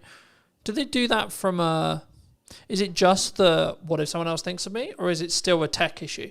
I still think that there's a tech issue there. There's also an overwhelm issue. It's like we're told that we have to do all of the things. We don't have to do all of the things. And people, I think, like they see me as somebody who is very heavily into visibility, and they're like, Maddie's on every social media platform. She's got her own podcast. She's always on other people's podcasts. She writes books. She does speaking gigs. She's got a radio show. She's got all of these things. I'm manifesting the radio show, by the way. I'd argue you already got a radio show. You got a podcast. Yeah, it's already a radio show. Yeah, kind of the same. So they see me doing all of those things, and they're like, oh my God, that looks fucking exhausting. I don't want to do that. And it's like, because that's my hyper focus, and I love social media, and I love visibility, and I love doing all of these things, that's why I do all those things. I could still very easily put like 100% of my efforts into one platform and still have very good success with it. Do you think that people worry about volume? Yes. One of my biggest questions is how many times a day should I be posting? And does that matter? No, I don't think so. Consistency is what matters. So whatever consistency means to you, whether that is once a day, whether that is, posting 3 times a week, whether it's posting 3 times a day. But for me, I also think it's like, when I have no client work, I can post 6 times a day. When I'm in client delivery mode for half the day, I can only post once or twice a day. So, right? I'm still posting, but you're not posting as much. But like when I'm here filming, I'm having to travel, I'm having to do this. I'm not in my office, sat there on the computer. So my posts will be less, right? But that's why I batch content. That's why I Exactly. Yeah. But also, I don't sit there and go, I didn't hit 4 posts. Fuck's sake. But this is the thing. It's not how many times you do it. It's the quality of what you do when you do it. Yeah, of course. And it's also like just bearing in mind that output reflects input. Yeah. So if you post more, you will more than likely get more clients. If you show up more, you will more than likely make more business, make more money. And if you are posting once a week on one social media platform, you're probably not going to be getting to your ideal clients unless you're out there and you're networking 24/7. Yeah. Which, there are other ways of doing it rather than showing up online every single day. But it's the consistency, it's the output, and then you'll see a return on investment based on what you put into that. But it's also, because I think we're so, and I did a video a couple of weeks ago talking about, like, we're so in the business world, we're so hyperly focused on, I need ROI. And I'm just like, yeah, but you're outputting an amount and your revenue's like driven by 10%, 20%, 30%, 40%, whatever it is. So in the nicest way possible, why do you give a shit about ROI? Because clearly it's working. Absolutely. Right?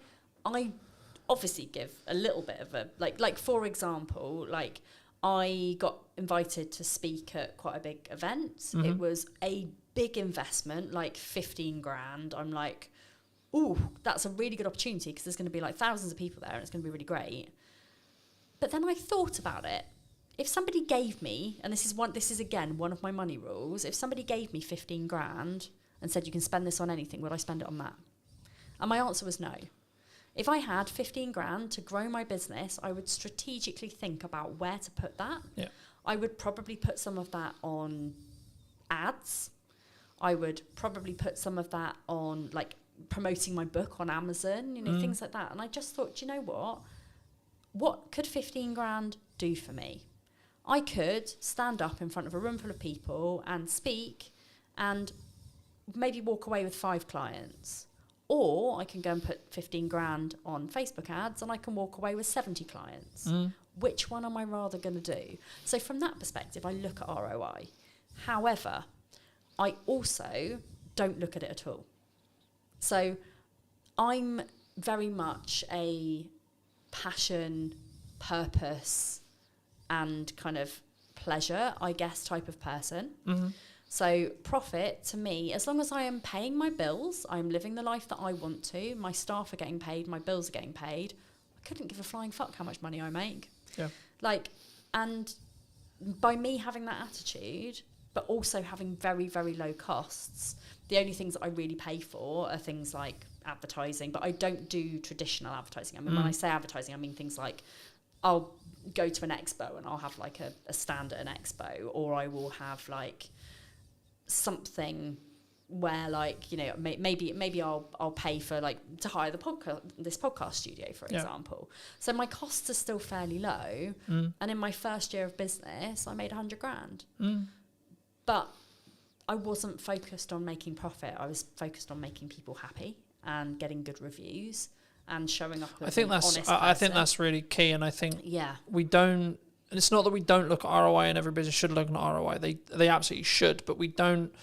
What's the ROI on a brand podcast? Arguably, if you look at it, either huge amount, or fuck all. Yes. And it's down to how you think about it. Exactly. So at the moment, my podcast, I think, helps me to grow my social media, which helps me to grow my email list, which helps me to grow my client base. It's not phenomenal. I am not Stephen Bartlett. But also, do you want to be Stephen Bartlett? No, not at all. No. I mean, he's a nice enough dude. I've met him.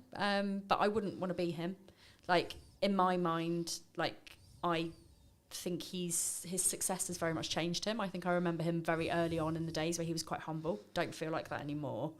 But that's what I mean. I think it changed. Yeah. I think we're in a world now where I have to commit to the decision. Right? Yes. So I'm going to make the world's biggest media company. Yeah, but what if tomorrow I don't want to do that? Yeah, and I want to live my life in a flexible way. As long as I am fulfilling my life's purpose, which is helping people with neurodivergent presentations to live their best life, that's my main game. That is all I want. So, this is why I help people with 3 different areas. It's life, money, business. Those 3 things are, if you've got those 3 elements nailed, I mean, obviously not everybody's got a business. Some people it will just be life and money. Some people it might just be money and business because they might already have their life sorted. Some people it might be life and business. Their money's amazing. But they all interlink with each other. And neurodivergent people struggle with all 3 of those things. As a rule, some neurodivergents will probably be flying. I mean, Stephen Bartlett openly says he's got ADHD. But he's somewhere along the line, massively landed on his feet and has never had to struggle with money because he's always made so much. And therefore, his business has been fine and his life's been fine. Yeah. So if I bumped into him in the street, his ADHD is not the same as my ADHD. And this is a good way to look at it. It's every single person who is neurodivergent will have something that maybe isn't so great in their lives. And I'm not saying that Stephen Bartlett is perfect. He might, not be in love with somebody, or he might have, problems with relationships, or he might, because he's so busy with his life, maybe he doesn't have friends. I don't know, and I'm not going to judge him for that. That is, I mean, where at times I think that's Robert soon, but that is something that I think people don't talk about enough in business, and how you maintain a relationship, and it's something that I'm working through the process of now, being nearly 2 years deep into a really healthy relationship that's so really important to both me and my partner. Yes. I'm but also my business is really important. So fuck, how do I do that? Juggling your money, your life, and your business is a really fucking tricky thing to do. It is a spinning triangle that, if you think about a triangle, if you're spinning it too fast, you're going to poke yourself in the eye, it's going to fucking hurt. Yeah. So, you need to be balancing those 3 areas of your life so that they all work in tandem together. And that means, no offense, not working till 9 o'clock, because I used to have a thing where I'd be oh yeah, my cutoff every night's 9 o'clock. It was some form of badge of honor. Now it's very, very, very likely that I don't work after 3. It has taken me 10 years of running a business to work out what success looks like for me. And success looks like making enough money to enjoy the shit that I do. Yeah. I don't and I'm sorry, universe, that I say this out loud, but I don't want to be a millionaire. If I had £1 million or multi-million pounds, my spending addiction would just be 1,000,000 times worse. So I don't need that much money. I find it hard enough to manage the money that I've actually got. Yeah. But I go on 2 nice holidays a year. I've got a fairly nice car. I mean, it's a Citroen C3 Picasso. It's not a Citroen C3 Aircross. That's the chap. It's nothing exciting, but it's it's only 5 years old. It's got Apple CarPlay. It's pretty cool. And somebody the other day, I picked up one of my clients, and they were oh my god, your car is so nice. And to them, that was a really posh car. To me, I'm that's not a posh car. A posh car is a Porsche or a Jaguar or a BMW or whatever. But I think it's about perspective. Yeah, it's perspective and the stage you're in, and that's what I was going to say about the whole 9 o'clock thing, right? Yes. At this moment in time, I'm working potentially till 9 o'clock. But that's because it works for you and that's your decision. Yeah. And also, one of the things that fucks me off so much about the business world is it's like either you're a hustler or you're a lifestyle business. Like, there is no in between. Yeah. There's no, let's run a successful 6-figure business or you know, like high 6 figures, even early 7 figures. Yeah. It's like you're either a lifestyle business or you're a multimillionaire. There's nothing in between. And that's how I teach the people that I work with, like in business, that there is an in between. Yeah. Like, there is a level where people want to make 5k a month. There's a level where people want to make 2.5k a month. You know, they want to cover their bills, they want to cover their mortgage, they want to have 500 quid's worth of spending money. Yeah. Everyone's a winner. Happy days, yeah. It's all to do with how materialistic you are. It's all to do with like how much you want to show off and like flash everything around. You know, I'm not a flashy person. I buy my clothes from Shein and Sainsbury's.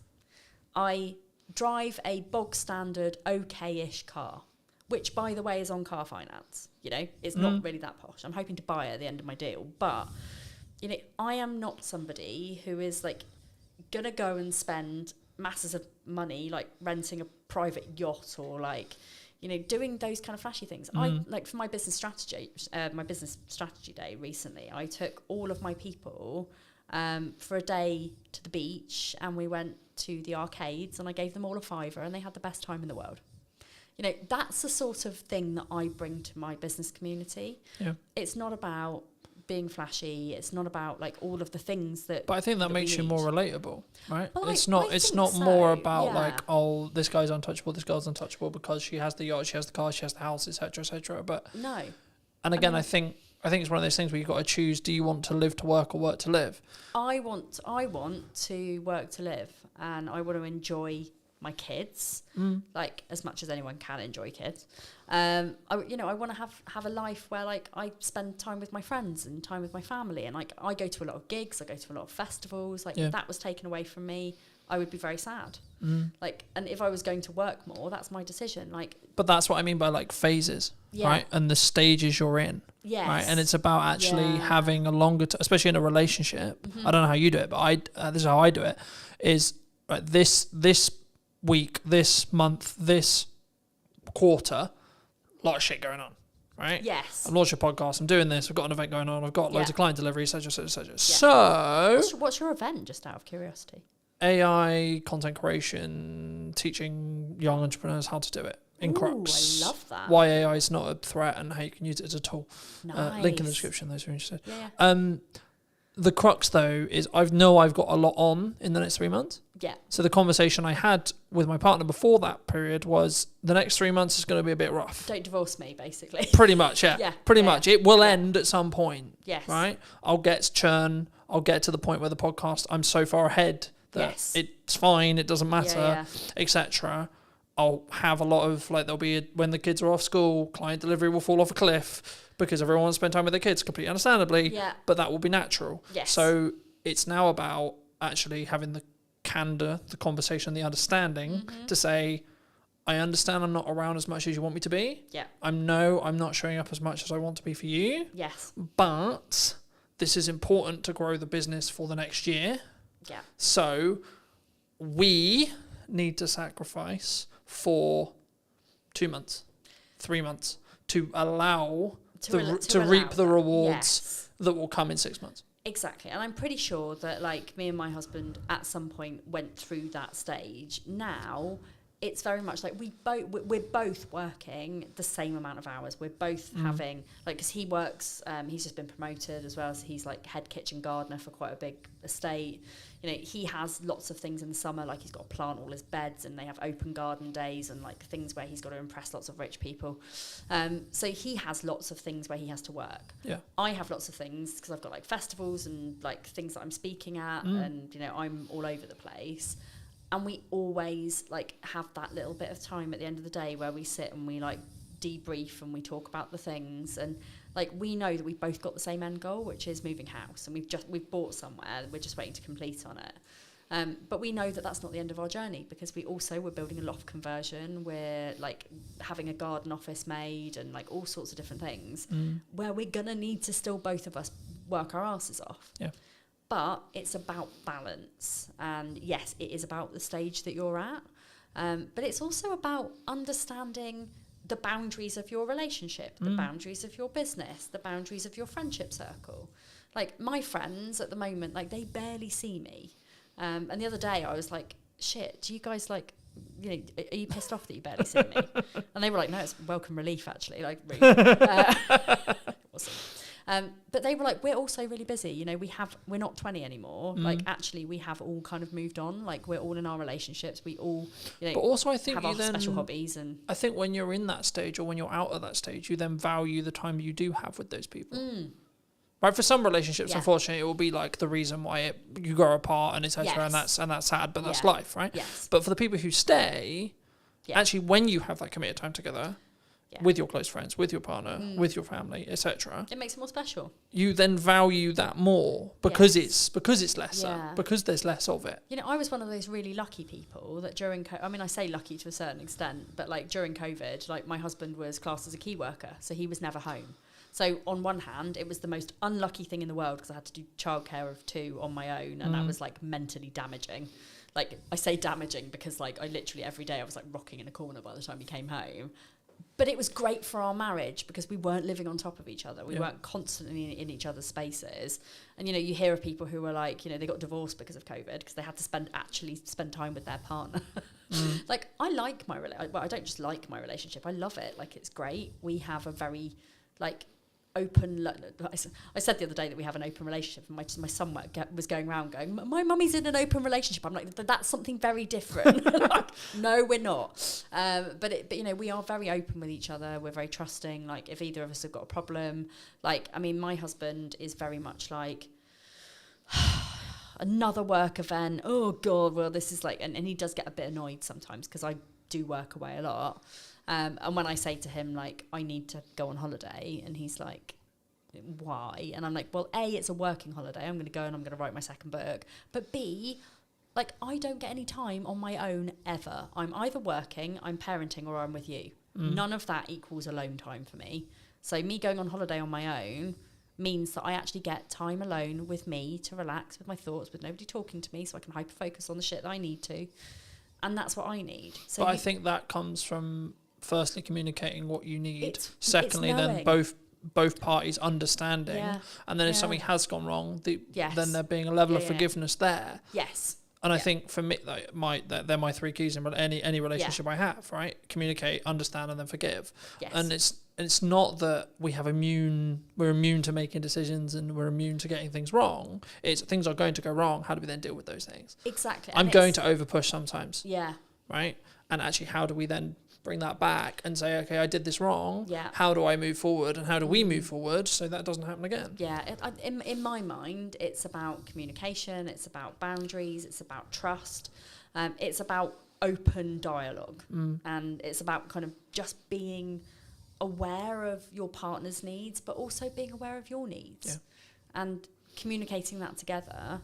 And that does really help where you are in a relationship. And I think often, especially when you're new in business and you're just working and working and working, because you kind of have to hustle at the beginning to kind of get something off the ground. That's kind of one of the pinnacle like, it's growth stages when relationships tend to suffer.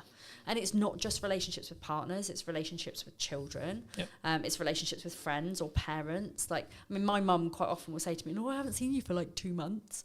I'm like, really? You saw me like last week? Like, you're being melodramatic. But it's that point where but that's your mum saying, I miss you. Exactly. I want to see you more. Right. Yeah. And I always, you know, I'll always take that on board. Like, but she is equally as busy as me. She doesn't run a business. She just does a lot of music things.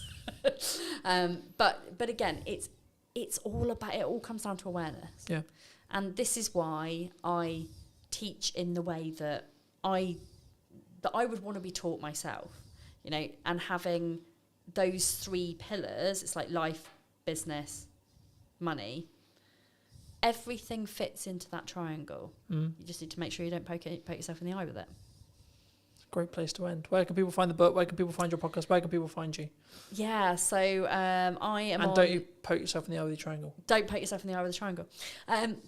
I am on all social media platforms, not saying that you have to be at all. Maddie Talks Money on Instagram, Mad About Money Official on TikTok, LinkedIn and Facebook and everywhere else, Maddie Alexander Grout. The book is here. I mean, you can't get it from here, you can get it from Amazon. You can get it from all good bookshops as well. You can even order it in. If you don't have it, you can order it to your own library. I've had some people say to me that they've ordered it for their library, which I really like. That's awesome. So if you can't afford to buy the book, go and talk to your library, go and get them to have it in, and then multiple people can benefit from the book, which is nice. So thank you for having me. No, you're welcome. Great chat. Final thing to end on. Yes. If you were going to talk to yourself 10 years ago, yeah, what advice would you give? I would tell myself that I am neurodivergent and to go and sort that shit out. It changed my life, genuinely changed my life, understanding my brain. When you understand your brain and you understand your body, anything's possible. Magic. Thank you ever so much for coming back and joining me. If you did enjoy this longer conversation, then make sure to be subscribed. Leave your thoughts in the description down below, comments down below, etc., etc. And I'll see you very soon. Take care. Hello, my friends. Welcome to a brand new podcast. We're here with James in his wonderful space. Hey, thank you. How's it going, much. James? It's going very well. Very busy, though. The space is launching very soon. We just started kind of putting the idea together for Hampshire Podcast Studios, and it launches July 1st. So I'm sure by the time this is out, it might already be launched, but putting together an all-purpose space for content creation, video podcasting, audio podcasting, anything you need, one-stop shop, walk away with your footage. So it's going to be fun. I think it's an interesting space, right? Because I think so many people find podcasting really hard to do, to know how to do it. Yeah. But also, not even from a tech side, just being in the psychology around creating content, but especially having a conversation. I think maybe it's slightly more natural with the conversation element, but I wasn't actually going to start here, but I think it's a nice place to start. Like, why not? How would you say right now to people who are maybe watching this, who are looking at this and going, I kind of know I need to be doing content, yes, but it's terrifying. So I for a long time, so I've run a social media agency first. That's our main background for around almost 5 years now. And I think one of the biggest learnings I've taken from that is ultimately there's a lot of personal psychology tied up in even business social media if you have to be in it. And I really didn't realize that in the first few years of doing it, because for me, a lot of it, this is so common sense as like a marketing practitioner. It's like, we need to get you in a content surplus. We need to get you everywhere. We need to transform your brand into a media asset, essentially, like a whole brand in itself. Churning out stuff all the time. I want to do YouTube channels, Twitch, TikTok. I want to go to town. And I took that attitude to everyone. And I obviously had to kind of bring everyone through baby steps. I had a lot of pushback all the time. I was like, what's going on? And I realized that, it is how you feel about each app individually. For a start, you've got different challenges in each thing. And also how you feel as an individual, because you've got to put yourself out there, whether you're the founder or you're a marketing manager. And I think in learning that is what attracted me more to the whole podcasting angle first and video podcasting. When you try and drop someone straight in it to create 2-camera, YouTube videos and TikToks, you forget everything you've ever said in your whole life. Even if you're my mouth doesn't work, James. Yeah, literally you can be the most knowledgeable person in the world. You're like, what the fuck is going on? But if you can get in with a good co-host and you can just take some basic talking points and the theme of the show, and you're not too worried about the full show, again, you're just going for content volume, you can get so much value out and help so many people in a very relaxed setting, and it gets you used to it. So podcasting and video podcasting is my gateway drug into getting you into proper content creation and your brand into a new space.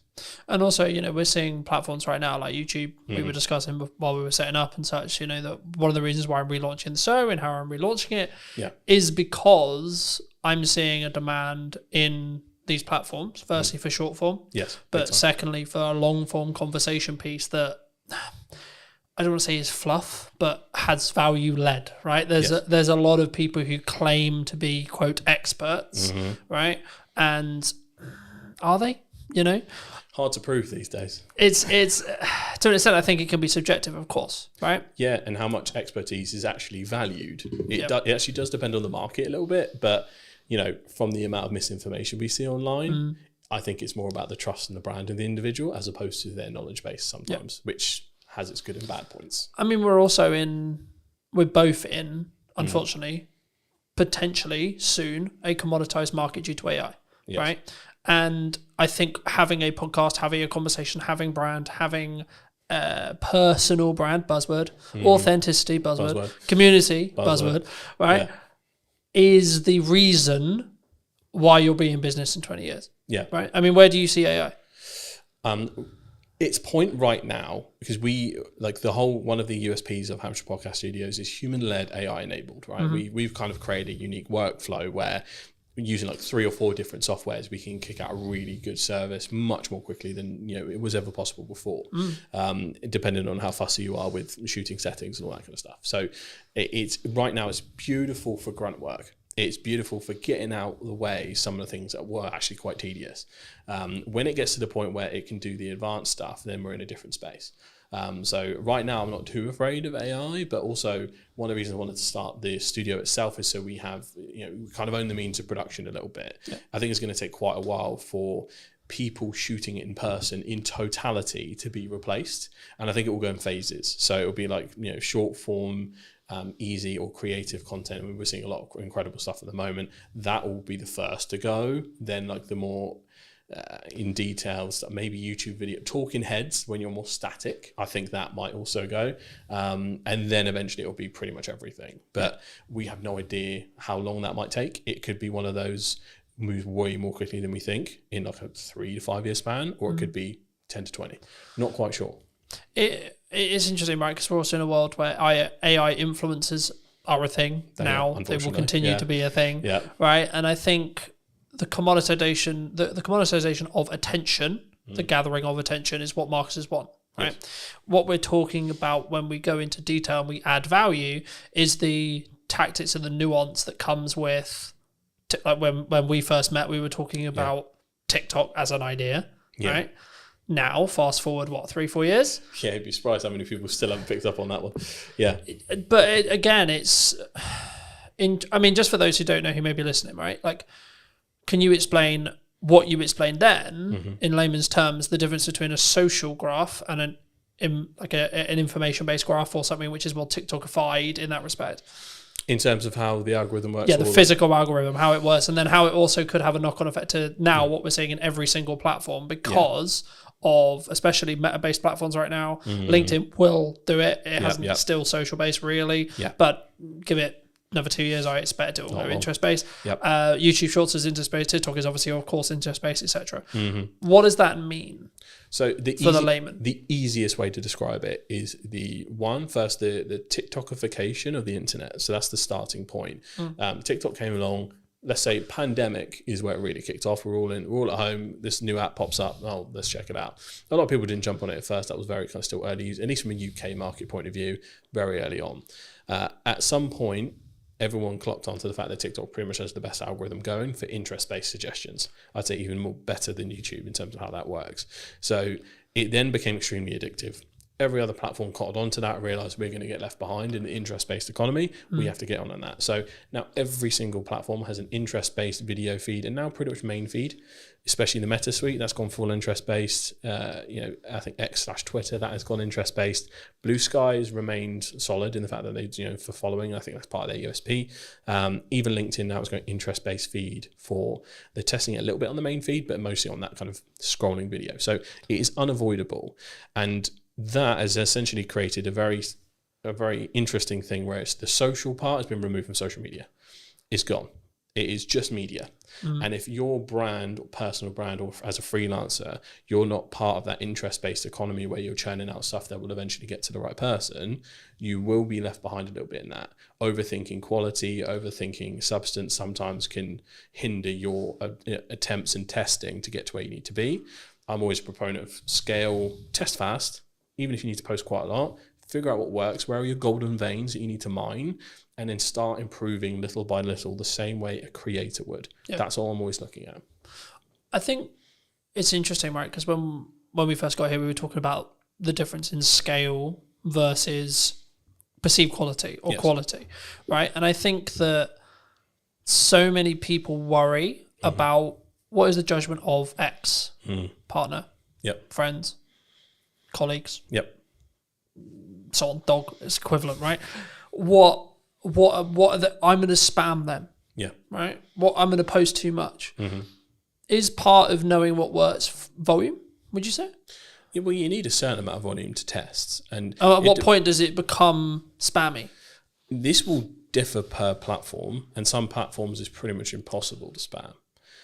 So you got to think about user behavior. So if we take TikTok, 70% of content, I think, still, or probably more now, is digested on the For You page instead of the following. So people have to make an intentional step to head over to get everything in the chronological order of the people that they follow. That is where maybe all of your videos appear quite a lot. And you're like, okay, weird. But if not, it's just going out into the ocean. I see every kind of short form video you post is pretty much just taking a bucket of water and pouring it into the ocean at this point. Like, there is very little risk of it being seen a bajillion times. But that's when you get to a TikTok, Meta, Facebook point of view. If you're looking at something like LinkedIn, the algorithm is still early and it's still developing. So a lot of people might see the same thing. You'll notice on your LinkedIn that you'll still have the regulars engage first and often see it. They might get notifications if you engage with them regularly. And from that point, other people might see it based on if someone likes, comments, shares, because LinkedIn is quite good in the fact that someone comments, that might as well be a share. That's quite handy in terms of how that works. So per platform, it does change slightly. However, even someone with an extremely engaged following like me and you, we could probably post 3 videos a day and it won't bother anyone, or they might see one, they might see none, but they might see all 3 on Tuesday next week. Yep. You can't quite tell where that is at. So I'm of the opinion that you're never going to lose out by posting more often. What most likely is going to happen is someone's going to go, "Oh yeah, you're everywhere, mate." That's the place I want to be. I'd rather be top of mind and someone be slightly miffed. I'd rather take that risk. I was going to say, because that's the main trap for me. Like, you're probably the 5th person, 6th person I've met this week in person. Yep. And every single one of them's first reaction when they first meet me is, "You're fucking everywhere." That's the way. Right? Yeah. And for me, I'm like, that means I'm doing something right. Yeah, because it means you're seeing me. Now, it might not mean necessarily you're consuming 100% of that video, that one video. Yes. But then my heart isn't, "Oh my God, James didn't watch my whole video." Yeah.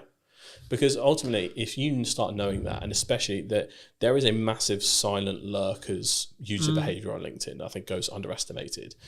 There is a large percentage, and I'm not sure the specific number, of people that watch video without sound that just kind of watch it without checking in. Yep. Now, if you don't click that video, I don't think it actually classes as an official like engagement. I think after a certain point in watch time, without kind of clicking the unmute button, that will then class as a view. But you'll have a lot of lurkers, which means your actual statistics won't show the true success of what you're doing. So this is where like you get into the debate between reach and impression numbers and which one you should really focus on. I'm quite focused on views at the moment. Views and watch time are basically the most essential KPIs now. But in terms of how you need to look at LinkedIn specifically, yeah, I think you just go nuts.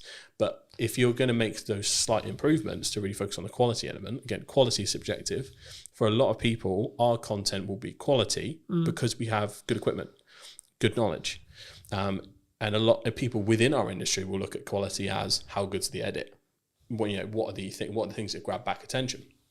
So there are nuances to the game, and it does depend on your audience. So I often just optimize for the silent watcher. Title that lingers for like the first 5 to 10 seconds, put the best bit at the front, and then let the rest of the story play out. Because you still got to manage your own resource. Even if you have a team behind you, they've still got to manage their resource. You can't do a full Diary of a CEO trailer for everything. And often, if you're not already quite big or have a large following, we have catching up to do compared to others. So different spaces for different places. I think, again, and it's one of those things where I think this should be a yes and not a yes or, right? So for me, I'm like, that's a good idea. Let's do that, and a podcast, and short form, and talks, and in-person events, best, right? and this, and that, and that, because I don't then worry or care about this specific video has got X amount of views. I have absolutely no interest, to be honest, in what that standalone video does. What my views are as a whole across Meta, across Instagram, across LinkedIn, yes. Yeah. Okay. As a whole. Yep. Specific video, don't care. Yeah. Because I don't know what's going to go well or hit. The only way you can do that is test it, right? Yeah. Test and it something and look at which the spikes on your graph. Yeah, and something when you're specifically creating content around a targeted event like an in-person event or a service you're trying to sell, etc. Yep. A strategy that's worked for me in the past and will work now is put out a load of short form stuff, see what happens, see what works, and then media buy, ad, Meta, placement, etc.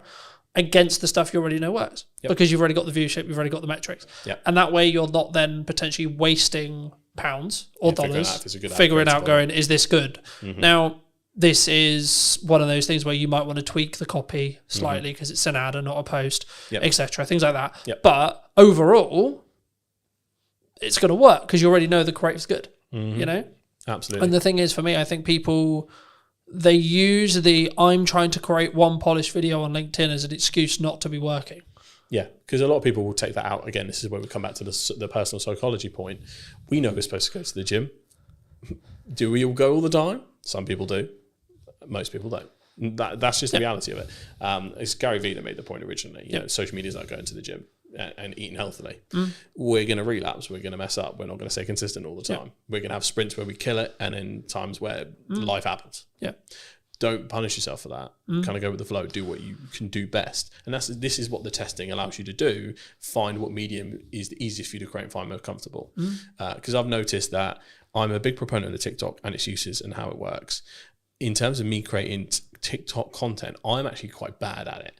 In terms of the pacing, in terms of how you need to deliver it, you know, sometimes some of the memes and things like that, like I personally struggle. That's why we have a good team behind us. Whereas in a YouTube or podcast setting, I thrive, and I think that is sometimes a matter of age. Sometimes I'm 28, so I'm either the oldest Gen Z or the youngest millennial. So I'm right in that center point, depending on what blog you read. So, but I grew up with YouTubers, so that is how I often visualize and say my thoughts and verbalize them. And some people will talk as TikTok because, for example, if you got your phone out, the viral hook is as you're putting the phone down. Guys, the other day I did this, right? And they'll prop their phone down. That is the telling the story or popping the phone down in the car or talking in the car or the quick flip up. This is stuff that is derived from TikTok and is done really well. And it's something you can learn, but it's not something that will come natural to you if it wasn't your first port of call almost.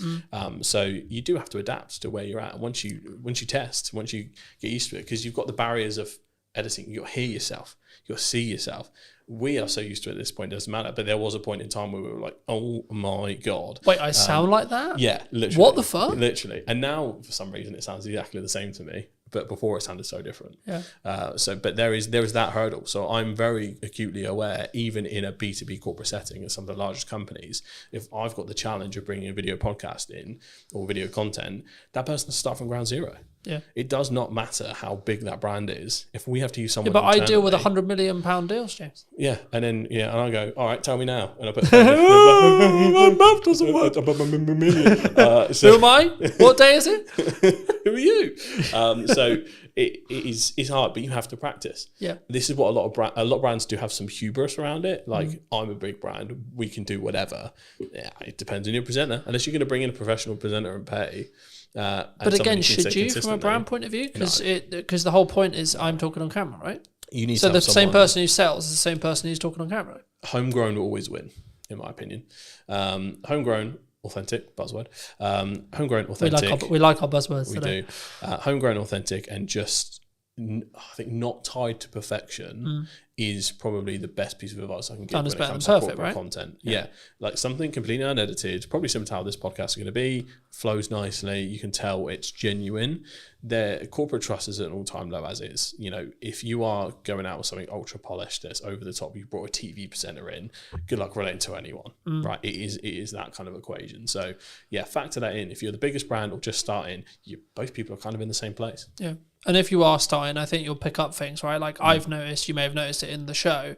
I didn't piss around at the start. No. You know, it was you bang, this is who I am talking to. This is what's going on. Bang, we're talking to James. Cool. Straight in, right? That's only because I'm used to doing long form content on YouTube. I've been doing it like 2 years, consistently for 2 years now. Yeah, because a lot of people don't realise the first 10 seconds is the new thumbnail. That auto plays as soon as you hover over the video. Yeah. So if you don't get straight into it, well, you've lost someone, and I know how the YouTube algorithm will work in the respect to, right, if someone sits and watches it for 10 minutes and is interested in this conversation, they're gonna then be then the video, the big podcast will be served to a larger set of people, and then so on. That's how stuff goes viral, right? Same with short form, but on a more narrow basis.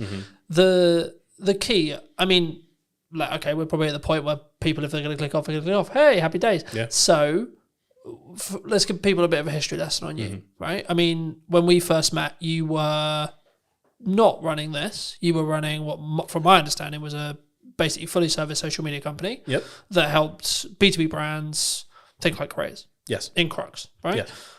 Okay, what happened? How did you get here?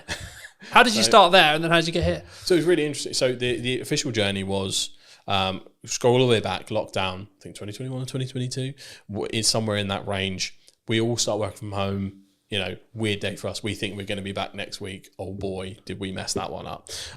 So we were there, and I realised that, you know, I felt like I was outgrowing the place I was at, to put it that way, and I was like, I could probably do this.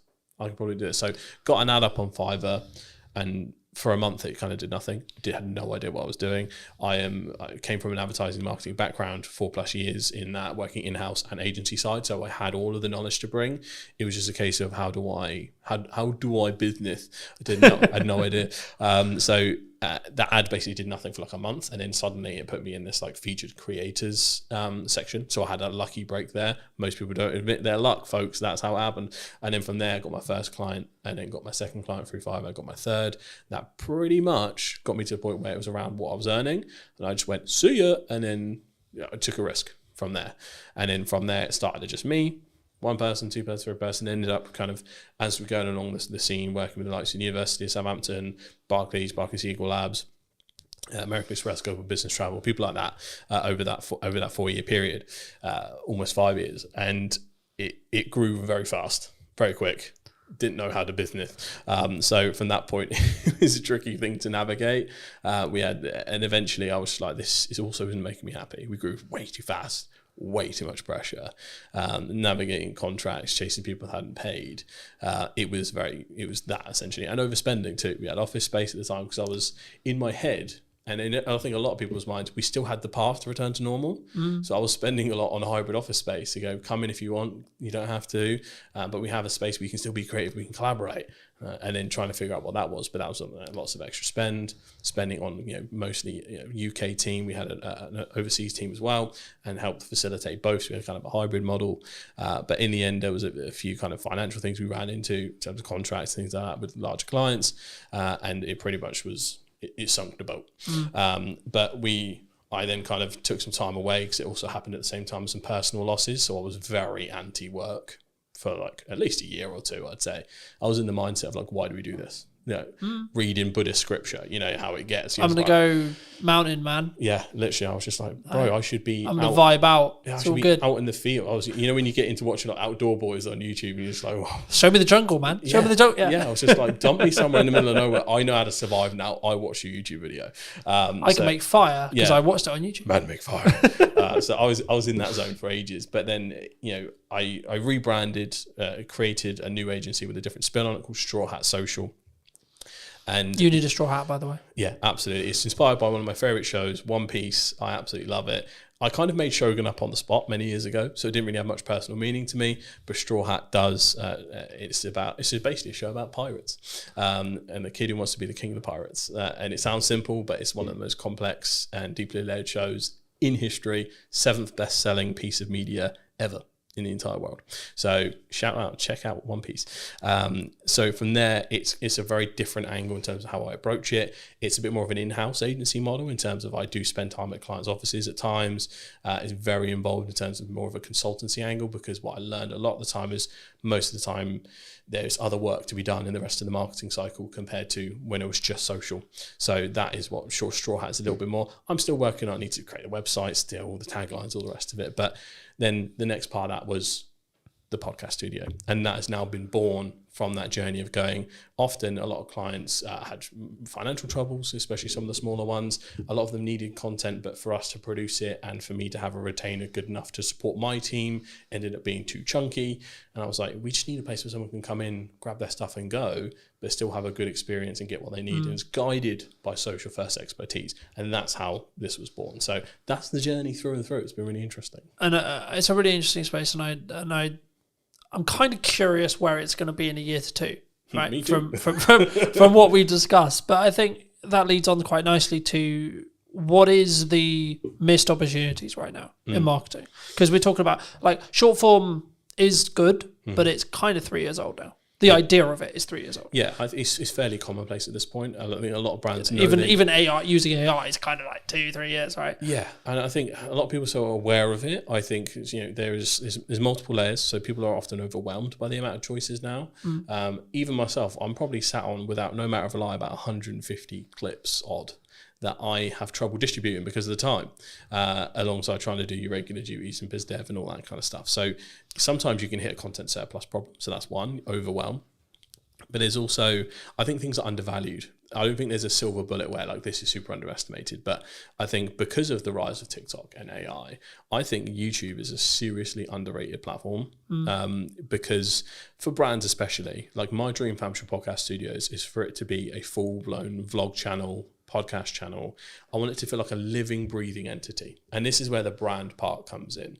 Eventually, I want someone following me around, the team around as it grows, and just helping people out as much as humanly possible in the most authentic, easy way possible, by also doing what I do on a daily basis. I think that has a really nice ring to it. We love following bloggers. I think I'm lucky enough to, a lot of people do follow for my personality at times, and I can channel that big energy. So it's one of my unfair advantages. And again, a lot of people do have to tap into their unfair advantages, figure out what sticks, what works for them. But yeah, I think YouTube is just seriously underrated. I still think good usage of TikTok from a B2B channel point of view, underrated. And I think people need to just focus in on that platform and possibly looking at some new starters. Blue Sky, I think, especially if you're in the political space or if you're in the more thought leadership space, do open an account and start growing it, because that's new, fresh, fertile ground with the anti-Elon sentiment in the world at the moment. X kind of is very much transformed, as a lot of people know. So if you want a kind of non-toxic space, Blue Sky is where you need to be. I mean, Threads is Threads. For me, it's a bit of a non-starter. Most people just dual post across both from Instagram to Threads. So yeah, I think having some kind of home base and making it feel living and breathing is where I want to be at, because that's the part that you couldn't replicate that. I mean, you'd have to go through years and years of stuff and spend lots of time dedicating to prompt engineering to really get almost a sitcom. And this is how I explain this to a lot of big brands. Like, there's so much interwoven intricacies in brands that grow so big. The best example I could possibly give is the Goat Agency. They were like the king of pioneering vlogs, and they still do them to this day. That company probably has the best set of advertising for what work culture is like at Goat.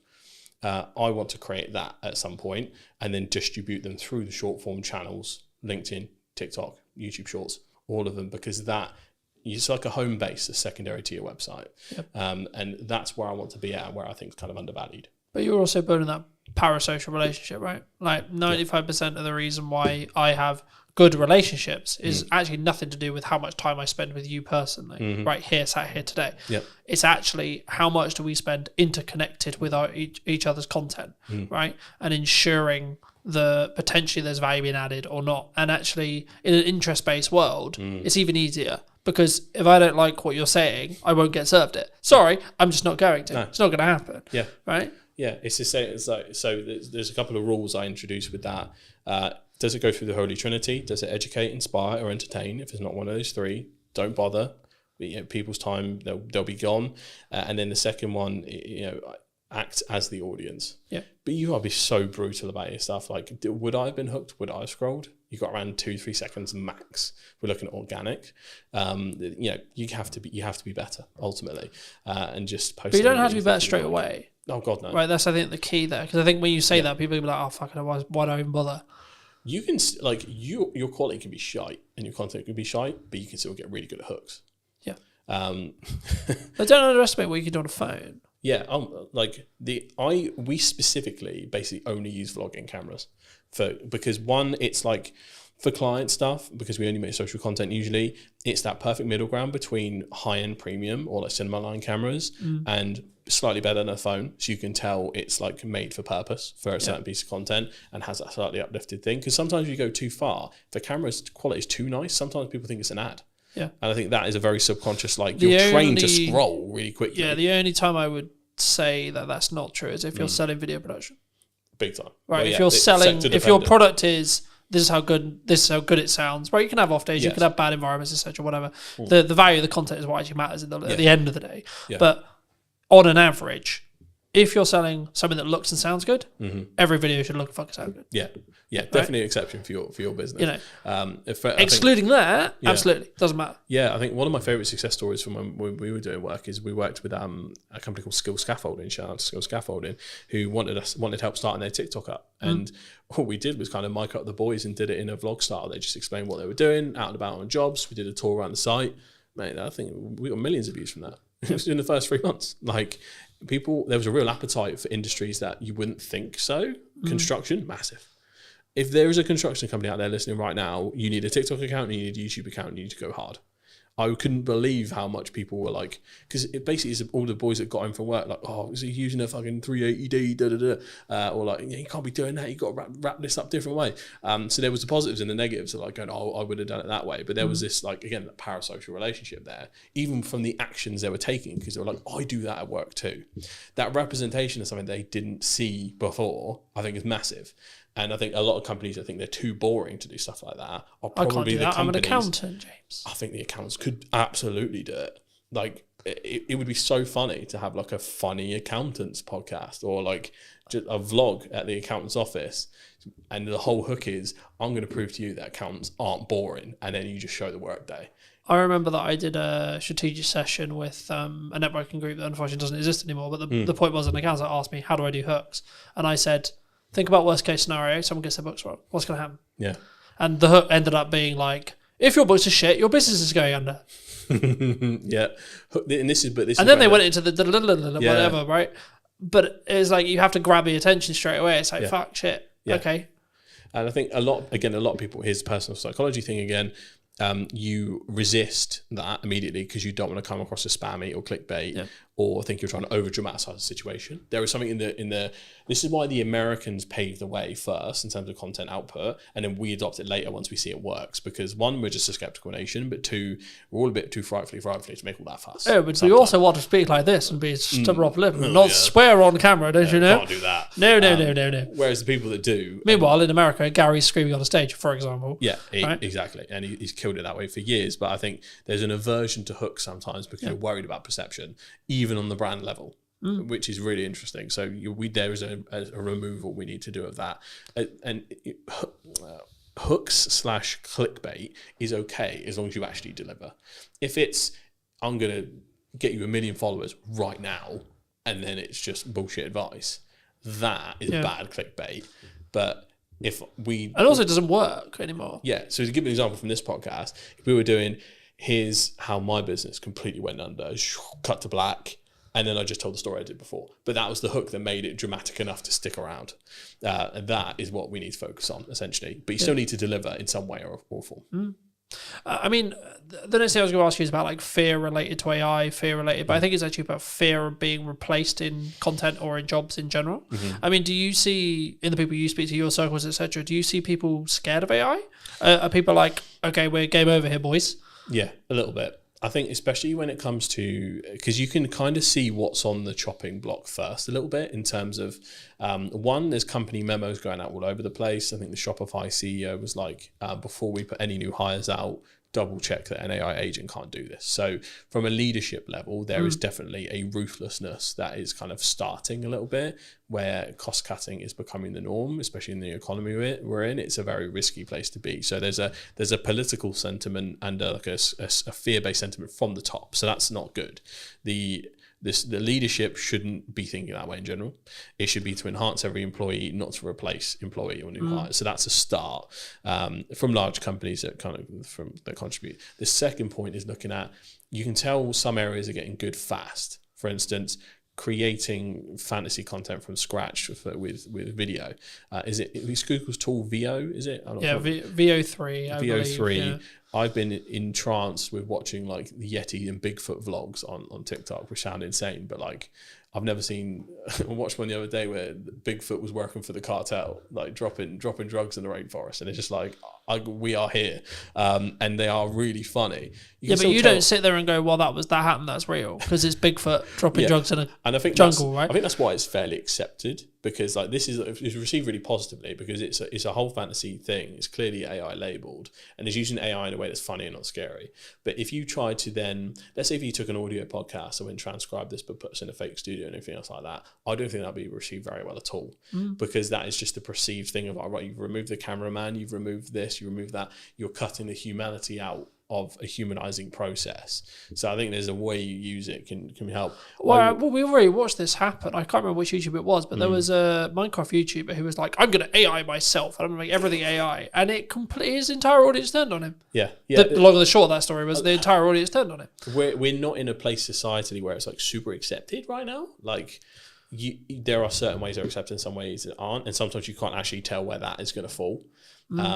And if you're a brand that's just doing nothing but trying to AI everything, whether that's individuals, like I had a studio tour, for instance. I like to take pictures with the people that come down. I forgot to take a selfie with a guy, and I was like, could you send me a picture of you, and I'm just gonna like do a cartoon version, say I fucked up, AI came to help us though, and here's a picture of us together. And that'll be my saving grace. And that's fine, because it's just a little helping hand, as opposed to, it's not like I could have sent that to a designer or a Photoshopper and they would have made that happen, because the pictures would have been clearly Photoshopped and weird.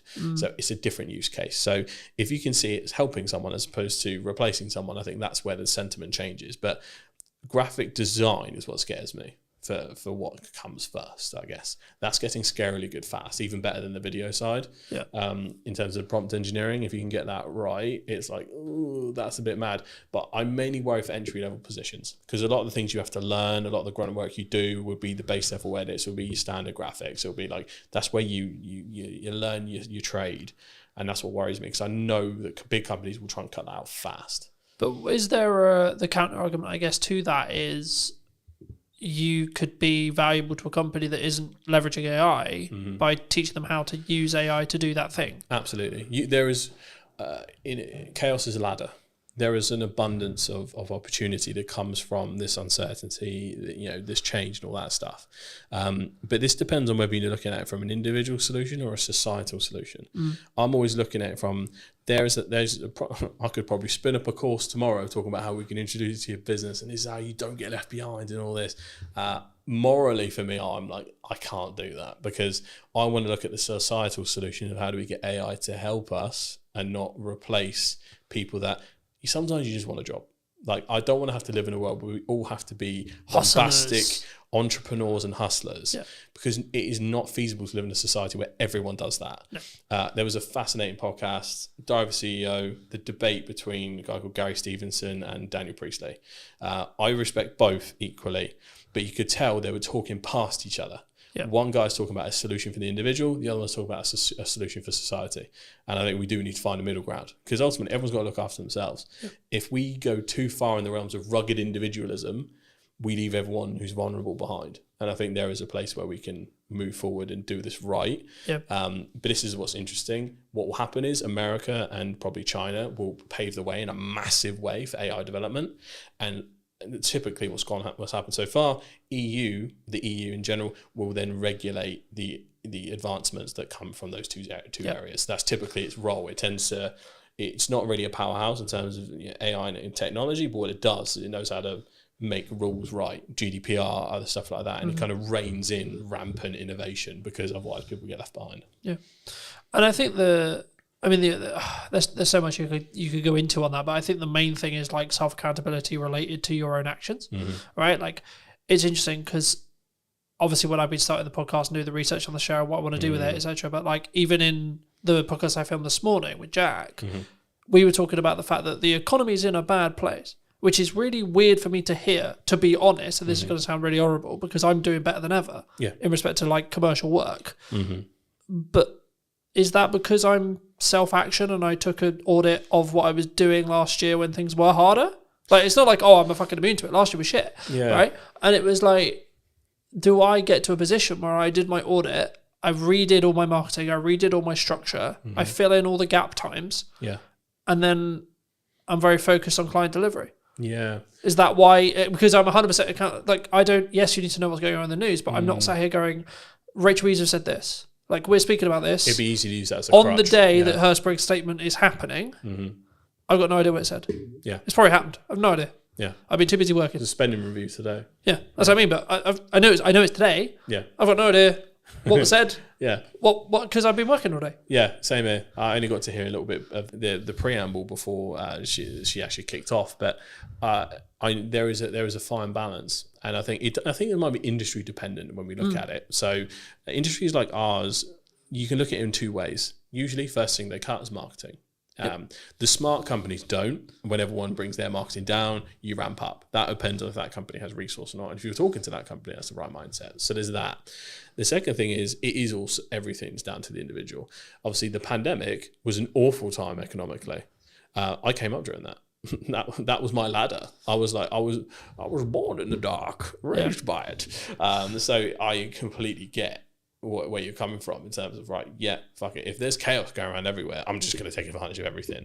But I think you just need to focus. I don't think it's just as simple for as business owners, like you just need to focus on what the freelancers, fuck has worked and what the fuck you think is going to work, and then just get your head down, right? Stop getting heady or whatever you want to call it. Yeah. In XYZ person said this, or Donald's done this, or the PM's Honestly, done this, or the news cycle is so on. Is so draining at this point.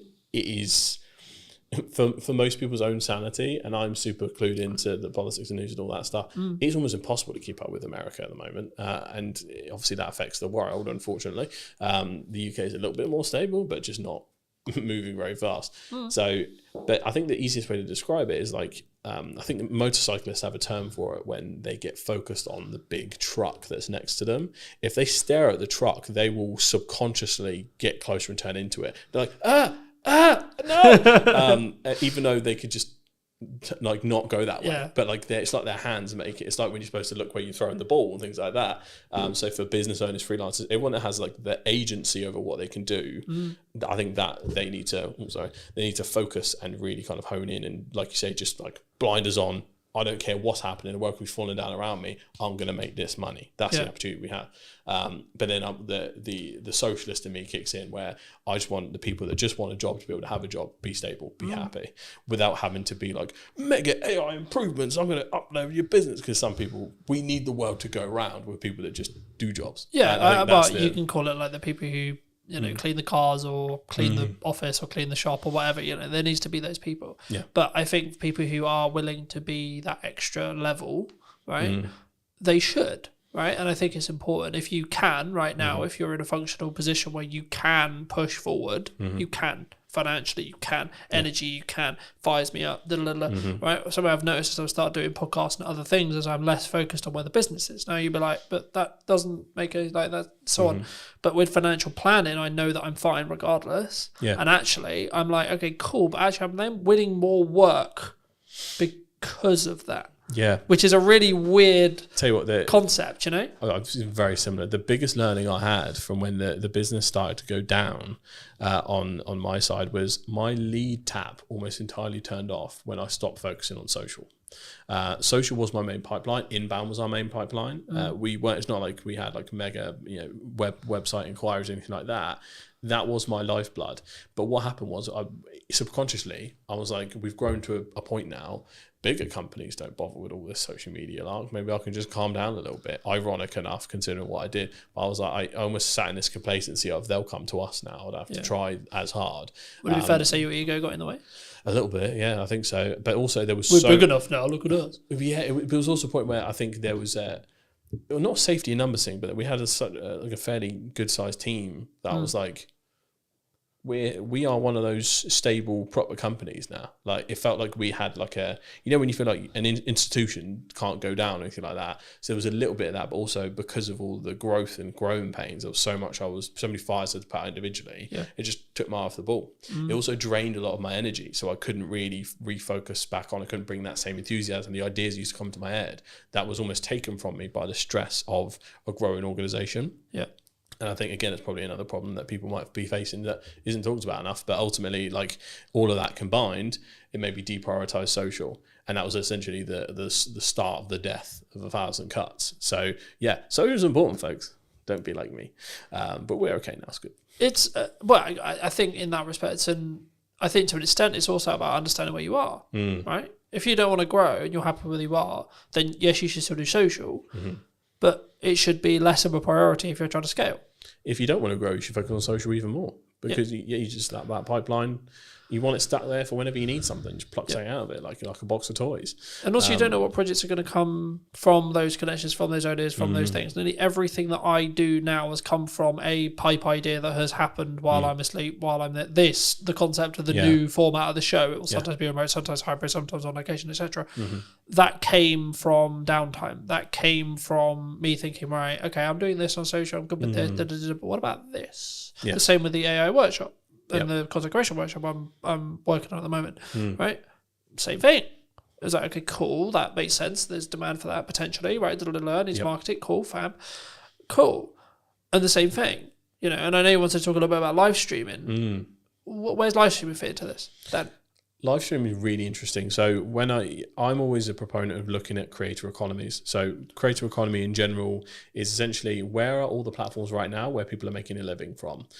Where's a lot of the content coming from? Where's a lot of the trends starting? All that stuff. So it's so important to find what's happening right now. YouTube and TikTok essentially had dominated for a long time. Twitch has basically come out of nowhere, and a lot of people do stream on different platforms, but Twitch is the most important one.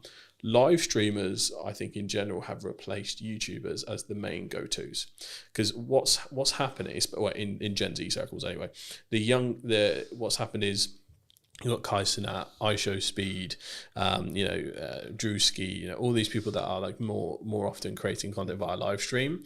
They have so much more content they're able to distribute. They started dominating the airwaves, very similar to how podcasters dominate the airwaves via clip distribution. They started winning the war of attribution in regards to kind of just like getting clips out there here and there, and in interest-based content. So, but they have that huge file of long form to be able to then... these people stream 8 hours a day. That's what I mean.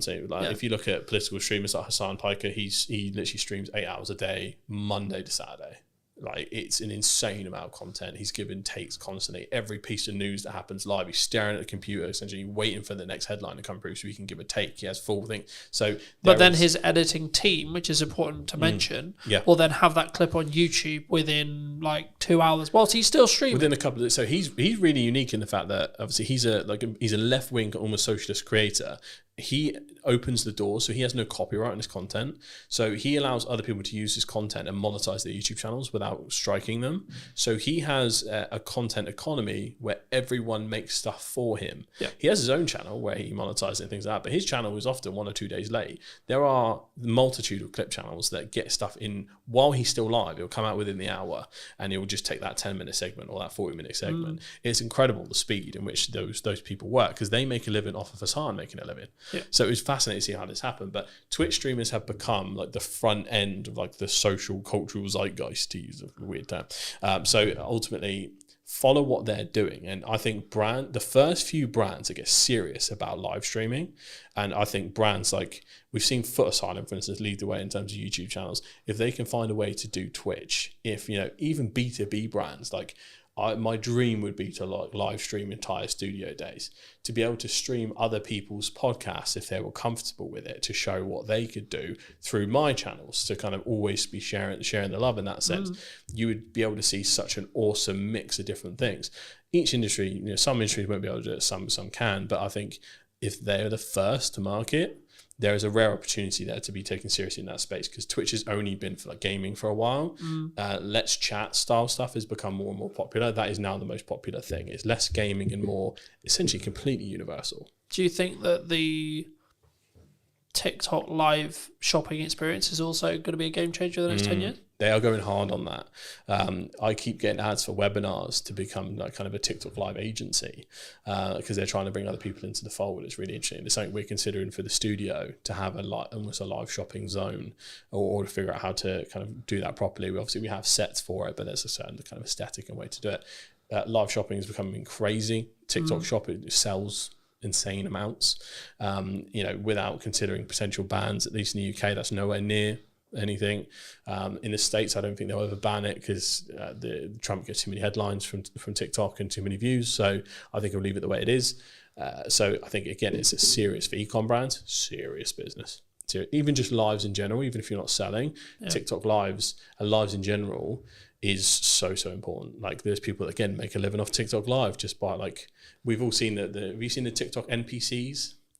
Yeah, so people pretended to be different characters, or every time someone sends them a little emoji, they go, wow, emoji, thank you. And they act like robots for hours and hours, but they make ungodly amounts of money from it. But It's surely insane. linking back to AI, that will be commoditized by AI. Possibly. Or is it because it's an actual person being a... Is that the commoditized point? At least for the NPC non-playable characters, for the non-playable character streamers, the whole point of it is the novelty of you're making a human being dance like a monkey. Right. Okay. Essentially, because you make them Here, say have a peanut. dumb Here, stuff. have a peanut. Okay. Yeah. People are sat there donating £1, £2, £3, £4, £5, £10 just to make them do stupid shit. Yeah. Which is a very dystopian place to be, but like that is. It reminds me of a happening Black right now. Mirror event somewhere. Yeah. There's got to be an episode like that somewhere. But yeah, no, absolutely. It will happen because currently there are certain creators who are pretending to be robot AIs before that's available, if that makes sense. Yeah. So like they're in full cyberpunk like cosplay, Yeah. and they're going donation, thank you, and like, but they're acting like they're not real. So once that happens, it's going to be easy. But I think when people look at this, they go, AI is going to just replace all of these creators. I think there will be a bigger pushback than you think in terms of people going, this ain't a person, I don't give a shit. And that will happen for a long time. Yeah.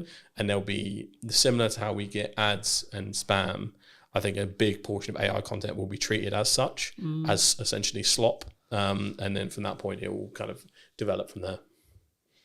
Yeah, I think there's a really important point. I mean, obviously we don't know, right? Like AI is changing every day, All you can do etc. is guess. Right? Like we'll see what the market chooses, because that's who will ultimately choose will be the market, right? Yes. But as a final point to potentially wrap up on, if you could talk to yourself 10 years ago, right? So you're 18, roughly, like 17, 18. Yeah. What advice would you give? Oh, that's a very interesting one. Is it With what you know now? Am I back in that time? So apart from telling myself lottery numbers and what to invest in, is it more, or am I like, if I'm 18 today? Today, sure, why not? Okay, because that changes the advice. I think. Like if you were 18 today, so you could gain 10 years, what would you say to yourself? But you have none of the network that you have gained in the 10 years. You don't have the resources. You don't have the understanding. You have you have basically been reset, but it's today. Yes. So you get given 10 years, but you've also reset everything you gained in the last 10 years as well. I think it's really interesting because I know myself, and I don't listen to advice. Whenever someone else tells me to do something, I kind of do the opposite. It's a very like ADHD thing to do. But I think the important thing to say is consistency.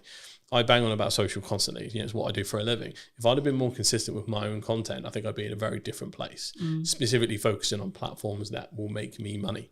Twitch, YouTube, TikTok, all that kind of stuff, and honing in and making sure that being a creator is part of a business model and a part of an overall personal brand. Like we talked about before, personal brand is going to become so important. Some people say LinkedIn profiles will end up replacing CVs altogether because if anyone's ever done recent job applications, it's awful. It's very much how you get around it and get knowledgeable and let the people know who you are. It's all going to be knowing who you are. So the game of contacts and black book has evolved to online. So if you're starting with no contacts today, it's probably the best point in time you could ever start for that kind of thing. But you have to have a clear strategy and try and conquer the fear of feeling like you don't know enough straight away. You can learn so much from the resources we have available on YouTube and things like that.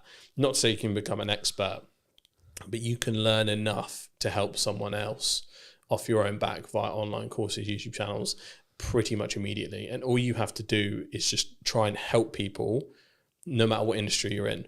As long as you're earnestly and authentically trying to help people, you can kind of never go wrong. So you just mix authentically helping people with consistency, you'll be in a brilliant place given a little bit of time. So that's what I tell myself, just stay consistent instead of being on and off again. Thank you for the time, James. No worries. Thank you for having me, mate. Appreciate it. Do you want to shout anything out before we go? I suppose I do. come down and use Hampshire Podcast Studios. It is a plug-and-play solution for entrepreneurs, businesses, and creators to create video podcasts, YouTube channels, pretty much anything you need. Unboxing videos, reaction videos, live streams. We pretty much got it all set up for anything. So if you're in the Hampshire area, you know you need to make content, come down, we'll have a cup of tea, we'll kind of plan out what you need to make, and essentially you can use this as a plug-and-play solution, or we can help you kind of manage the whole thing end to end. So if you need any help, create some content, come on down and let's get some stuff done. Thank you ever so much for joining me, ladies and gents. I hope you took value from mine and James's conversation. We're going to leave it there. I'll be back very, very soon with a brand new podcast. Who knows where I'm going to be? Oh, it might be in Southampton, might be in London, might be somewhere completely different or digitally. I'll see you very, very soon. Thank you ever so much for coming back and joining me. Take care.